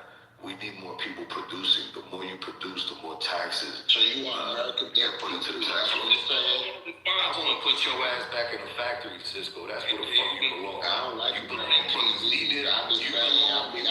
factory lab putting TVs together, motherfucker. That's where the fuck you belong. Hold on, let me respond to what he's saying. So listen, so basically, Americans have been struggling, right? And this is going to help Americans. Basically, we have been getting taxed and overpriced. In the long term, inflation never goes down. Inflation doesn't go down. The value of the dollar isn't going to magically go back to what it was worth in 1905. Okay? So in the long run, you're just going to become accustomed. Sure about that? Why do you think they're trying to tether? Why do you think they're trying to? Never mind. I'm just. Let me keep talking. Go ahead. Shut up, bro. Listen, next. I'm just having a conversation with you. I know. So if I jump in there, I want you to understand I'm not trying to cut you off or take over. All right, so when you talk, I'm going to jump in too. Yeah. That's fine. I'm cool with that. Cool. Y'all niggas Try not to do it like the first 5 minutes. I'll just let you go on like 10. Got you. I got you. That's just. All I'm saying is that this man has convinced Americans that the corporations are losing, right? So therefore, we need to be on board with billionaires becoming richer in America, because nothing you said said anything about putting more money or opportunities up for me or the average American. Oh, but they're going to bring jobs back eventually. Eventually the infrastructure will be built back up and there'll be a few warehouses added back to America. But let's get one thing straight. The white man is trying to solve an issue that white men created. I like how we said, like, oh, during the Obama administration, bro, they've been offshoring jobs since the fucking 40s and the 50s and the 60s. They've been doing this. So now they're trying to remedy an issue that they caused. And we're just letting them cause the issue and then solve it and then cause another one and solve it instead of saying, stop it with the games. Because there's no need for you to tax Americans more money. Okay, so what? We don't need to be having electronics and all. It doesn't matter, bro. At the end of the day, we're paying more money to the corporations. The CEOs are winning. This is a transfer of wealth happening right in front of our face, and we're too blind to see it because we've been convinced through these press conferences that this is good for the average American. Mind you, just a couple months ago, it was more people unemployed than there were jobs available. Right? Think about that. But yet, Americans are paying more money for things. Why, man? There's never been a shortage on anything up until we got to COVID. I've never had an issue with paying any of the prices I've seen in any of these stores for anything. Whether it was food, electronics, clothing, it's been okay my whole life. Then this dude gets in office and swerving down, it's not okay that we've been actually getting ripped off. Well, if that's the case and you making these things right, we should be paying less. You should have constructed some deals where it's like, hey, we're supposed to pay less, not we're going to tax them more. Well, that means I'm going to have to pay more. That's not how you negotiate. You don't pick prices up and say, now this is good for everyone. How, bro? He's just looking out for his buddies in the corporate world, man. It's crazy. And the refund thing, Ty, I was talking about, we're not getting any of that. If you paid any extra, I don't care if you only paid 100 extra bucks last year from all of the tariffs. Americans ain't getting none of that money back. That shit is going to this Jewish dude that bought the refunds 25 cents on the dollar and the corporations. It was really a short-term thing that he knew would backfire, but it would make people a few $1 billion real quick. That's what I think. I could be wrong, but that's what it seemed like to me. All right, so tariffs, when the government takes in tariffs, that goes into the treasury, not into corporations' pockets. That goes into treasury notes. And then typically what the treasury does is they try to keep a balance on the budget by buying back treasury notes that are outstanding. And that's how they keep the yield stable. So by increasing the notes that the treasury takes in, you help balance out not just the budget, but you also help reduce the operating costs of the government. So, right now I believe we're at 31 maybe. I think the last time I saw was $31 trillion in debt. So by taking in tax, and don't get me wrong, the number that was brought in last year was extremely minute compared to the debt that we have. The idea is that if you don't produce it here, then when your shit comes here, you should pay a tax for not producing it here. Because the fact of the matter is that a lot of those companies produce shit in their local markets anyway. So why not produce shit here? Why not why not employ taxpayers here? The idea is that you're going to increase the tax paying base, not diminish it. And, the idea behind the whole services economy is that you would remove all of the basic elementary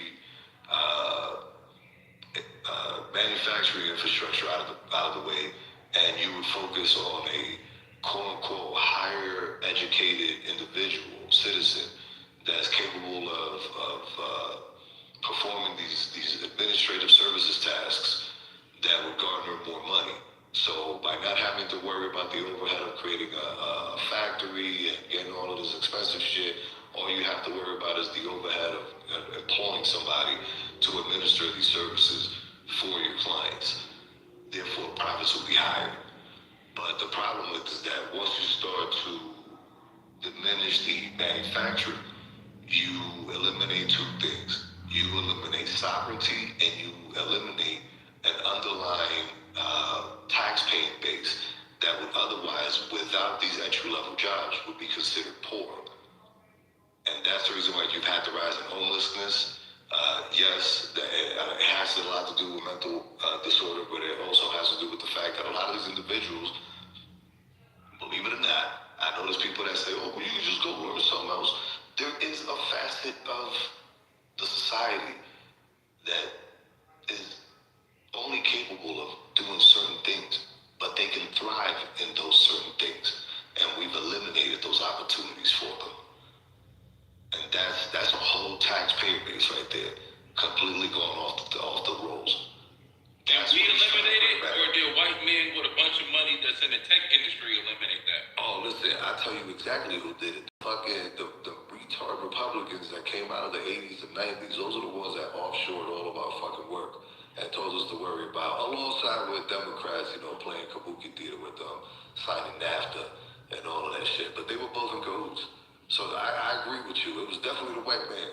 They created the problem, and now they're telling us, that they can solve the problem. But in reality, I get that point, but I feel like order of the chaos. Hey, look at the right hand. Look at the right hand. Where the left hand? Don't worry about the left hand. Look at the right hand. And then they say, hey, y'all, the cause it to solve them that I caused. I want to implement this solution that I already had drawn up. Same play. Not next. That's a tricky one though, because you also got to remember the scriptures say that, not let the left hand know what the right hand's up to. So you see this. It's a yin and yang. Trump is getting all of his advice from other people. This dude has no government experience, so all his information and knowledge is based off his team. But they all do. They all do. Listen, right? But at the same time, he has no skin in this game of politics. He literally going off Jared Kushner and everybody else in the background and their idea of what they think America should be. It's like the auto pen is back. Only thing different is he can stay woke during a press conference. But you really think that he has to control the government? No. He's been a real estate man his entire life. He hasn't even been a mayor. This dude ain't even held a turkey drive councilman before. He's being told what to say and do. I tell you what, even with his bankruptcies, I will still take him over some of the mayors that we had. Because some of the mayors damn near drove us to bankruptcy, if it goes through a bankruptcy period. I'm not going to name names. There's no need for it. I mostly had to let it be attached to their names. But the fact of the matter is they were terrible. And these were people that made a career out of being in government. So look, next, I don't disagree with you that, there's elements of our government that is so bureaucratic at this point where, yes, one single individual, even though they've been chosen by the by the citizenry to run that specific branch of government, there's underlying levels of the devil's belly that are not necessarily ran by that individual. I get that, yes. However, with that being said, it just so happens that we still have institutions in place that have not been fully corrupted by the bureaucracy. That's the swamp. So you really have to take into consideration that an individual who's an outsider of the man was able to step in, and whether he's got the finals on some or maybe a lot of the stuff, you still have to give the dude credit where credit is due, because he's an outsider. This was a guy that used to donate money to everybody, and they all loved him. Until he said, yo, you know what? I'm tired of giving y'all niggas money. Y'all niggas don't fix shit. Y'all niggas make careers out of being in there, duping the American people. And you know what? Call me a kind, call me whatever you want to call me, but I'm going to throw all y'all panties out to the front lawn and let the people figure that out. And when it's all said and done and the dice have rolled up against the wall, guess what? Somebody call CeeLo. And it's probably going to be me. That's the way I see it.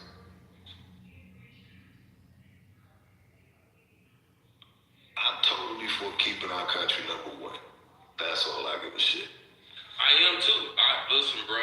I am too, man. It's just that I understand. And let's be clear, man. I'm not calling anybody a Trump lover on stage because I see that in the chat. And I really hate to bring the chat to the stage.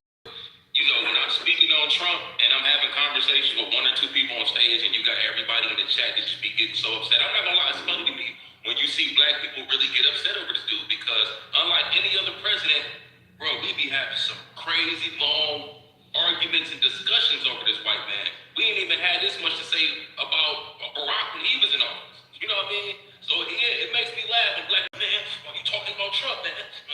Man, you got TDS, man. All right, man. Yeah, but you know what though, next? I think the not talking about Obama or other presidents like that has a lot to do with the fact that this type of technology wasn't really around when Obama was president. No, that's you had Twitter, you had the Facebook, but still though, but the really get uptight. wasn't really like this. They really do. Like black folks get more tight than white folks. I swear to God about Trump. And it's just funny to me, that's all. But I respect everybody's opinion and perspective, for sure. But it's just hilarious to me because at one point people say like, damn, you call him a Trump lover, but then on the other point, Trump can't do any wrong. And you see, like, that's what I'm saying. So that's why the Trump don't do it. They be idolizing it. And you see, to me, the thing is, look, Trump want to colonize Gaza. You heard somebody in here, what was that? That was DJ. If he was like, man, but we need it. Trump want to do this. Man, we supposed to do it. He kidnapped the president. Man, this nigga can't do no wrong. Actually, as one person, you got Brown who completely was a team Trump that flipped all the way around saying he focused. But you know, but it's still the fact come here and call Kamala bitches. All the other black women in politics bitches, he still do that. A lot of people do, but you can't control people. But you can't tell people how to think and what to feel. I'm telling people, man, I'm just talking like everybody. But that's their opinion too, though. That's why it's funny to me. That's cool. Everybody's mad about everybody else's opinion. That's why I'm not mad, man. Just because we having conversations. Or okay, not maybe that's the wrong word. Just a conversation. It do be conversation, but it be y'all be deflected, trying to throw little shots and shit because they don't agree with you or because they agree with Trump. Like people are going to agree with that. I mean, how you feel. That's just how it's going to be. I know. You know what I'm saying? Anything. But I just think it's crazy that anybody like Trump. Oh, you a Trump lover. You a Jay-Z lover. You a Diddy lover. You a Kelly lover. Like, I'm not only saying that because of what that shit is, man. Man, look, here's another example. And I hate to put you in this, but this saying, I'm only saying that because what they say to me. Otherwise, I wouldn't be able to say nothing to them. I wouldn't know what you think about what I'm saying about Trump if you don't open your mouth and say, oh, he this, oh, he that, because I'm giving my opinion. So yeah, I'm going to respond with you a Trump lover, because I can't even state my opinion without you attacking me. Without you saying I'm this, I'm crazy. I'm a bitch whoever get me thumbs down, just so you know. But I hear you, man. You know what I'm saying? I tried to give you a hug again, but it won't let me. Yeah, they want a bitch though, so that's cool. If you're going to say something to me about, because I'm saying something about the man, I can't criticize Trump without somebody blank getting upset at me, man. That's what makes me say the things I say. Like, come on, y'all. We should be able to criticize our politicians without fighting each other. That's a fact, too. They should be able to support their motherfucking politicians without you throwing shots, too, at the same time. That's all I be saying. It's like, everybody's going to have to do to me first, man. And y'all don't want to acknowledge that. No, for sure. People do be saying little shit. I'm just saying it like an overall general thing. Like, it's funny to me because ain't nobody really have to pay without somebody throwing a shot type shit. Even if the shots are being taken, though, who cares? You know, this is the thing. Unless the shit is cemented on facts, first off, there's no reason why anybody should be getting upset or personally bothered over any of this shit. Because outside of the policy, may or may not control our daily lives, those individuals, they're just like us. They bleed just like us. They breathe just like us. So, you know, this idolatry with these individuals is crazy. I don't personally prescribe to the idea that he does nothing wrong, because there's been plenty of times where he said shit where I'm like, without saying that, you could have, you know, like, just keep it short and simple, man. But he likes to go into this diatribe, so obviously I can't control that, so I gotta let that go. I can have an opinion on it, but that's about it. And when you really think about it, what it boils down to is the fact that, as cliche as it may sound, and I know I already mentioned it, it all boils down to policy. How is this shit going to affect me? But more importantly, I have seed on this planet, so how will it affect them? That's the only thing I'm worried about. Outside of that, everything else is Ringling Brother, you know, bullshit. Hey, look, if I say right now, if I say Obama a bitch or he a hoe ass nigga for this, who gonna give me pushback? Nobody. If I say Michelle Obama a hoe or she a man or this they would jump over you. who gonna say? Listen, be honest. In this space, nobody. It's gonna be people.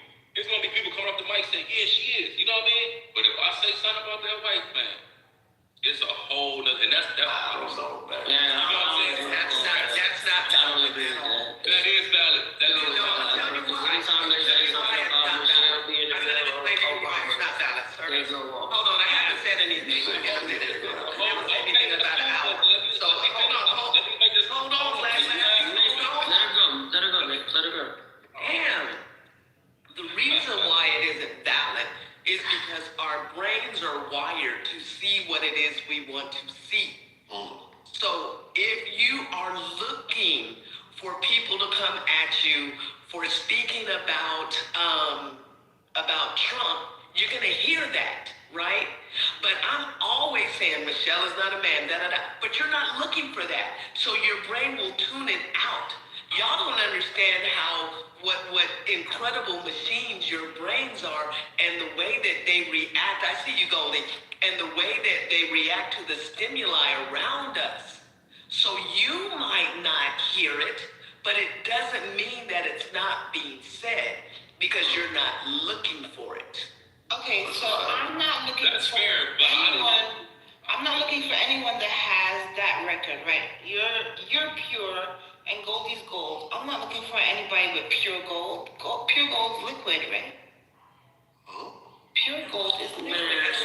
Here we go. That's fire. I was gonna say here, I wasn't talking about you, and I wasn't talking about every single person. So if anybody here got offended that actually fucks with Michelle, Barack, and the people, I salute to you because I do too. But there's other people that have. So if I've spoken absolutes, I apologize for that. But I don't think I was overgeneralizing saying the entire room. You know what I mean? You said the room though, bro. But yeah, I get you. But you know what I do. All right, Big, I can handle big parts. No, I'm just telling you what you said. So Big, I can handle big parts of information. So please, let me digest what you said. Continue. No, it's cool because I think I'm bringing bad energy, man. I'm just gonna leave. I'm gonna let y'all chop it. What the fuck is bad energy? no, don't do that, bro. You just say the general statement so they read with you. That's right. No, man, because there's a lot of things being taken the wrong way. Like, little stuff that I'm saying, my responses, a lot of stuff I'm saying being highlighted. And I really don't like being the center of attention. I ain't gonna lie to y'all. There's only three of us talking. Yeah, I got a newcomer. Big, No, chill out. I'm trying to get Big to talk, but I should chill out. I was just saying that, especially during the elections last year and Black History Month, during the inauguration, right? His inauguration. In this room specifically, not every single human being has a cell phone that's in this room. I'm not saying that, right? But when I say the room, because to me it felt like the majority, because the people that felt like me were kind of silent. But anyways, throughout that process, Harriet Tubman was called ugly. Michelle was disrespected here. Barack was disrespected here. Kamala was called a hoe. Jasmine Crockett, all of them was being disrespected. So, I'm just speaking on like, hey, if you say some of them things and it's the right people in here, you really don't get no pushback. I'm not saying that nobody in here is like going to say like, oh yeah, I completely agree with them. I know S, I know Pure, Tyga, D-Real. You know what I'm saying? I know who in here who, feel the way they feel, but I'm just saying though, for the most part, especially a lot of the mods, you know what I'm saying? They were saying a lot of the bullshit about those people. That's a fact. My whole point was if I say something about those people and the room is packed for real, yeah, I know who's gonna speak up on my behalf, but you're gonna have a lot of motherfuckers that's gonna agree with if I say Obama a bum, or he really ain't black, or you know what I'm saying? You're right. You can't say nothing about Trump though. You can't say nothing about Trump. I think you could say shit about Trump. I think the problem is that typically the ones that become very vocal at this point are the ones who are, kneeling at the altar. Kneeling at the altar is crazy. Yeah, I mean, that's what it is. Hey, look, man. Wow. That's what it is, and with anybody. Yo, listen, I saw the kneeling at the altar for Obama too during the 8 years. Oh, my mama, that's what I was thinking about. Yeah, I mean, I saw the say what type of. That's what I was referring to. They went crazy when Obama was off. Oh my God, this nigga was Black Jesus. He was the savior. They still talk about their president Black. These niggas used to pound their chest over there, hope it change, boy. Hope it change. Nigga, hope it change. If you don't vote Obama, you racist. I'm like, oh, whoa. That's a fact. A lot of people say they really, his first time they voted for him because he was Black. I ain't gonna lie, I did. I ain't taking it back. I got of course you did. Nigga, whoever keep putting them thumbs, I know what. Hey man, listen, keep giving them thumbs. I'll take all the same lame ass nigga keep giving chop all them shits up and cook them. Fuck out of here. All right, don't trap the sun and cook it. That was done before. Come on. No. Thumbs up. Hello? Hello? What are you? What are you? Elemental? Don't puff. No, I can handle myself. Don't tell me what to do. Bitch, I'm not talking to you. So don't tell me how to react. I'm not talking to you. Mute up, please. You've been off mute since you came on stage.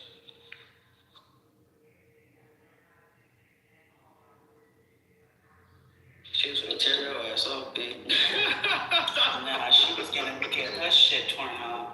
I got the fuck out the way. Torn off. Yo, I was like, could have sworn I said puff, don't engage, and she gonna come in. Fuck out the way. I was like, yeah, go ahead to you. What is wrong with you? You like a magnet for that kind of shit. Go ahead. So get along, guys. Good luck with that one. Hey, but Puff, so what change did Obama bring? Gay marriage. Yep. That was literally And healthcare, changing healthcare. I mean, listen, if the government has to pay these insurance companies to take these underlying clients or customers, that he really didn't change anything. But I will say this, the one thing that he really was good at was killing American citizens abroad. Indiscriminately, too. Boy, was he good at that. Did they deserve it, though? When he was on that bully pulpit talking shit about Bush and how Bush was using these predator drones, because at that time that was new shit. Holy fuck, we're using these unmanned birds to fucking drop bombs on motherfuckers. It started on the Bush, but guess who amplified the program? The same nigga that said that we should have been very careful about the technology. He fucking times 500 that shit. And listen, Pure, I've heard you on this stage talk about due process a whole lot of times. So regardless of whether they deserve the fucking tomahawk to the asshole, they should have at least had due process. Not some nigga sitting behind a desk saying, yeah, drop a fucking bomb on this one, and on this one, and on that one. Well, isn't that due process exclusive to American citizens? Yes, and those were the individuals that were, in fact, catching tomahawks to the assholes. What?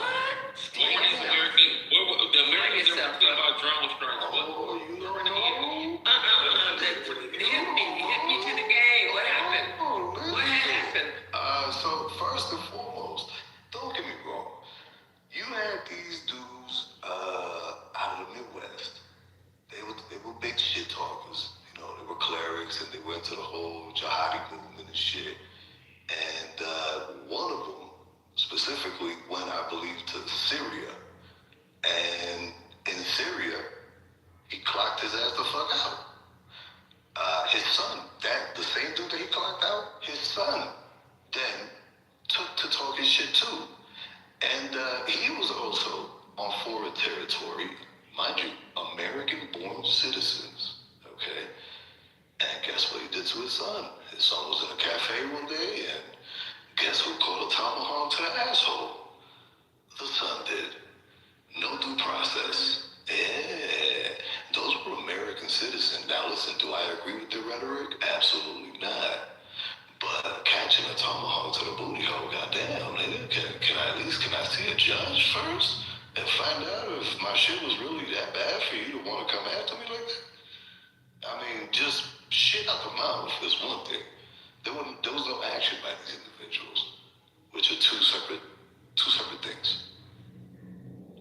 Hey, but in order for you to be considered a jihad and all this other stuff, don't you have to actually go on and be around those members?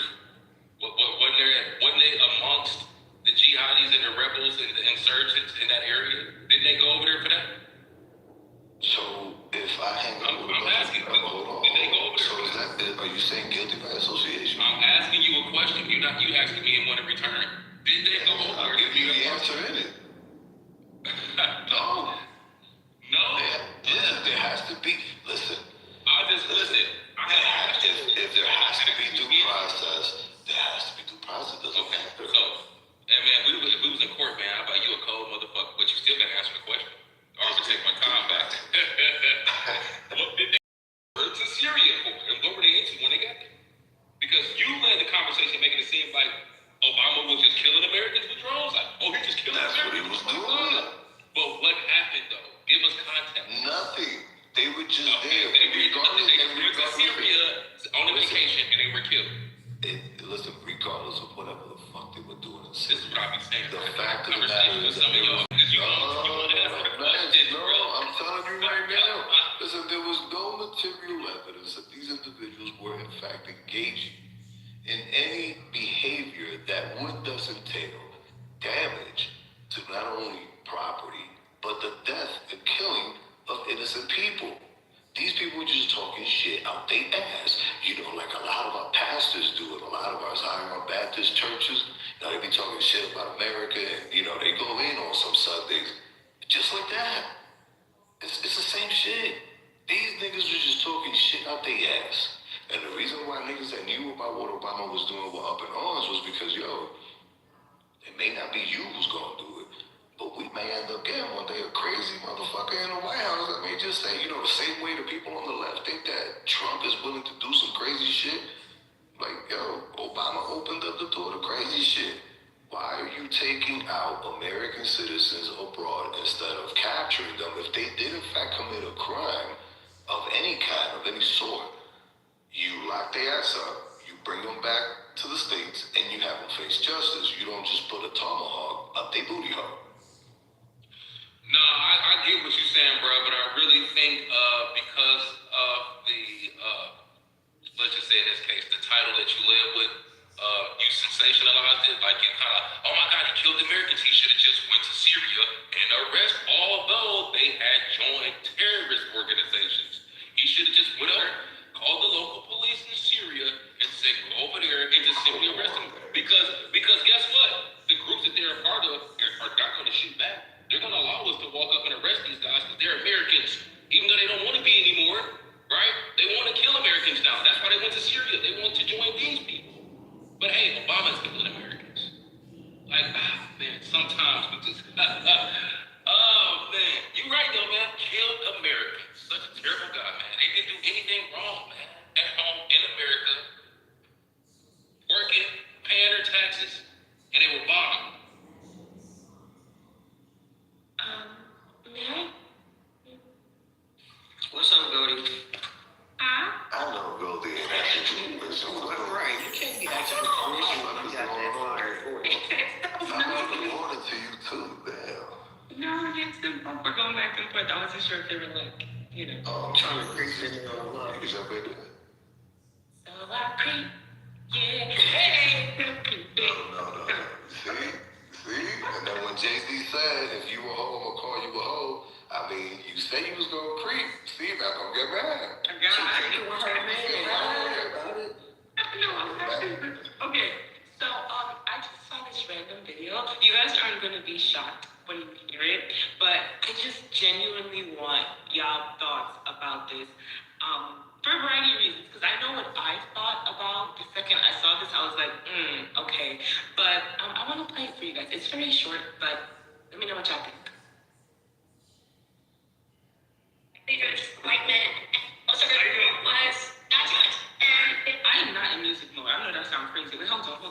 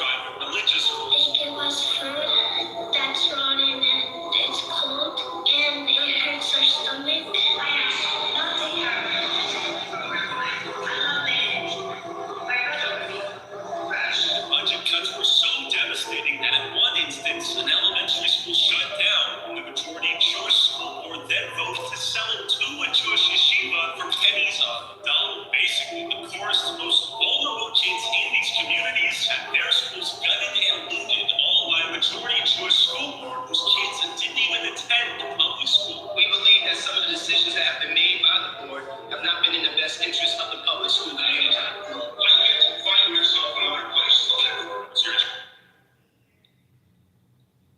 I just wanted your thoughts on that video. I told you so.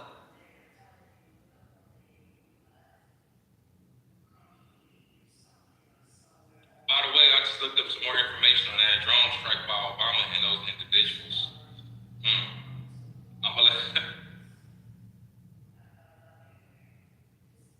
Well, wait, no. damn, y'all believe not important information, man. I swear it's crazy, man. You gotta read, man. You gotta fucking read when you on this clubhouse. Well, if Goldie is like that and she's like that with the microphone, give Goldie the microphone all the time, please. Take it from Lady and give it to Goldie. Girl, Go ahead, Goldie. Goldie can always have a mic. yo, Goldie, that is crazy, though. Goldie, can you break down the video? Oh, fine. No, go ahead now. I was gonna say no. No, yeah. I went to those schools.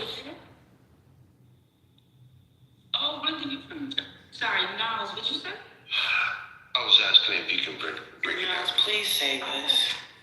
Yeah, so also next, I know you have more information. Please feel free to bring that to this thing. I'm just making a quick comment. I wanted y'all thoughts on it, but if there are no thoughts, my main thought, one, we already know that this is happening with this specific group of people. It's happening across the planet. It's happening here. I'm not shocked or surprised in any way, shape, or form. But when I heard it, we always talk about how messed up this system is, and we want to change things, but we're all scared, or at least 98% of people are scared to just go and like overthrow it or just replace the seats and things like that.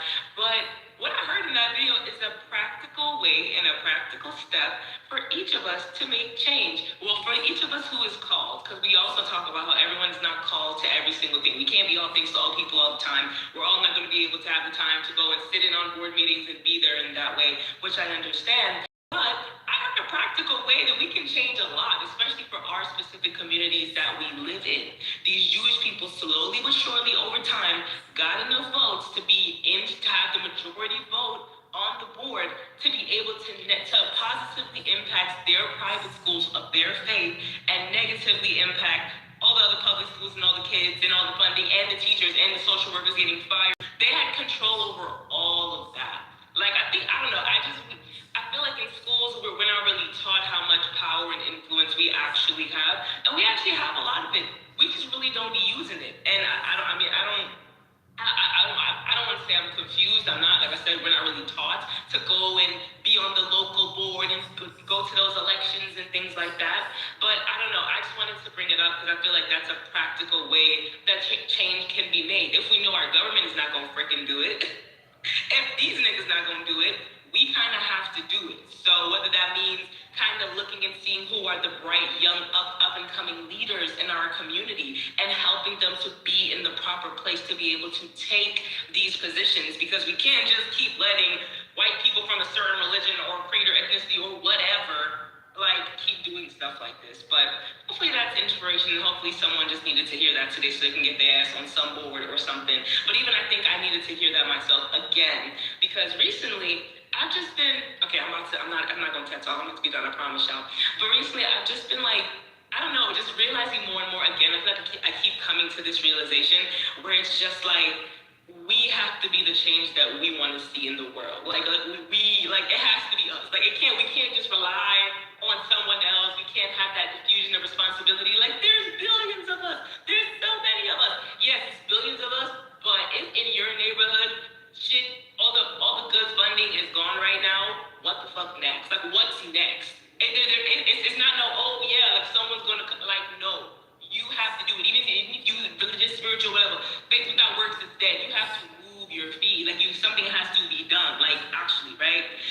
But anyway, last thing I'll say is I was saying something similar to my boyfriend yesterday, and then he sent me this quote from an amazing J. Cole song called "High for hours.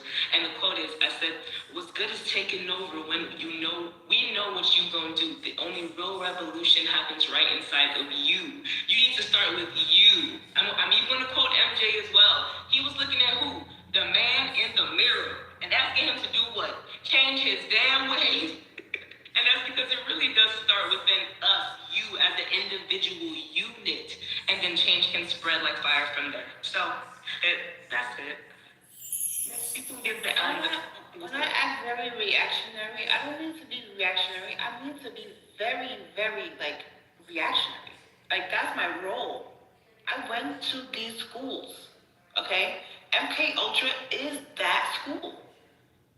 That's where they taught us how to do the things that they taught us to do. Yeah, we really gonna let her ruin Goldie's moment just stop. It's not Goldie's moment. I'm talking the truth. Shut the fuck up, you stupid bitch. Goldie, thank you. Hey, yo, watch your mouth, nigga. What's wrong with you? Thank you, Goldie. That's what we need. I don't know what's been up with you, lady, but you've been acting out lately, and the whole, don't come, only I can call that nigga a bitch, okay? Watch your mouth. He might be a bitch, but he her bitch. Hey, yo, Pure, shut up. That shit the fuck out. Yo, I see what y'all doing. Y'all fucked up. Nobody's bitch. Fuck out of here. Nah, you not. Nah, we just messing with you. Thank you all. Maybe hi, boo. I also hear you because you're saying you definitely came off mic to say that you went to those schools. So that video, I don't even know what that could have brought up for you. Thank you. So it made my whole brain go, what the motherfucker? Excuse me? I told you it was real. I told you it was them.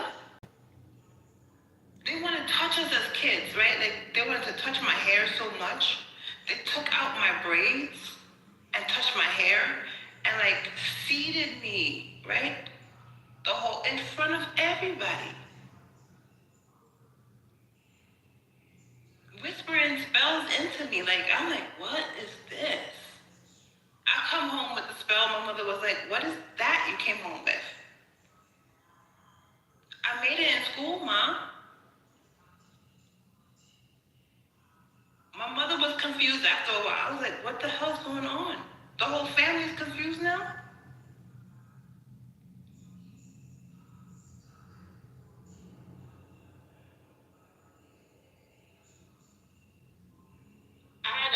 Goldie, I need that recording. If you have it, can you share it with me, please? What'd you say? No, I was so triggered when she said what she made in school, because I remember, this was first grade, Miss Tillingham's class, and they gave us these pictures to color of pigs, right? And all the little white girls and boys, as I was like that black girl in the class, and all the little white girls and boys in the class, they were coloring all these beautiful little pigs, right? And so my pig had mud on it, he had spots, and when I tell you the teacher went off on me talking about how terrible my pig was, and I was thinking, it's a fucking pig. It's a pig. Pigs are dirty. Pigs are muddy. Pigs have spots. And so I'm speaking to the indoctrination of the education system, right? And them programming what and how we should think, as opposed to teaching us how to observe and critically assess what and how to think and be able to tear stuff apart and put it back together in terms of what our frame of reference is. And this is the conversation that we had a minute ago, and not have to conform to what someone else thinks that our reality should be. I think that's we really have to watch how our children are being educated. I'll end it. Yeah, for sure. When I tell you the levels of stuff that I went through, because I was smart, they put me in the smart classes, right? they would lock up the classes in different like sections. So the A class was the brightest, the B class was the second brightest, C class was not like bright at all, so they like dumbed it down. And then the D class like didn't have a like they wouldn't even get like light, you know what I mean? It was just like the level of like dunce that they made the D class into was bad, right? So my sister was in the D class and I was in the A class. So I would just share everything that I could with her so she could learn. And then, I would play around with the people because I knew they were playing with me. So I was like, okay, let me do what I can so that I can learn. And my brother's not here, so I have to bring all the education back home. Sometimes they would steal my paperwork when I was coming back home. Like, how did you get this, little girl? I'm like, I'm bringing it back from my brother. They're like, you cannot take this from school. You're doing bad things. Or they would make me make the coffee for them, right? And they would just tell me that I'm no good, right? You're no good at making coffee. You're no good at doing this. You can never be the president. Okay? All these things that I had to go through and still be number one in my class.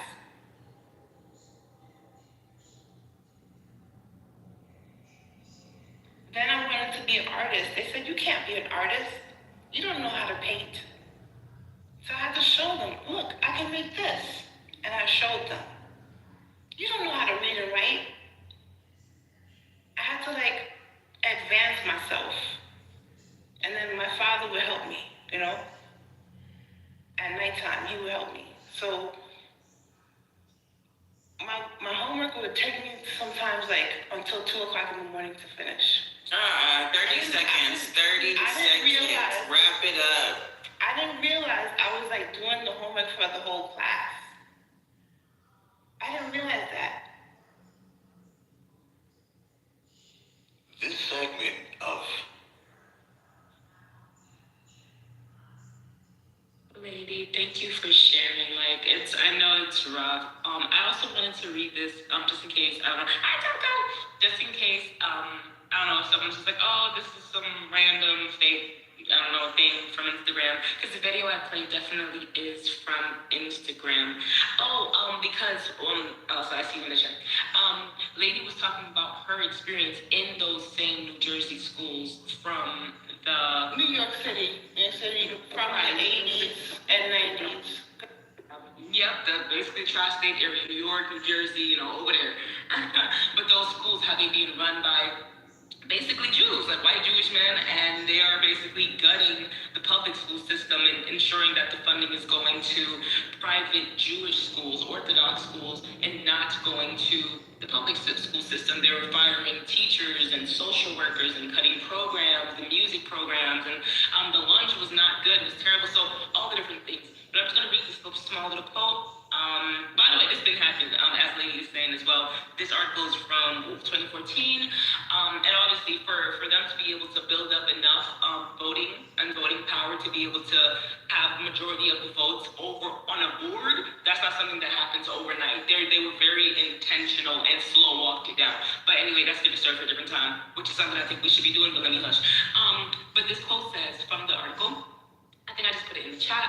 A monitor appointed by the state to investigate the East Ramapo School District in Rockland County delivered a sharp and critical report on Monday, saying the board had shown favoritism to the Orthodox Jewish students who attended private schools in the district and calling on the legislature to give the district additional money while overhauling its governance. So yeah, basically giving a bunch of money to the Jewish schools and in the private schools, and not to the kids in the public schools, which are predominantly black and brown. Let me be specific.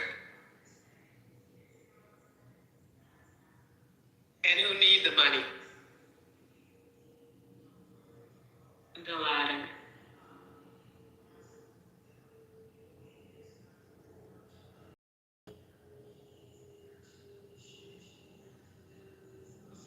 Yo, that was crazy. I was about to go into a bit, and it booted me out, and I couldn't even find a fucking room.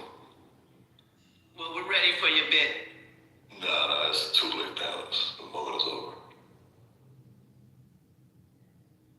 I think like that guy was like, be quiet.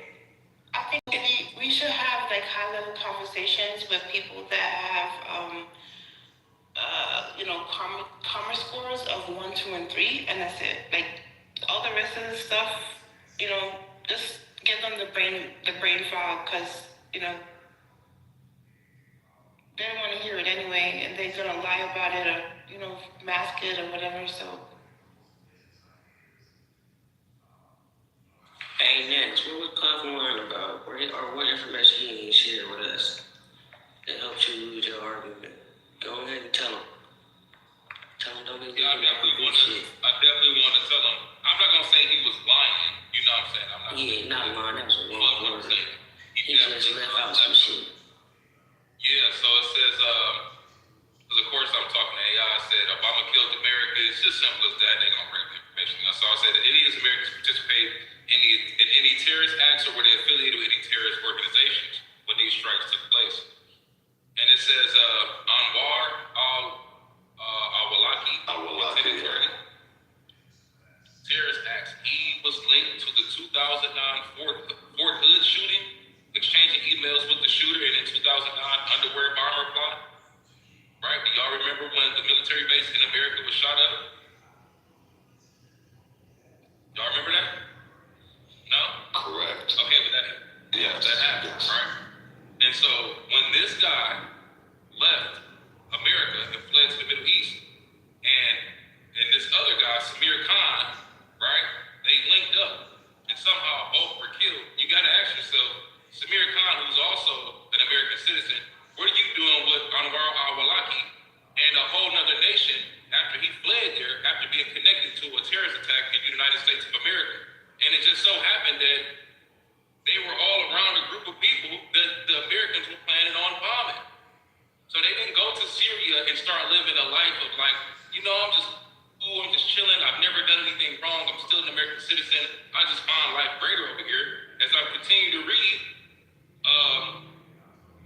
not Samir Khan, let's go to the other one. Jude Kenan Muhammad. He was killed in a signature strike in Pakistan that targeted a group based on suspicious behavior rather than a specific individual. He was indicted in 2009 as part of the Raleigh Jihad group, which allegedly plotted to attack the Marine Corps base at Quantico. He fled the U.S. before his arrest and was believed by the FBI to be engaging in violent jihad in the tribal areas of Pakistan. So he was in the tribal areas of Pakistan amongst other individuals that they already had in their crosshairs. So when you make it seem like Americans were killed, you kind of completely left out that they went and joined terrorist organizations, and 2 of them were actually connected to a terrorist attack that took place here in the U.S., and another individual was indicted because of his plans on attacking the Marine Corps base at Quantico with some other people from the Middle East that were considered insurgents or whatever have you. But that's all I wanted to add to it, because like I said, when you just make simple statements like that, we spoke about it earlier. It's very general. You know what I'm saying? Some people that's not going to take the time out to critically think, you're just going to be like, I can't believe it. Obama killed the Americans. Oh, I hope he don't get back in office again. He might bomb me next. Without saying, hey, actually, these Americans put themselves in very bad positions. And this is the reason why this happened to them. So when thinking about it critically and thinking about individuals that put themselves in that position, do you believe that simply because somebody puts themselves in a bad position, they deserve to die immediately on the spot? Yes. If you put yourself in a position to be arrested by the police because you were selling drugs, no, you do not deserve to be hurt on the spot. But if you're caught amongst a group of people,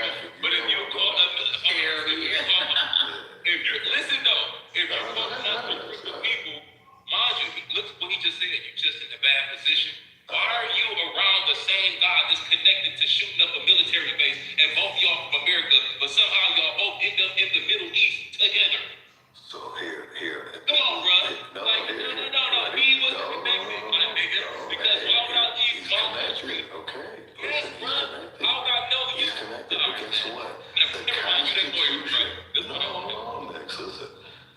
Constitution affords all American citizens what? Due process. So you gotta think, if one of them was even indicted, that means the due process had already been started. It wasn't all the way through, it wasn't thoroughly adjudicated, but it was definitely started. And instead of just treating American citizens like targets because they're abroad and they may be, fraternizing with douchebags that have intent of doing fucked up shit, what you do is, first off, they haven't committed the act yet, so that means you have a chance to stop them. The fact that you know about what they're planning knows that you're already in the know. So you're literally 10 steps ahead of them. So the fact that they're abroad doesn't give you nilly-willy avenue to just simply drop bombs on a motherfucker. That's not how this shit works. Can I ask you More importantly, this is the thing. This is the crux of it. Look, justice, served is justice served. All right? Somebody just yelling shit out their mouth and going to a place where, and don't get me wrong, do I agree that is a hotbed for, jihadi movement and type of radicalization? Yes, sure. So what the fuck are you doing there? Did you deserve the rocket to the booty hole? Maybe. However, once again, to the crux of it, if they are American citizens, we need to treat all American citizens in exactly the same fashion, through and through. And I know for a fact that this is the point that I was going to make, and I know this is what Tiger was laughing, because everybody thought that Renee Good was a very good person, and she didn't deserve to die. She was just in a bad spot. Well, bitch, why the fuck are you impeding federal investigations? Oh, now all of a sudden the tables are turning. The hypocrisy now is turned all the way to 10. And I'm not saying you're a hypocrite, Max. I'm just saying in terms of the subject at hand. I'm not saying you as an individual. It just seems a little bit hypocritical that on one side we ought to have due process for anybody and everybody because it aligns with a certain, ideology that a certain side may have espoused. But when it comes out to the other side, all bets are off. That's my point. It needs to be treated in the same exact fashion through and through. Okay, that's so how I feel that. the difference is, because he was addressing me about the due process. So the difference. I swear to God, I got the mic. He was addressing me, damn it. Because I have to deal with the brother, man. I was clearly. Okay, go ahead, sir. No, I'm just talking to me. To step in between two men. Go ahead. Thanks for that. Good ladies first. Thank you. So there's a difference between George Floyd, which is one of the examples that I used, and this situation that you're talking about here. Because we have to remember that George Floyd was not really a threat. Not only was he not a threat, the way that they were apprehending him was against police policy. Now, when people take an oath to protect the country against terrorists, domestic and what? Foreign, right? Which it appears based on what I have been listening to, that those people who received the rocket to the booty hole were actually both, right? So if you have become a domestic and foreign terrorist, then there are different rules that apply, especially if there was some intel that was shown to prove that they were in the process of committing a crime against America. Those are two totally different situations, and any truth taken out of context becomes a lie. When we talk about this, we have to make sure that the context of the story is appropriate for the term. Yeah, I was pretty much going to say that too. Appreciate that. Yeah, pretty much. besides, damn, I don't know what else I could add to that. See, that's your yeah, I did. And you wanted to. No. I'm being funny, bro, because it was something you said. She was on point 1,000%. I agree with Pure. But it was something you said that I wanted to address immediately afterwards. And I just remembered. You made it seem like these people were walking down the most civilized street in Pakistan and Syria, and they could have pulled up and arrested these individuals. Did you not hear me, brother, when I gave you the information about how they were in groups when these strikes took place? Yes. So if I got my drone in this, okay. I'm well aware of that. I know what took place. Let me talk, bro. I know you like hearing yourself talk, bro. Look, I'm gonna be. Yes, of course. You love hearing yourself talk. I get it. So yes, these people were amongst groups in tribal areas that the FBI said after conducting an investigation, it looked like these people were already carried out attacks and planned on carrying out more. So like she said, you are now a foreign and domestic terrorist because you also didn't mention anything about the information I gave you about the connection to the shooting at the military base inside of America before the nigga even fled. You see what I'm saying? So you like, I'm not going to mention the crimes they committed. I'm not going to mention their intentions on going over there, nor am I going to mention the exact locations or who they were with. I'm just going to keep emphasizing that they were Americans and they were killed. Right. You can't do that. That's because they were in the areas of Pakistan, in the tribal areas with the group that has already been targeted for killing Americans. Okay. So when you try to bring up Megan, I ain't going to try to bring up an American that was just simply kind of protesting. She didn't want to kill anybody. Her intentions wasn't to hurt Americans, right? So you try to compare that to these guys that went and joined the jihad and that had already been connected to a shooting at Fort Hood in America. That's not even the same comparison, man. They was going to blow up. May I ask you a question next? Puff, you cool, my nigga. No, hold on. Can I say something before? Every time I speak, Hold on. No. I need you guys to have one mic this morning, okay? Next move is still talking. If you don't want to let you ask the question, let him land, and then lady go after. All right. No, that's cool. Just go ahead. I'm gonna listen to y'all. Go ahead. Who's the lady want to speak or who's? Yeah, so she wants to talk. Go ahead. Before. Yeah, let's see what she got to say. So the way you talk, I don't know what's your name, Puffman. The way you talk is you're seeding the brain. I can feel it, right? It's it's like incest, or not incest, but like infection, right? Inception. Stop. Y'all let her say anything, bro. Y'all let this happen. So I know it's crazy, but it is how I deal with life now, right? So I know when people are like trying to make me do things on command, and I don't listen to that. We know, because we done asked you to shut the fuck up 12 times on command, and you not doing it, so we get it. Well, I told Next to continue. I don't know why he gave it up to other people when he was talking. Cause Lonnie, I've been fighting this whole morning. All my life I had to fight. Yeah.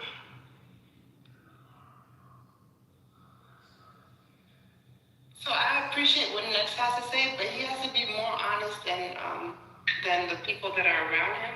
Because his karma score is a 5. He has to be more honest, right? Hey, we not talking about Karma score is a liar, so Girl, mute your fucking mic. God damn. I'll tell that man to be more honest. You be more honest. Start at home first. Stop this shit. What's wrong with y'all? These are grown people on here. They're not your children. Well, she tell us if you don't got a 1, 2, or 3 credit score or karma score, we're not allowed to talk. So that's what. Well, I'm gonna talk because I have a 1. Goddamn it! Shit, I got a 20. I've been talking all night. Shit, that's a karma hierarchy, Lord. Y'all, anyways, I run content on here, so that shit gonna be on my badge regardless, right? But fuck that shit. What I'm saying is don't be coming on here with this bullshit trying to judge people off of a fucking karma score. Get the hell out.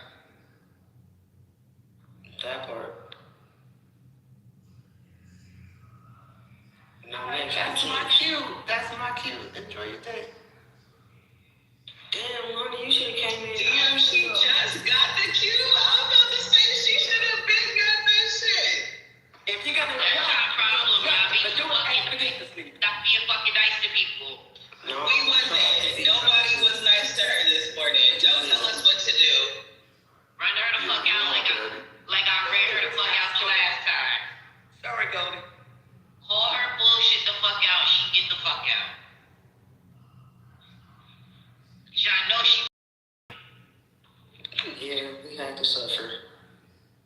Nah, that's Niles' little friend. Where Niles at? What y'all got against Lady? Here it goes. I ain't got nothing against her, but what I just heard was wild. And I hear that she been in here saying wild shit for the past few days. So I don't know what the hell's going on. But y'all. She's been in here for the night for sure. But anyways, good morning to everybody. Peaceful, but we're on Wednesday now. How's everyone doing today? It's the hump day. I hope you get your hump on, eh? Good morning, Mama. Good morning, Dorothy. Oh, let me say something to all my beautiful ladies on stage. Hi, y'all. Why are you so loud? Listen, you call me a bitch one more time. Call me a bitch one more time. You and Dorothy, y'all been loud as fuck these past 2 mornings. Well, now you tell me that you can't hear me sometimes. Then you tell me I cut my mic off too goddamn early. Now I'm too goddamn loud. Like, can you make your mind up? Which one is it gonna be? I want all of you. If you're all right, y'all got a little piece of me. I'm about to go back on mute. That was weird. On that note, y'all woke Niles up. Good job. Nah, Niles woke us up with his boo. What, Niles? Come get your friend. That was your fault, Niles. That's your friend. Hey, Niles. Niles been catering to a lady for 3 days and 30 nights. Like, don't piss me off. Niles, you let me tell you to sit up and then you were struggling to talk for like 5 minutes and then you disappeared. And then he went off and gave the mic off to lady. Yeah. Hey, lady, go ahead. Yo, she's going on now. Going ahead. You're going on. Number 459. That's not what happened. Why are you talking like that, Niles? Niles is the Niles was talking like that. That's exactly how you've been talking all morning. 4 o'clock in the morning. Niles was talking to us from his recliner. Y'all been doing like from this lazy boy. Yeah, he had the feet extension going. A lazy boy is a flex, y'all don't even know. Yeah, that's the jump off right there.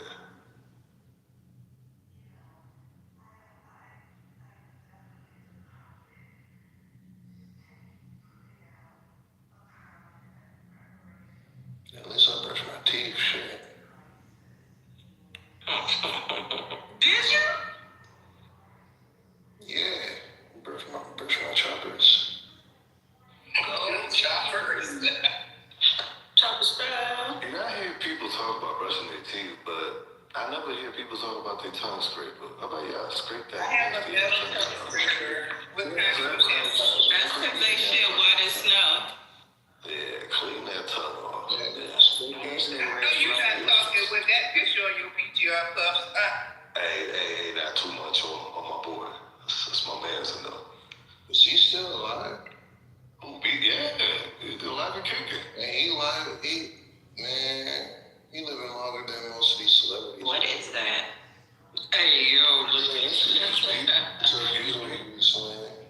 That's Beetlejuice. Man, look like a fucking beetle.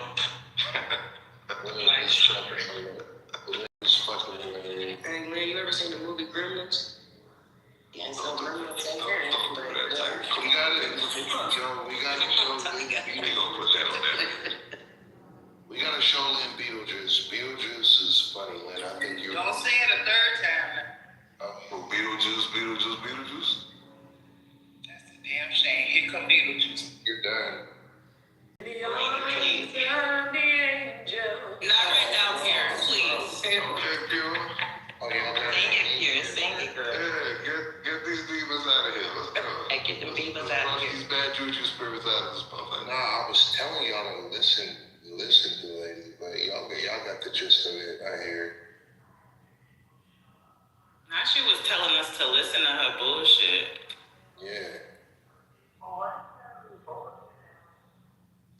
I mean, She said Who under the cover?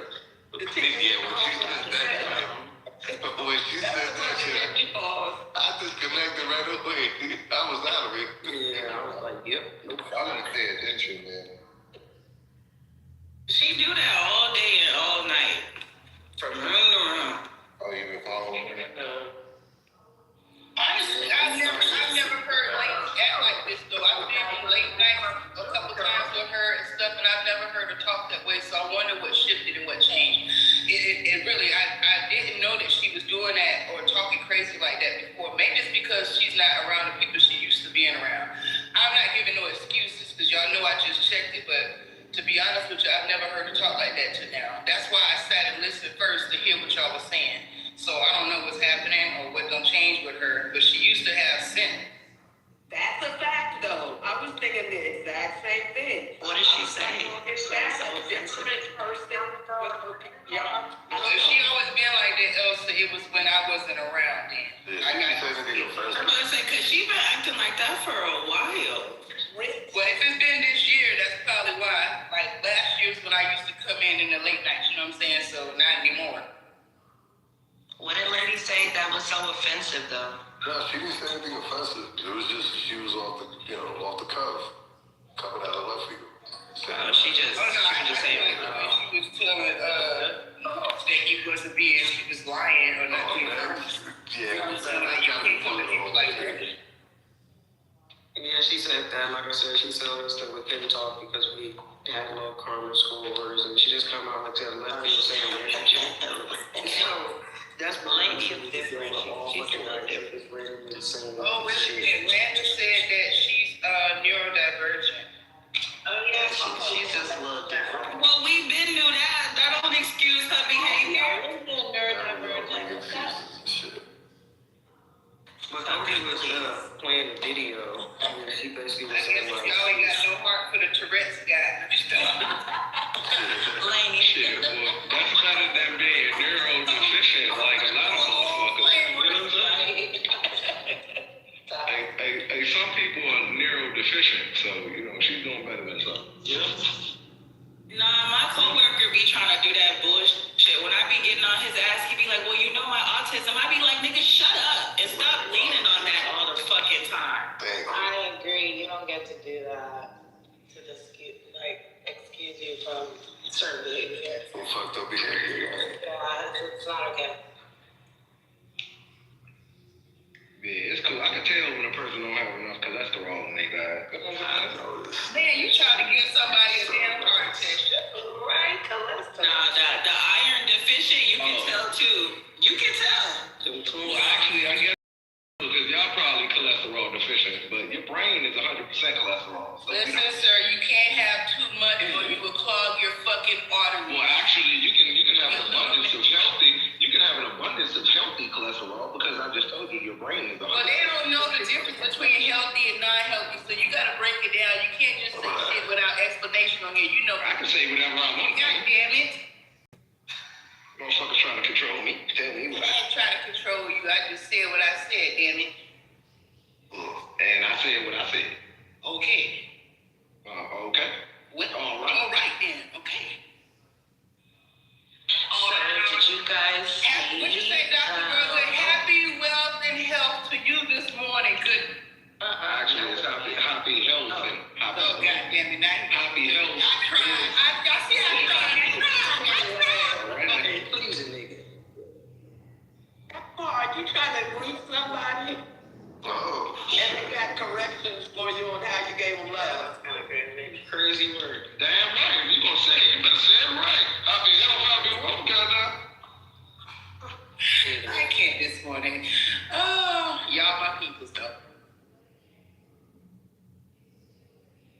And go get some good cholesterol because your brain depends on it. That's Give me an example of good cholesterol that I can go and get. Avocados. Yeah, avocados from Mexico. I don't eat avocados. Why y'all like tasteless food? Avocados are not tasteless. Okay, so what does avocado taste like? Before you put all the seasoning on your avocado, what does it taste like? It enhances anything. No, I want to know exactly what an avocado tastes like by itself. What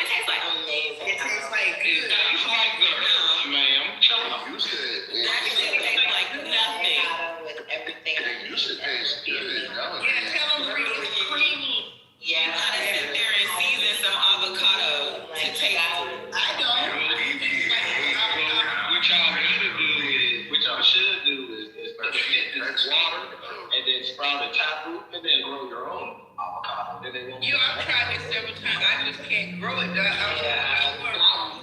takes 5 years for it to actually fruit. We can find it. Y'all gotta stop giving up so early. You know, you gonna be in month 3 before the seed crack out. You know, it might take like 3 months. Avocados nowadays, like they make me nauseous. But when I was younger, they used to be bomb. But I don't know what the fuck is going on. You probably ain't. You know what's going on. That's what happened with me and watermelon. I can't eat. Yeah, they fake, bro. Suck the watermelon down. Yeah, all season shit. You should give you Jack North. Hey, do we give you gas real bad, folks? Well, y'all probably eating that fake watermelon. That's why. I'm gonna take that watermelon.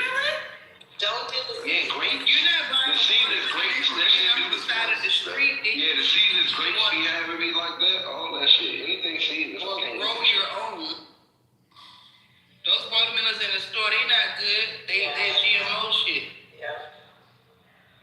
By now, 2026, most of that shit's GMO shit. That's a fact. Yes. And they're messing with our seeds. That's the saddest part. Oh yeah, here's the seeds for me. With our seeds. Hey, S, I got the natural seeds for you. $20 a seed. Gosh,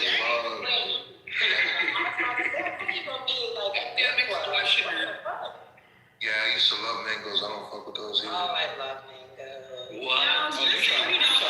fruit, bro. You not eating I had grapefruits, oranges. Do you put salt or sugar on your grapefruit? Salt? Honey. Nah, I don't do it either. Oh, okay. Honey on grapefruit. Honey? Why you putting honey on grapefruit? Because that's where it belongs. On grapefruit. Sugar substitute for sugar. You know what honey is, right? Yeah, y'all know. Yes. And if you eat meat, you can't talk about honey. Oh, shit. See, that's why y'all motherfuckers be all fucked up during allergy time, because y'all eat no honey. See, You know what honey is, right? it's natural pharmaceuticals from the earth's little pharmaceutical people. From the earth's pharmacists. It's meat bio. It's boogers and spit. Yeah. Yeah, I'd rather take that than shit coming out of CVS. You're not supposed to be eating it. Yes, you are, and you're actually supposed to be adjusted because that's the most beneficial for your immune system. No, you vegan. Yeah.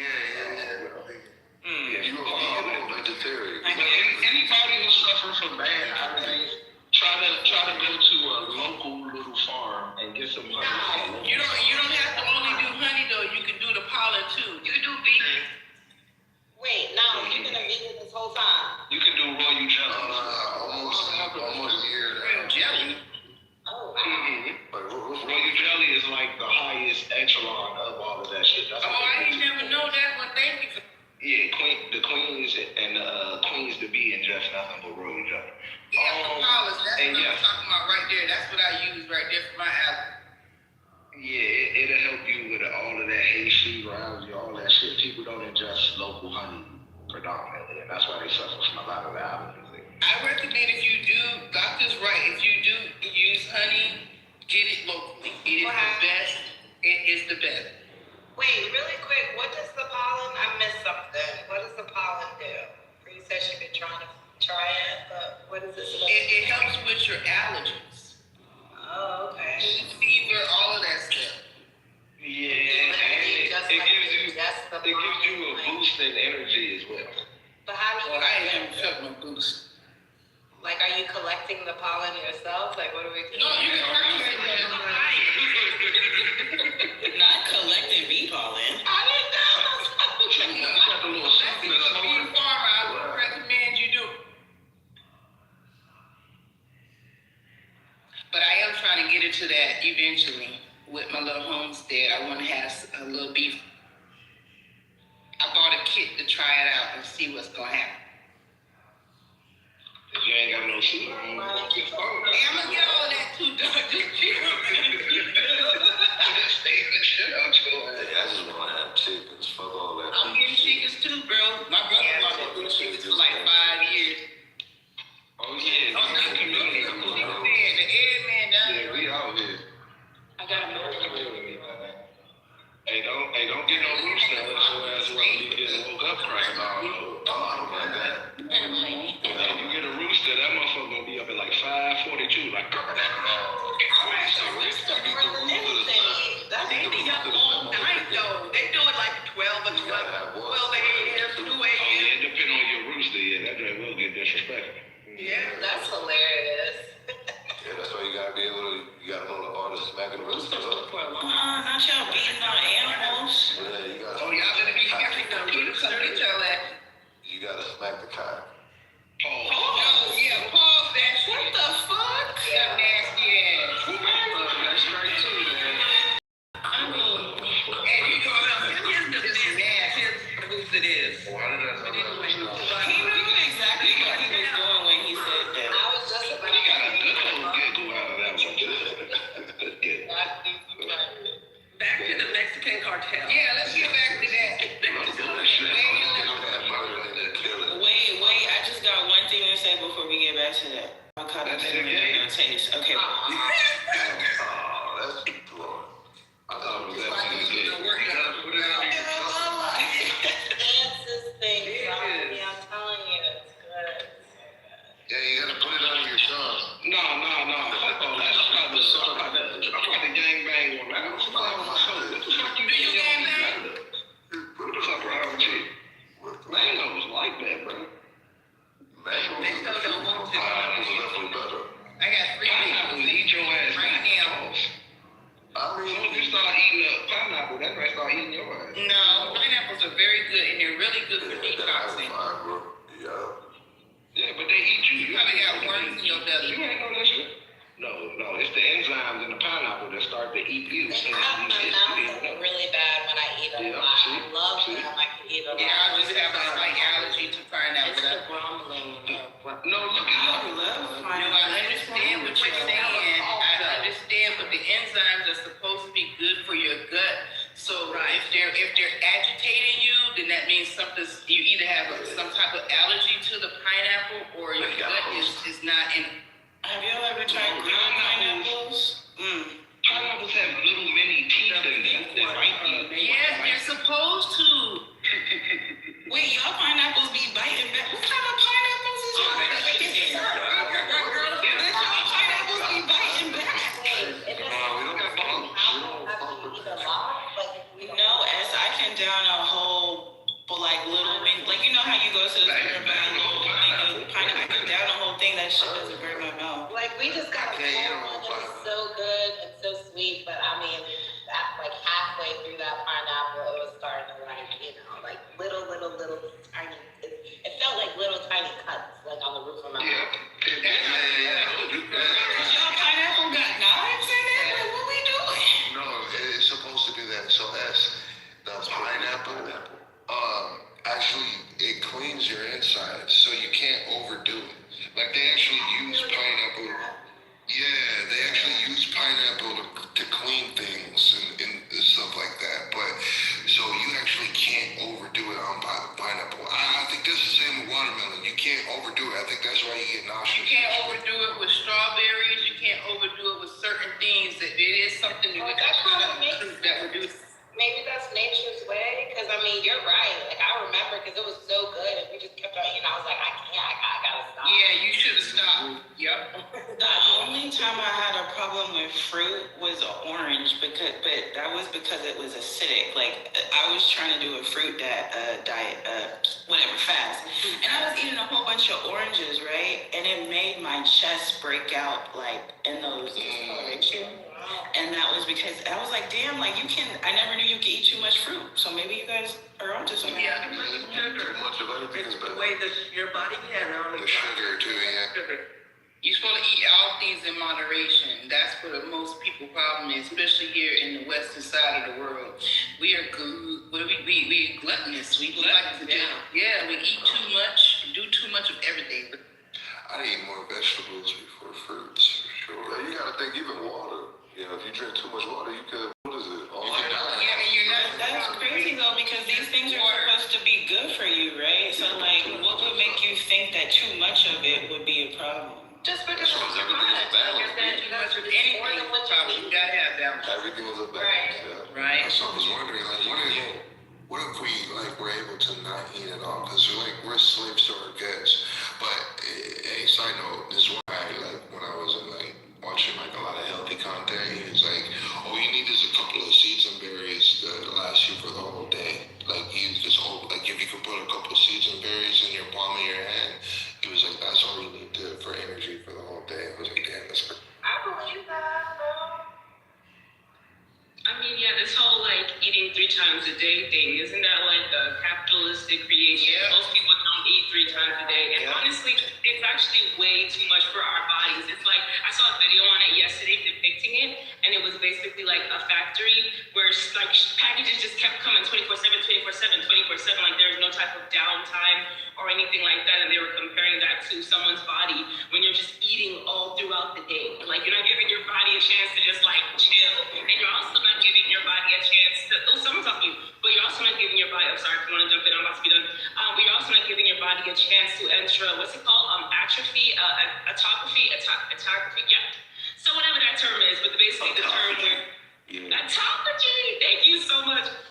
Where your body basically starts to like get rid of all of the damaged cells and actually break them down and turn them into good cells and things like that when you're eating. So yes, like Niles was kind of alluding to, gotta have discipline, gotta have some discipline, y'all. Hey, do y'all eat off big plates or do y'all eat off small plates? I eat on big plates and put small portions on it. It's a mind thing, Niles. It's a mind. We also have to, that depends on the meal. We also Say your have to stomach is remember. on the size of your fist, right? If you ball your fist up, that's all you're really supposed to be like eating. For me, I'm good for putting something in the bowl. For me, So cool. I use all the portions. But we also have to remember that we're not working farms anymore. If you take into account how much calories you're burning, right? I imagine if I was working farms or if I was a slave, I would probably need 3 meals a day. But seeing as though I'm not working at that level anymore, it's not necessary. But I remember when I was working out so hard, I was working out like 3 times a day, and I was losing so much weight. It was crazy. And so I went to a nutritionist, and I think the book was called The Athlete's Diet or something like that. And it showed like if you wanted to gain weight, how many calories you needed to take in. It's all caloric based. So you want to make sure that you're burning more calories than you're taking in, but not too many. Because like y'all were talking about balance earlier, so depending on your caloric intake will determine if you're overweight or underweight. So just pay attention to that. So Melly put it in here, and just like what you were saying, Pure, that's true. Like if you're working like a laborious type of job, or you're out doing and burning a lot of calories, then yeah, it makes sense that you need to intake that, because we're supposed to eat to live, not live to eat. The whole purpose is for us to get energy and replenish that energy and move forward. So, you know,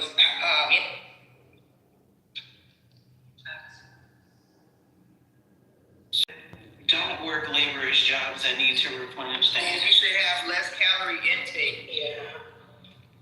Like think about I believe you still need to replenish your energy. Okay, what That's what I'm saying. Like, is it like changing up the different source of the food so that you're getting more energy since you're not eating much a day? Well, certain foods have certain calories and they serve different purposes. So I was trying to gain my weight back. So there was like a whole diet that I was able to follow. Not necessarily diet, but lifestyle, because I don't believe in diets. For me to be able to maintain a healthy weight for the amount of calories that I was burning it.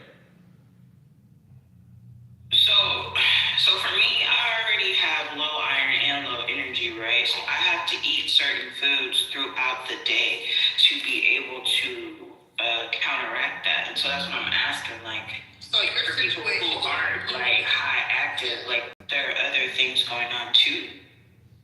Yeah, I understand. Your situation is unique. So, an example, people with low iron, y'all need to have a lot of red meat, stuff like that. You know what I'm saying? Like, but still, even with that, the amount of calories that you're intaking versus the nutrients that you need isn't quite the same, right? You can still get all of the nutrients that you need within what you're eating, but not so many calories. It's about what you're eating.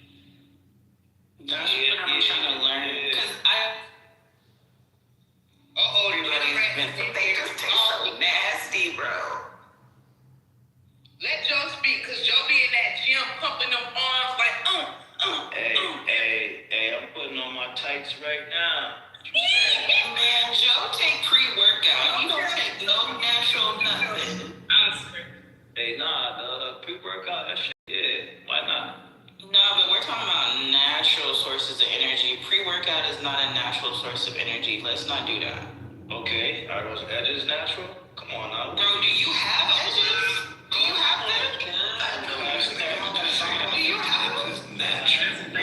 If you want to talk about my crispy edges, we can. Joe, you woke up on violence this morning trying to come like edges, bro. Like, what? I don't have edges. That's cool. That's why you want to talk about mine. It's alright. Just say you like them. My nappy edges and all.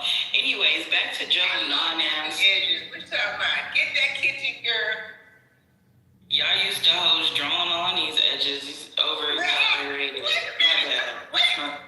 Hey, yo. Back to the natural sources of energy. So dates. Who be eating dates in here? Beets. I'm eating every morning, baby girl. Sure. Do you eat these in the house? Change the take, because I can dates. They're sweet, but they're nasty. Well, I don't have the dates, but I'll be the beach, though. I hate beach. That's why I'm drinking beach right now. They're fasting for Ramadan and they're breaking their fast. They typically eat dates right before they eat to give them more energy. But there's a recipe that I saw people make where like they kind of make, okay, it's supposed to taste somewhat like the Snickers. I haven't tried it. I want to though. But I believe you take a date and I think you put peanut butter. I think you put peanut butter and butter or something like that. You just Google it real quick. I'm driving, so I can't. Something like that. It's supposed to taste kind of like the Snickers. So maybe you could try that. Low-key. Well, like me a Snickers. Let me look it up. Hey, what y'all know about goji berries? Oh, goji berries are good. Great for you. Yeah, I don't like them like that though, but yeah. Are y'all taking inventory of my kitchen? Is that what y'all are doing? I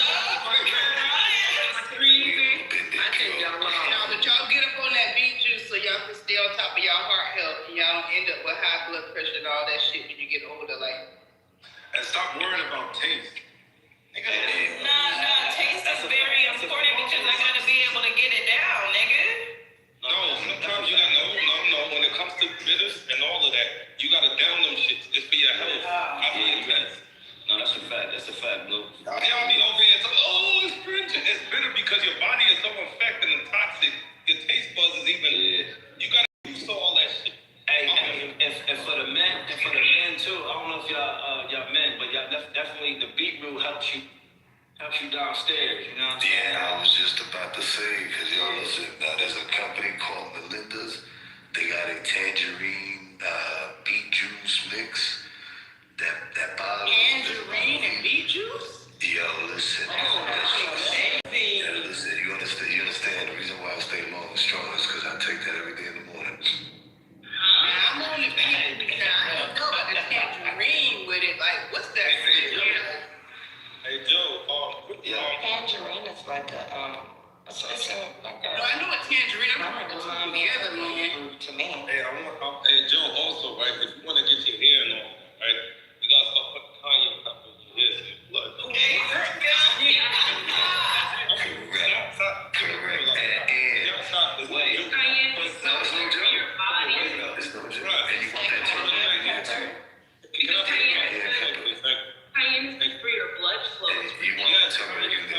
Kanye pepper is one of the things you can keep even in the first aid kit. That you can keep that. That's true, Blue. That's true. So stop that. Trust me, I'm certified when it comes to this. Especially he's certified, yo. I am. I'm not a CPR. A lot of people. Security in my past, but just like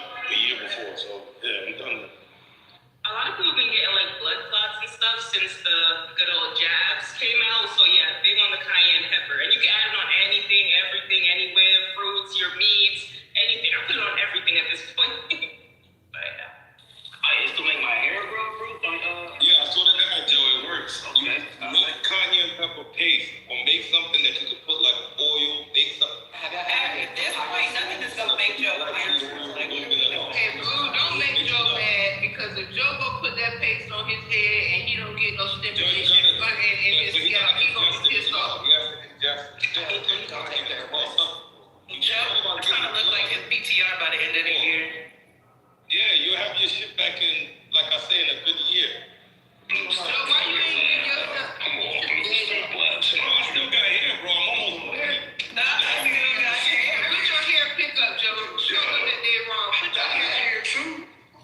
I'm not knocking them. I'm just telling them the fact. That's how I'm meant to be. Yo, once I figured it out, I was like, oh shit. We're gonna. Some of y'all need to put it on y'all beard and connect your beard. Yeah, the beard too. Same thing. I'm telling. I tell y'all. You gotta struggle with beard. And then y'all face, like, what are you doing? When y'all look down on struggling beards. I never look down on here rubbing adobo on their face. Connect that shit, clean. Hey, I'm mad at who been holding down on the soursop tea. This stuff is amazing. Soursop shit. It's good for rid of cancer cells. And Kills cancer cells. But Okay, my bad. The beards that don't connect, my bad. Don't take it back now. Brazilian nuts also kill cancer cells too. Not Joe Beard don't connect. They do. What about the nuts? Let's look at the little thing. You have to look into that, Goldie. The Brazilian nuts kill cancer cells, not nuts. Yeah, but even wild and long. Yo, soursop is amazing, but do you know that you can eat too much soursop and it's not good? I saw a video recently. They were like, you're only because people have been just drinking the tea every day for extended periods of time, it can do harm. But that's with any herb. I feel like people we started going crazy and That's we started right, drinking too much of the herbs. But we said, like we all said before, everything in moderation. Like if you're drinking soursop tea, probably just drink it for like maybe like a few days, maybe like a week or two, but then get off of it for a while. And then You gotta treat it like you do clothes. You know, use it for a certain because I was about to go berserk because you have to add sugar to it. It's so good. It is very good. The actual fruit itself is the best. I would say you probably would. Spirit and stop eating for your flesh before you end up like your kids off a garbage pail kid. I would say. Oh, go ahead. No, I was just gonna say quickly. If y'all want to cut weight, I'm telling you. I'm about to go to tennis. I'm about to shred you. It's an easy, simple fix. Cayenne pepper and ginger. Oh yeah, take cayenne pepper and ginger shot. Ginger don't do it for you every I'm time. talking about drink it daily, 3 times a day. But hold on, you talking about in like a shot? What's the quantity I need to drink?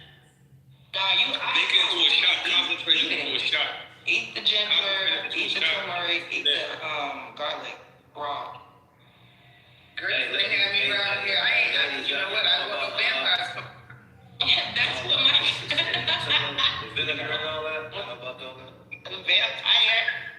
You talking about apple cider vinegar? I don't use that. That's the killer bone. I heard ladies, when you want to close it up, you sit in the tub with vinegar or whatever. That's what I heard. What is that? All right, back to what Dr. Ruben talked about. What you say, Dr.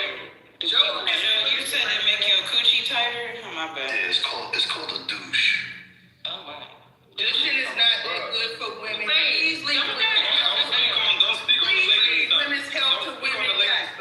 Yeah, I thought douches throw off your pH. Yeah, doing a crazy. It does go. Wait, let me put vinegar out there. This is a lie. You already told y'all how to get y'all nuts. Yeah, I don't understand. Before you try to put them in our Y'all put chemicals and fragrances in y'all coochie and then throw it off y'all pH. And then you gotta fix your pH. Take that back. So he not entirely wrong. So a weekly bath, especially when you on your period. Jesus, he go to me. Listen. A couple of capsules in your bathtub, yes, will help eliminate any bacteria there. Or even And when y'all get to It's one of the safest ways. How to do that monthly. niggas told me. I got some weird pussy. Because these men talking to have wives. They live with women. And I'm a fucking woman, nigga. I oversee what a man with a woman or a wife say because I'm a woman. I'm speaking for personal experience. That you can't do your body that way for too long or it's going to affect you. I'm almost 50 years old. I have more experience than you do when it comes to women's health. And I'm telling you that taking douches on a regular basis, even once a week for some women, will dry their pH out and knock it off balance. Go to your gynecologist, ladies, and ask them. Don't take advice from a man on Clubhouse, okay? That's a fact. For the record, I said during your cycle. I didn't say once a week. Well, no, Dr. Grogan, I know what you said, and I'm going to say you said that, but I'm just talking about overall. I'm sick of y'all, man. I told y'all I was going to start calling y'all stupid and dumb here, right? I'm sick of y'all men on here trying to tell Y'all sound like ants. What'd you say, Peoria? Y'all mute the buffalo at the bottom. First of all, y'all got rabbi at the bottom doing a hymn. Like, what are we doing? Okay, please. Hey, yo. Please. Choose before. Okay, that's all right. You got a hot mic. Here, turn your TV. Go ahead. What are your thoughts on black seed oil, papaya seeds, and I love black seed something with fruit? Oil of oregano? Yeah, no, not oil of oregano. It's amazing about. You talking about macaroon? No, not macaroon. It's not black, but something else. What are your thoughts on black seed oil? I love black seed oil. It's really great for you, Lee. Do you know, actually, I'm not Muslim, as you guys know, but in the Quran, it actually says something along the lines of black seed oil can cure everything but death, something along those lines, and it is true. Like, the benefit is just about anything that could be a benefit, black seed oil has that freaking benefit. It's amazing, and I ingest it, and I also put it on, like, my skin. Your girl be glowing, okay? That and oil of oregano is a must to have in your cabinet.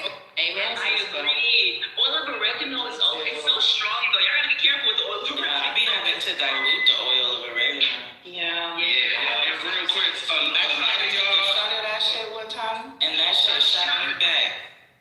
A lot of y'all, if y'all haven't been eating it already, y'all probably will benefit from pomegranate. Those yeah. They help fight parasites, and that's the reason why a lot of y'all actually Doctor. pomegranate seeds and pumpkin seeds. I'm saying this shit. Doctor, you said they clean their gut out, they act better. I think pumpkin seeds fight cancer, and also. I don't know why you said vegan, not we. Papaya seeds are for parasites as well. But if you guys are doing parasite cleanses, I keep seeing everyone saying make sure you take a binder. So when parasites they coming out your eye and shit. That's what I heard. So make sure you take your whatever the activated charcoal or whatever binder you like to use. Make sure you're using that with this, so you're not having parasites coming out of crazy places. So when you take the papaya seeds or whatever parasite killer, whatever it is you're taking, the binder can act as a magnet, so it comes out of your stool and not other parts of your body. That's scary to me. And real quick, if all you do is take from people and never give back and leech off of motherfuckers, you might not want to eat this shit because you might disappear forever. You might be the parasite, huh? Yeah, you might disappear. God damn, dog. What if they do, then they need to be gone. Hallelujah. It was something else. Oh yeah, burdock root. I've heard it. Burdock root is good for That's good for inflammation, the liver. I got that. blood pressure, different stuff like that. Yep. So it's turmeric. And milk thistle. I drink turmeric every day. And bladder. Yeah. Fuck with the milk thistle. Turmeric, ginger, No, I haven't done that. pineapple. Bladderwrack's a good one too for bladder. That's good for smokers, right? I think milk thistle. I heard that's good for smokers. Mullein and Mullein, yes. Yeah, the mullein will have your ass talking of all type of things. it should. You need to get that. You need to get that shit out.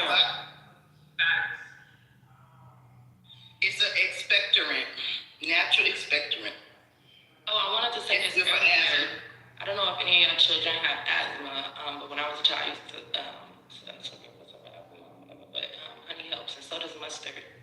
Surprisingly, right? Mustard. Hold on, Mustard man. seed is very powerful. Y'all don't know how many things come from the mustard seed. Oh, they ain't went over that in here. Oh yeah, a lot of shit is set aside from that. When I was in athletics and we got cramps, we would always take a pack of mustard. Yeah, but real quick, hey Lynn, we heard the beginning part, and then we heard the mustard at the end, and in the middle it was like, what was that gonna work? I said, well, if you have any children and they suffer from severe asthma, then get some honey or mustard pack. But I meant to say earlier. Oh, okay, cool. And you said that shit. Was I talking too fast?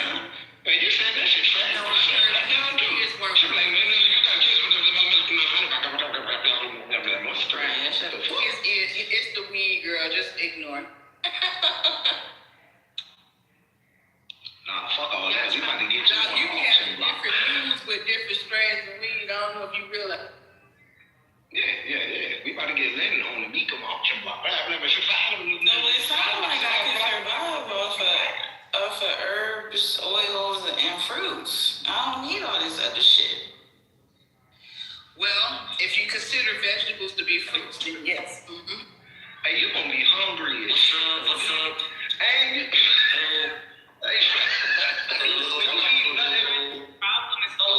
What's up, bro? Hey, can y'all get the little nigga at the bottom? Thank you. What were you saying, Goldie? I would say, I think a lot of the problem that a lot of us are facing at this point is like we've been eating so much, like because like this wealth of knowledge has been in the past like 10 years or so. So it's like a lot of us are already addicted to processed foods and processed sugar and all the things. So it's just making the transition over, you know, and getting used to a different regimen in your food and you know. So how do you cleanse your palate to be open to new taste? But Yeah, I was gonna say fasting. You have to fast. Yeah, yo, I should adrenal glands need to clear out you gotta flush your lymphatic system. Hey, the first thing everybody need to do is still find white sugar. Also go fat. Hey, first thing is y'all need to replace white sugar with all natural cane sugar and shit of that nature. That's one of Like 12 of y'all talking at one time. Yeah, but ingesting bleach sugar. Stop ingesting white sugar. If that shit ain't tan or darker, do not ingest that shit. Be careful when you get brown sugar, because most brown sugar is white sugar with molasses. Molasses, right? Yeah, nah, not brown sugar. All natural. All natural. Cane sugar is good for you. Cane sugar. You better go on xylitol. Yeah, I was gonna say, yo, I had a real problem eating cookies. Like I used to eat cookies like every day, and I just shut up, nigga. So Hey, Blue, you know xylitol is good for your teeth too. My bad. I use it all the time for my teeth. I got all my sides and everything. Trust me. After you brush your teeth, you do the thing. Guys, my bad. That's not the only natural place though, Blue. fuck it. Yeah, I mixed it with the guy. Joe, come on now. No, the bull back there. Joe, don't let this New York nigga do you like that. Nah, that was This just nigga do that. Nah, you eat a lot of sugar, guys, Joe. But that could attribute to actually you not growing hair. And I'm telling you. Hey, stop and listen, Joe. I'm kicking his out. Don't let him No, this is real talk, yo. Yo, sugar, right? What it does, it dries it out. It's like dries it out. So naturally, if there's no blood flow going, bro, think about it. Like that's what I'm telling you. Like, cuz really, like, do process of elimination if you want shit to come back to normal. Bottom line. That's facts. No, I agree with you on that, Blue. I 100% agree with you. Y'all, like, man, I know I be talking shit on here. I be telling y'all some real shit. And I still talk shit now, so, yeah. Shut your low, you sad ass up. Hey, I'm not gonna do like that. Even worse, nigga. Calm down. I was watching a video on this yesterday about fasting and stuff. You cut out, Goldie. Goldie. Damn, she lost it. 1, 2, 3. Is everything working? Yo, Cisco, mute us. So shut your ass up.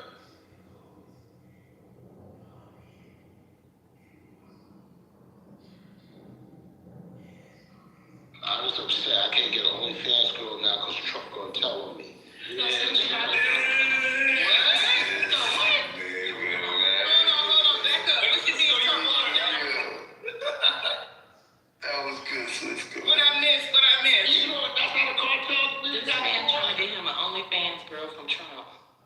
That's how the cartel leader got caught. That girl, Blue. A woman destroyed a home. Destroyed a home. But Goldie, I heard it was a girl that said that nigga. You see, ladies? Y'all can't be doing this. Oh, no, I don't move like You that. don't fuck the brother. Listen. I'll be gonna eat. Listen. If she wanted to set him up, obviously she felt like he wasn't worthy to be out there. But my man would never be set up. I don't believe in betrayal. Clearly the money was better. No. What money? From where? He wasn't black. Black women wouldn't even do that as much. I would say this. I'm glad you said She didn't do that shit for free. She did not do that shit for free. Yeah, because they'll give it up here for TV. Black women are like, wait a minute, because they know the feds ain't gonna be able to keep up with their weave and all that. Y'all disrespectful. Cheeseburger? Really? We're talking about serious shit. I said that, and I know some chicks that would give that shit up for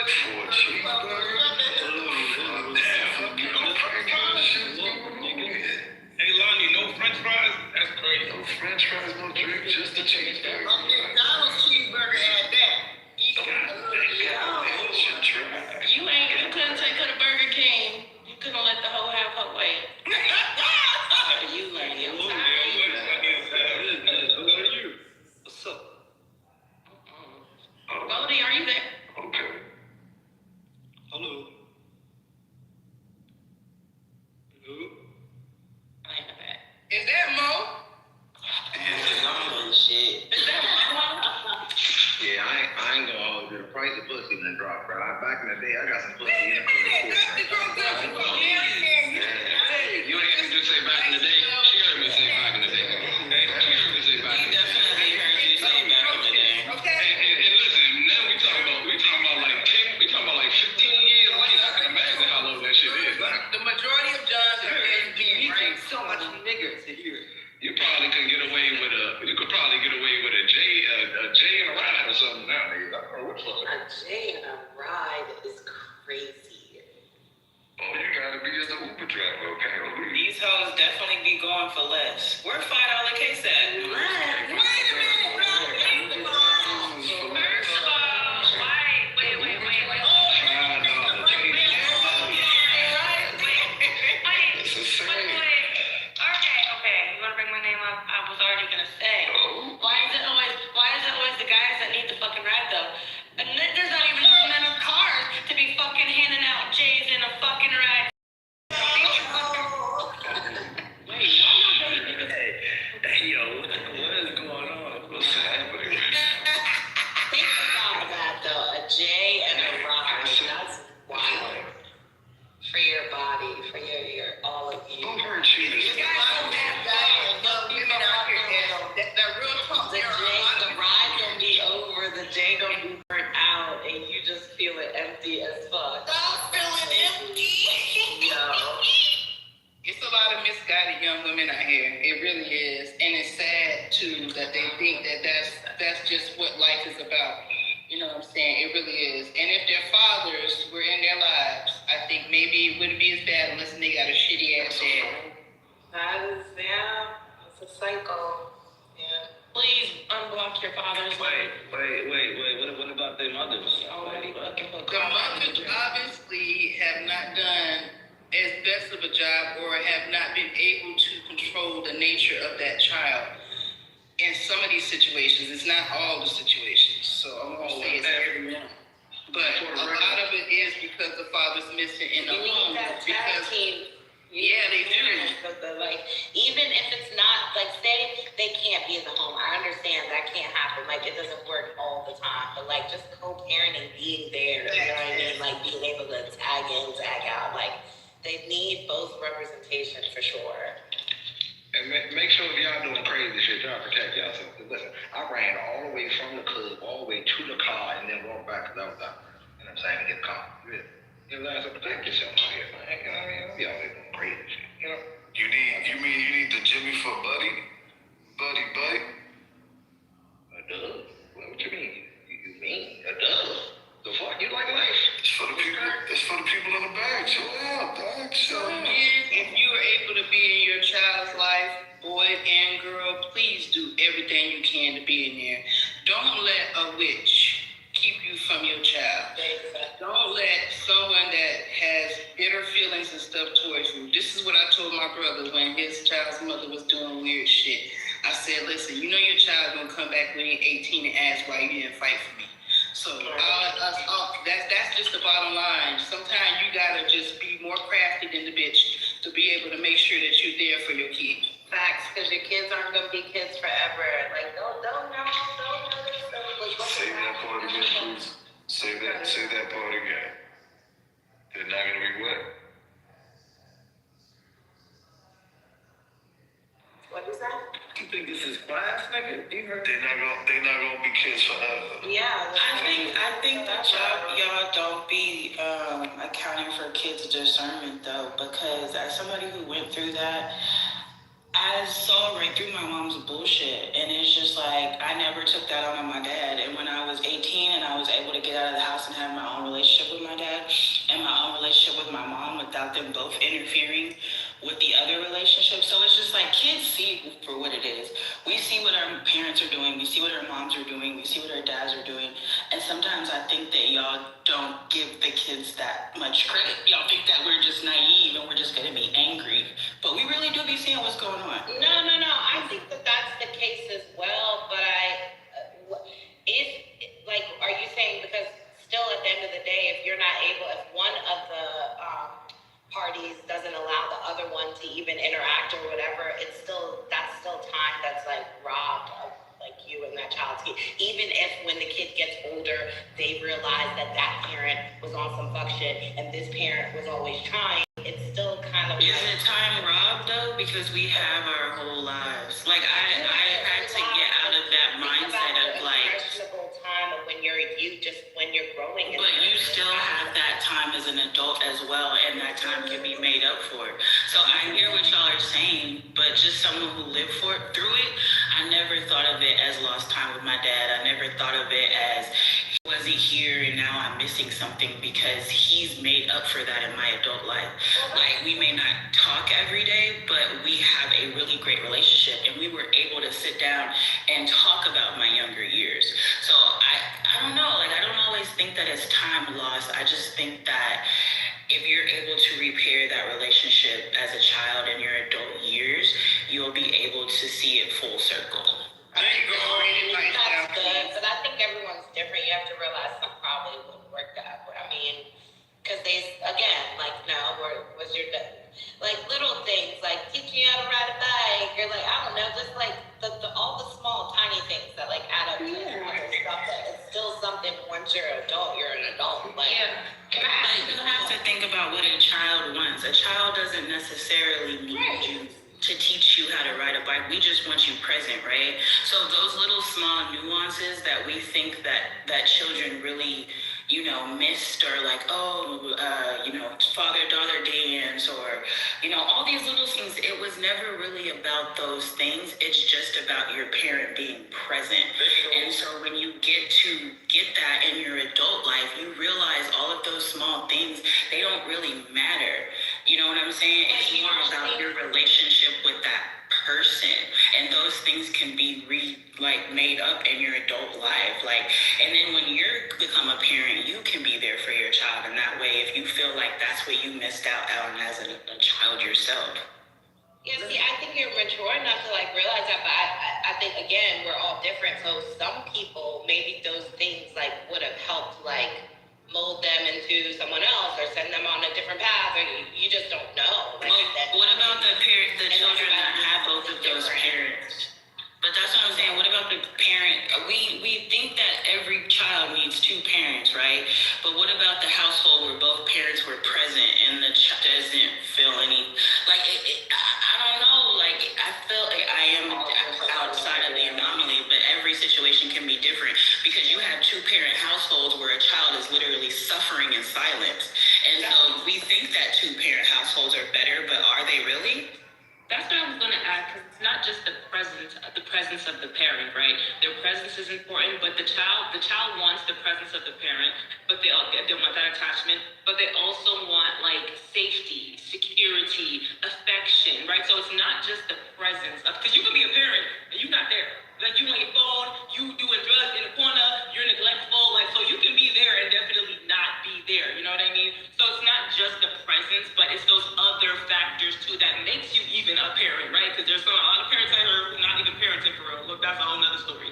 So it's different factors to it for sure, and that's why that goes to your point of whether it's one parent or two parents, those other factors need to be there for the child to reap those benefits. I'm gonna tell you now, you can always rebuild your relationship back with your kinfolk if you guys are willing to meet. Go ahead, yeah. I was gonna say, I'm gonna speak from my own personal experience as a kid. I grew up at one point with no mom or dad, right? Being raised by my grandmother. At some point, I did go back with my mom, but I never lived with my dad. They separated when my mom got pregnant. But my dad came around here and there and stuff like that, right? I respect everything that Balcony just said, because for someone who has discernment, like she said, some children do have discernment and can understand the difference in relationships and stuff. But there are a lot of kids out here that don't have that discernment, or they have different emotional needs when it comes to parenting, right? And I saw that with my sister, whose father died when she was young, and she had no father at all. You know what I'm saying? She needed her dad, and to this day, she still do have some issues because of that, right? So I think it's really anecdotal in these situations, and it can't be generalized for real. That's why I started out. I started out just saying I was speaking to the fathers that really want to be in their kids' lives, but they're having issues with the mother, right? And not necessarily you just not having your parents around, because we know it's so many different dynamics to why relationships don't work. But that child is still someone that you need to pay attention to. Like, you have to try to work that out because of that. And my thought is, dudes, don't just give up because the mama don't want to be cooperative, because that child still needs you. You know what I'm saying? And yes, even if she is blocked it where you can't be with them until they're 18, when they're 18, make it your business to be right there so they know that you are there. That is my hope. Just simply knowing that you're fighting to see them or spend time with them or do it, that means something right there. Just that, the act. Yes. That they're not able to even do it. Like, that means a lot. Yeah, I didn't have that growing up, so I'm just letting y'all know, step up, fellas. And we actually see a lot of things we don't realize are inside issues, our childhood traumas and stuff. We don't even realize a lot of times it comes from those little things that we think we survived from, right? Like, if we really sat down and unpacked all the things that we went through when we were kids and analyze it and think about it, we'll see that really did affect us in a way that we didn't realize, because we suppress things and let things go, or say, oh, okay, I can move past that. But in reality, all we did was just put it to the side or swept it under the rug. We really didn't deal with it. And then when we become big adults like this, we find ourselves having anger issues, you know what I'm saying? We find ourselves having problems with relationships ourselves, because we didn't have that stability growing up to know what it really should be like, because we had to survive the best that we could. That's straight facts. Like, I'm sure some people leave this earth never, like, kind of making the connection and being like, oh my gosh, this is why I'm like this, or this happened when I was young, or whatever, I went through this. Like, you're so right. That's true, and that's how, like, generational trauma happens and things get passed on. Like, I was doing an intake for this client. I was doing it with his mom because he's a minor. So I was talking to him, doing an interview with her, and I was like, hey, so, like, is there anyone in your family who has, like, struggled with, like, mental health issues, substance use, anything like that? She was like, well, my husband is a recovering alcoholic. I said, okay. So then she said, yep. And I was like, okay, anyone else? Anything else going on in the family? She was like, well, my father is a recovering alcoholic. I said, oh, okay. So then she was like, oh yeah, I think his father was like, so I was like, oh, okay, so I see the pattern here. And that's the thing, it's like, it was her dad and her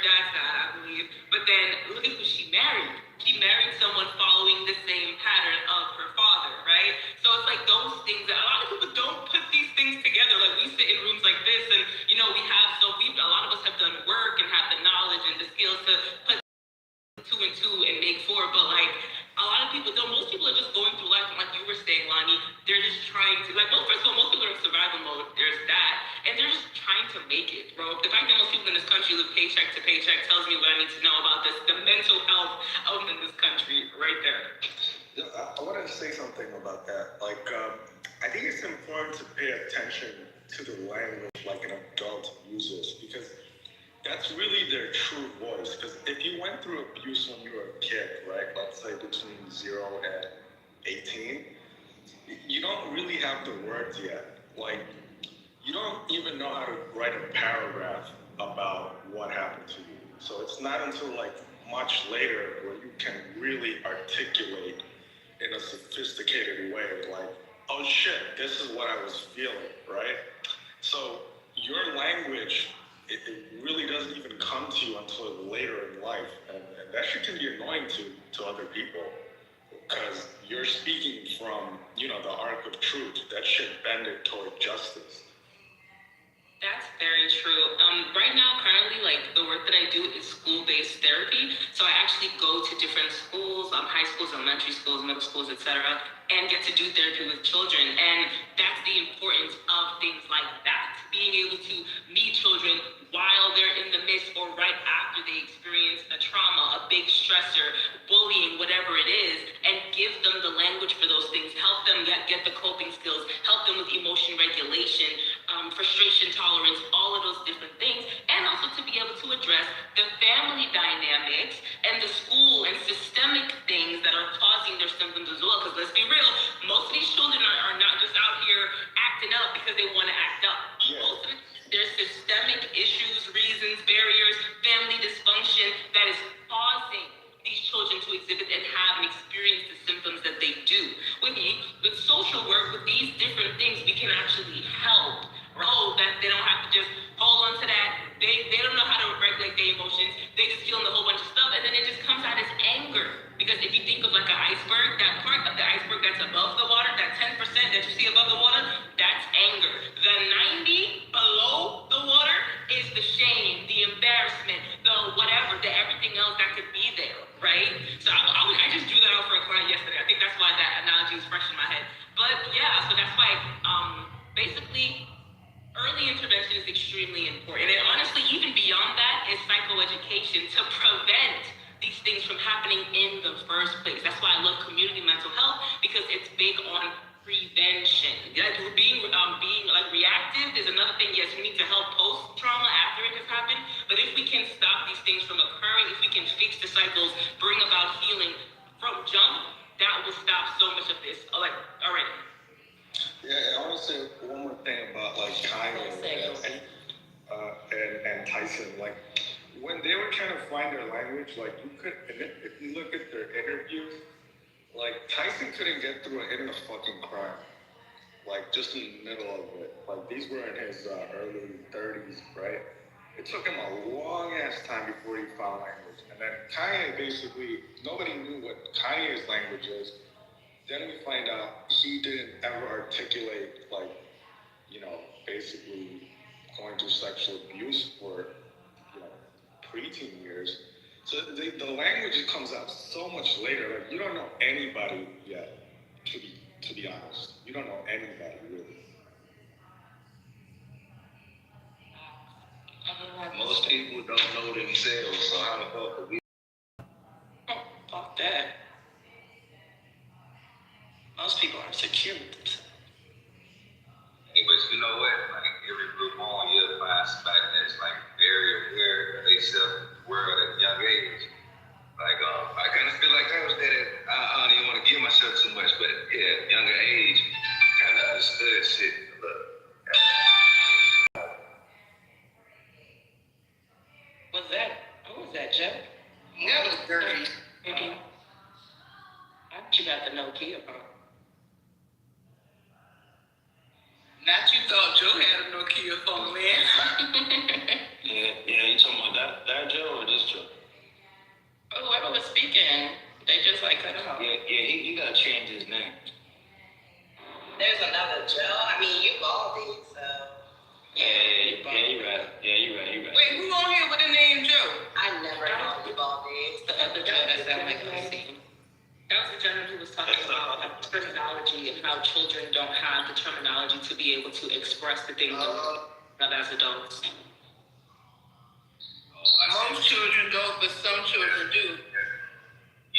some kids that's like more, they more well spoken than adults at like 8, 9 years old because they've been reading so much, they done seen so many words that they can express themselves any type of way. I think that's what it comes down to. A lot of just ain't read enough. Articulation is still, a kid can articulate a lot of things, right? But it's emotional, it's usually the emotional status of the child that makes them, you should realize they're still a kid, you know what I'm saying, the maturity level. But as far as knowledge-wise, we have baby geniuses and stuff out here, like. I was gonna say, like, yeah, high IQ and high intellect, I'm screaming. Okay, I'm sorry. But yeah, high IQ definitely does not equate to, like, emotional intelligence, right? Cognitive. Correct. That's right, the cognitive intelligence, Goldie, that's it. Well, what do they say about the IQ? If you have too high of an IQ, you stop being able to relate to others that aren't next to it.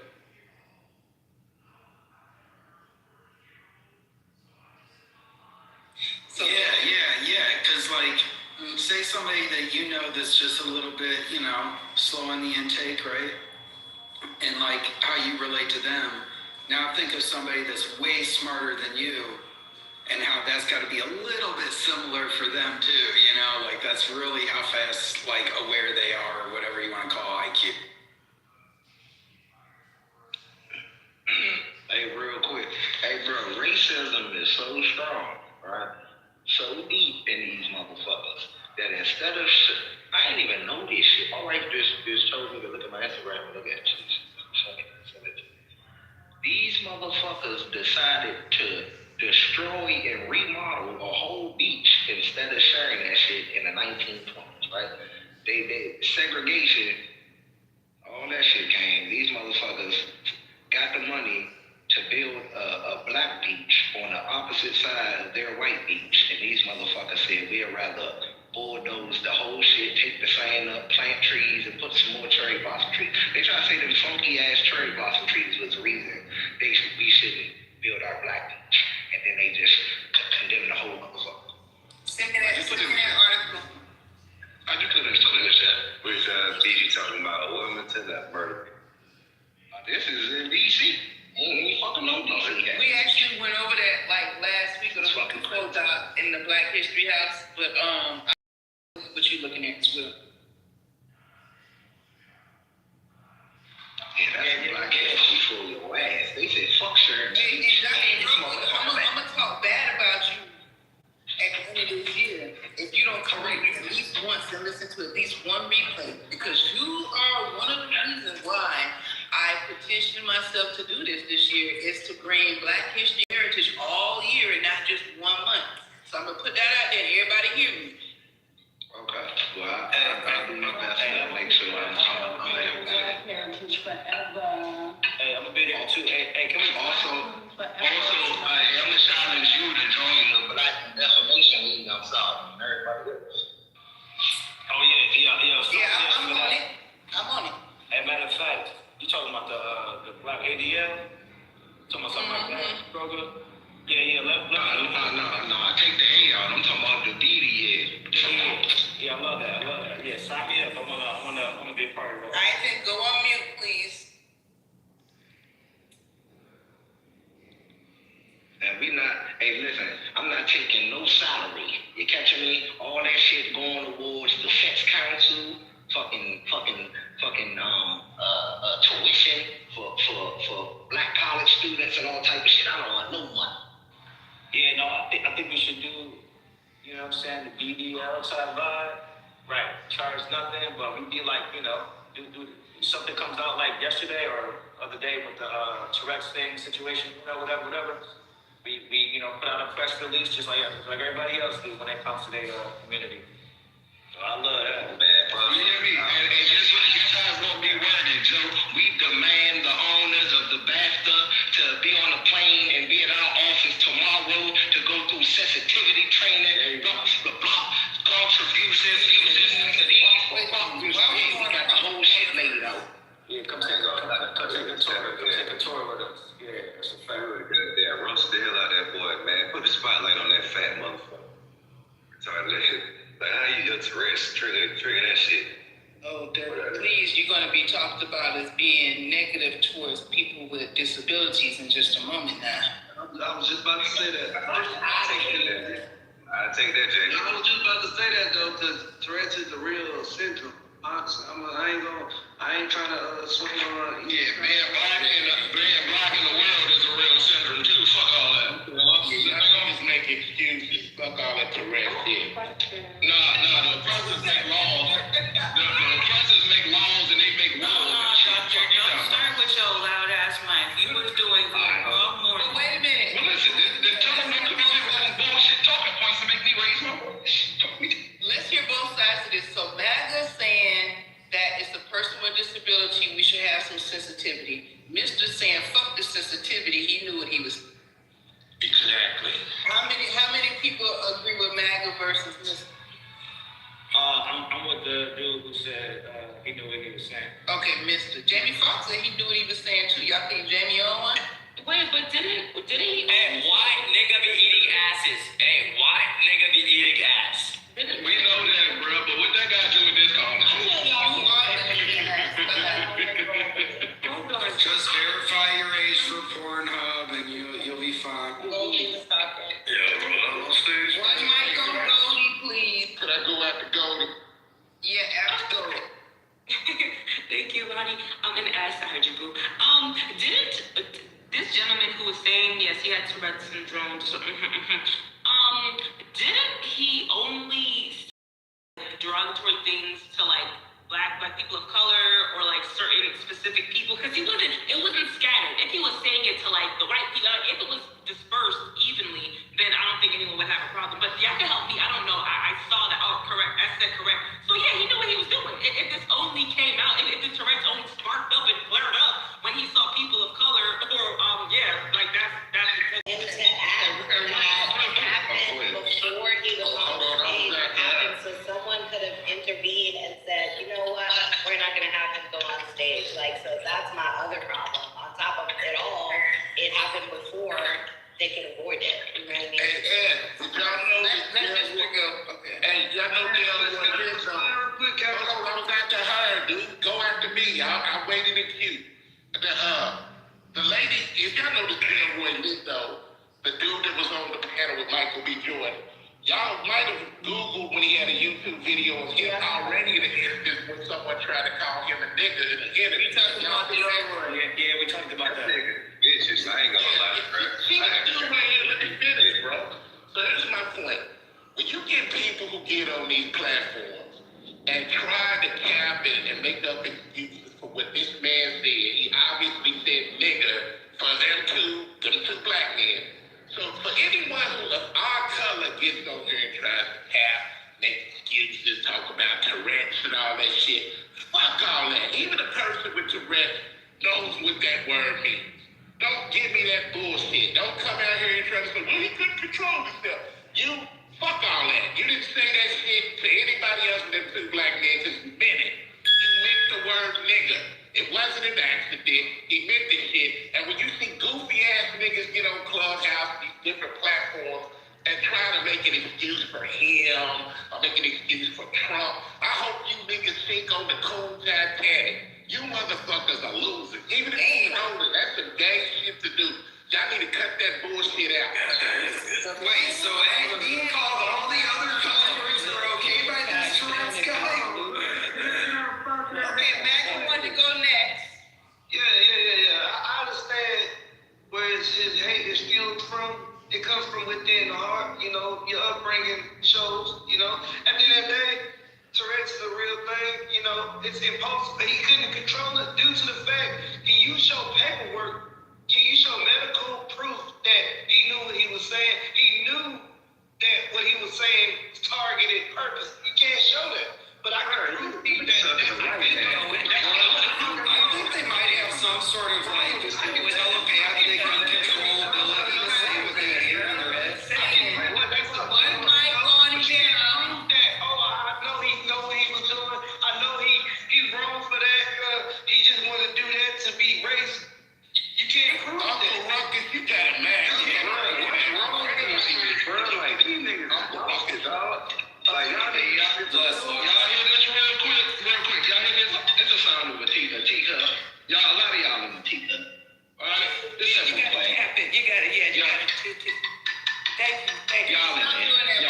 You could have put that. You did all of it. Don't get the cigarettes out. That was just the beginning. That was just the beginning.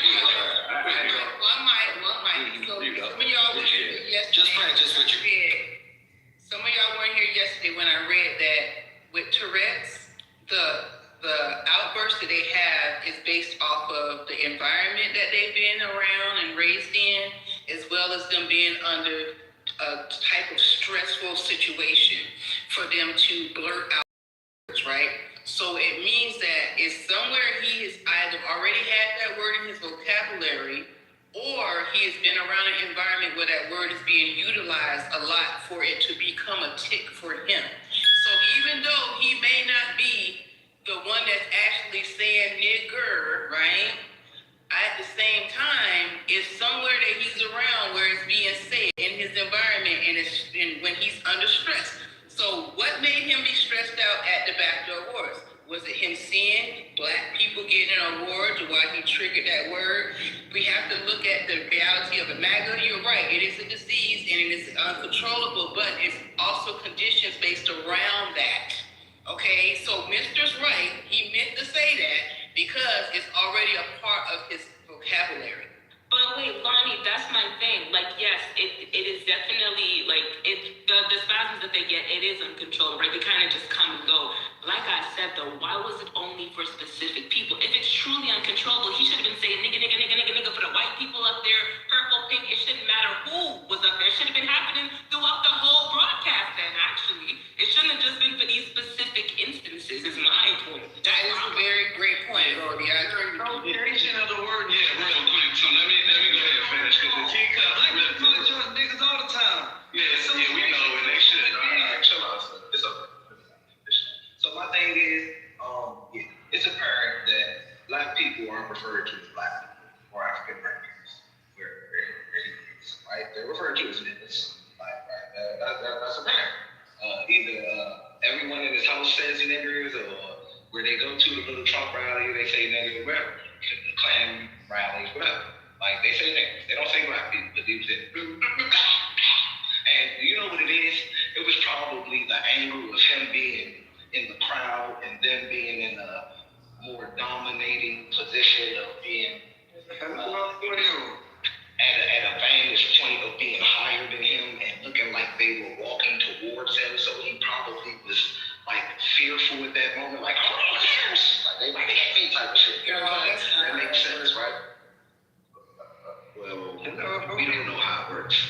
We don't know how it works entirely because, everybody's different. But when you think about it, that kind of makes sense because if you already have a preconceived notion about people because of your environment, right, and you're never really around them, and then that instance, it looks like they're walking towards you and they're higher than you, so innately, that's a more domineering position, right? So it makes sense. But past that, what should have automatically happened was when you had these type of ticks, predominantly you have the same tick in a lot of instances, more than 50%, if I'm not mistaken. So you predominantly say the same words with your tick, right? And more than likely, probably at least 8 to 9 out of 10 times, they've heard this from this gentleman.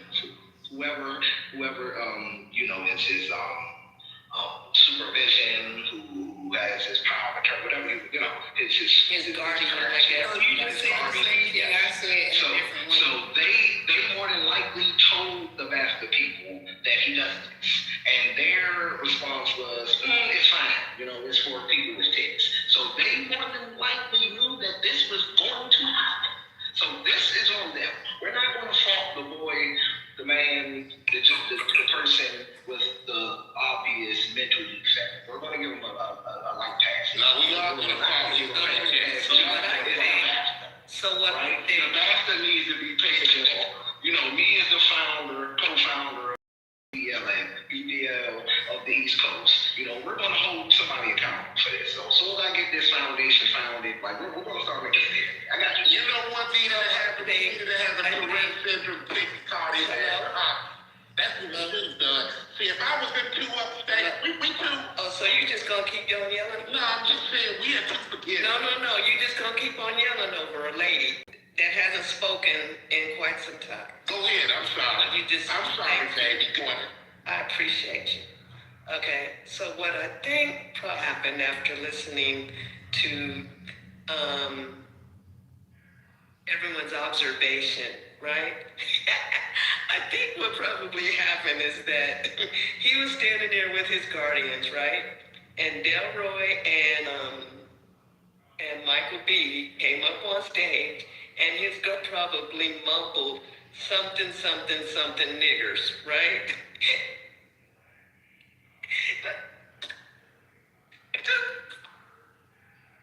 But wait. Hey, you in the matrix here? Say what? You breaking up at least. We can't hear you, girl. You're giggling. So, yeah, you're going to have to tighten up, bro.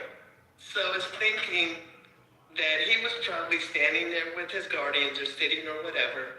And when Michael B. and Delroy came up on stage, they probably mumbled something to each other in his presence. Something, something, something niggers, right? And then the Tourette's dude just repeated it, was like, niggers. And he didn't know, but as a result of the Tourette's, he said it louder than what he was supposed to. I think his guardians were there saying, nigga, nigga, nigga, nigga, and then finally he just said it out loud. He knew what he was saying, but I don't think that he meant to say it that loud. Or let me say this, and I'm gonna land. Or his guardians knew he was gonna say it loud, so they started mumbling it so that he would say it loud. That's kind of like what I am processing. I would have tried to follow the crack. I would have got Tourette's and been like Dusty Hockey. Because we take the high road so that they can call us nigga, I'd call them a cracker. Dusty and Hockey on the stage. Fuck the high road. I didn't give a fuck about Tourette's and all that shit.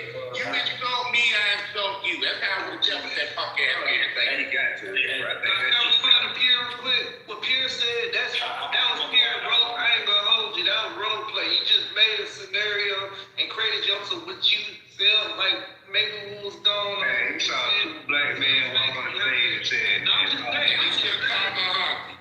That's what he should have done. they should have put the spotlight on his ass. Called you a cracker. Underneath Linda's and Leroy's, It's early in the morning. One mic, just a moment. Let's chill out on all the derogatory. We get to understand what was said, so let's move past that and have an actual conversation on what we feel like happened or what our opinions are without being so negative and attacking each other, okay? And the location of where the place, where it actually occurs, plays a big role. This did not happen in the United States of America. So y'all gotta keep understanding where it occurred, and then you kind of have a reason like why it occurred. Not saying that it should have happened, should have never happened, but culturally, location. I'm not trying to be annoying or anything, but most people don't know what the BAFTA is, or don't even know where they were at. Just heard somebody say the word, and automatically, because a lot of people thought it still was here, because they think only America is where people call you a nigga. But Dane, I just want to thank you for dealing with me when I'm slow. I understand why somebody put an X on me. You can put that X on your mother. But it's true. A lot of people in here did not know where the BAFTA is. So let's be very sincere. You couldn't wait, sir? What the fuck I'm talking about? That race, nigga. Shut the fuck up with all that clown shit. I have no clown shit. Chill out. Don't let me speak that. I told you. You know what? It only took 10. Who just muted me, damn it? I not muted the stage. I muted everybody. Yeah. Go ahead. Hey, not cut a person off. Y'all let that man come in here and do whatever. Let me say this, hey Melly, I know we need to chat. The reason why, Melly, because this conversation been going on since yesterday, and there's a few people that don't know where the actual situation happened. That's why I said that. they ain't not lying. It is a bunch of Negroes that are ignorant and didn't know that the Baptist was over on a whole nother piece of land than ours until somebody told their asses. Because they never watched it until now when we seen it on social media, the little clip that they saw. He not lying, he dead ass serious. And so many people changed their viewpoints when they heard that it occurred there. They even changed their viewpoint when they found out that Delroy Lindo wasn't American. So that's why I have to be very clear so we can actually speak about the actions of what occurred was definitely wrong, but the fact that the way it happened and why it happened, it shouldn't have never happened. And especially when we spoke about it being pre-recorded, just keep throwing those X's on your mom, and they're gonna make her live longer. So we see that this action that occurs, it's like, to me, I don't feel like it's super crazy or surprising because that's how those people really think of us. So him even blurting me out, and it's like, oh my God, he said that. It's like, that's how they really feel. Like, I think it's okay that we know how you really feel. It doesn't mean that I'm okay with what was said and how it played out, because even their response was terrible. But then again, somebody might say, well, he has a special, he's special. He has something that's wrong with him. Then now it's like, I might as well just say I have it and start a fucking Instagram page and just start calling people out their fucking name. Be like, hey, I diagnosed money. Yeah, so I think it was, hello? Okay, that's cool. So I think it's, honestly, I feel like it's intentional a little bit. Obviously, they had a few hours to block the shit out. So that's one thing that hits my mind. It's like, okay, where was the people who didn't have the affliction? And then two, I don't know, man, I just feel like it's like marketing. You know what I mean? Like, you know how they get people all up in arms, you know what I'm saying? The fucking, what is it, H&M and Gucci, all the shit, like they just promote through our trauma type shit. So, I don't know, it's just a little weird to me that no one caught it. And then for the Google thing that happened the next day, I think, well, I don't know if they did when they just kind of just said it. I mean, we can't even write that in the chat here, so it's kind of wild, but yeah. We can't even write Negro. Like, I don't know if y'all I know y'all probably ain't trying to type. You can write Negro, Black you is can't write Spanish. Negro. Yeah, Negro, but it's Spanish is black. I was trying to put it in the chat the other day. I'm like, what? You can write nigga. I was trying to write it earlier. Yeah, you can write Niggas Niggas all time in that shit. but you can't write nigger. I said Negro. Negro. We know. No, so you can write it with an A, but you can't write it with an ER. Which is crazy because that's my language. So now you're telling me that I can't type in my language. You gotta copy. That's what I was getting to, right? It's black and Spanish. Negro is black and Spanish. But I put it in the chat. Spanish. So I'm trying to make sure I understand it. So at the BAFTA, which is basically the UK or British equivalent of the Oscars, two black men were on stage presenting something, amazing black men at that, who killed their performances at that. Were on stage, and then this gentleman in the crowd, what he named John Davidson, then yelled out that word, three times. Multiple times. Okay, so then my love.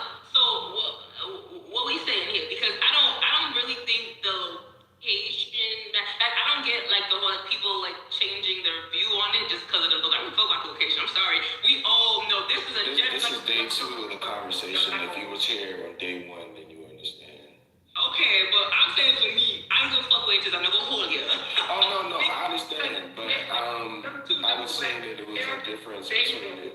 The guy, he's from Canada, so like they use nigga over there too. So like y'all context of the word, so for me, my opinion stays the same. I know some other people's opinions changed when they heard it was at BAFTA, but I'm just saying for me, my opinion never changed. I know this was part of the aspect of the supremacy, and in the fact that the BCC still showed it. And they had 2 hours to change it, right? Or something like that. Yeah, whatever the fuck the channel was called. They still presented it like they even spoke about the they actually removed when somebody was like Free Palestine, they removed that individual from speaking. Because, just the same way they have, the reason why I brought up the location, because it plays a difference, because people having the conversation did not know where it was. That's why I'm not bringing it up to say I'm more intelligent and smart, but the fact that you can see how our conversation switches once people find out it's not here or not towards a certain group of people. So that's why I mean, you said why? No, yeah, I'm perfect because I'm like, regardless, like anti-blackness is a universal phenomenon. Like it's everywhere. Like that's not just in America. So that's why I'm perplexed as to why people's opinions will change because it's over there. Like they have racism over there for a damn sure. A lot of it. So I'm obviously not. Yeah, and that's what I remember because it was kind of like crazy that today's conversation is a bit different, but the fact that to me, I'm never surprised about what happens, especially maybe because, being from having family and people that live in that nation, or I actually watch things and watch a lot of fucking soccer, a lot. And, interviews and things where people berate these men. They basically, if they miss a goal, they'll threaten you, racist, there's a lot of racism. So when I heard that where it occurred, and even though people here in America, because come on now, we can be honest, it's probably people that went to the Oscars or any of these awards that actually had Tourette's. And I don't think anybody, I'm not pulling up for them because they're no better. I ain't never heard nobody come out and say, nigga, or nigger, right on the stage in the very first, because remember, that was the very opening. That is the opening award, the end of the show. That was the very beginning of the show. That means when somebody was watching that, they watched that at the very beginning.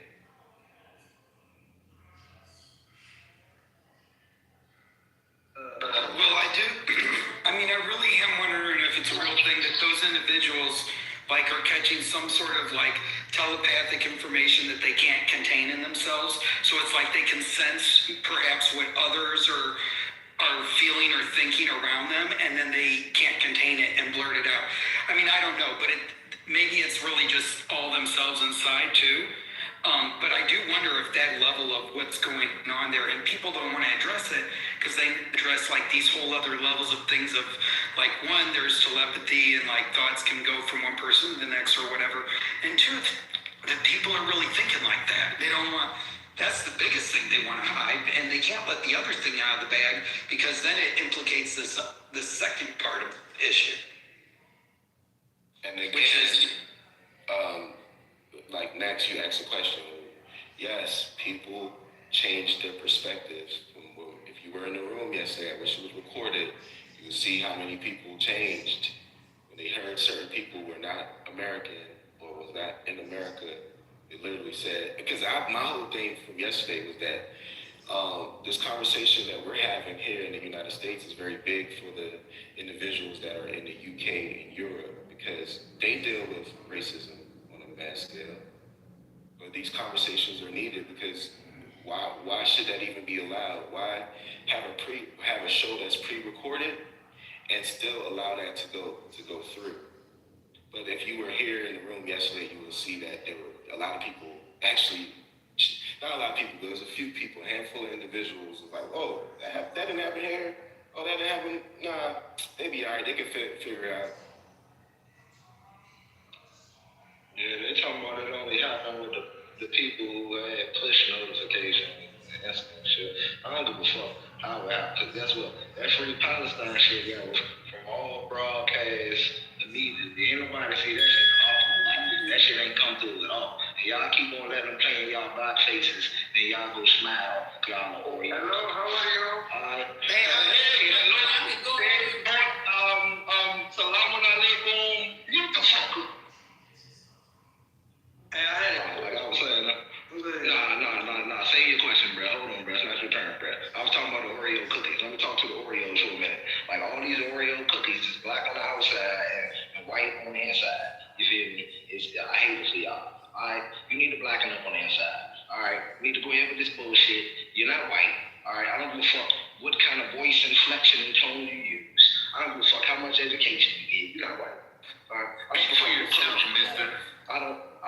which shoes your child, you're not white.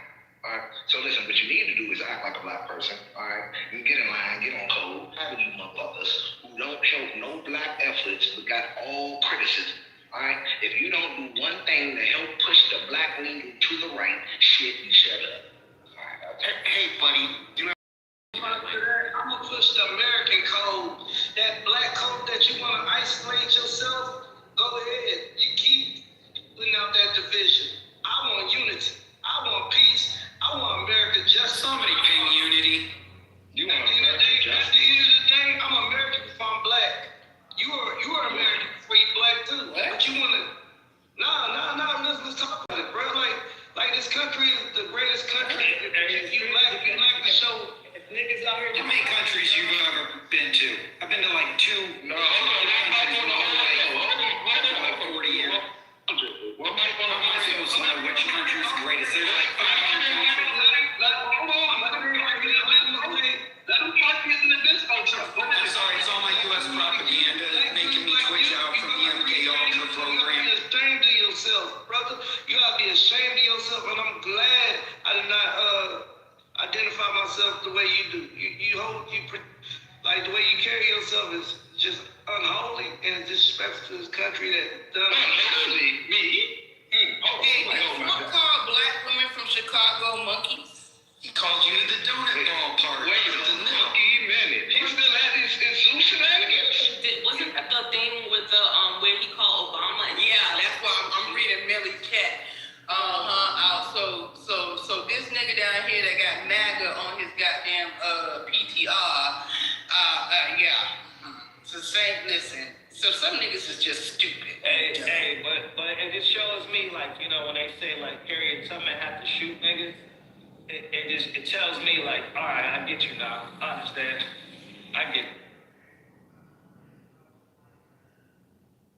The climate in this country is still racist. A lot of people say, oh no, racism it don't exist no more. You either living in a motherfucking closet somewhere deep in a tunnel underground, or your ass is blind as fuck, okay?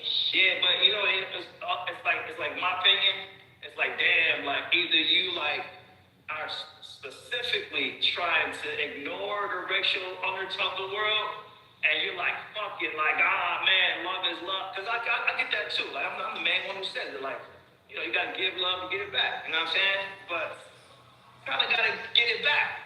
You know what I'm saying? You got to get the love back. Like, so I hear you. Like, I understand. I like white people too. You know what I mean? There's some white people I really fuck with, you know, in this world. You know what I'm saying? But that doesn't speak to the power structure that is white supremacy, though, for sure. So, yeah. That's a fact, Joe. And I'm black first, but I have different ethnicities in me as well, right? But when you look at my skin, you see not black, you see a brown skin woman, right? That's what you see. Nobody's gonna know that I have all other type of stuff in me unless I tell them that, right?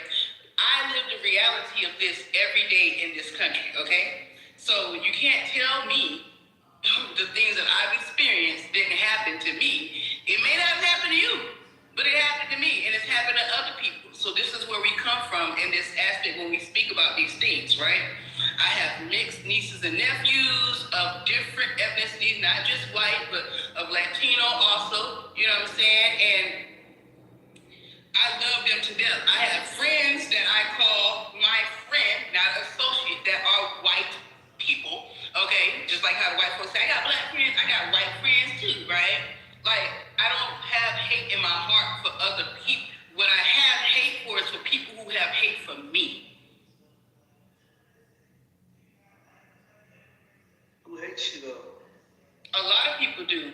They stand up every day and make it known that because of the skin color that I wear, I'm less than them, sir.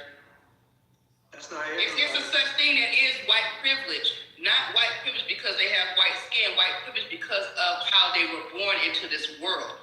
And it's not just exclusive to America, it's worldwide. It is an actual thing. There's an actual thing called whitewashing, where people have taken black culture and washed it down, or other cultures and washed it down to be something that it really wasn't. I think that a lot of times we harp on the past too much in the sense of saying slavery, right? Because it's way more than just slavery that to deal with in this here environment that we're in. We have to deal with being criticized for the things that we, as people, for how we dress, how we wear our hair, for the way that we speak. You know what I'm saying? Like, it's a lot of things that you can put an X on me if you want, dog. That's fine with me. It may not be to your experience, but it is to mine, okay? That's all I'm saying. You can't sit here and say something is not happening or it's not valid if you just haven't experienced yourself, but you have plenty of people telling you that they've experienced this. That's like you're purposely being dense and blind, and you don't want to recognize what's real. Yeah, so like hold on. I'm from a culture, right, that legitimately thinks it's better than every other culture. Turn off. Hold on, turn off. So hold on. I'm saying like that's pretty much every. Turn off. That's every. No, hold on, turn off. Turn off for what? Hold on. You holding it? You're holding it right now. That's a turn off. I understand, nigga. I'm not trying to fucking have sex with you. No, you just want to jerk us around, huh? Okay. Man, don't stop that man on some weird shit like that. All right, light switch on, light switch off. Hold it on. Continue to say, hey, y'all got to handle this dude. Did Joe say nigga? I swear he did. No, I'm going to play you like a crossfader. Don't worry about it. You'll enjoy it. Here, AB. Okay, you got to go. Hold it. Joe is black? No, I'm not black, yo. That's my bad. Sorry, guys. Joe, black. What are you? Apologize. Now move forward. All right. He in the hallway, and we not doing that. That is not how it works. Apology is not accepted. Now we went after that BAFTA happened in the waiting room. It sure did it. Hey, this nigga over here. White on white crime. Hey,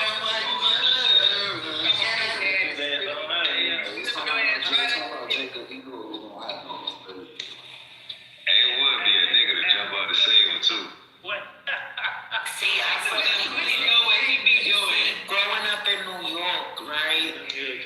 When we use the word, we don't use it as like to degrade people or a particular race. Know what I mean? Like that fat nigga right there, like that's how we talk. You see that short one right there, like, and it's sad that it's gotten to this point that now like we can't use the word up here in New York because we're gonna wind up in this conversation.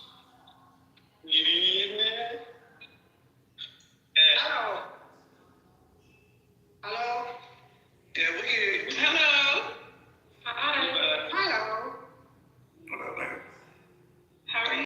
Oh, state. I'm from India. Where are you from, guys? You're going to send you to the hallway.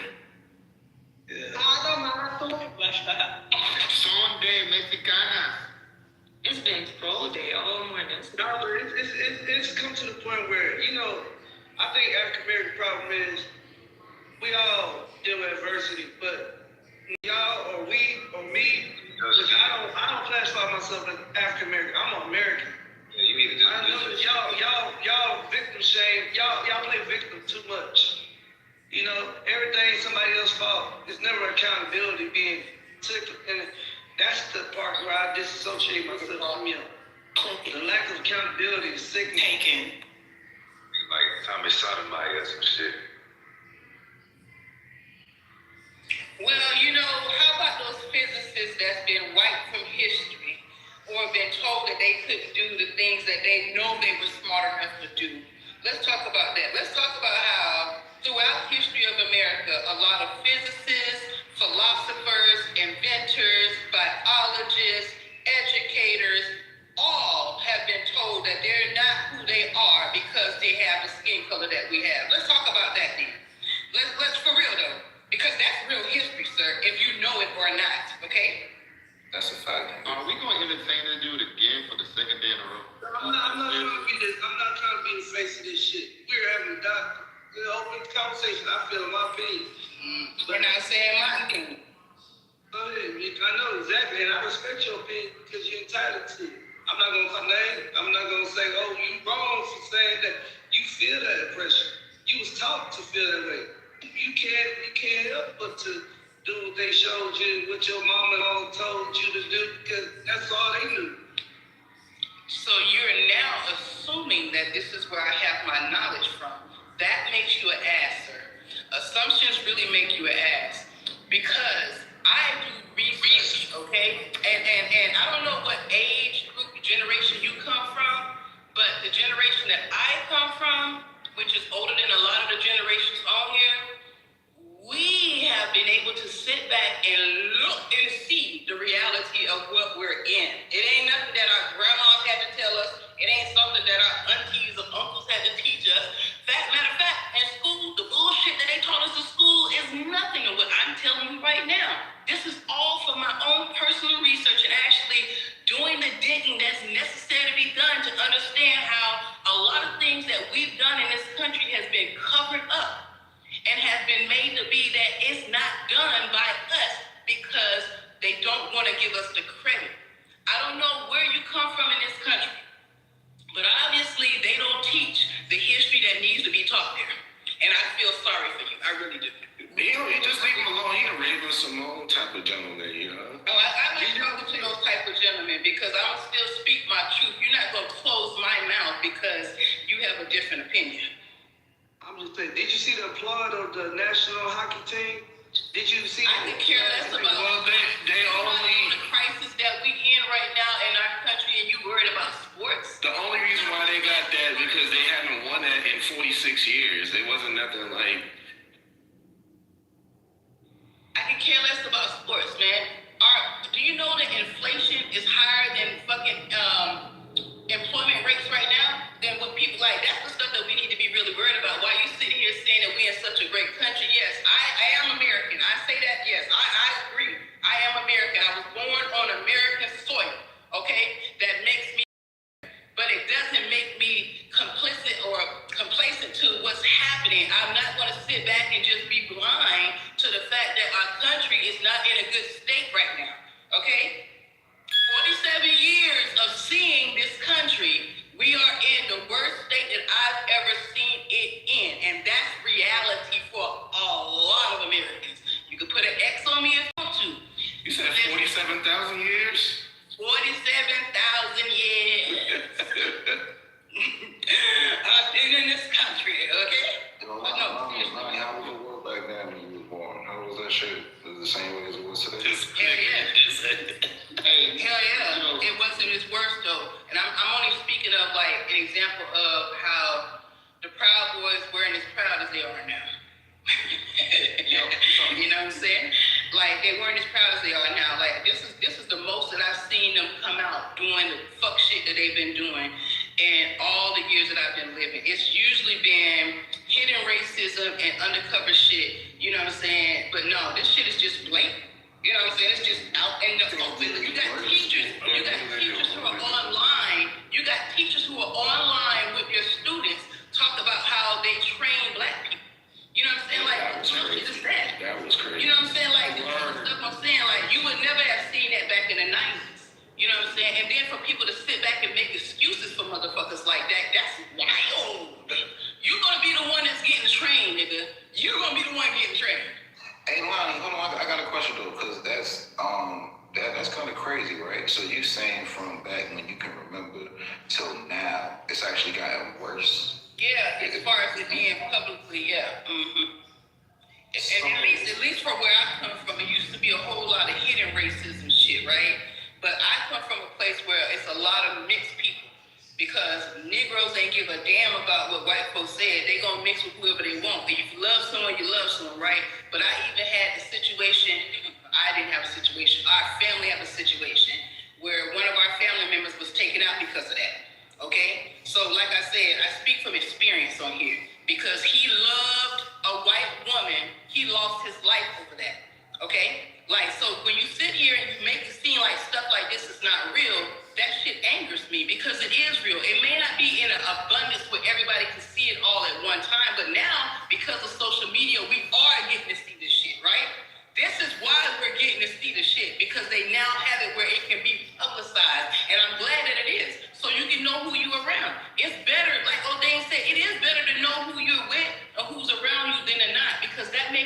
more dangerous. Sarah, just smile about for me. I got a Sarah. Feel about black man, and I got another. I have that also, sir. That wasn't her point, brother. It wasn't. No, this is the nigga that want to make a point that against the fact that racism happened in this country. No, but we're raised to our own kind, though. I have a brother who was racially profiled. From our own black brother. We can hurt each other, and we don't speak out on that. But anytime something happens from the opposite race towards us, it has to be amplified. I definitely But that's the cool shit right there, though. Like he'll negate the fact that an entire system was built on keeping you down. He'll say, nah, fuck that system that's keeping you down, and all the billions and trillions of dollars that they put into keeping you down.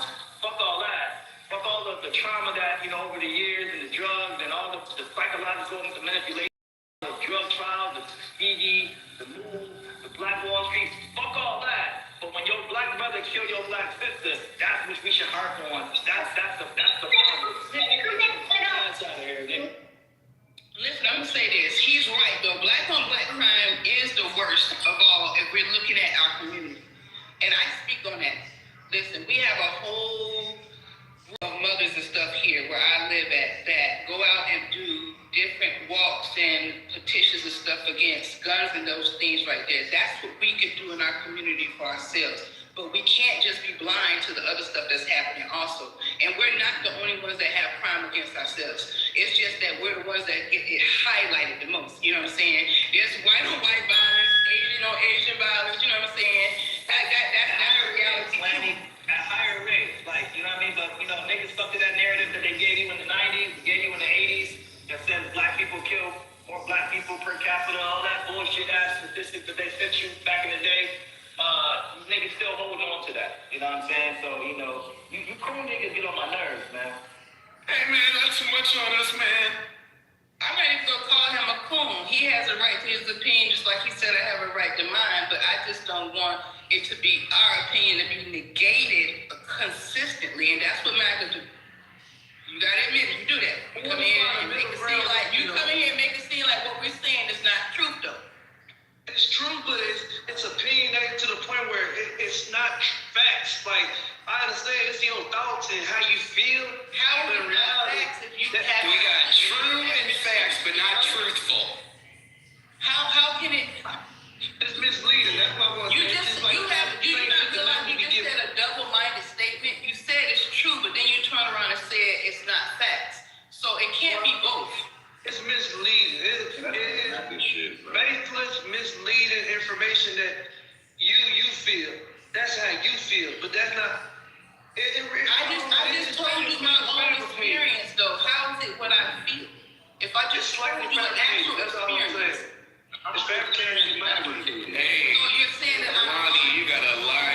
It's lying here. It's how you feel. I'm trying to make a point. See, that right there makes me not have respect for you, MAGA, because I didn't never say what you said was a lie. Did I? Did I say what you said was a lie? I didn't say no lie. So then you believe all what you say is true, and everybody else is lying if it's not a talking point that you're talking about. But you gotta understand, my information. That's narcissistic behavior. Do you know that? That's I don't just say any old thing out there just because it sounds cool, though. I'm really doing Everybody speaking. Bitch ass Yo, this is that real deal, super duper MAGA shit. Like this shit. Brainwash. I was stuck in elementary mentally talking about you get information from the higher ups. Let your third grade teacher go. Go do some real research. Do some real studying, bro. Because you're not getting this from anybody higher. You think standing next to Jasmine Crockett makes you look smarter, but that bitch a clown. Oh, wow. But I ain't gonna talk to you. You got your own issue. I think you hate your own elementary stuff. He magged out, yo. That's all he magged out, but he saw Jasmine Crockett. See, the thing is, you think no, you right. Inside Jasmine Crockett makes me look whatever statement you just made. That's your thought. You don't even know why I was standing by Jasmine Crockett. You don't know damn near what I think about that day. That's your idea from looking at that picture. That's why I keep it up. Rage baiting you idiots. look at her. At least you wanna smack her, don't you? You wanna slap her? Yeah. Yo. Hey, but I don't know if y'all. I thought it was to feed your narcissism. My bad. I don't know if y'all want to continue. I don't know if y'all want to continue converting this brother to Black Islam. No, let's move on, Meek. Yeah, fuck this nigga. Yeah, man. Fuck him in his Ku Klux Klan outfit. So I wanted to bring this to the stage, right? Because a lot of my people, I don't know if you're aware, with the tariffs. Now, I'm going to ask you guys to separate your feelings from facts, right? Because sometimes our feelings can mislead us and have us so emotionally attached to a specific side without grasping the reality of what's going on. Okay, I say that to say that these tariffs, they were necessary. Now, I understand people are like, oh, the prices are going to go up. Let me explain to you guys why. That is the purpose of tariffs, right? The whole time people have been saying, oh man, the price is going up, the price is going up. Well, the company doesn't have to pass down the cost to us, but yet they're a company, they're in the business of making money, so therefore they will pass it down. Now, all companies did pass it down, right? Like John Deere, they didn't pass the increase in price to the consumer, but yet it hurt their business model to where now they're closing down factories. Now, let me explain why the price has to rise. Yeah, they are. In Georgia, too, actually. It's crazy. But let me explain to you why the price has to rise. The whole purpose of it is, if I have an American hat, right, and then I have a Chinese hat, that American hat is being sold for $20. The Chinese hat that's very similar to it is being sold for $5. If I increase the tariffs on China, and China increases the price of that hat prices rise to $15. So it's within $5 of the American product. Therefore, you would hope that the consumer would say, well, I'll just buy this American hat because the Chinese hat is only $5 less versus being $10, $15 less, right? So that's a misconception our community had. Not just our community, we not put that on us, a lot of people, right? Is that, yeah, prices were going to rise, right? But that was part of the purpose. It's supposed to rise so that way you can sit there and calculate, okay, well, maybe I'll just get the American product. The other thing is, if you guys do a deep dive, if you have time, if you care, China is a conglomerate of like manufacturing right now, and it's scary. It's very scary, guys. China produces so much, and not only do they produce so much, they produce and they hold a lot of the rare earth metals, the rare earth materials needed to produce so many things we need, right? To the point that if China cut us off from manufacturing, we would, man, y'all do not know how bad it would be. It would be so bad in America. They own 90% of like manufacturing materials, equipment. Like that's what the American government was trying to do. I'm not gonna say Trump. I'm gonna say that's what I feel the American government was trying to do, was trying to stabilize things, because they own 90% of pharmaceuticals. Like I can read to you some things, guys. Like it's a lot. I mean, modern electronics, autos, appliances produced in durable countries often contain 40 to 90% of Chinese contents. So meaning if we even try to go around China to any like India or to Vietnam or one of the other South Asian countries, right? Those countries are still sourcing the material, the technicians, the manufacturing equipment from China. And so I'm bringing that to the stage because it's like, I want people to be more aware of what's going on the global stage, right? And I got another one for y'all, pharmaceuticals. China is the primary producer of active pharmaceutical ingredients, APIs, antibiotics, heart medication, and antidepressants.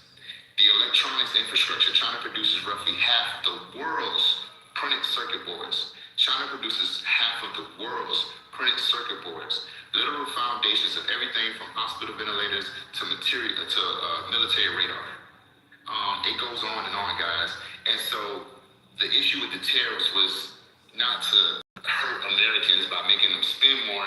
It's trying to make America more competitive against China, who is like really a behemoth right now.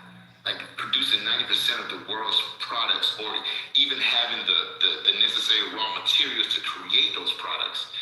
And that's dangerous, because when a country has that much power and they just flip a switch, what are we gonna do? So I'll land there. Beach, can I ask a quick question before the conversation continues? I'm trying to make sure I'm understanding what you're saying correctly. So you're saying the tariffs were necessary because it kind of makes the U.S. more competitive to where if the U.S. was selling something for, what you said, like, what, 20, I think, and China had it for 5, prices in the U.S. went up to 15. So it's like cheaper, but it's still way more expensive than China. I'm trying to make sure. Okay, so like, for instance, you buy a cup of coffee in America, right? And then you buy that coffee in China. Well, that coffee in China is like $1. The coffee in America is like $10. Right. So if we increase the tariffs on the Chinese coffee, right? And now China's coffee is like $7 or $8. Now you have a harder decision to make when you're purchasing that coffee versus when it's $1 or $2, right?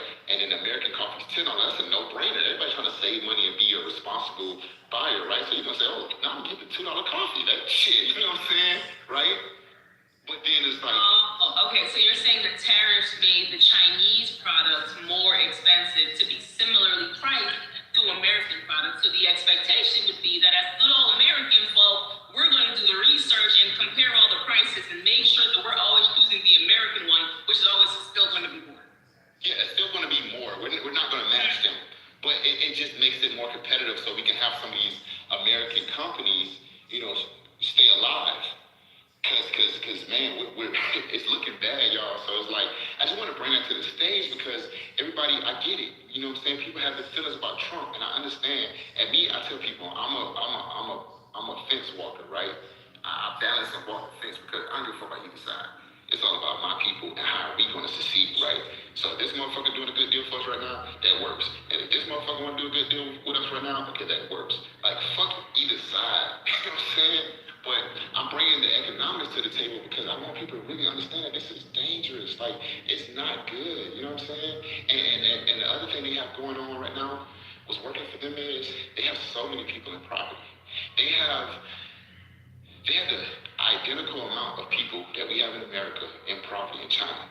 And the thing about it is, these folks wake up every day to go make $12 to $15 a day, and they work profitably in these warehouses to produce the stuff that we consume here in America.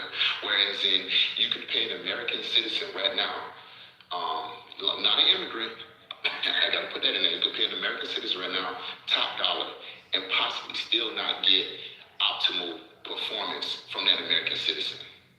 So if you look at these dynamics I brought to the stage this morning, then you will understand the detrimental aspects of what can occur in another 10 years. Hey, I want to read a comment in the chat real quick from Miss, and she said, I'm assuming we saying they don't support not that part. All right, you can't blame China for its industrialization. America handed our innovations to China because it pays employees livable wages, so we should pay for these things. So I think that's a situation we see. And we saw, like, when it comes to just who's dominating certain spaces, because even when it comes to the steel industry, we was leading that at one point in time. We gave that up. Why? Because, yes, we didn't want to pay employees, and these corporations wanted to, have less money, less income, whatever the case is, right? So, I don't know. And let me go back to what you were saying too, Meech, right? All right, so when we talk about the prices being competitive, so yeah, of course it's going to be similar if we tax China.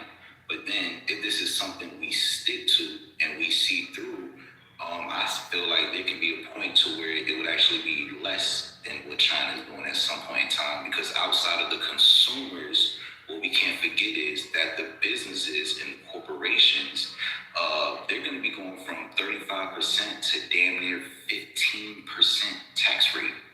So what does that do? You know what I'm saying? As a business and a corporation, if you were once being charged 35%, now you're being charged 15%. Now you have the option to lower your actual prices. So the initial hit, the competitive hit, yes, it's going to hit, it's going to pop off. But with those tax cuts and those tax rates being reduced, I mean, we can actually see some markets, that's American markets, now turn out to be cheaper than overseas. But we got to stick with it, though, because, I mean, what business or corporation wouldn't want to get 15% tax rate versus 35%? And so, hey, smart, my bad. Stage. Y'all know sometimes I be stumbling on my said, right? She's factual in what she said. She's factual in what she said, right? I want to say that to you, Miss. Is that Miss Nikki? You're the one. Okay, but anyway, so what I wanted to say was, if I've been eating bad for 10 years and I'm 30, is it too late for me to change my diet? That's my response to her in a question. I think everybody get where I'm going with that. Slick nigga, Red. How am I slick? I'm just messing with you, man. But it makes sense though, right, Lonnie? Like, she's right. You know what I'm saying? But also, like, I mean, it's never too late to change. Do we just still eat bad? Like, oh, fuck it, I've been eating bad for 10 years. Let me just go ahead and continue eating bad. Like, no.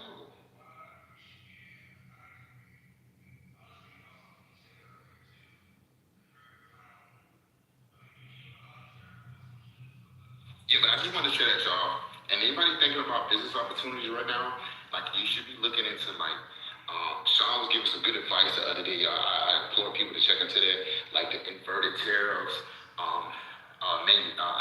warehousing things from other countries, and like getting into this. It's a global shakeup right now, y'all. And Trump is trying to disrupt China. He really is. He's trying to disrupt China because they're a behemoth right now. They could cut off the world right now, and oh my gosh, it would be bad for us, y'all. Just put it in your chat GPTs and your AIs and your Claudes, and it'll explain it to you and ask it for references. Did you hear that we're going through our very first water drought? Oh wow, I did not know that. Yeah, like a water shortage or whatever. I don't know what the fuck they said, but Lynn, you said water drought? You see? Oh yeah, we really. Wait, who What they is say? 2 more years. Apparently the world. What? Yeah, girl. So apparently they've been using water for Netflix, social media ads, not just like ChatGPT, which is crazy. And they've been using it for a long time. But wait, hold on. What's the what? Are we talking about seawater? We talking like what type of water? Fresh water. What? I gotta look into that. Look into it, man. I heard the data centers been taking up a lot of water.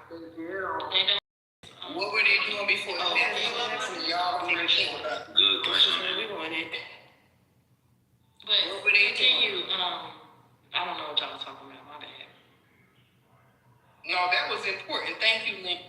Yeah, and it's also important to know. I guess I'm gonna look it up too. Like what type of water, like fresh water, seawater. Yeah, like 2 weeks ago. But I didn't look into it though, because it was like an Instagram post. But I seen it again yesterday, and I said, you know what? It's starting to look like the Lorax. I be wondering, like, you know, how much water we got on Earth in general, right? Like, we know, you know what I'm saying, Earth is 70% water. Like, damn, why isn't it more ways or more things we do or try to figure out how to utilize this shit? Because it's, like, as of now, it's abundant, right? It's just like, damn, like, why can't we figure out ways to use the water that's here to do certain shit? You're just trying to take away from the marine life, huh? Because that's what we do. We the superior species, right? So we just take what we want to take and forget about everything else that's on Earth. And the other thing that I find interesting is all of the chemicals that they have to put in to make it rain, to do this, to do that. See, the earth is a natural living being, right? The Amazon forest is the lungs. The clouds are basically, the clouds in the ocean are basically the kidneys. So if you're continuously clogging up, taking away, disrupting these natural systems, of course their natural ability to reproduce what's necessary for life on Earth is going to become, poisoned, if you will. So that's what needs to we need to stop poisoning it, and we need to stop, it's almost like I said, the Amazon forest is basically the lungs. So we keep on cutting down trees and doing all this stuff that creates, oxygen and water. And so, we got to figure out a way to cut back and not support all of these big companies that are poisoning our ability to live, to breathe, and drink. But pure people still want to go on their cruise ships. You know what I'm saying? They want to do that. You know. You think the cruise ships is the problem? Oh, hey, I was talking about this the other day. Cruise ships is a huge issue. And so when we talk about corporations, right, or we talk about the earth, like how Pure was just saying, these corporations, these companies, they gonna live and maintain and bring in their millions and billions by any means. And by any means, it's fucking up the earth. Like whether we're talking about these car companies and how much these cars are now producing emissions. And these cruise ships, yeah, because to me, the most important thing on this earth is the water, the oceans, the seas. And that shit make me sick when I see these cruise ships dumping tons of shit, literally, into the ocean, bro. Yeah, like, they do know a single large cruise ship can emit as much like matter as 1 million cars, 1 million fucking cars. That's crazy. The bigger, the more waste that they're gonna dump. For the fishes. But it's not only, if we took all the cruise ship away, we need to take away the fishing boats. We need to take away any other type of boats that dump any fuel as well, because we have, like, now I hate to say it, but we have a whole area and parts of oceans where there's nothing but ships sitting there taken away from the resources all day, every day. They never move. People live out there on the ocean doing that. Are y'all aware? Yup. And if y'all haven't seen, I'm pretty sure most of us have, if y'all haven't seen Seaspiracy on Netflix, definitely watch it. I'm about to watch it. Thank you. Because that's going to be one of my talking points one day, is those dead spots that we don't even know, where it's just a bunch of people out there doing a bunch of shit. Yup. And we don't know what. They can't clock it or nothing. Yeah. Have I ever run those clips that I put in the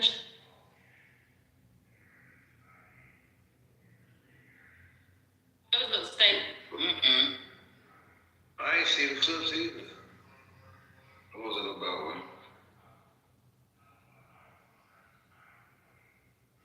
Say that again, my bad. I was watching. I said, what was it about? It was about destiny swapping, the snow globe theory. There was a couple other ones. I'm missing some more. But on topic, CPS was in the Epstein files 35,000 times. I've been telling y'all CPS. Not surprised at all. CPS is supposed to stand for Child Protective Services, but CPS is Child Pedophile Service. Facts. But they want to take the kids away, though, Lynn. You think that's what happened to little Brianna? Can I ask y'all something? Hold on, wait, what you say, Lynn? I thought you said something like that. I said, do you all think that's what happened to little Brianna? Remember the little girl that was missing from CPS? And they never found her? I don't know, but trafficking is such a huge industry, and children and women get trafficked for all different type of purposes. So. And oh my bad. Oh yeah, CPS. Only a main agency. And they're also enablers. I've witnessed some shit firsthand. Now, I can't speak for the whole CPS, but it definitely makes me suspicious of the whole company. Because, yeah, what I've experienced is some pretty fucked up shit. Like, they really don't give a fuck. Are we not reading the full context of this who's mentioned? Because I be hearing this a lot. Oh, well, look, CPS was in the Epstein file. What was there, like? They were in the files talking about providing children. There were employees from CPS talking about providing children. Conducting wellness checks. I read it, but that's what I'm saying. We automatically assume that, CPS was called out to investigate. CPS and Jeffrey Epstein's file? Why is Jeffrey Epstein telling models that they owe him $2 billion? Why is CPS providing children, undocumented children? Hey, that's the side of the day. That's why you heard about the have a thing going on, and y'all gonna hear about it, and the cartel is involved in it, and all these undocumented children. So you heard that? age because people are just so worried about the illegal aliens. Let Dirty say what he's finna say about the Amber Alert. Oh, so they was basically saying like that's pretty much for the ones that escaped from being captive. Like a lot of those shit. Cause you ever see them get reunited with parents after those Amber Alerts and whatnot? Yes, there are children do get reunited with their parents. There are. I wouldn't say that all of Amber Alert is utilized for negative, but we do know that the system is kind of a system that's set up. We went through all this last year. If y'all want to hear about it, go check out the replays. Hey, man, when it comes to just real quick. go ahead, Nels. Yeah, just real quick. You put a video in the chat a couple days ago about racism and whatnot. I just wanted to say that was fire. Hopefully we can bring it to the room soon, one day. Yeah, what I was gonna say is, damn, if you still got that, we dropped it. Mexico, bro. Like with all this shit that's going on now, like I always knew it was something when it comes to the borders, missing kids and shit like that. But now this cartel shit going on, what's going on in Mexico, and we starting to see a little bit more what's happening. It's just like, damn. I'm starting to feel like when it comes to these missing kids and all that shit, like, bro, these cartels got a heavy hand in this shit. They do. That last year too. That's a fact. I gotta get out of here. I love y'all. I'll be back. I'll be back at the train now. Yeah, I mean, but yeah, like even when we just look like, all right, so even when we talking about missing people in America, and then like looking at Mexico, I didn't know how crazy the missing people situation was, and I'm gonna put some videos in the chat too, right? They got walls, like how you might have like a brick wall, like that literally stretches out for maybe a half a mile, maybe a mile, and that shit is flooded. Like the missing people shit, you go to the airports out there, it's stacks and stacks and stacks. I'm just like, damn, bro. I realize it is a lot happening at the border, but even inside of Mexico. So I want to try to figure out like where's the cartel connection when it comes to this whole missing children shit, because the border is one thing, but then when it's in Mexico, and it's like, what are they going? All the kids going back and forth, or whatever the case is. Right. That's what we think it's sometimes. Like, there's this one guy that went down a real deep dive. I used to follow him some years ago, and he made a connection to trafficking, the Mexican cartels, even DARPA, the CIA. Like, he went down this crazy wormhole. I was like, so holy shit. He even said that they're putting like, there's this one car. I know this is crazy. I know it sounds crazy, right? And just bear with me, but he went as far as saying like what we're seeing in the Epstein files about Epstein putting AI chips in African children's brains. Like he was saying that shit's happening in Mexico to the children that are kidnapped, and he was like they're kidnapped and they're trained through DARPA to become future assassins and agents. And he said that he was kidnapped as a child and his memories started to come back over time. Like it was insane. I was like, oh shit, you can write a movie about this shit. But he went on and on and on, and he ended up homeless, and he said they're gang stalking him. Like, it was a whole fucking thing. And you kind of wonder, is he, crazy, or if he's telling the truth? But when you see stuff like the Epstein files come out and stuff that we were talking about, this was years ago. This is almost like, 11 years ago. This guy died. He died on YouTube, reporting all this shit. In front of a fucking hospital. Like, it's just fucking crazy. Yeah. Niles, you don't think, because I think, all right, Epstein's a big version of it, but like, whether I trap you with drugs or sex, and this girl's gonna do whatever in the car for 15 minutes, but now you're part of the network that will keep the facade up of the, oh no, that didn't happen, right? Because you're kind of a part of the lie now. You're part of wanting to keep the secret with the other people that are keeping the secrets. And then that's how that whole honeypot network begins to function, even on the local level, right? So then on every local level, you know, there's all these players and those type of different networks and all the way up to the childs or whatever, who knows, right? But it just slowly all intercedes and connects and webs together that way. Maybe it's moving alcohol illegally, who knows? I agree with you, bro. Like, it's a lot of trafficking that's going on in the States, the United States. We could talk international all day, but it's the embed stuff that's going on, corporations that we would not even think about having a hand in due to the fact that the trip, you know, there's 18-wheelers that get pulled over, get caught with legal and illegal children, saran wrapped like presents, you know, and that stuff that's going on, and we don't do the digging to figure out, okay, who this guy delivering for, who put this delivery up, what company is funding this type of stuff. Them type of stories we see go past our Google search, you know, as highlight stories and news, but we don't really investigate due to the fact that it's a lot of corruption. And that's why I say Epstein Island is one island. Kids are going missing for a reason.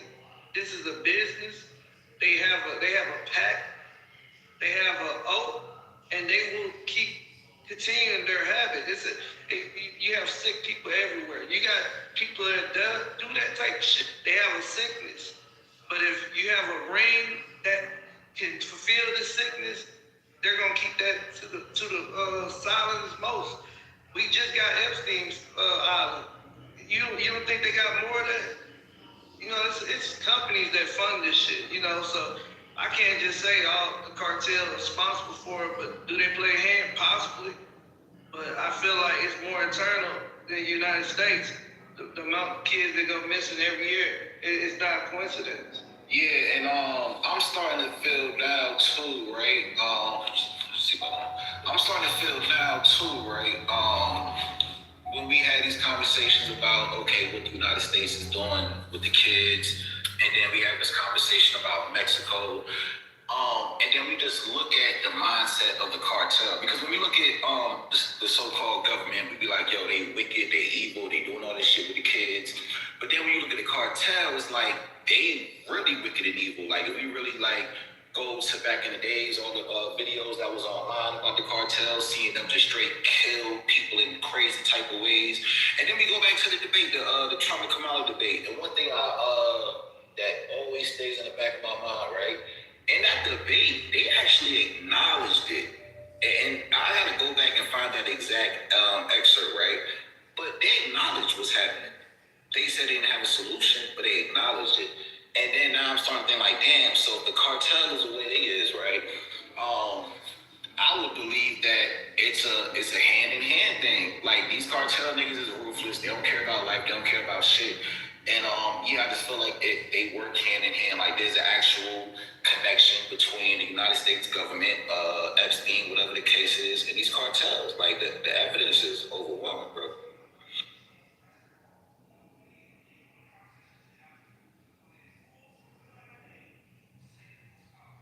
And I think the number was 350,000, 400,000. Democratic congressmen and women that were recently just had to step down and were convicted of child porn and child blah blah blah.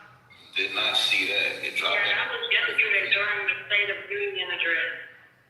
Yeah. There's sick people in this world, because I had a former teacher at my high school. This man was athletic coach, and he also was a math teacher. He was creepy. I ain't gonna hold you. The dude was creepy. We all thought he was creepy, but we couldn't put a finger to it. Like, he's just weird. He talked to the girls weird, and he'll come to his desk and hug them. And not extra long, but it was just uncomfortable hugs and stuff. That he'll look at them like they sat back down. All right. So after I graduated, I seen a news article with this teacher. I might post it if I can find it again. Well, basically, he was found guilty for hosting cameras inside the bathrooms. He had certain cameras installed in the upstairs floors of the high school and the bottom floor and on the middle floor. and they found out they also seized his laptop. He had child pornography. This man is free. In 2026, he is free. They gave him a light type of probation. He paid a fine, and I forgot all the other circumstances, but I don't believe he served over a year.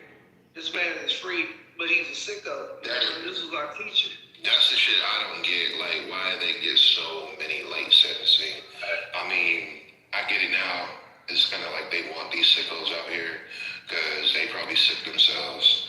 The people that are making these rules and laws, like, you already know when you get locked up, they see your paperwork. If there's some shit like that in there, your ass is done.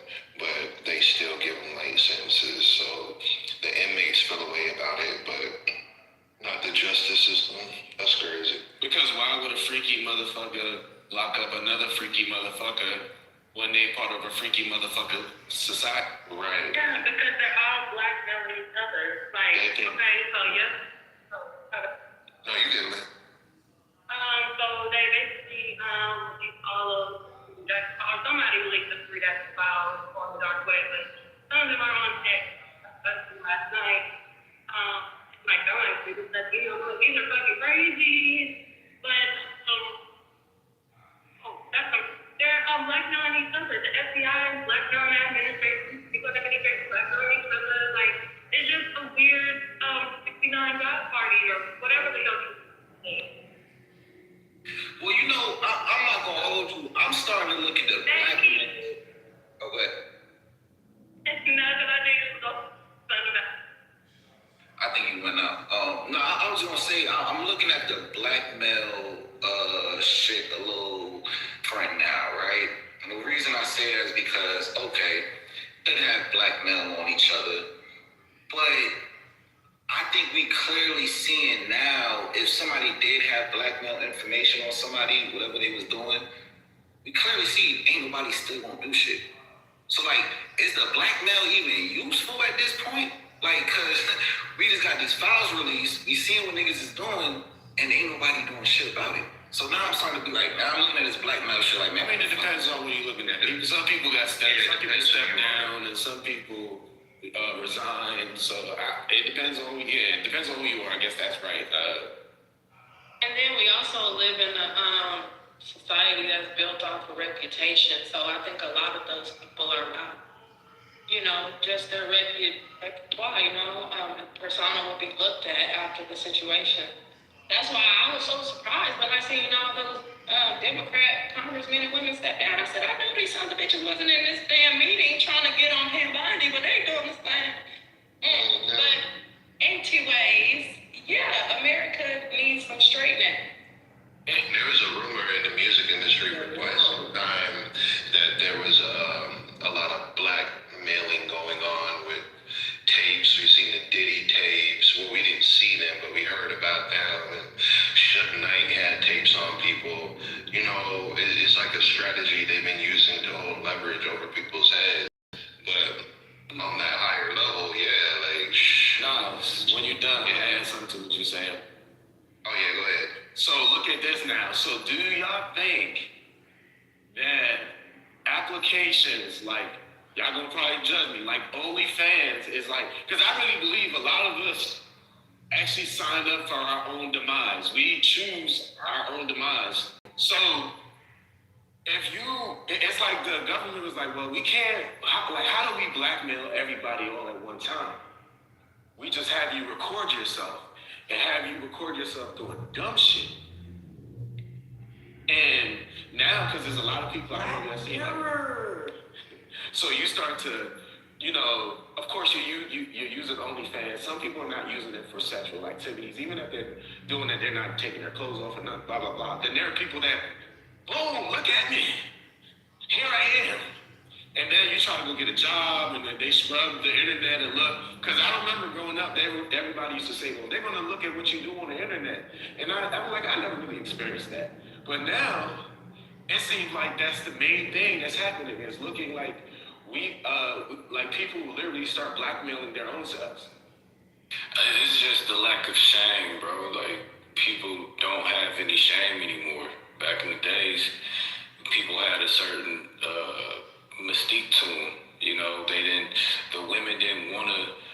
display themselves as overly sexual when the men carried themselves with a certain type of respect. But I mean, it just goes back to I forgot the philosopher's name, but he was basically saying the decline of society will happen when sex is normalized. And that's what you see. Like, it's so normal now that the people who are bored with the regular sexual interactions are taking it to a darker level.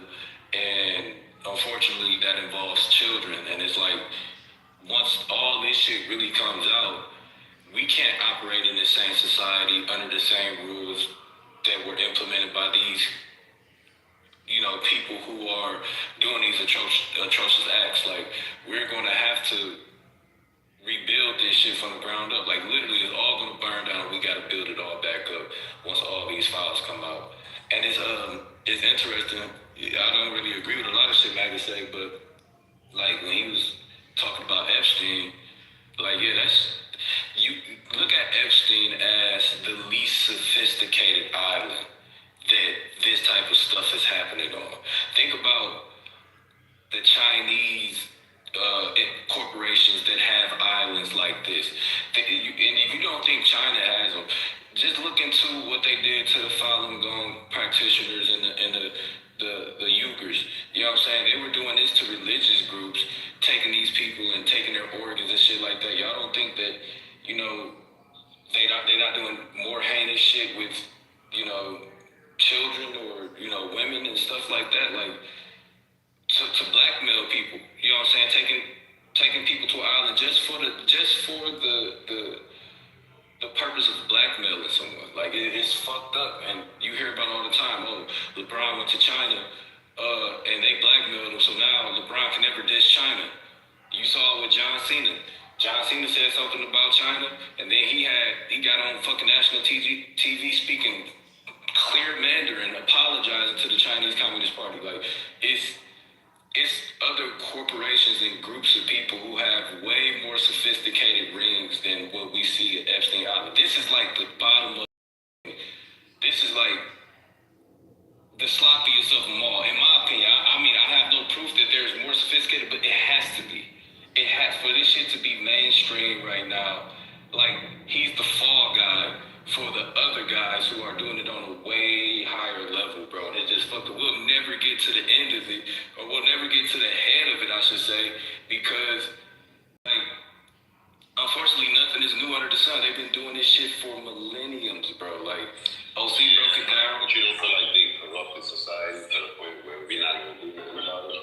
I mean, yeah. Normalized to the point that's going to make us step out the shadows. But Lynn said it. She spoke on exactly what I was going to speak on. Like, it's more about reputation. Think about these individuals who are involved in it. Like, they spent their whole life creating their character, creating their persona, whether it was in school, academics, social, community works. Like, they've been developing themselves in a way that everybody. So real quick. So these people, once it's revealed, they're going to go back into the caves. They're going to go back into the shadows, but it's like that doesn't fix the problem. Like, the problem still going to exist. It's just like, we not kill them. Yeah, but what I'm saying is they're creating, like, the people who are caught on blackmail files are creating certain problems so that way they can step out of the shadows and any repercussions for their behavior. You know what I'm saying? Like, this whole pedophile shit, this whole cuckoo shit they doing, they've been trying to normalize it so that way by the time they're exposed to doing what they're doing, there's no repercussions to be handed out because it's normalized now. And that's what's happening right now. So I don't like to do a big uproar. It's shocking. But is it really that shocking since we've been like theorizing this shit for so long? Like, it's not like it's like we desensitized. Yeah. Like, a real big uproar. All that LGBT extra plus shit that they've been trying to push. This is the reason why.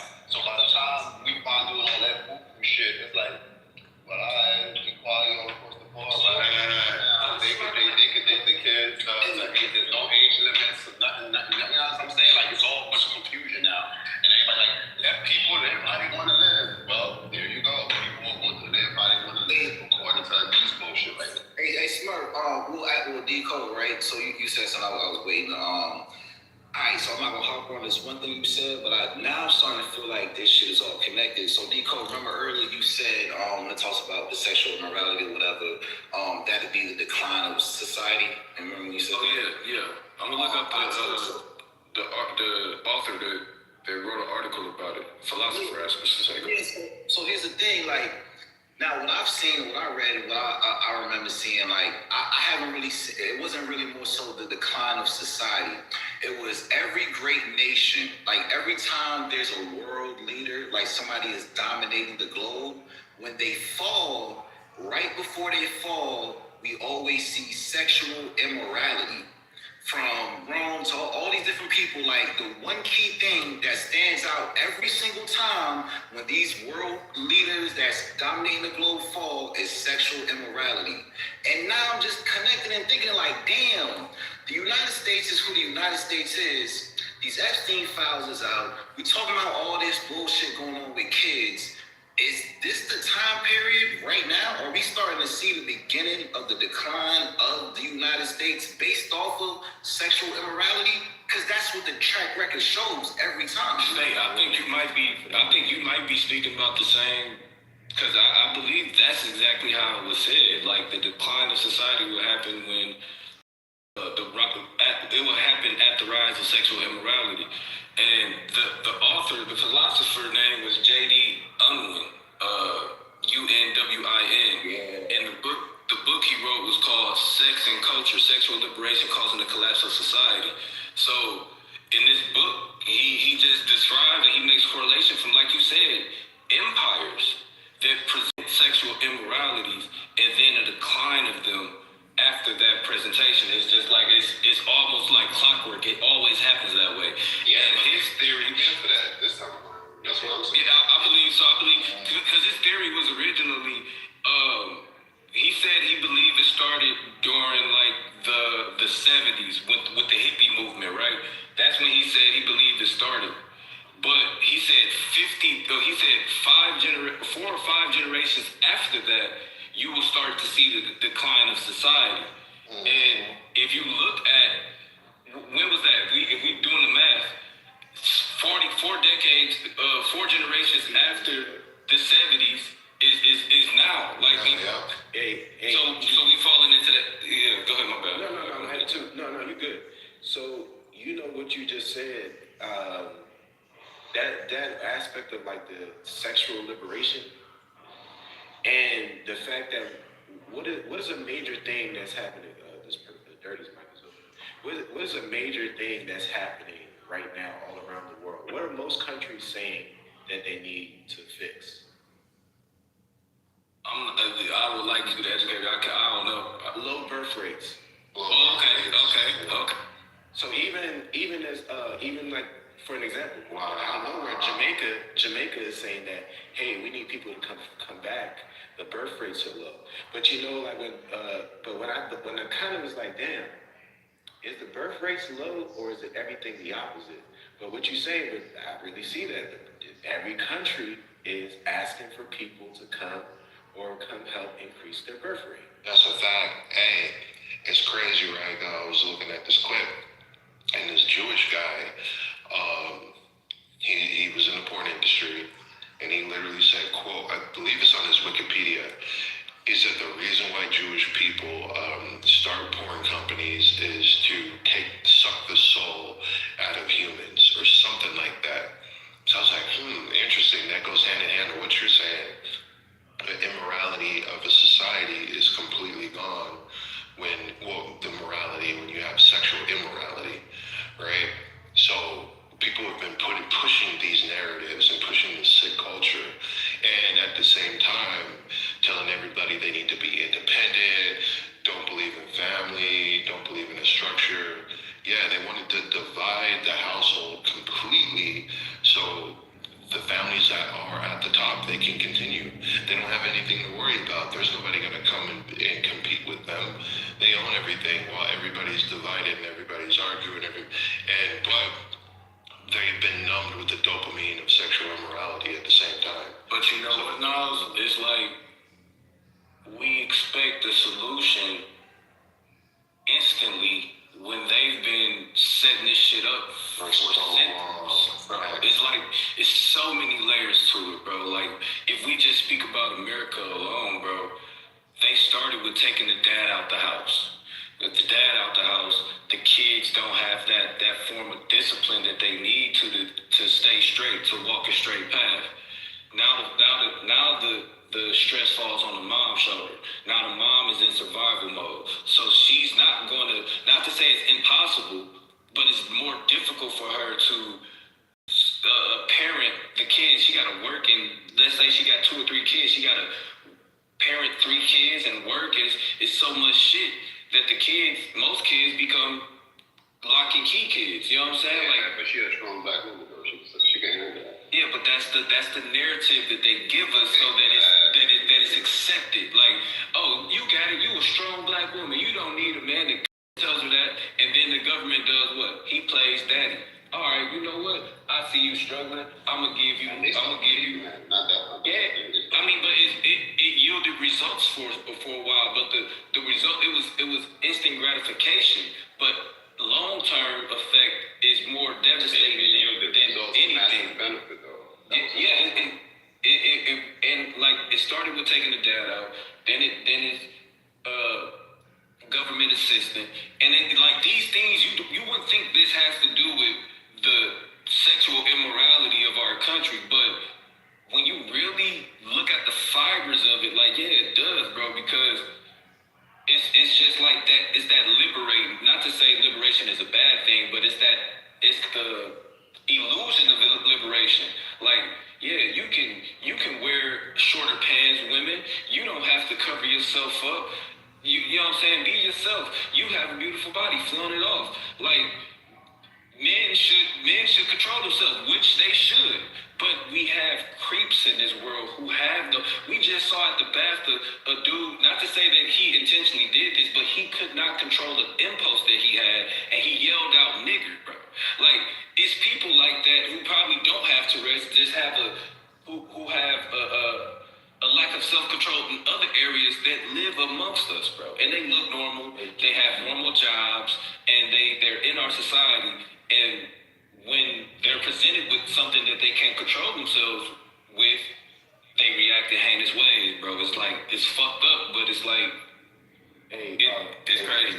I'm gonna say this too, because I know we always say that men need to control themselves, as men and women, and I'm not doing a choosy side. If a person want to feel some type of way about what I'm saying, it's your problem.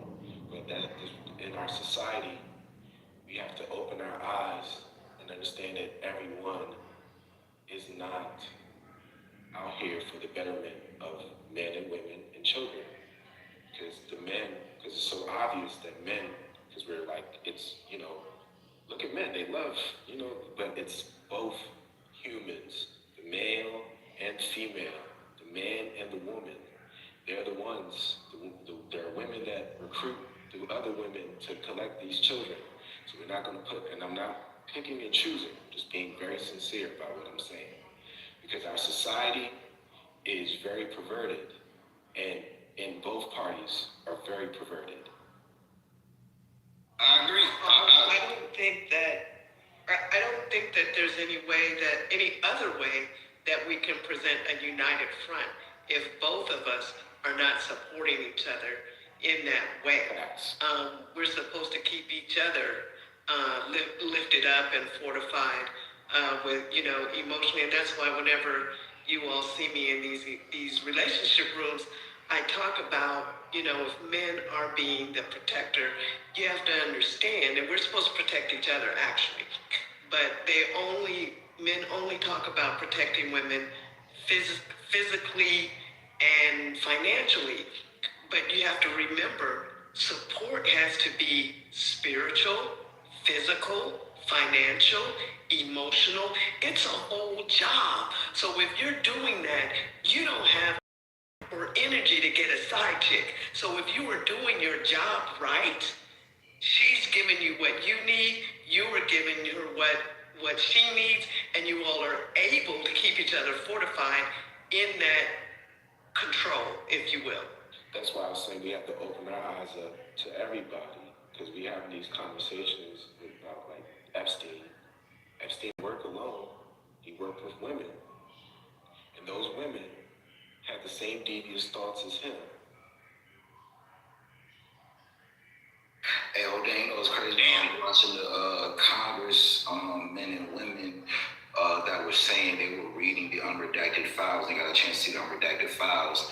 What I saw the majority of them say was, surprisingly, the people that names need to be unredacted and told to the public, they said 80% women, bro. That's what I'm trying to say, bro. Like, I'm not, and it's not about me picking and choosing. Like, I'm very, very sincere with this, because right now there's an issue going on. Nah, y'all niggas hate women, bro. I don't. Say I fuck with you. You put me in the heart. I was like, damn, what I'm saying. Shit, I love women, but I ain't snitching on them. But hey, sometimes we gotta tell the truth, because as of recently, if y'all search teachers having relations with their students, that list is crazy. No, I get what you're saying, bro. Crazy. I get what you're saying, but I mean, in regards to the Epstein file, you got to understand, Epstein, and I'm not giving him praise at all, but he was in a sense kind of like a genius, bro. Like his form of mental manipulation. Just Lane ain't a genius too, Juice? But I believe. Y'all need to blaze it, because Lane is Listen, I believe he influenced her. Like, of course, he was well equipped. He was equipped enough to influence her to do his due. You know what I'm saying? Like, he could drive some Marines, bro. Nobody. Yeah, that's crazy. Yeah. Portrayed by the same agent. Exactly. Type shit. Job, bro. Like that's it. But think about it, bro. Most of them, and I'm not. Some couples, bro. They are partners. They can't Just think about it, bro. I'm gonna always place the blame on the men, because I'm pretty sure men taught them this, bro. It wasn't. And the instructor of this class wasn't. I don't know. I can be wrong, and if I am, I'll admit it. But most likely it was an instructor. Bro. You know what I'm saying? Like, I need to admit nothing. Why y'all brought me to the X-Files? You gotta place the blame on the man, bro. Nah, nigga, don't, bro. Like, you just gotta place the blame on bad people, bro. That's it. And they both work for the X-Files. Y'all remember that? But what I'm saying is this, bro. Like, I knew somebody was gonna take the fucking. Listen. Omission and admission. I'm just gonna say this. When God gave us the word, he spoke to the men first. He didn't speak to the women. Oh, come on, we're not taking it there. Please. Oh my God. Okay. Please. No. See, and that's why my whole conversation about not blaming one or the other. These people are deviant, men and women. Well, I'm not done. Because even when Juice was like, she did like. Bro, this nigga Nico for the free right now. What the hell, bro? Nah, that's just Aquarians, man. It's just too. Bro, I didn't even know Shorty was active. Like, no, I was just saying, like, I was just being like, blaming the men, bro. That's a dirty one. I see what Smurf is. No, bro. I get what you're saying, Smurf, but no, bro. It's reality, though, bro. Like, nah, bro. It is, bro. Some shit, just fucked up people get together and just fucked up shit. That's a fact. That's all I'm saying. Truth indeed, bro. Nobody did that to nobody. These niggas just diabolical, fucked up in the brain ass people. That's it, bro. It ain't no the men's wrong. Nah, bro. They did shit together. This ring was doing their own thing, and they combined to form Voltron, bro. That's all that happened, bro. Like, came from the same training, same agency, same massage. Look, we need jobs to go through this. Voltron. He's failing. Go ask some support to him. Go attack that side. Like, that's what happened, bro. It was Epstein, mind focused lady to work with him. Nah, bro. And they dispatched the niggas they needed to dispatch to fulfill the job that they wanted. That's it, bro. Exactly, because they had a bigger future. They had a bigger vision for their future, and they were willing to do whatever it took to get that for whatever empire, whatever sicko world they're building. They were willing to go all out. Isn't that the women? No, it's not. No, wasn't that Ghislaine? Man, what the fuck Maxwell's name? Yeah. Wasn't Terramar her concept? Exactly. Concept. Mm-hmm. So I'm like, women, it make it seem like women aren't masterminds. So y'all just damsels in distress. Oh, come on, Bree, with the shit.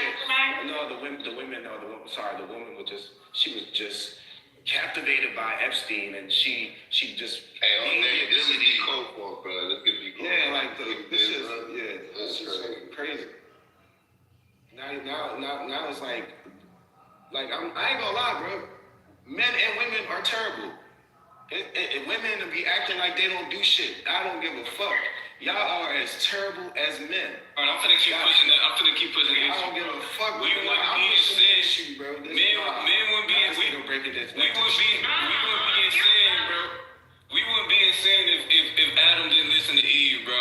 Like, and it's not Eve's fault. It's Adam's fault, bro. It's Adam's fault because he got commandments. He got commandments straight from God to not do certain things.